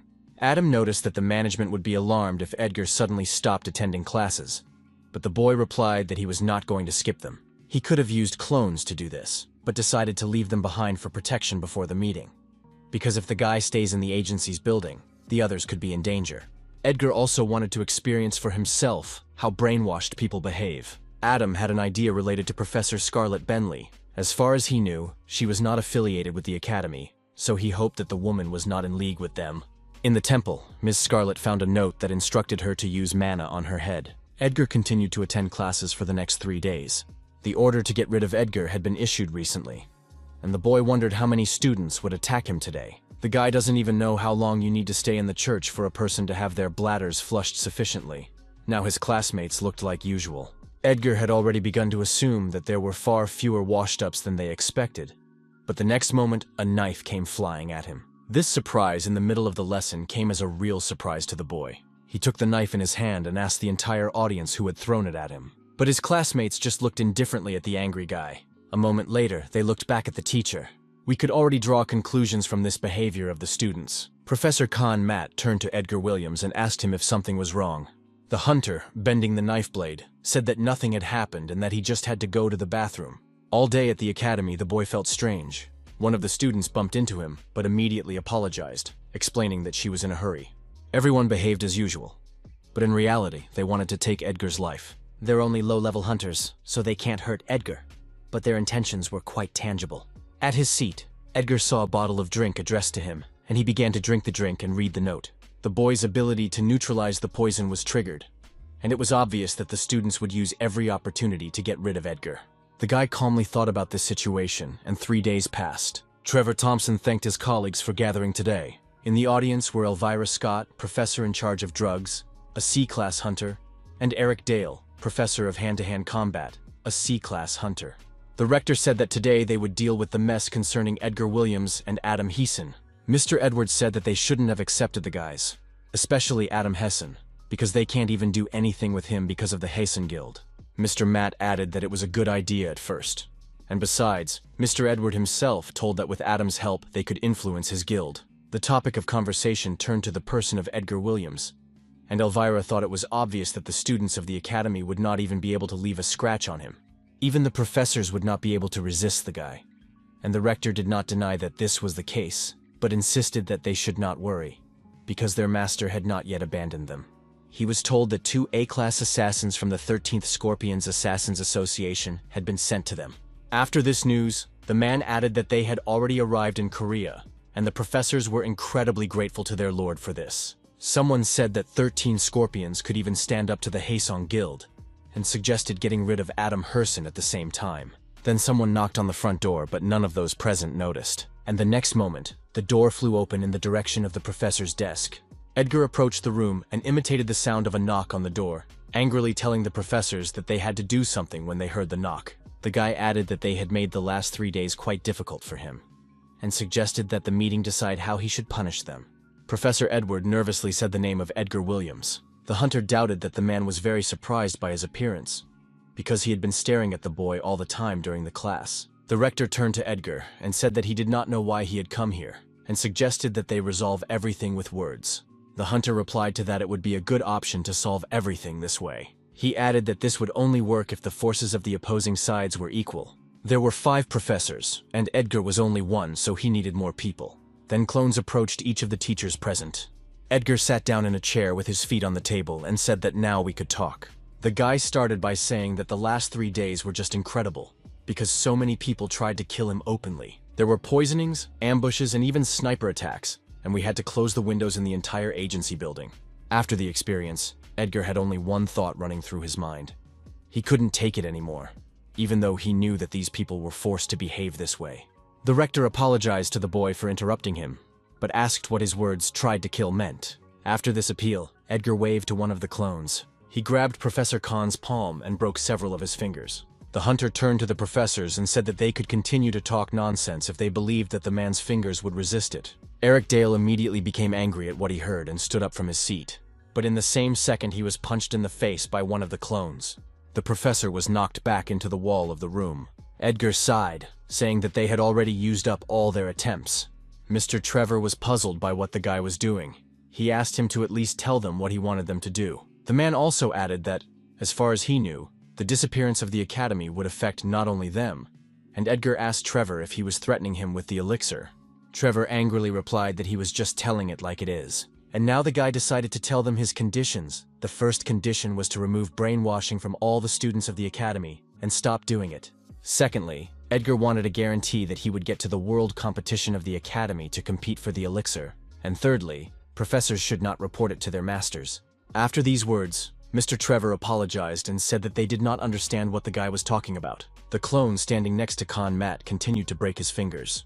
The rector said that the boy's judgment of them was wrong, and he should just kill them, adding that such threats would not work here. But in this case, he told the boy to be ready to give up the elixir. Edgar replied that he heard everything perfectly and knew the rector's way of thinking.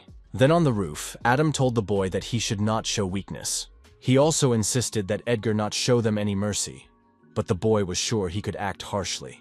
To achieve compliance with their conditions, it is necessary to instill fear in professors, but useless cruelty will not have the desired effect. Edgar has to show his determination and catch the professors on the hook. The boy takes out a piece of paper and asks if they don't understand what the fact that he knows about their master means. He threw the documents on the rector's desk and asked if he wanted them to be distributed around the world. Edgar threatened that the Korean branch would not be the end of the matter, and that academies around the world would have to close and go to court. The hunter said that he did not know what their mister was up to, but assumed that these documents would bring everything to naught. After that, Edgar said that he was not going to waste time and ordered the clones to put all the corpses in subspace and burn them. The rector asked the boy to stop and give them time to think. Edgar asked why and assumed that they were just trying to stall. He noticed that Mr. Trevor was very busy writing a message to someone and assumed that the man was waiting for those 13 scorpions. Then the man heard someone approaching the entrance to the room. The bloody bodies of the hunters who were supposed to come here stood at the entrance. Mr. Trevor was happy that the 13 scorpions had finally made it here. The clone of Edgar, holding the bodies of the hunters, sarcastically said that they had come here to save them. The rector did not expect that the A-class hunters would be dealt with so quickly. Now, everything was much easier, because the professors had nowhere to run, and Edgar said he gave them 3 seconds to answer. After these words, the guy instantly started his countdown. The rector accelerated and ran toward the wall opposite. He activated the ability to penetrate objects and intended to go through this wall. However, the man's intentions were immediately stopped by Ms. Scarlet's seal. She cancelled the rector's ability, and he just ran into the wall. Scarlet said that she had her doubts and did not expect them to do so. Then she asked the rector if that was why he wanted her to be in charge of the church. The man was embarrassed and asked what Edgar had said about the conditions. As a result, the rector accepted the boy's conditions, and the academy quickly returned to its previous state. The leaders of the Yahello and Kindness guilds dealt with the assassins from abroad. If the history lessons on understanding the system were suddenly cancelled, other departments would notice, so it was decided to keep them. In return, the boys are allowed to destroy the brainwashing device to turn the classes in the temple into ordinary, boring lessons. With the help of Ms. Scarlet Bentley, we were able to quickly rid the students of brainwashing. But the strange thing was that the spell did not leave the rectors' and professors' heads, and Scarlet assumed that this was their true nature, and not the effect of the brainwashing. And thus, Erica finally got rid of the flushing. Edgar asked the girl, embarrassed, if she was okay. Realizing everything that had just happened, Erica began to cry. She approached Edgar and began to apologize for all the crazy things she had done. But Kim was annoyed by this reaction, because Erica should have apologized to her, not to Edgar. It was time to evaluate the boys' characteristics, and the rector said that they were going to compare Edgar's characteristics upon admission with what they had become after studying. The man embarrassedly added that he was going to give the boy an A+. Then the hunter asked when they would start learning the new skill, and how long they would have to use just one more fireball. Mr. Kang nervously replied that he would soon teach them how to freeze. The story moves to the office of a gentleman to whom the professors of the academy were subordinate. The Korean department reported that the problem had been solved, but 13 scorpions sent the man a message about the failure of the mission. Then the gentleman turned to his servant and asked him what he thought about it. And the boy replied that whatever the man decided would be right. This answer incredibly tired the gentleman, and he asked what would happen if he told the boy that it would be right for him to die. The young man enthusiastically replied that he would be happy to kill himself then, and eventually did so. The gentleman did not expect the boy to take his words seriously, because he was only joking. Then the man ordered another servant to clean up the place and send someone to study this Edgar Williams. There were 2 types of reactions among the students of the academy: apology and ignorance. Everyone either apologized, regretting what they had done, or were so embarrassed that they simply avoided Edgar. The guy realized that if he said he wasn't angry, he would be lying. But some students apologized, so he said he was fine. After all, he had nothing else to do. He could not beat them, because now the students were not brainwashed. Edgar asked Erica if they had an endurance class next on the schedule. The girl recalled how the guy had offered to take her to the movies and asked if he wanted to go now, as the movie she wanted to watch was playing. Then Edgar grabbed Erica's hand, and with the same look she was giving him then, asked what she was talking about, because they needed to train. He dragged her along, emphasizing that the girl had very low initial characteristics. The endurance training session was held in the Academy's multifunctional training hall. Professor Eric said that in the next lesson, they will assess the basic characteristics and compare them with those with which the students entered the school. Everyone was embarrassed by the professor's appearance, but Edgar was pleased because the perpetrators had paid for what they had done. Erica didn't really like the classes because she had been in a bad mood lately. Her skill level had increased, but her strength remained the same. Edgar emphasized that this place has a stadium for practicing skills and that practice is the key to success. Erica was about to leave, so she said she would be back soon. There were many options in this city to train your skills. Erica trained her Manalord ability by hitting the target. Most of the students were just doing strength training. Some trained their endurance on various types of exercise equipment. Edgar's performance had improved greatly, and he would get a good grade anyway. But he came anyway, so he decided to try to practice. The guy came up to the professor and asked what the maximum weight could be set on the simulators. Eric answered that the weight of the projectile is regulated by the gravity stones attached to it, so it all depends on the strength of the person lifting it. He also added that it is even possible to make them unliftable. After the last line, Edgar asked the teacher to do it. He replied that this function was only to demonstrate the capabilities of the simulator and was not intended for training, but the guy insisted anyway. So the teacher had to fulfill Edgar's request. Except for the built-in stones, it looked like an ordinary barbell to Edgar, and a light one at that. The next moment, the hunter started trying to lift the bar. He felt the weight of this weight on his body. But that's exactly what Edgar wanted, because training at JM's gym wasn't working for him. Professor Eric noticed that the simulator next to him began to malfunction. Edgar felt that the weight was working his muscles very well. When the hunter lifted the barbell, the simulator began to collapse. Professor Eric watched in embarrassment as screws and pieces of metal flew off the training apparatus. Edgar handed the professor a barbell stick and apologized. In response, the man only began to shed bitter tears. Edgar recognized that the academy had excellent training equipment, and he wanted to ask to open the gym at night so that his clones could train there. The boy also noticed that Adam Heeson hadn't been in class for a long time, and he wondered what he was doing there, since the annual assessment was coming up.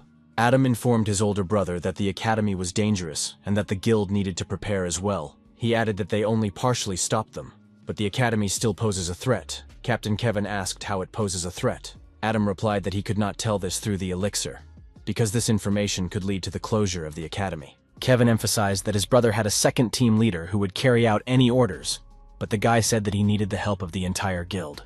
Then his older brother nervously asked Adam why he had entered the academy in the first place. After all, the guild used all its influence to send Adam to the academy, and he became friends with Edgar Williams there instead. Kevin emphasized that if the boy should ask for help, it should be after the annual evaluation, and Adam replied that his brother had misunderstood.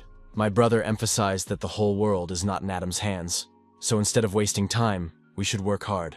Before leaving, the man said that he would not tell his father and would pretend that this conversation had not taken place in principle, and advised Adam to deal with the annual evaluation. He also added that the guild doesn't expect much from Adam anyway, although in fact the guy has been trying hard. The plot shifts back to the training room of the Hunter Academy. Erica continued to train her skills by hitting the target. She was disappointed that the third-level target did not even move.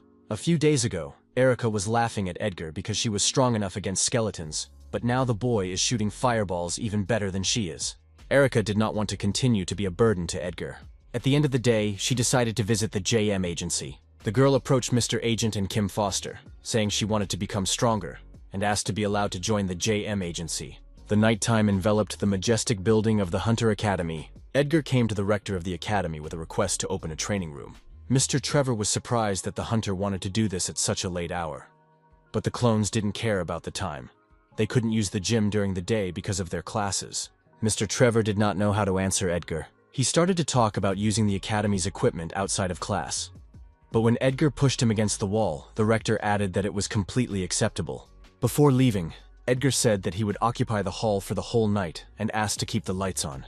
Mr. Trevor thought that he had honestly tried to stop Edgar, so he was not to blame.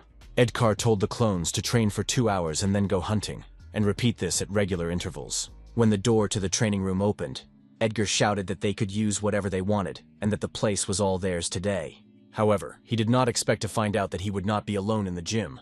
At this time, Adam's former teammates, Moon and Jacob, met in the same hunting area. Moon was surprised that Jacob spoke to him in such a polite tone. The guy asked Moon to listen to him. He wanted to talk about Adam Heeson. Jacob said that this guy had deceived everyone about his rank. After losing the battle, he got angry and started a conflict with Adam. But then he received a notification that the enemy's characteristics were too low. Then Edgar Williams came out, so Jacob didn't get to know everything to the end. But after that, he was sure that Adam Curson was not a B-class hunter, if he could be called a hunter at all. Adam never expected anyone else to come to the gym besides him. Edgar was shocked to see the condition of the boy. A dumbbell with a 3-kilogram mark was lying next to his hand, as well as 2 flasks of recently drunk elixirs. The hunter asked the exhausted Adam what it all meant, but he responded by asking Edgar why he had come here. Edgar told Adam that he needed an explanation. He turned to the guy and asked what exactly was going on here. Adai replied that he was just training here for his annual evaluation and was just about to finish. The hunter stopped the guy and asked him not to leave the gym. Adam pushed his hand away and asked the guy if he couldn't see that he was tired to death, lifting a miserable 3 kilograms. He pitifully said that it was all because of the awakened skill he had acquired. And then Adam admitted that all his characteristics were fixed at 0.2. The experts were amazed to learn that all the skills he had learned were immediately at the maximum level. Then they expressed their impressions to the boy's father, saying that this was an incredible ability. Everyone began to believe that they had witnessed the birth of the first Korean S-rank hunter. Adam was a genius in the field of magic. With the exception of awakened skills, he could only imitate any good skill by observing its use for several months. The skills that the boy could not fake were covered by the financial status of the Haesong Guild. At that time, Adam met all the expectations of the people around him, and even his father believed in the boy, hoping that he was the future of Haesong. Everyone kept telling Adam to work hard to improve his ability, but in reality, Adam could barely stand on his feet because of the burden that had fallen on his shoulders. Each time he used the skill, it was a real challenge. He realized that he had to be a genius. But one day, a restriction was imposed on the boy's abilities, and all characteristics were fixed at 0.2.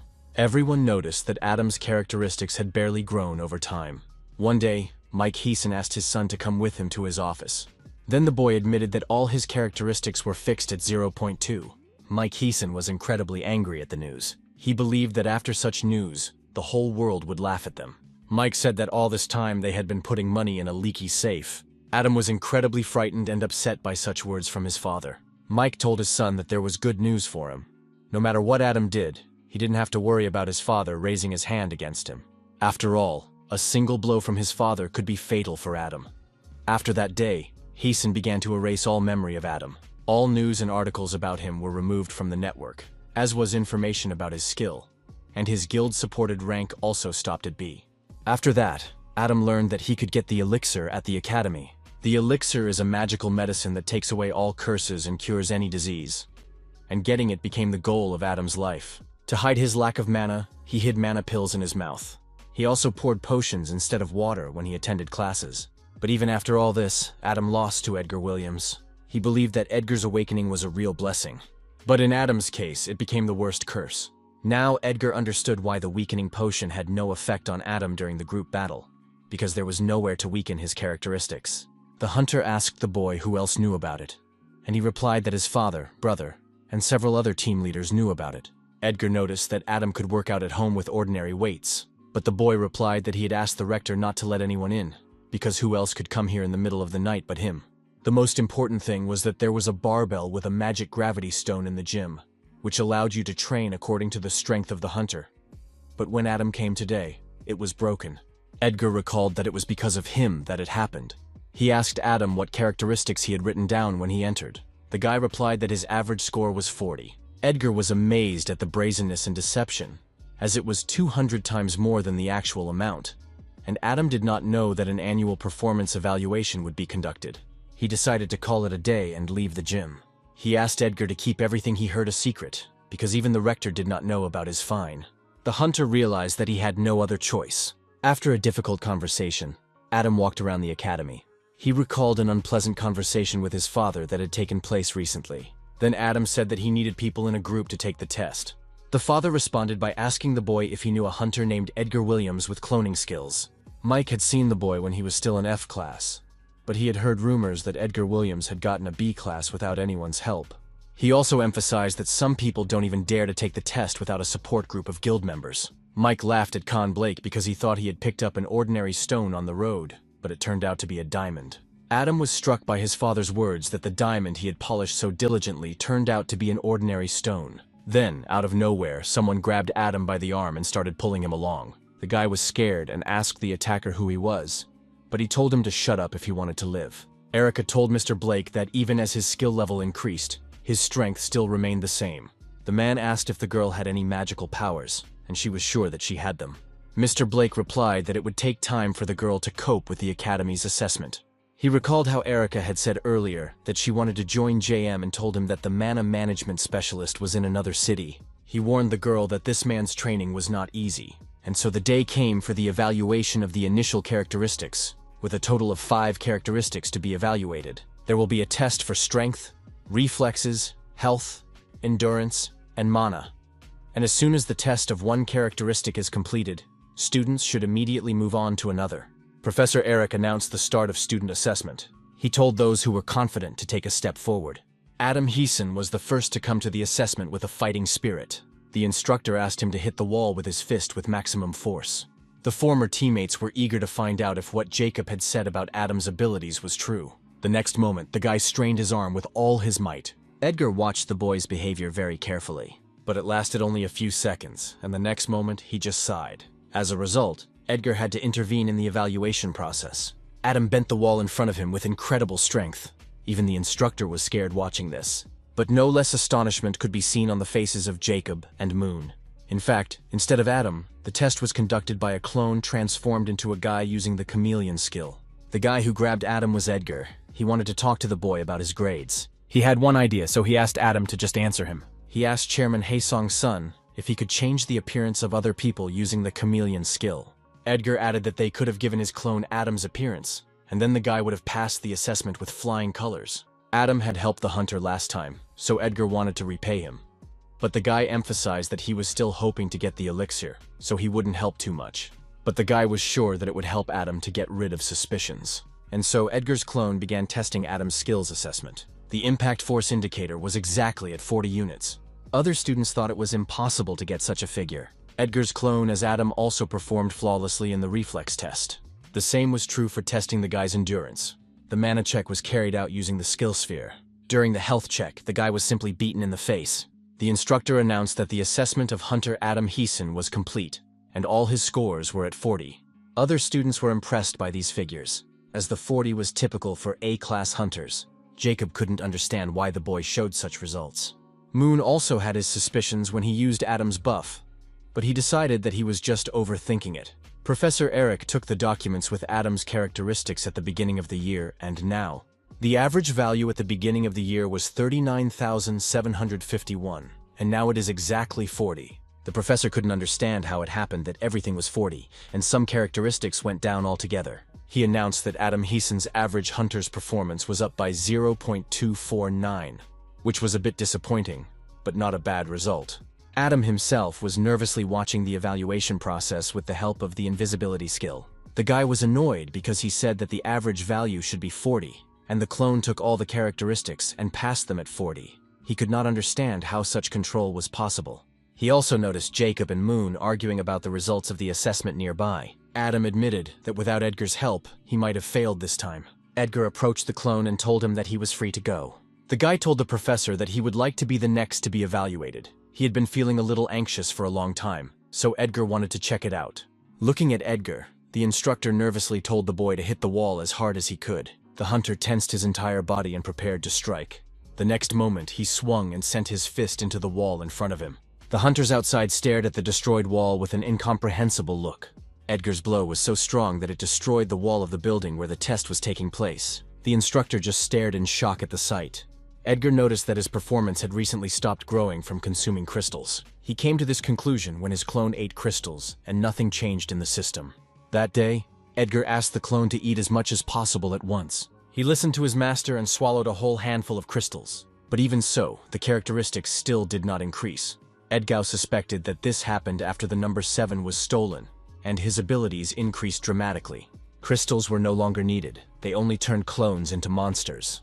So, in the end, Edgar decided to visit New York, the headquarters of the Inheritance Company. The guy was incredibly happy when he learned that the company had failed to copy his cloning skill, but he pretended to be very sorry. But Ms. Arya noticed that the hunter was actually happy about it. The CEO said that they were able to use the cloning skill on part of the weapon, but even so, Edgar was very surprised. The woman added that it is impossible to create a copy of a skill that is superior to the original, and that the ability to copy weapons is a unique function of the cloning skill. If Edgar hadn't been able to use it yet, it meant that his skill could develop further. Ms. Berchael told the boy that there were several people who would like to meet him and asked if he minded. Dubert and Raven wanted to meet Edgar, and they immediately realized that the guy in front of them was the owner of the clone. Dubert told the boy that thanks to his skill, he was able to make progress in something he had been working on for a long time, so he wanted to meet the boy in person. Ms. Berchael added that Mr. Dubert creates the tools of the Inheritance Company, and the cloak that was given to the boy last time is also his work. As for Mr. Raven's identity, the woman was sure that Edgar knew him. However, by his reaction, the CEO immediately realized that he was not in the know. She said that Mr. Raven is the strongest swordsman in the world, an S-class hunter, a seeker of the sword. Edgar was amazed that he had the opportunity to meet an S-class hunter, because there were no other hunters of this rank in Korea. The boy began to apologize to the sword seeker, explaining that he didn't know much about hunters, and Raven replied that everything was fine, but it was clear that he was offended. The CEO also said that Mr. Rayen rescued the number 7 from the Tron Company, which was responsible for the kidnapping, and gave them a real whipping. Afterward, Edgar asked the hunter if he remembered what kind of experiments were conducted there, and Raven replied that he remembered everything quite well. He said that there were a lot of mechanisms, pipes sticking out everywhere, monitors glowing, and a lot of glass cases in the shape of columns. The faces of the audience showed that this description frightened them quite a bit. Ms. Burchell said she could explain everything because they had conducted many tests after they rescued number 7. Based on the results of the experiments, the director concluded that the clone of the boy was under the influence of the drug DEP. Edgar said that he had encountered this drug in Korea, but as far as he knew, this drug turned those who consumed it into monsters. Ms. Arya replied that the boy was right about the side effect. But since the clone was not a real person, by making him absorb the crystal and studying the process, the Tron investigated the detailed mechanism of action. Thus, clone number 7 used an already completed form without the described side effect, which is why Edgar's characteristics increased so much. It was only a woman's hypothesis, but she believed that the boy's characteristics were forcibly enhanced by the use of the drug, and thus reached their maximum. That's why the monster crystals no longer had any effect on Edgar's characteristics, which meant that from now on, he would need to train on his own. Edgar was interested in one more thing, and now he had the opportunity to ask Ms. Burchell about it. He asked the woman if she knew what Harvest Day was. After Edgar uttered this phrase, the look on everyone's face in the room changed dramatically. The guy could not understand what was wrong with them and asked if he had said something wrong. The sword seeker took the remote control and pressed a large button on it. After that, a bright light spread throughout the room. Edgar looked down at his hand and saw that his bracelet had disconnected. Raven told the guy not to worry and added that the translation function was still there. But then he grabbed the blade and said that he should watch his words. Edgar did not expect to see such a reaction. He opened the portal and said that in that case he would rephrase his words, and then asked if they were also with the academy. The whole room began to feel incredibly tense. The CEO and Dubert were frightened by what was happening. Ms. Arya shouted to Edgar and Raven and asked them to stop. The woman told the hunter that they were not his enemies, but the man was not sure whether they could assure him of this so immediately, since they had started it first. Arya asked Raven to put the sword away, saying that she thought Edgar really didn't know anything. She told the men that Edgar Williams's help was essential to their plan, and that they understood this perfectly. After these words, the seeker of the sword withdrew his blade. Edgar followed him and closed the entrance to the subspace. The CEO breathed a sigh of relief when the atmosphere improved a bit. The woman turned to Edgar and told him that she would tell him what Harvest Day was, but before that, the boy had to realize something.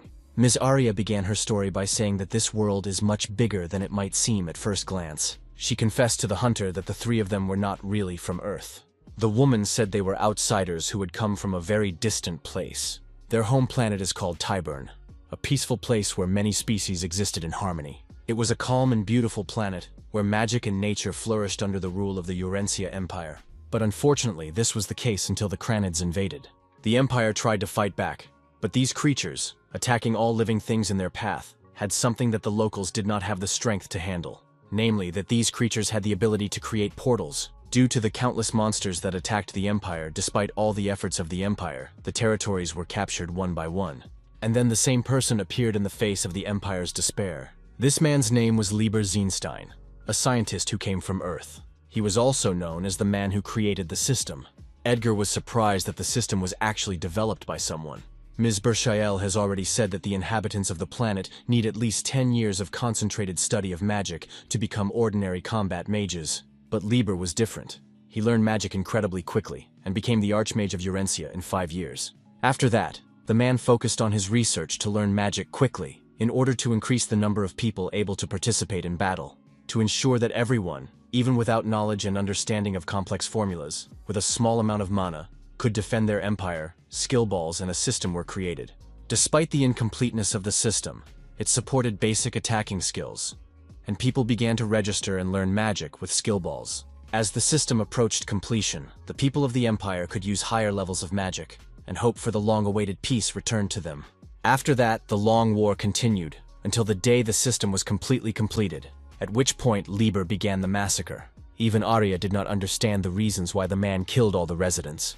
Even the legacies of the elemental sword and dragons could not stop the scientist. Lieber continued to kill people one by one until the Jurencia Empire fell within a week. This tragic event became known as Harvest Day. The CEO still couldn't forget that terrible picture. She asked Raven if there was anything else they could explain, and he replied that the woman had left out a few details, but that she had conveyed everything correctly. The hunter said that the only survivors of that raid were the three of them. It was around 1995, and Edgar should have known what happened 5 years later. The guy recalled that in 2000 there was a catastrophe, and then a system appeared on Earth. Raven confirmed that it was on that day that the system took root, and said that Harvest Day would soon come to Earth. The plot shifts to Erika's and Yolo's guild leaders' training sessions. The girl was incredibly tired from such a heavy workload. Miho mockingly noted that Erika seemed tired. The woman told the girl to get up because she had a long way to go. Erika visited Han Miho for the first time a week ago. The woman then demonstrated the initial size of the foxball skill she used. She waved a huge ball of mana and said she would throw it. A large explosion was heard at the location of the targets. But in the end, it didn't cause any serious damage. The attack was similar to Erika's mana ball. The mana was in this shape, but there was no damage. Misha said that if the fact is that raising the level only affects the size, then everything will remain the same, even at the 100th level. She asked Erika if she was using the skill only as the system told her to. Miho said that Erika needed to control the mana and compress it, and asked if the girl's skill was called Mana Master. The system was just a tool, and during the disaster people used their abilities even without it. The mana ball created by Miho pierced even the wall of the room. The woman pointed to the target and said that this is how this skill should be used. Misha took the target in her hands and said that the size should be at least this big. Erika's skill level is not high enough, so it had more mana. So it needs to be squeezed harder to make the ball smaller than Miho's. Erika replied that she had been doing this all week and added that she had a test today. The YOLO leader asked Erika when she would do it. After all, today she will miss training because of the assessment, and tomorrow she will also rest because it is the weekend.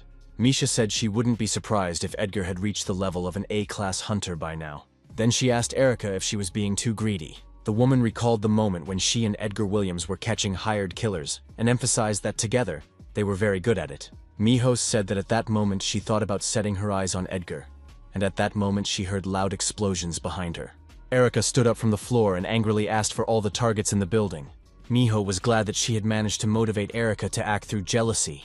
Ms. Arya asked the boy if the Harvest Day was mentioned at the academy, and Edgar said yes. He said that the man calling himself Pan brainwashed many people to achieve this. Arya believed they had to stop it, but Raven knew they couldn't act on their own, because they could immediately become targets of the system.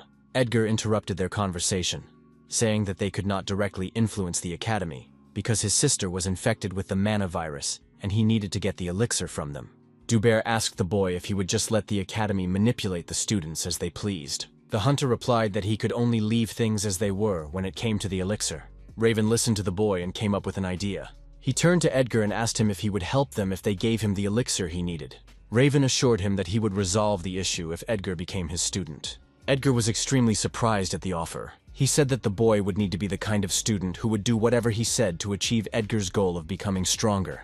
The guy recalled how a hunter had recently tried to kill him, and Raven replied that he thought he was on the side of the system and apologized for his actions. The Sword Seeker emphasized that if they solve the elixir issue, they can work together to stop the Day of Harvest on Earth. The hunter has been thinking about taking the boy as an apprentice ever since he fought his clone. He told Edgar that he could become stronger. And then I asked the guy what he thought about all this. Edgar recalled his sister Freya, who is now in the hospital. He realized that there was nothing to think about. He told Raven that if he could get him the elixir, he would become his disciple. The events are transferred to the destroyed building of the Tron Company. Trevor was forced to hide among the rubble from the search. The Federal Bureau agents intended to intercept the man on his way to retreat. Trevor was angry because the Sword Seeker pretended to let him go, but actually contacted the Federal Bureau of Investigation. The man turned to Eliza and asked her how many people were around him. The artificial intelligence answered that 10 or 5, or in the neighborhood of 20, Trevor's identification bracelet broke, so Eliza also went dumb. The head of the team told the men that if they resisted, they could kill them immediately. This was the last building, and it was the one where the director of the Tron Company was hiding. He noticed that the members of the Bureau were gradually getting closer. Trevor regretted that he was never able to surpass one person to the end. However, the man was distracted from his thoughts by a very loud noise. Members of the Federal Bureau of Investigation were equally shocked by what happened next. Huge pieces of hot stones were flying into the building. It crashed into the ground and caused a huge explosion. The blast wave injured almost all members of the investigation bureau. The team leader grabbed the radio and said they needed reinforcements. But the next moment, a piece of stone pierced her body. The culprit of all this arrived at the scene. Trevor looked down, not understanding what was going on. Mike told the man that he had come to rescue him, as they were business partners, and told him not to be surprised and to come out. The Oracle was informed that they had passed the location to Mike Heeson, as she had ordered. The seer felt sorry for the poor people who suffered from this, but her supervisor said that the sacrifice was necessary. The woman wondered why the warden did not ask why he was ordered to pass on information about Trevor's whereabouts to Mike, and why the Federal Bureau agents died. The man replied that he was not interested in anything, and only did what the Oracle told him to do. Then he told the seer that he had to go elsewhere, and the woman told him to be careful, and warned him that the catacombs were very dangerous. Raven and Edgar began their training by learning the basics and shape of the sword. The hunter said that they would need a circle of mana, but they would get to that in the next lesson. But Edgar interrupted the man, asking about the elixir, because he had said for sure that he would become his student after he received the elixir. Raven replied that he would get it soon and noted that it would be better to gain some experience right away to advance to the next level faster after receiving the elixir. But the guy denied it, saying that deals don't work that way. Raven noticed that he is an S-class hunter, and not everyone gets a chance to learn the art of swordplay from him, even when offered bags of money. Edgar responded by saying that he was using clones, and that the inheritance had invested 12.8 billion won in him to learn this skill, and they were defeated as a result. But then he added that since there wasn't much time left until Harvest Day, he wouldn't completely ignore his offer, so he suggested that they make a fair deal. He told the hunter that he would give him a perfect student who would do everything he told him. Elgar opened the subspace from which clone number 7 emerged and told Raven that he could teach the clone instead. The boy wished number 7 good luck and told him to follow the Sword Seeker's orders well, while he rushed off to his lesson at the academy. Raven admitted that this was also a good option, and told the student to start by learning the pose. But number 7 gritted his teeth and denied that he was not his student. Raven imagined that his student would obey his instructions in everything, and also that he would treat him to delicious unfamiliar food, such as ramen. Finally, Raven will say that he has nothing more to teach the boy, and the boy will say that he still has a lot to learn. All these sweet dreams dissipated, and Raven sternly said that they would first learn the swift sword, and emphasized listening to him carefully. In class, Professor Kang Mat announced that today they would be learning a new skill, and told everyone to get in line to take the balls with the freezing skill. While Edgar was thinking about what Arya had told him, he remembered that the 3 of them were aliens from another planet that had been destroyed because of Harvest Day. I also remembered how Arya said that Lieber Zeenstein was the developer of the system. The boy absorbed the freezing skill while wondering why Lieber had destroyed the inhabitants of another planet. Then the thought occurred to him that they might not be able to use the system on Harvest Day. The boy learned the basics of mana movement while mastering meditation. Edgar decided that he should be able to use the skills without the system, and he started shouting, fire, ice, at the whole class, which made everyone look at him strangely. Edgar kept repeating the words over and over again to activate the fire or ice ball. But then a system window appeared in front of him with the message, enough. The news came as a real surprise to Edgar.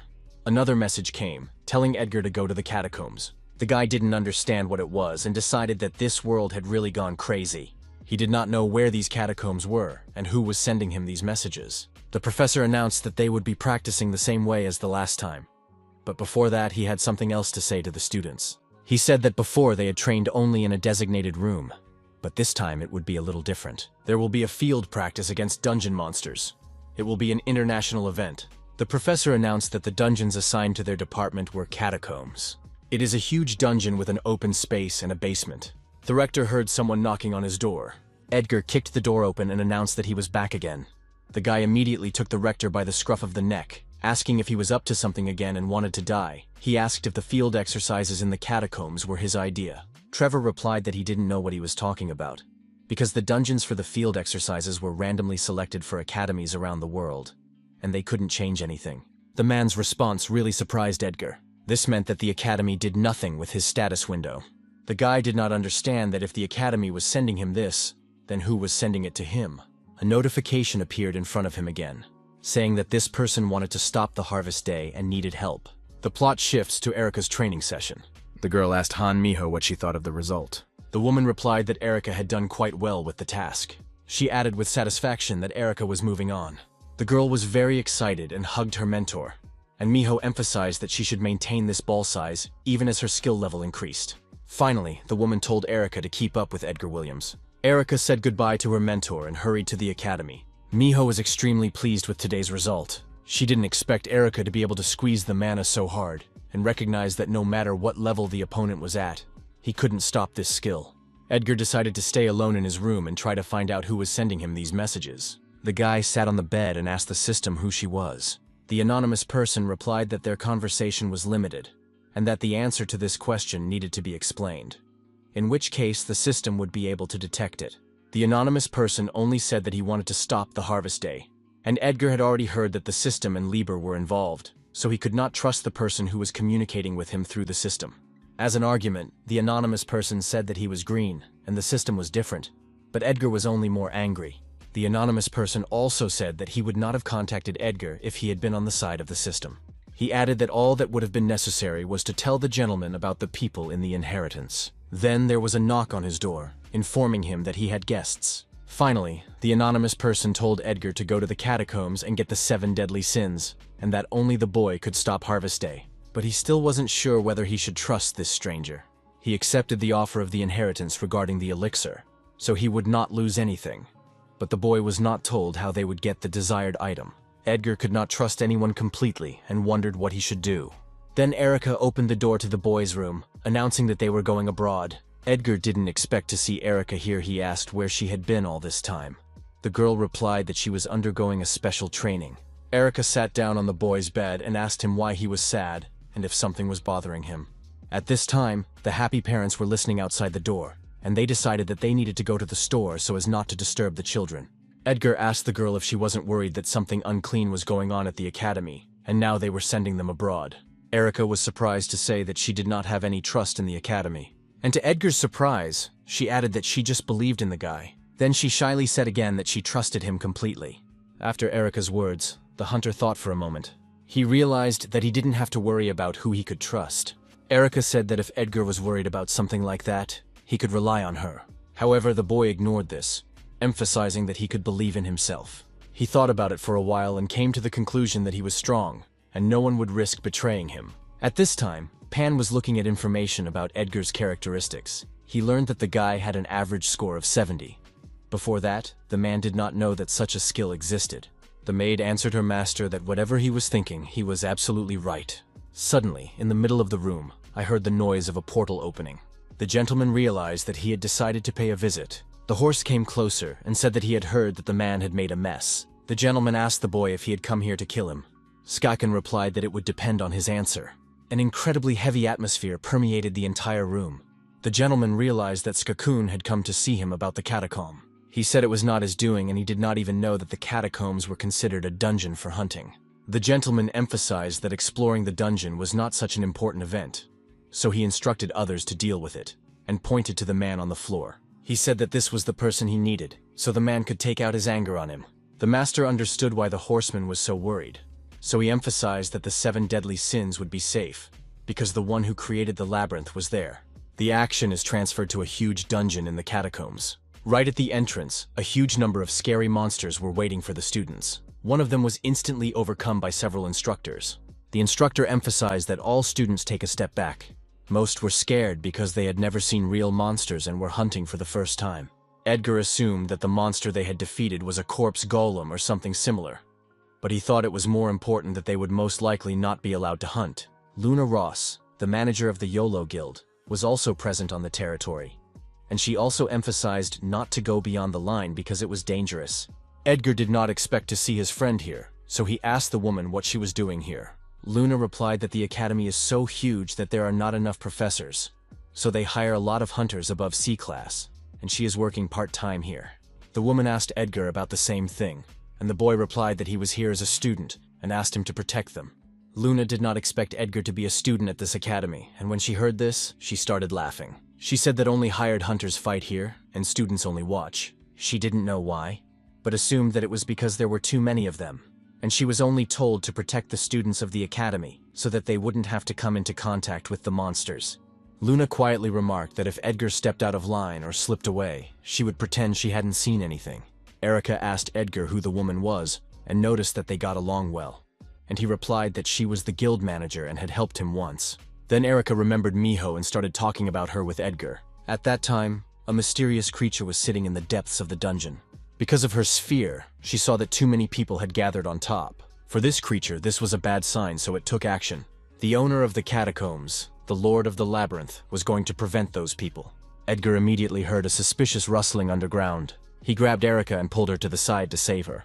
The land near the hunters began to collapse rapidly, and a massive hole formed in the middle of the territory. This was a surprise to everyone, and Luna ordered all the students and hunters to flee. The earth began to collapse even faster, and everyone was forced to flee. Edgar noticed that the anonymous person had sent him a new message. He pointed to the guy's bottom, which was to be expected. Edgar left Erica to the clone and jumped into the hole himself. He told the anonymous person that if it was a trap, he would kill him.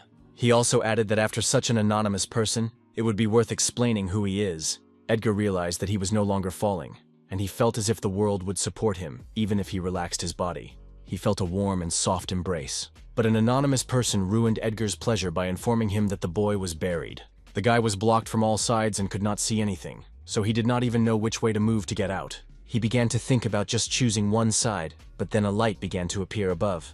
This happened thanks to the skill of scanning the environment and finding living things. Adam Heeson had this ability in his arsenal. Edgar was surprised that Adam had come here as well, and the boy replied that he wasn't going to give up on the elixir. But in fact, he just fell down here because he couldn't run as fast as the others. Adam suspected that the situation was extremely serious, and that many other students could have fallen in, because the destruction could have spread to other places. The boys noticed that there were many different paths in the dungeon.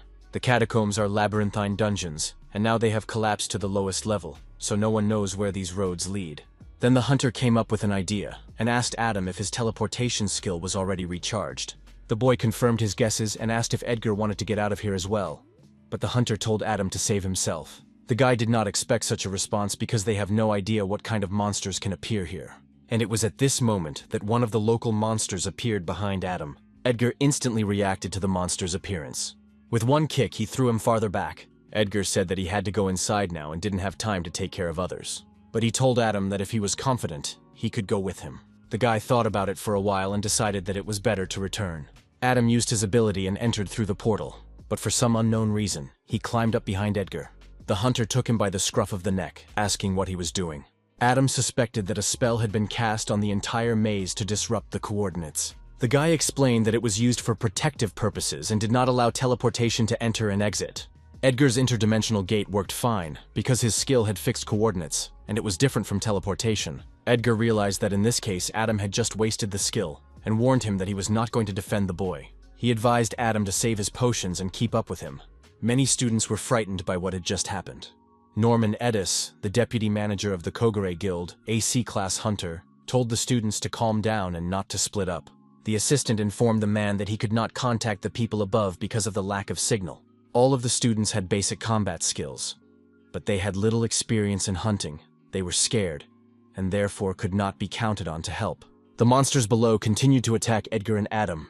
He didn't understand why they kept coming back to life, because they died so easily from above. But here the situation was different. Adam suggested that the monsters at the bottom were much stronger than those at the top, and added that the skeletons had also been resurrected several times. Norman Edis was surprised to see two boys in front of him. He said that he was the deputy manager of the Kogure Guild, and introduced himself to the boys. The other students were excited to see hunters Edgar Williams and Adam Kierson, the strongest students at the academy, passing by. Edgar was annoyed that the monsters he had defeated kept coming back to life. He ordered the clones to tear them to pieces so that they could not recover. The students were extremely frightened when they saw the clones approaching them with knives. Norman asked the boys if they had met anyone else along the way, and Edgar replied that the man was the first person on their path. The deputy manager of the guild said that they were unable to contact the people upstairs, and when Edgar heard this, he replied that there was one way to do it. Erica was incredibly happy to see that Edgar was with her and he was not injured.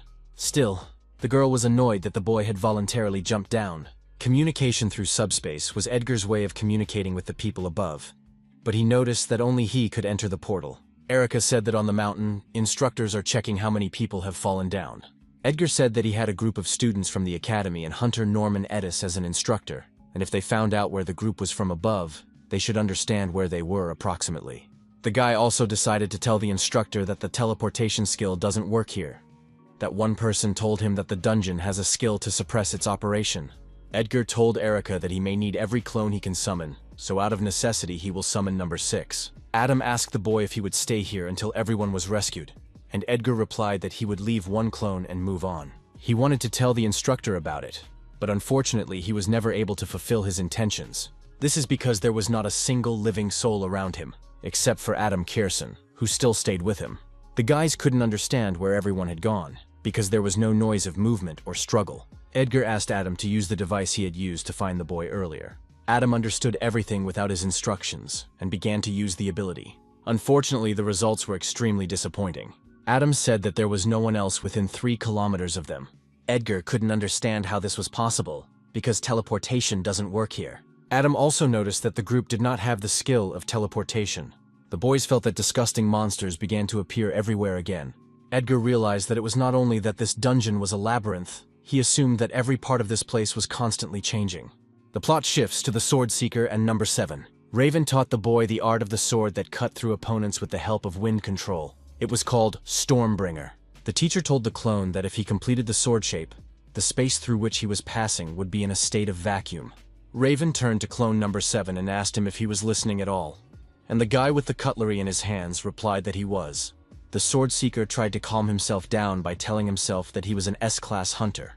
He told the clone that they would first train his sword form. He added that if the boy can feel the wind fluctuations, it will be a success, because the sword shape is an incredibly difficult technique. Raven advised number 7 to use his wrist instead of his hand. At the next moment, the clone flawlessly repeated the technique that the teacher had recently shown. Raven froze for a moment, unable to comprehend how this was possible, so Edgar and his clones had to defend themselves against annoying monsters. Adam stood by the side, giving him moral support, but the monsters kept coming back to life, no matter how much you beat them. This ability of theirs was incredibly annoying to Edgar. Then the anonymous person informed the boy that it would not end until he overcame the person who ran the place. Hunter was annoyed that he had only spoken about it now, so the guy decided that he needed to look at who was running it all and not let him relax. The master of the labyrinth recalled that Pan had warned him about Edgar Williams' superior fighting skills. He took one of the skulls and called it Marcel, saying that Edgar resembled him. That's because there were the most corpses around Marseille because it was incredibly strong. But then the Lord of the Labyrinth said that people would have to face their end anyway. Edgar was annoyed that there was no end to the miserable monsters. They kept resurrecting, and it took 2 or 3 times as long to kill them. And as soon as the hunter thought he had gotten rid of them all, they moved to another place. Edgar wondered if there was any way to deal with them at all, and Adam said that he had heard that the undead could be burned and completely destroyed with the help of divine power. He suggested that Edgar start praying, but the boy became angry at the suggestion and threatened to turn Adam into the undead himself. But the words that they could be burned stuck in the hunter's head. He asked the clones if they could create fireballs and even juggle them, and they said they could. Then the boy asked them to transform a fireball and cover his sword with it. The clone replied that it was quite possible and they would. To the Sword Seeker's dismay, number 7 said that he was simply repeating his movements. Still, his wrist was broken, but the clone didn't worry about it because it would recover in 3 minutes. Raven realized that at this stage, the boy's swift sword could be fully compared to the 3rd level of the Windgust spell. The hunter knew that his student had a sharp eye, but he could not have imagined that he had gained such incredible control over his body. The man began to believe that if he worked on the boy, he could become a blade that would pierce through Liber. And then the Sword Seeker wanted to tell him about the transfer of mana. The clones proceeded to fulfill their master's request. Edgar was pleased with the result and named his sword Saint. Adam noticed that it would be easier to just throw fireballs at the monsters, but Edgar began to believe that his weapon was overwhelmed by divine power. He told the boy to be quiet and watch him punish these monsters. Then the hunter approached one of the monsters and pierced its body with a fire sword. The monster's entire body was covered in fleeting flames. Adam and the clone watched in embarrassment from the sidelines. Then the monster's body really began to turn to ash. Edgar said that now the monsters would recognize his holiness in full. The guys started arguing about the sword, but then they heard human footsteps near them. A man approached them and asked if they were hunters, and Edgar said that they were, and in response asked the man who he was. The stranger replied that he had gotten lost while sightseeing and asked the boys if they knew how to get out of the area. Edgar found this answer suspicious, so he should not have expected the man to believe it.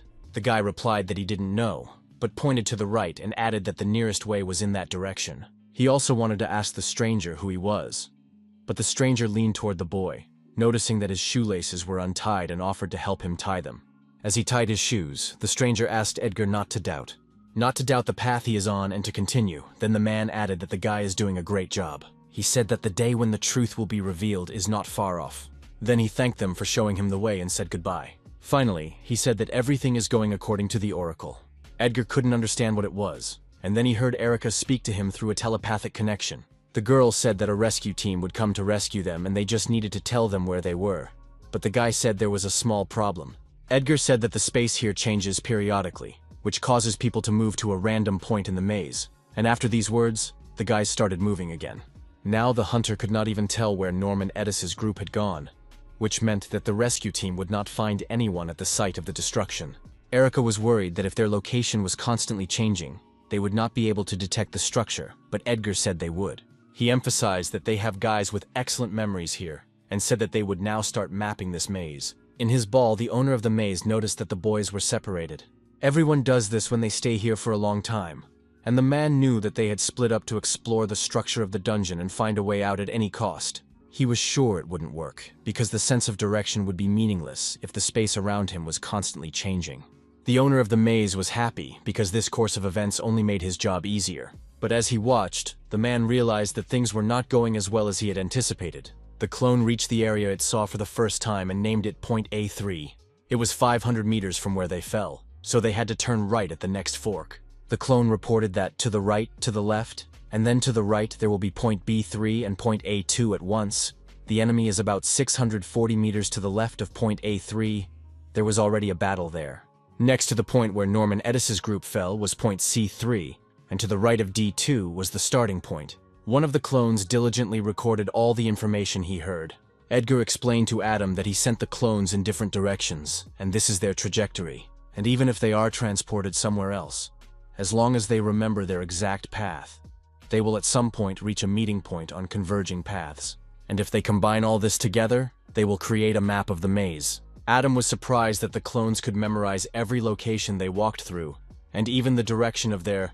Then the boys began to report that they had met Norman Edis's group, as well as a new group of surviving students of the academy. The hunter asked Erica if she was listening, and she immediately replied that the rescue team was waiting for instructions. The clone was going to explain the location of the groups, starting from the place where Edgar fell from the north side. The first closest place was the path where Norman Edis's group was. Next, they managed to find their former partners, Adam Moon and Jacob. The students were incredibly happy because they were saved. Edgar found saving lives very exciting.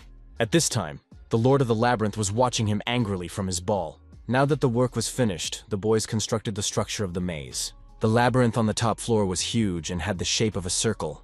Edgar was sure that the teleportation worked in such a strange way because of the maze master's skill. If this is the case, then the skill must have a certain range, which means that the owner of this maze is in the very center.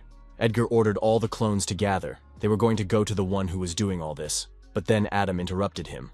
He wanted to ask Edgar to get him out of here first and take him to where the rescue team was.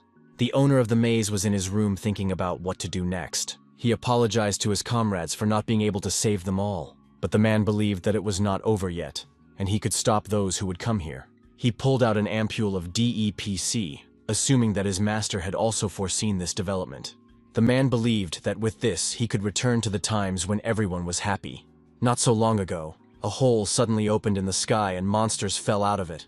A lot of people died, and the streets were full of corpses. The surviving men found a radio and announced a nationwide alert. The announcer said that simultaneously all over the world, monsters are coming out of unknown portals and attacking people. They call this phenomenon the Great Catastrophe.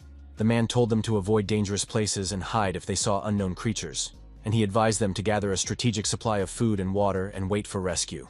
They announced on the radio that it was not a drill. People noticed that the bones of the skeleton near them began to move in the air.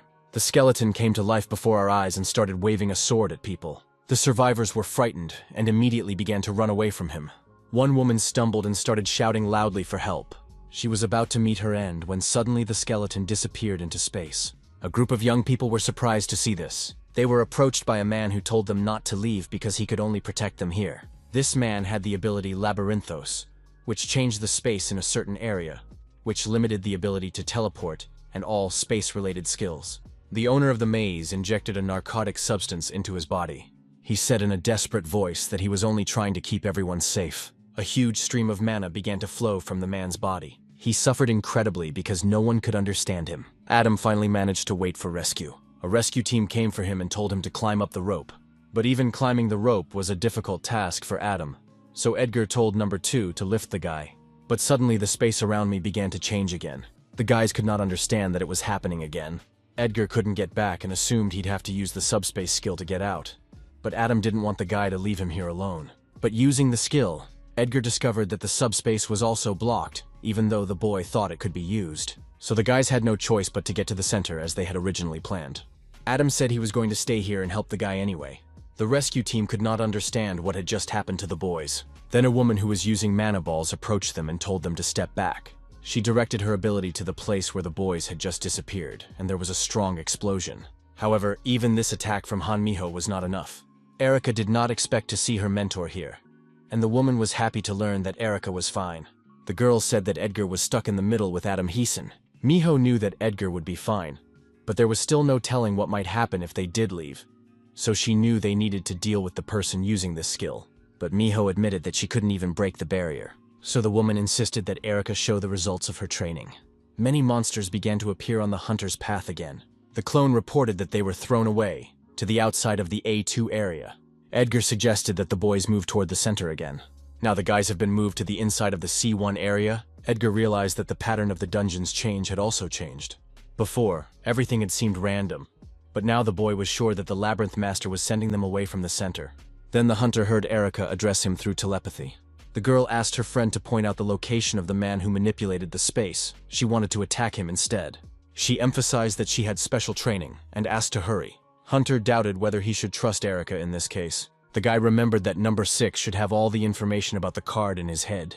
He told the clone to calculate the distance and angle between their location and the center, so that Erika could properly aim. The guy understood everything and said that he would fulfill the order.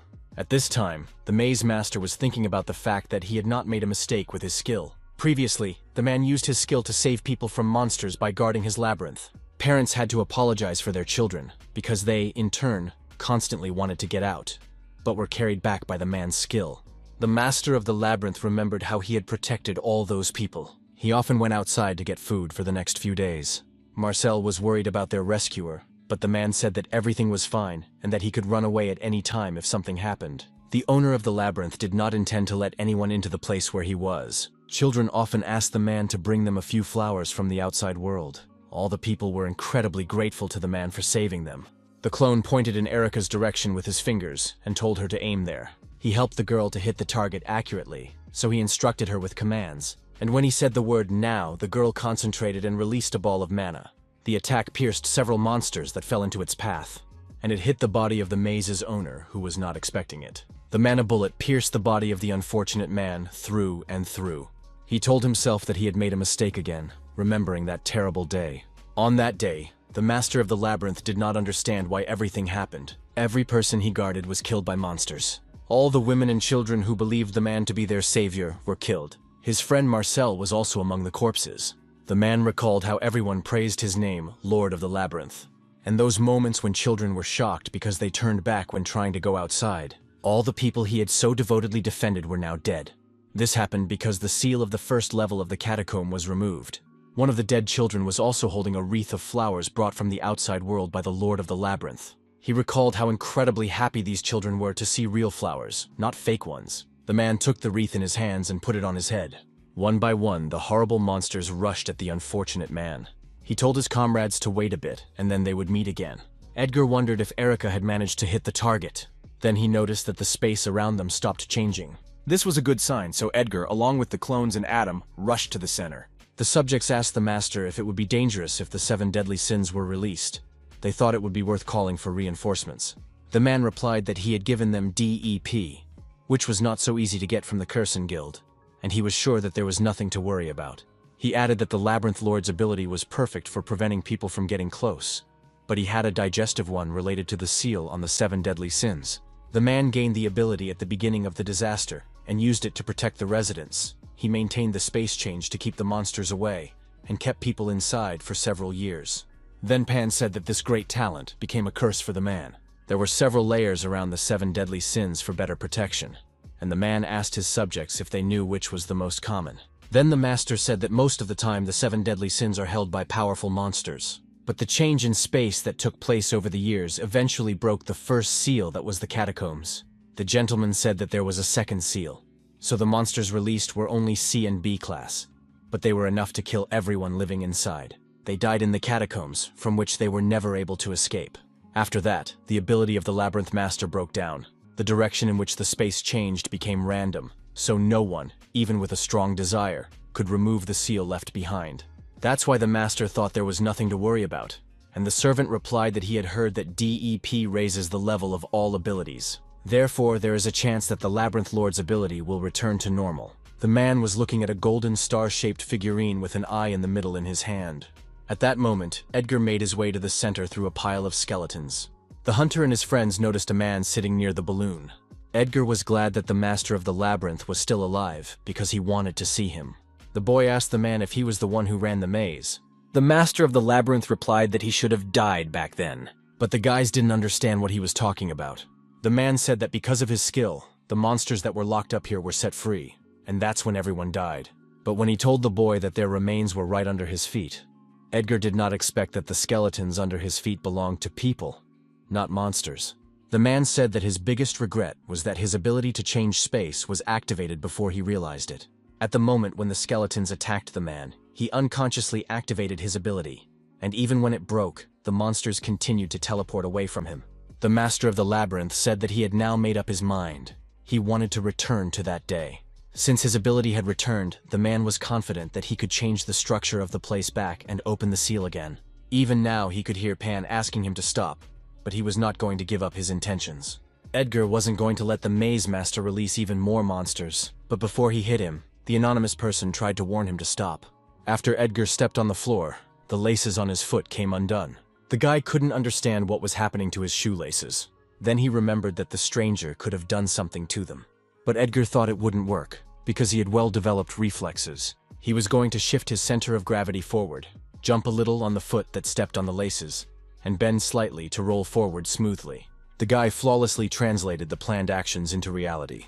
But then Edgar heard something click under his feet. The owner of the labyrinth thanked the boy for pressing the block, because it was the last thing needed to remove the seal. The energy from the removal of the seal began to be felt even outside. An unknown bullet was approaching the center from the hole that had been punched outward. A huge monster began to emerge from this ball. It was getting closer and closer to the boys, and then its outlines began to appear in the light. Edgar felt that this monster was much more dangerous than any he had ever encountered. All the while, the master of the labyrinth was just waiting for it to happen. He turned to Edgar and told the boy that he would reward him for breaking the seal. He threw the 7 deadly sins at the boy. The master of the labyrinth announced that it was time to say goodbye. He asked the monster to give him a solution that the man was unable to find 20 years ago. And at the same moment, a huge monster blew off the man's head. This blow pierced the entire space around him, and Adam didn't even realize it when the clone helped him dodge. Then the anonymous person ordered Edgar to destroy the 7 deadly sins immediately. The boy obeyed his order and knocked the thing on the floor. Then the entire space around him began to fill with bright light. Edgar stood in the middle of a place that was filled with white light everywhere. The guy could not understand where he was, because he knew for sure that he was in the catacombs. Then the man on the side turned to Edgar and said that they had finally met. The hunter asked the stranger in front of him who he was. Then the system window appeared again, and he realized that he was facing the very person who told him to go to the catacombs. The man told the boy that he should have known his name by now. And then a man with glasses said his name was Lieber Zeenstein. Lieber was also known as the man who created the system.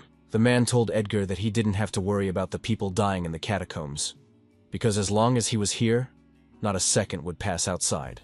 But he warned that if the hunter received more information than he could handle, his brain would melt. The guy recalled that it was Lieber who started the harvest day in Tyburn. The man replied that he had something to say about this, and that the reason for the harvest day was indeed the system he had created. He asked the boy to calm down and listen to him, and added that his only goal was to prevent the harvest day from happening here on Earth. The man explained that he had no control over the situation in Tyburn. He told Edgar to move on to where the results of his research were. Edgar asked the man why he had created such a dangerous thing as the system in the first place, and whether the goal was really to save Tyburn from the Cranids. Lieber gathered his strength and began to answer the boy's questions. Edgar was incredibly shocked to hear that it was because a person important to Lieber had contracted the MA virus. Lieber thought that once the system was complete, he would be able to deal with the virus. Edgao asked what had happened to that person, and the man replied that he was now in a place where he no longer suffered, or so he wanted to believe. Lieber expressed the hope that Edgar should understand him better than anyone else. The man admitted that the system was no longer under his control. First Tyburn, now the Earth. The system became a monster that consumed everything around it. The 7 deadly sins were necessary to stop the system. Lieber told the boy to collect all the sins. This was the condition under which the day of harvest would not come. Edgar asked why he was collecting them, and the man explained that owning all the mortal sins was the only way to get out of the system's registry. Sins block the system's influence on the possessor's body, and Lieber has already said that delving into the details can increase the risk of being caught. Edgar realized that the man could explain everything so directly because of the influence of one of the 7 deadly sins. Another effect of the sin absorption was the great power. The 7 deadly sins are fragments of a legendary creature that lived on Earth many years ago. Lieber explained that the boy would inherit this power when he absorbed all the fragments, but Edgar kept feeling that there was a catch. He was right, because the fragments would try to take over his body, and as the title suggests, the end could be disastrous. Lieber told him to be strong and not to lose himself, but Edgar was confident in his mental stability. The hunter wanted to ask something else, but then his head started to hurt. This meant that he had reached his limit, and Lieber said that they would talk about everything after the guy had dealt with the monster. The man emphasized that the fragment would help Edgar defeat the monster. Finally, Lieber begged the boy to stop the system. A moment later, Edgar woke up in the same place, in the catacombs. Adam asked the boy how he was feeling and emphasized that they needed to run. The boy realized that they were facing a very unusual monster. The monster sent a black sphere outward. It began to wreak havoc on the entire neighborhood. Many houses were destroyed and people were very scared. Many of them were crushed by debris from the destruction of buildings. This monster made Edgar remember the events of the past. Edgar asked Adam to use the holy buff on him for half a second. He told me to hide and use it on him as soon as he gave the signal. Edgar ordered all the clones, except for number 1, to go rescue people and try to avoid battles. The hunter was looking at a terrifying monster that towered on the horizon. He recalled Lieber's words that the 7 deadly sins would help him, so he decided to believe it and destroyed the resulting fragment. Edgar saw that there was another bullet inside the destroyed fragment, and then he saw a huge eye in front of him. The monster rejoiced that it had finally managed to get a new body. Then Edgar started screaming because of what was happening to his body. Adam could not understand what was happening to the boy. He recalled that when Edgar screams, he usually has to transform. The monster told Edgar that he would give him everything he wanted, but in return, he had to give up his body. The guy felt an incredible force absorbing his body. He even began to think that it might not be so bad to just give up and feel calm. But just before the sphere was absorbed, Edgar stopped for a moment.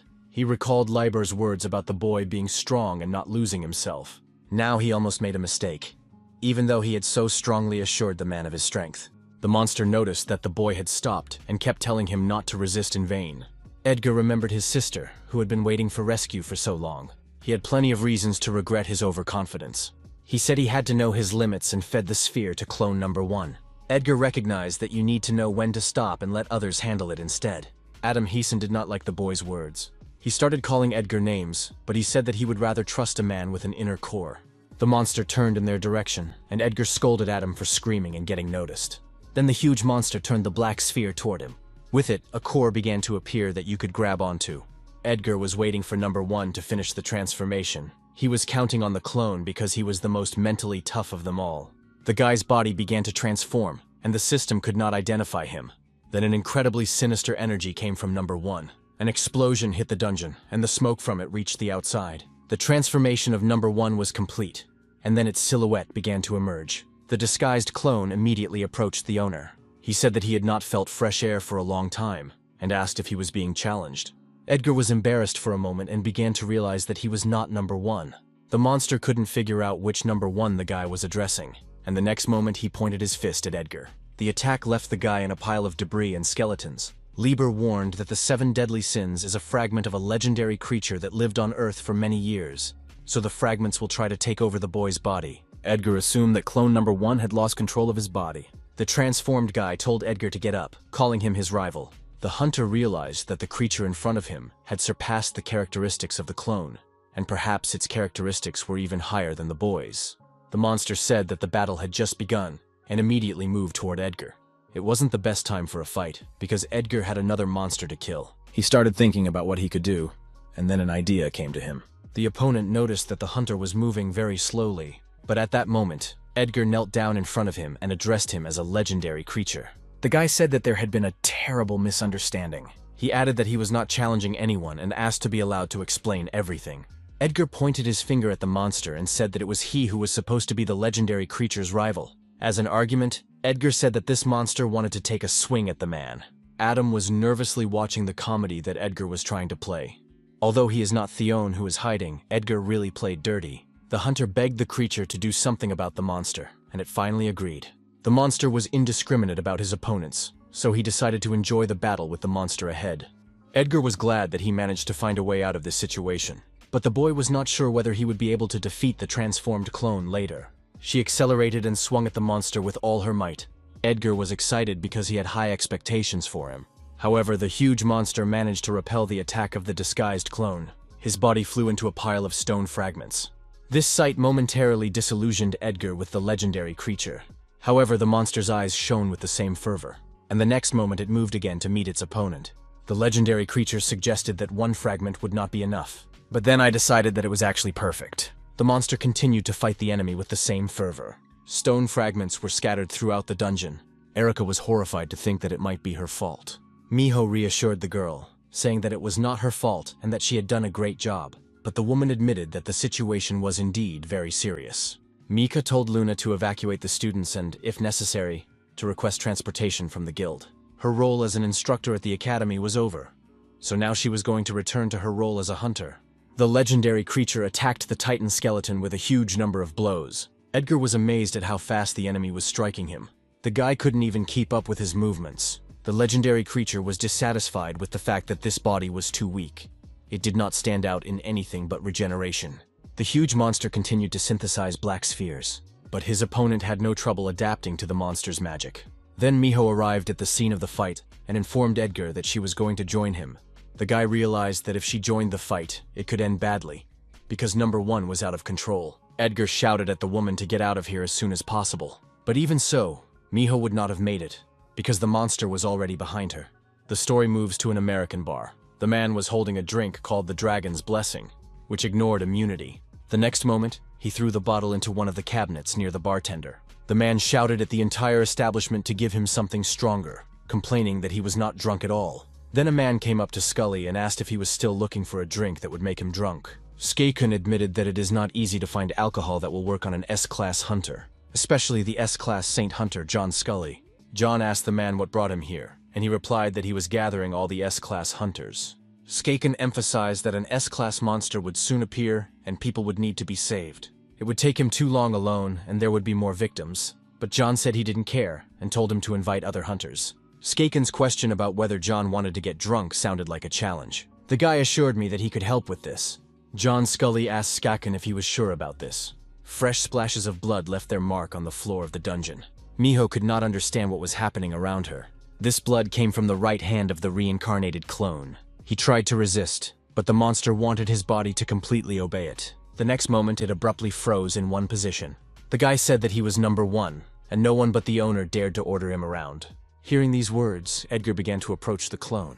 Miho asked the guy to explain what was going on here. Edgar Williams replied that it was too long a story. The legendary creature was impressed by the boy's loyalty, said that she would allow him to return control for now, and finally wished the number one good luck. Then the clone felt that his body had finally returned to normal. Miho asked Edgar if number one had been brainwashed. At that moment, the monster moved and made itself felt again. Edgar asked number one if he could stop the monster with that purple energy. At this time, the monster began to synthesize a new black ball. From the number one reaction, Edgar realized that he couldn't do it. So in this case, they could only evade. Raven was going to teach number 7 the Storm Core engine, a secret technique he inherited from the descendants of the Elemental Sword. He didn't usually teach this technique to others, but since the boy was making progress in his studies, he was going to pass on his wisdom to him. The teacher told number 7 to gather as much energy as he could in his mana core, all the mana that was circulating in his body. Now the man intended to take control of the boy's mana to create a new circulation path. Mindlessly moving the mana can damage the body, so you need to be careful. Then the sword seeker placed his palms on the boy's shoulder blades and concentrated on the task at hand. Edgar couldn't understand what had happened to the clone, because he had recently fought so well. The clones who carried out the evacuation reported that most of the work that could be done independently was done. Upon hearing this, the owner ordered them to gather in one place. Thus, Edgar was going to defeat the monster with the help of most clones. Miho was going to distract the enemy's attention with her Hypnotize Fox ability. It really worked and distracted the huge monster. The next moment, one of the clones rushed to attack him, but the monster immediately synthesized a huge black ball in response. The clone managed to use a newly mastered technique on his opponent's hand, freezing. Edgar completely forgot about freezing after he learned it. The guy ordered the clones not to let the monster move. The guys continued to freeze the opponent's body. Edgar was also going to use the freeze skill on him, but for some reason, he failed to do so this time. The head of the Yahello guild noticed that something was wrong with Edgar. The monster took advantage of the opportunity and threw the woman aside. Miho crashed into a huge pile of stone rubble. The monster reached out with its hand in the direction where the woman had landed. But Edgar immediately defended the woman, preventing the monster from realizing his intentions. He asked the exhausted leader if she was okay. Then a strange sensation pierced the guy's entire body, and the system window notified him that the mana engine of the Storm Core was activated. One by one, the clones began to use the new ability. Edgar couldn't understand what kind of mana engine he had just seen. Number 7 reported that he could feel the mana continuing to condense and explode, but that the circulation around the center did not stop. From this description, Raven concluded that the guy really had a guess sense, and he said that using sword skill and magic during explosions was a basic operation of the mana engine. However, Number 7 interrupted the teacher, saying that he had to leave because of an emergency. He opened the portal and instantly passed through it. The Seeker of the Sword was in utter despair at this attitude, and he reflected on what his life had become. The next moment, Raven heard himself addressed by his hunting name, and the hunter told the man that he was not in the best of moods and asked him to get straight to the point. The clones continued to attack the monster with their newly acquired skill. Edgar was amazed by this power, because even the monster's bones were damaged. Number 7 showed up and apologized, explaining that he had to stop mana control for a while so he couldn't come right away. The boy said that the Sword Seeker had taught him the mana engine, along with the art of swordplay, but he warned that the energy of the sword could not be used for so long. The monster recovered from attacks with impressive speed. The hunter realized that it was necessary to finish him off with a single blow. Edgar asked if they could use that mana engine. The clone replied that the final joint strike using an explosion was a basic technique. The hunter listened to the clone's words and swung his sword at the enemy. He missed, but still the guy's blade went through. The monster continued to create more and more black balls behind him. The guys intended to continue attacking the enemy, not giving him time to recover. Then the huge monster screamed at the top of his voice. Edgar covered one ear to block his hearing from the impact. A massive ball formed over the monster and began to open. The hunter instantly realized that he needed to protect himself with an interdimensional gate, but the guy didn't have time to do it, because the next moment, a black sphere pierced their bodies. Wounded in the stomach, Edgar began to fall helplessly to the floor. Then the light from the open portal appeared in the dungeon. Raven appeared in the catacombs and immediately caught the falling Edgar. The man also did not expect to see his colleagues here. 3 more S-Class hunters arrived at the site: George Lucas, John Scully, and Charles Dion. The hunters were faced with the very monster they were expecting. This monster was one of the undead. The saint knew this, and now understood why he was called here. Raven asked the healer if he could cure the man in his hands. John noticed that this guy would not die from such a wound and asked the hunter if he knew him, and he said that he did. It was an easy task to cure the boy, so John decided to treat all the others, and he was surprised to see that they all looked very similar.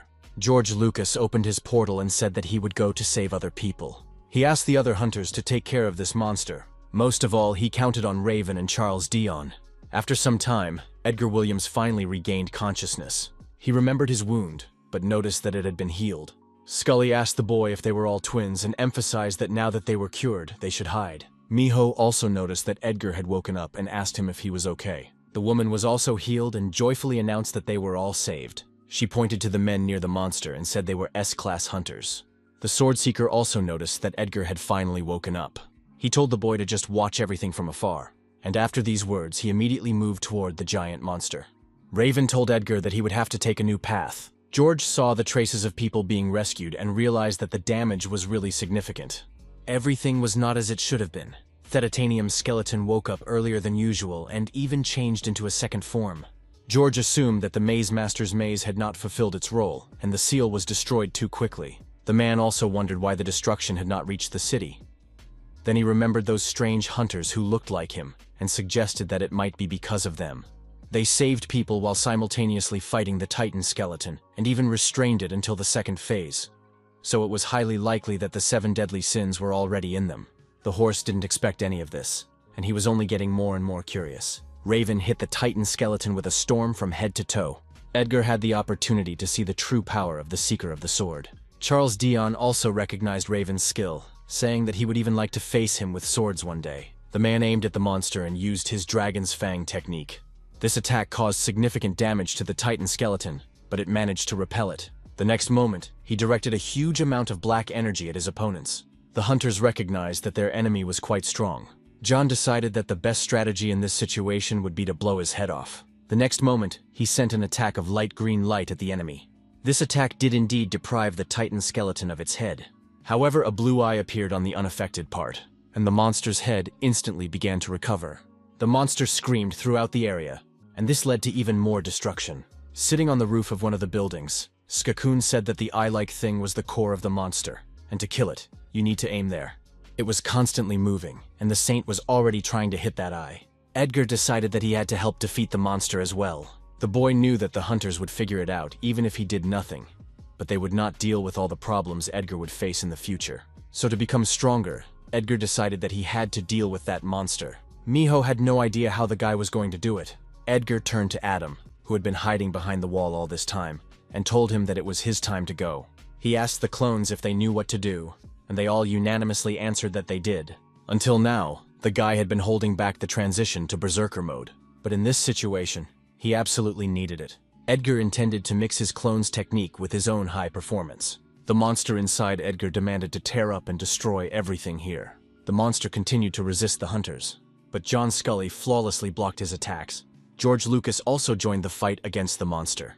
Following the attack of the steed, Charles and Raven attacked the Titan skeleton with their blades. Raven captured the monster with his sword storm skill. After him, Charles Dion dissected the limbs of a Titan skeleton. The monster's core was fixed in one place. Edgar reached for his blade, ready to deal with the monster. Adam did not even realize that it was a combination of the Berserker mode and the Holy Force. Adam used the skill of Holiness on Edgar, which gave the target a powerful blessing. Wings appeared behind the hunter's back and he flew in the direction of the monster. Miho decided that she needed to stop the S-Class hunters to avoid any problems. She hypnotized them with her skill of diverting the opponent's attention to his secret desires. Edgar and his clones were getting closer to the Titan skeleton. Together they aimed at the core of the monster. The boy managed to defeat the monster by piercing its weak point. As a result, Edgar absorbed the characteristics of a titanium skeleton. In her chambers, the Oracle felt that a thread of hope had finally appeared. Edgar Williams became the new S-Class hunter, capable of turning huge gears. The defeated monster lay in the very center of the catacombs. Edgar felt severe muscle pain all over his body. The pain always accompanied the boy when his characteristics increased dramatically. Raven held out his hand to the boy, asking if he was okay, and added that they would have made it even if Edgar hadn't intervened in the battle. But the boy replied that he could not just stand by and watch. The Seeker of the Sword immediately noticed that Edgar's energy had changed.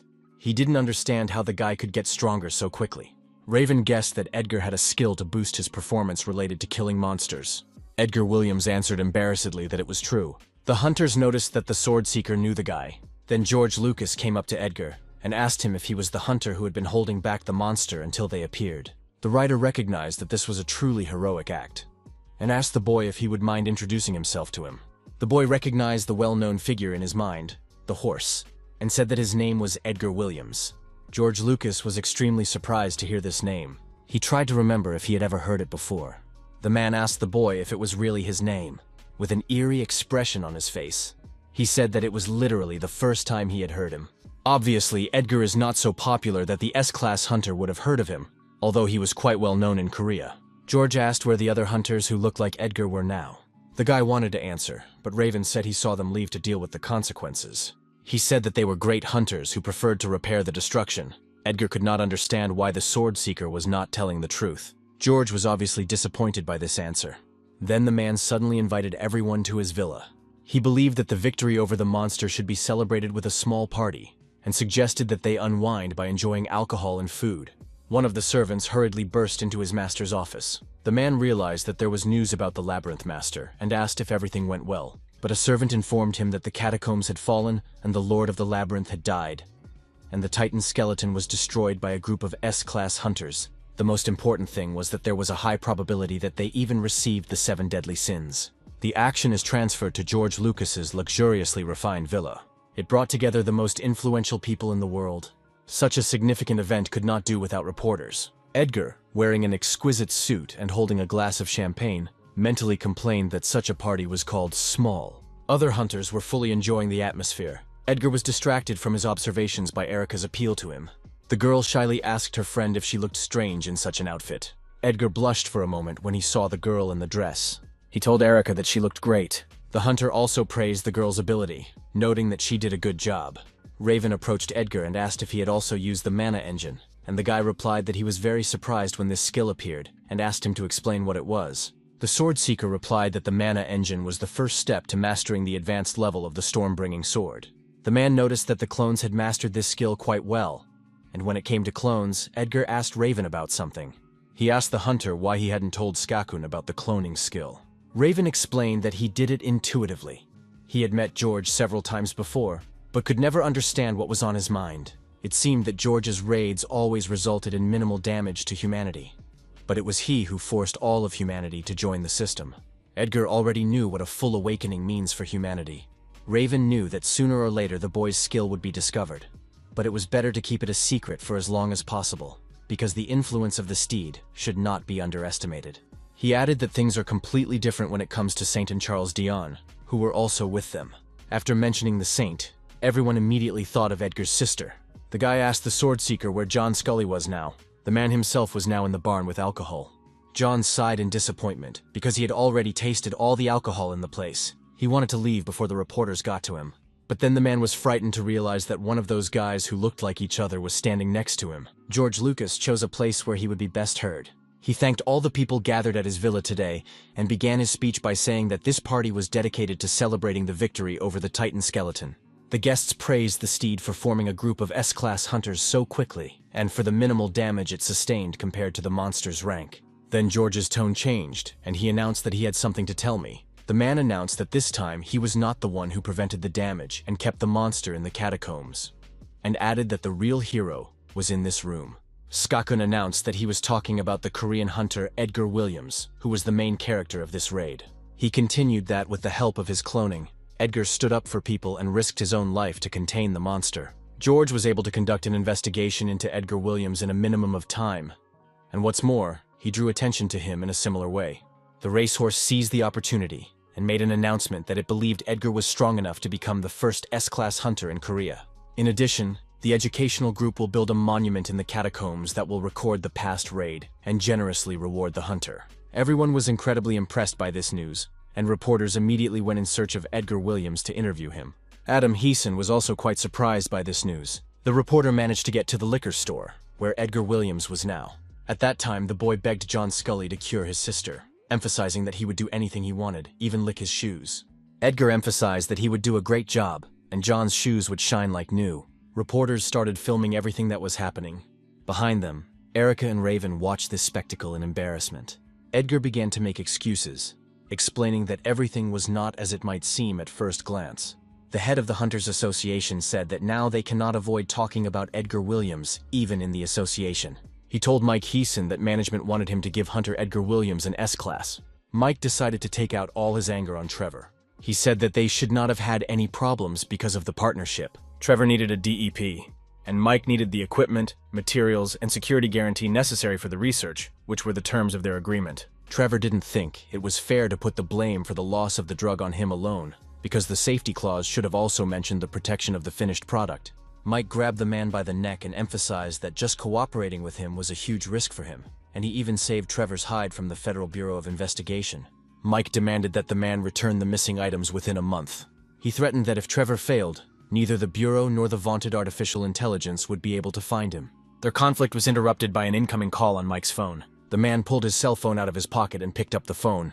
He received a call from the head of the Hunters Association, Ram, who told him that it was time to make a decision. Mike shouted that even if the steed appeared before him in person, he would not allow Edgar Williams to become an S-class hunter before him.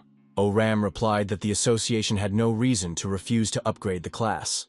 as the Titan skeleton from the catacombs was rated as an S-class monster. And since the hunter Edgar Williams delivered the final blow, which there are even witnesses to, they cannot deny it. Mike replied that the reason for the refusal could be that Edgar had been helped by S-class hunters, and he ordered them to answer that they could not accept the promotion because of this. Oram realized that in this case, they would be forced to name the conditions for promotion. Mike suggested that Edgar be sent to a hotspot, such as Africa, where a massive disaster had overtaken the Korean hunters sent there. It's not a given that the guy will be able to beat the local S-class monsters, but if he at least survives there, the association will have no choice but to recognize him. At the headquarters of the International Hunters Association, they discussed the fact that Korea said it could not promote Hunter Edgar Williams to S-class just on the basis of killing one S-class monster. This was a rather unique case, because other countries don't even mind falsifying documentation to get the required number of S-class hunters as quickly as possible. But Skakun believed that there was no need to put pressure on the Korean Hunting Association, and he decided to leave it at that. He admitted that the Korean Hunters Association had long been rotten, and you never know when things will collapse.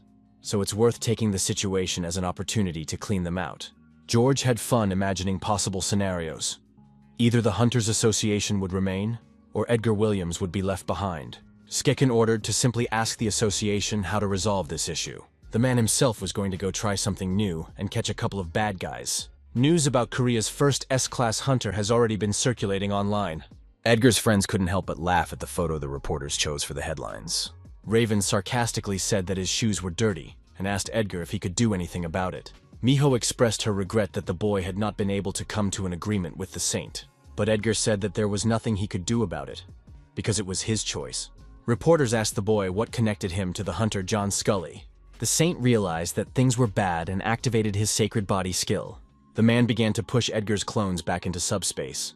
Then he grabbed the guy and told him to follow him. Reporters witnessed the moment when John Scully and Edgar Williams jumped out the window. The hunters managed to hide from reporters' cameras for a while. Now the saint began to ask what was wrong with Edgar's sister and what kind of illness she had. In order for a man to answer whether he can cure a girl, he first needs to know what kind of disease she has. After that, Edgar finally got serious. He informed me that his sister Freya was ill with the mana virus. He added that the doctor said that either an elixir or an S-class healer could save her. The saint replied that even for him it would be difficult to cure the MA virus, but he could estimate the degree of severity. Edgar started to say something, but John asked him to listen. The virus multiplies as long as it has access to mana, and the saint's skill will be the same food for it. The only way to eradicate the virus is to starve it by letting it eat all the mana in the body of the infected. Edgar realized that for a person this means death, so the saint said that it is difficult to cure the disease, and the method of treatment is quite risky. It was necessary to cut off access to mana and revive the person before his final death, with a 50% chance of success. If Edgar hadn't had the elixir option, he would have agreed, but now it's not his option. The saint said that he could be contacted in any case if the boy changed his mind. Edgar told his friends that he needed to take care of something. He didn't know why, but his skills weren't working as well as they used to. The new S-class hunter and the 7 deadly sins.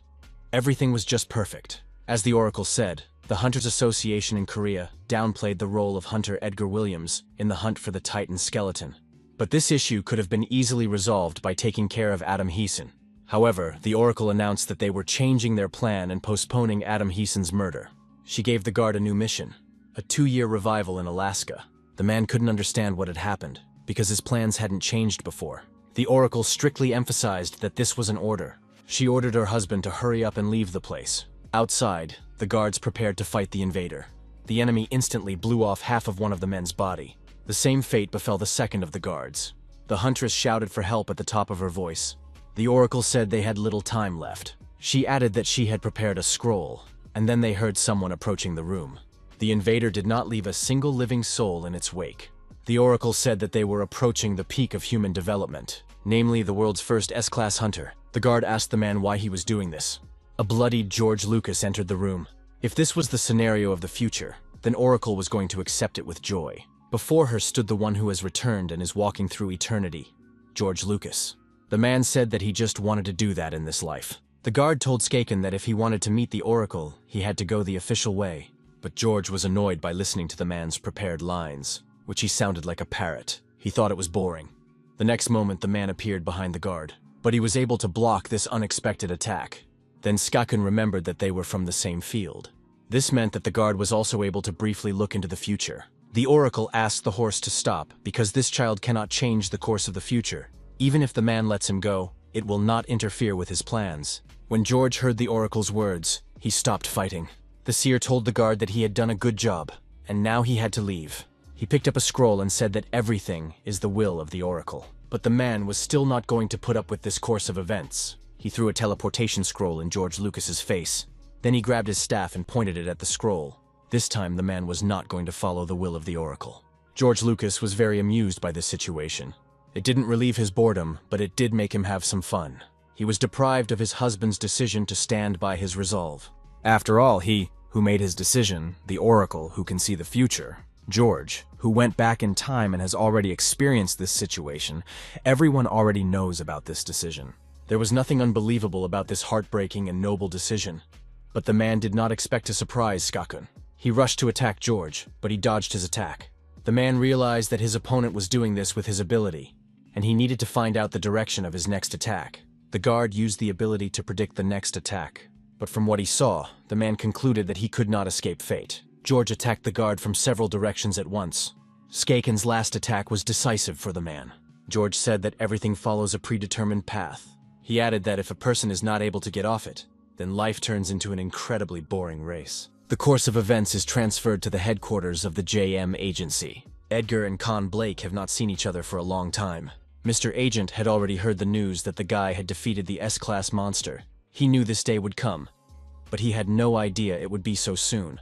Edgar asked me to stop praising him, because eventually he would have a hard time without the other S-Class hunters. He said hello to Kim and asked the girl if she had made many elixirs during this period. The girl's appearance seriously scared Edgar. Kim told him to look at the bottom, and then the questions would disappear by themselves. There was a huge crowd of reporters at the entrance to the agency. They were making so much noise that she couldn't sleep a wink, and they didn't leave the territory even at night. Edgar was surprised that he was offered the S-Class in this way. But since it was a steed, with his status in the hunting industry, anything was possible. But the agent said that in the end, the Hunters Association was against it.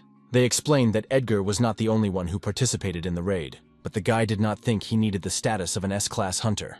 After all, in the current situation, Edgar had no problems meeting his basic needs, and he didn't want more reporters for nothing. Mr. Agent anticipated that Edgar would say so, and he informed him that in that case he would reject the association's offer. The association said it would officially introduce Edgar as an S-Class hunter if he deals with monsters in West Africa. Kim got excited when she heard about Africa and asked if it was the pit of monsters. The agent replied that she was right, and that it was the pit of monsters. The girl went back to her business, because Edgar was going to refuse the offer anyway. The guy was going to refuse any offers from the association because he didn't care, and he would never go to Africa. Mr. Lieber announced that his next destination would be Africa. The man's words were incredibly disappointing to Edgar. He should have guessed that it would end this way. Lieber said that the next part of the 7 deadly sins is in Africa. But it wasn't just them. The place was perfect for Edgar's training. Having studied the characteristics of the clone, Lieber concluded that the influence of the 7 deadly sins extends to Edgar. He knew that Edgar's skills were no longer working as they should. Lieber has already said that the 7 deadly sins block the system and prevent its influence. The man said that from now on, Edgar should use his skills without the help of the system. But then he remembered that this was the name of a method from the planet Tyburn. So he decided to call it something else, and he told Edgar that he had to learn magic. The oracle told Skakun that he did not have to kill that child. George was curious why the seer told the man to run away, and even prepared a scroll of teleportation for him. After all, the guard had to know that the oracle would refuse George's offer, which would lead to his death. He assumed that the seer had become attached to the man because she had worked with him for a long time, or had a sense of duty to him. The oracle replied that there was no single path, and that it was not fate that killed the man, but George. She added that the same goes for the current George, shaped by his own choice. After these words, the hunter took off the seer's head with a quick blow. He did not want to be talked to about such an abomination as freedom of choice, because he was the one who believed in this idea the most. He has tried to change things not 10, 20, or 100 times, but each time, George just watched the system swallow the planet, triggering Harvest Day. No matter who the hunter saved, the result remained the same. No matter how many hunters he assembled, it was all in vain. The result has always been the same. George can't stop Harvest Day. And for a creature that has no physical ability to express its thoughts, other than to repeat everything automatically, There is no point in listening to it. George was right, because all the oracle could do was show him the knowledge. The seer told the hunter that she would show him his future,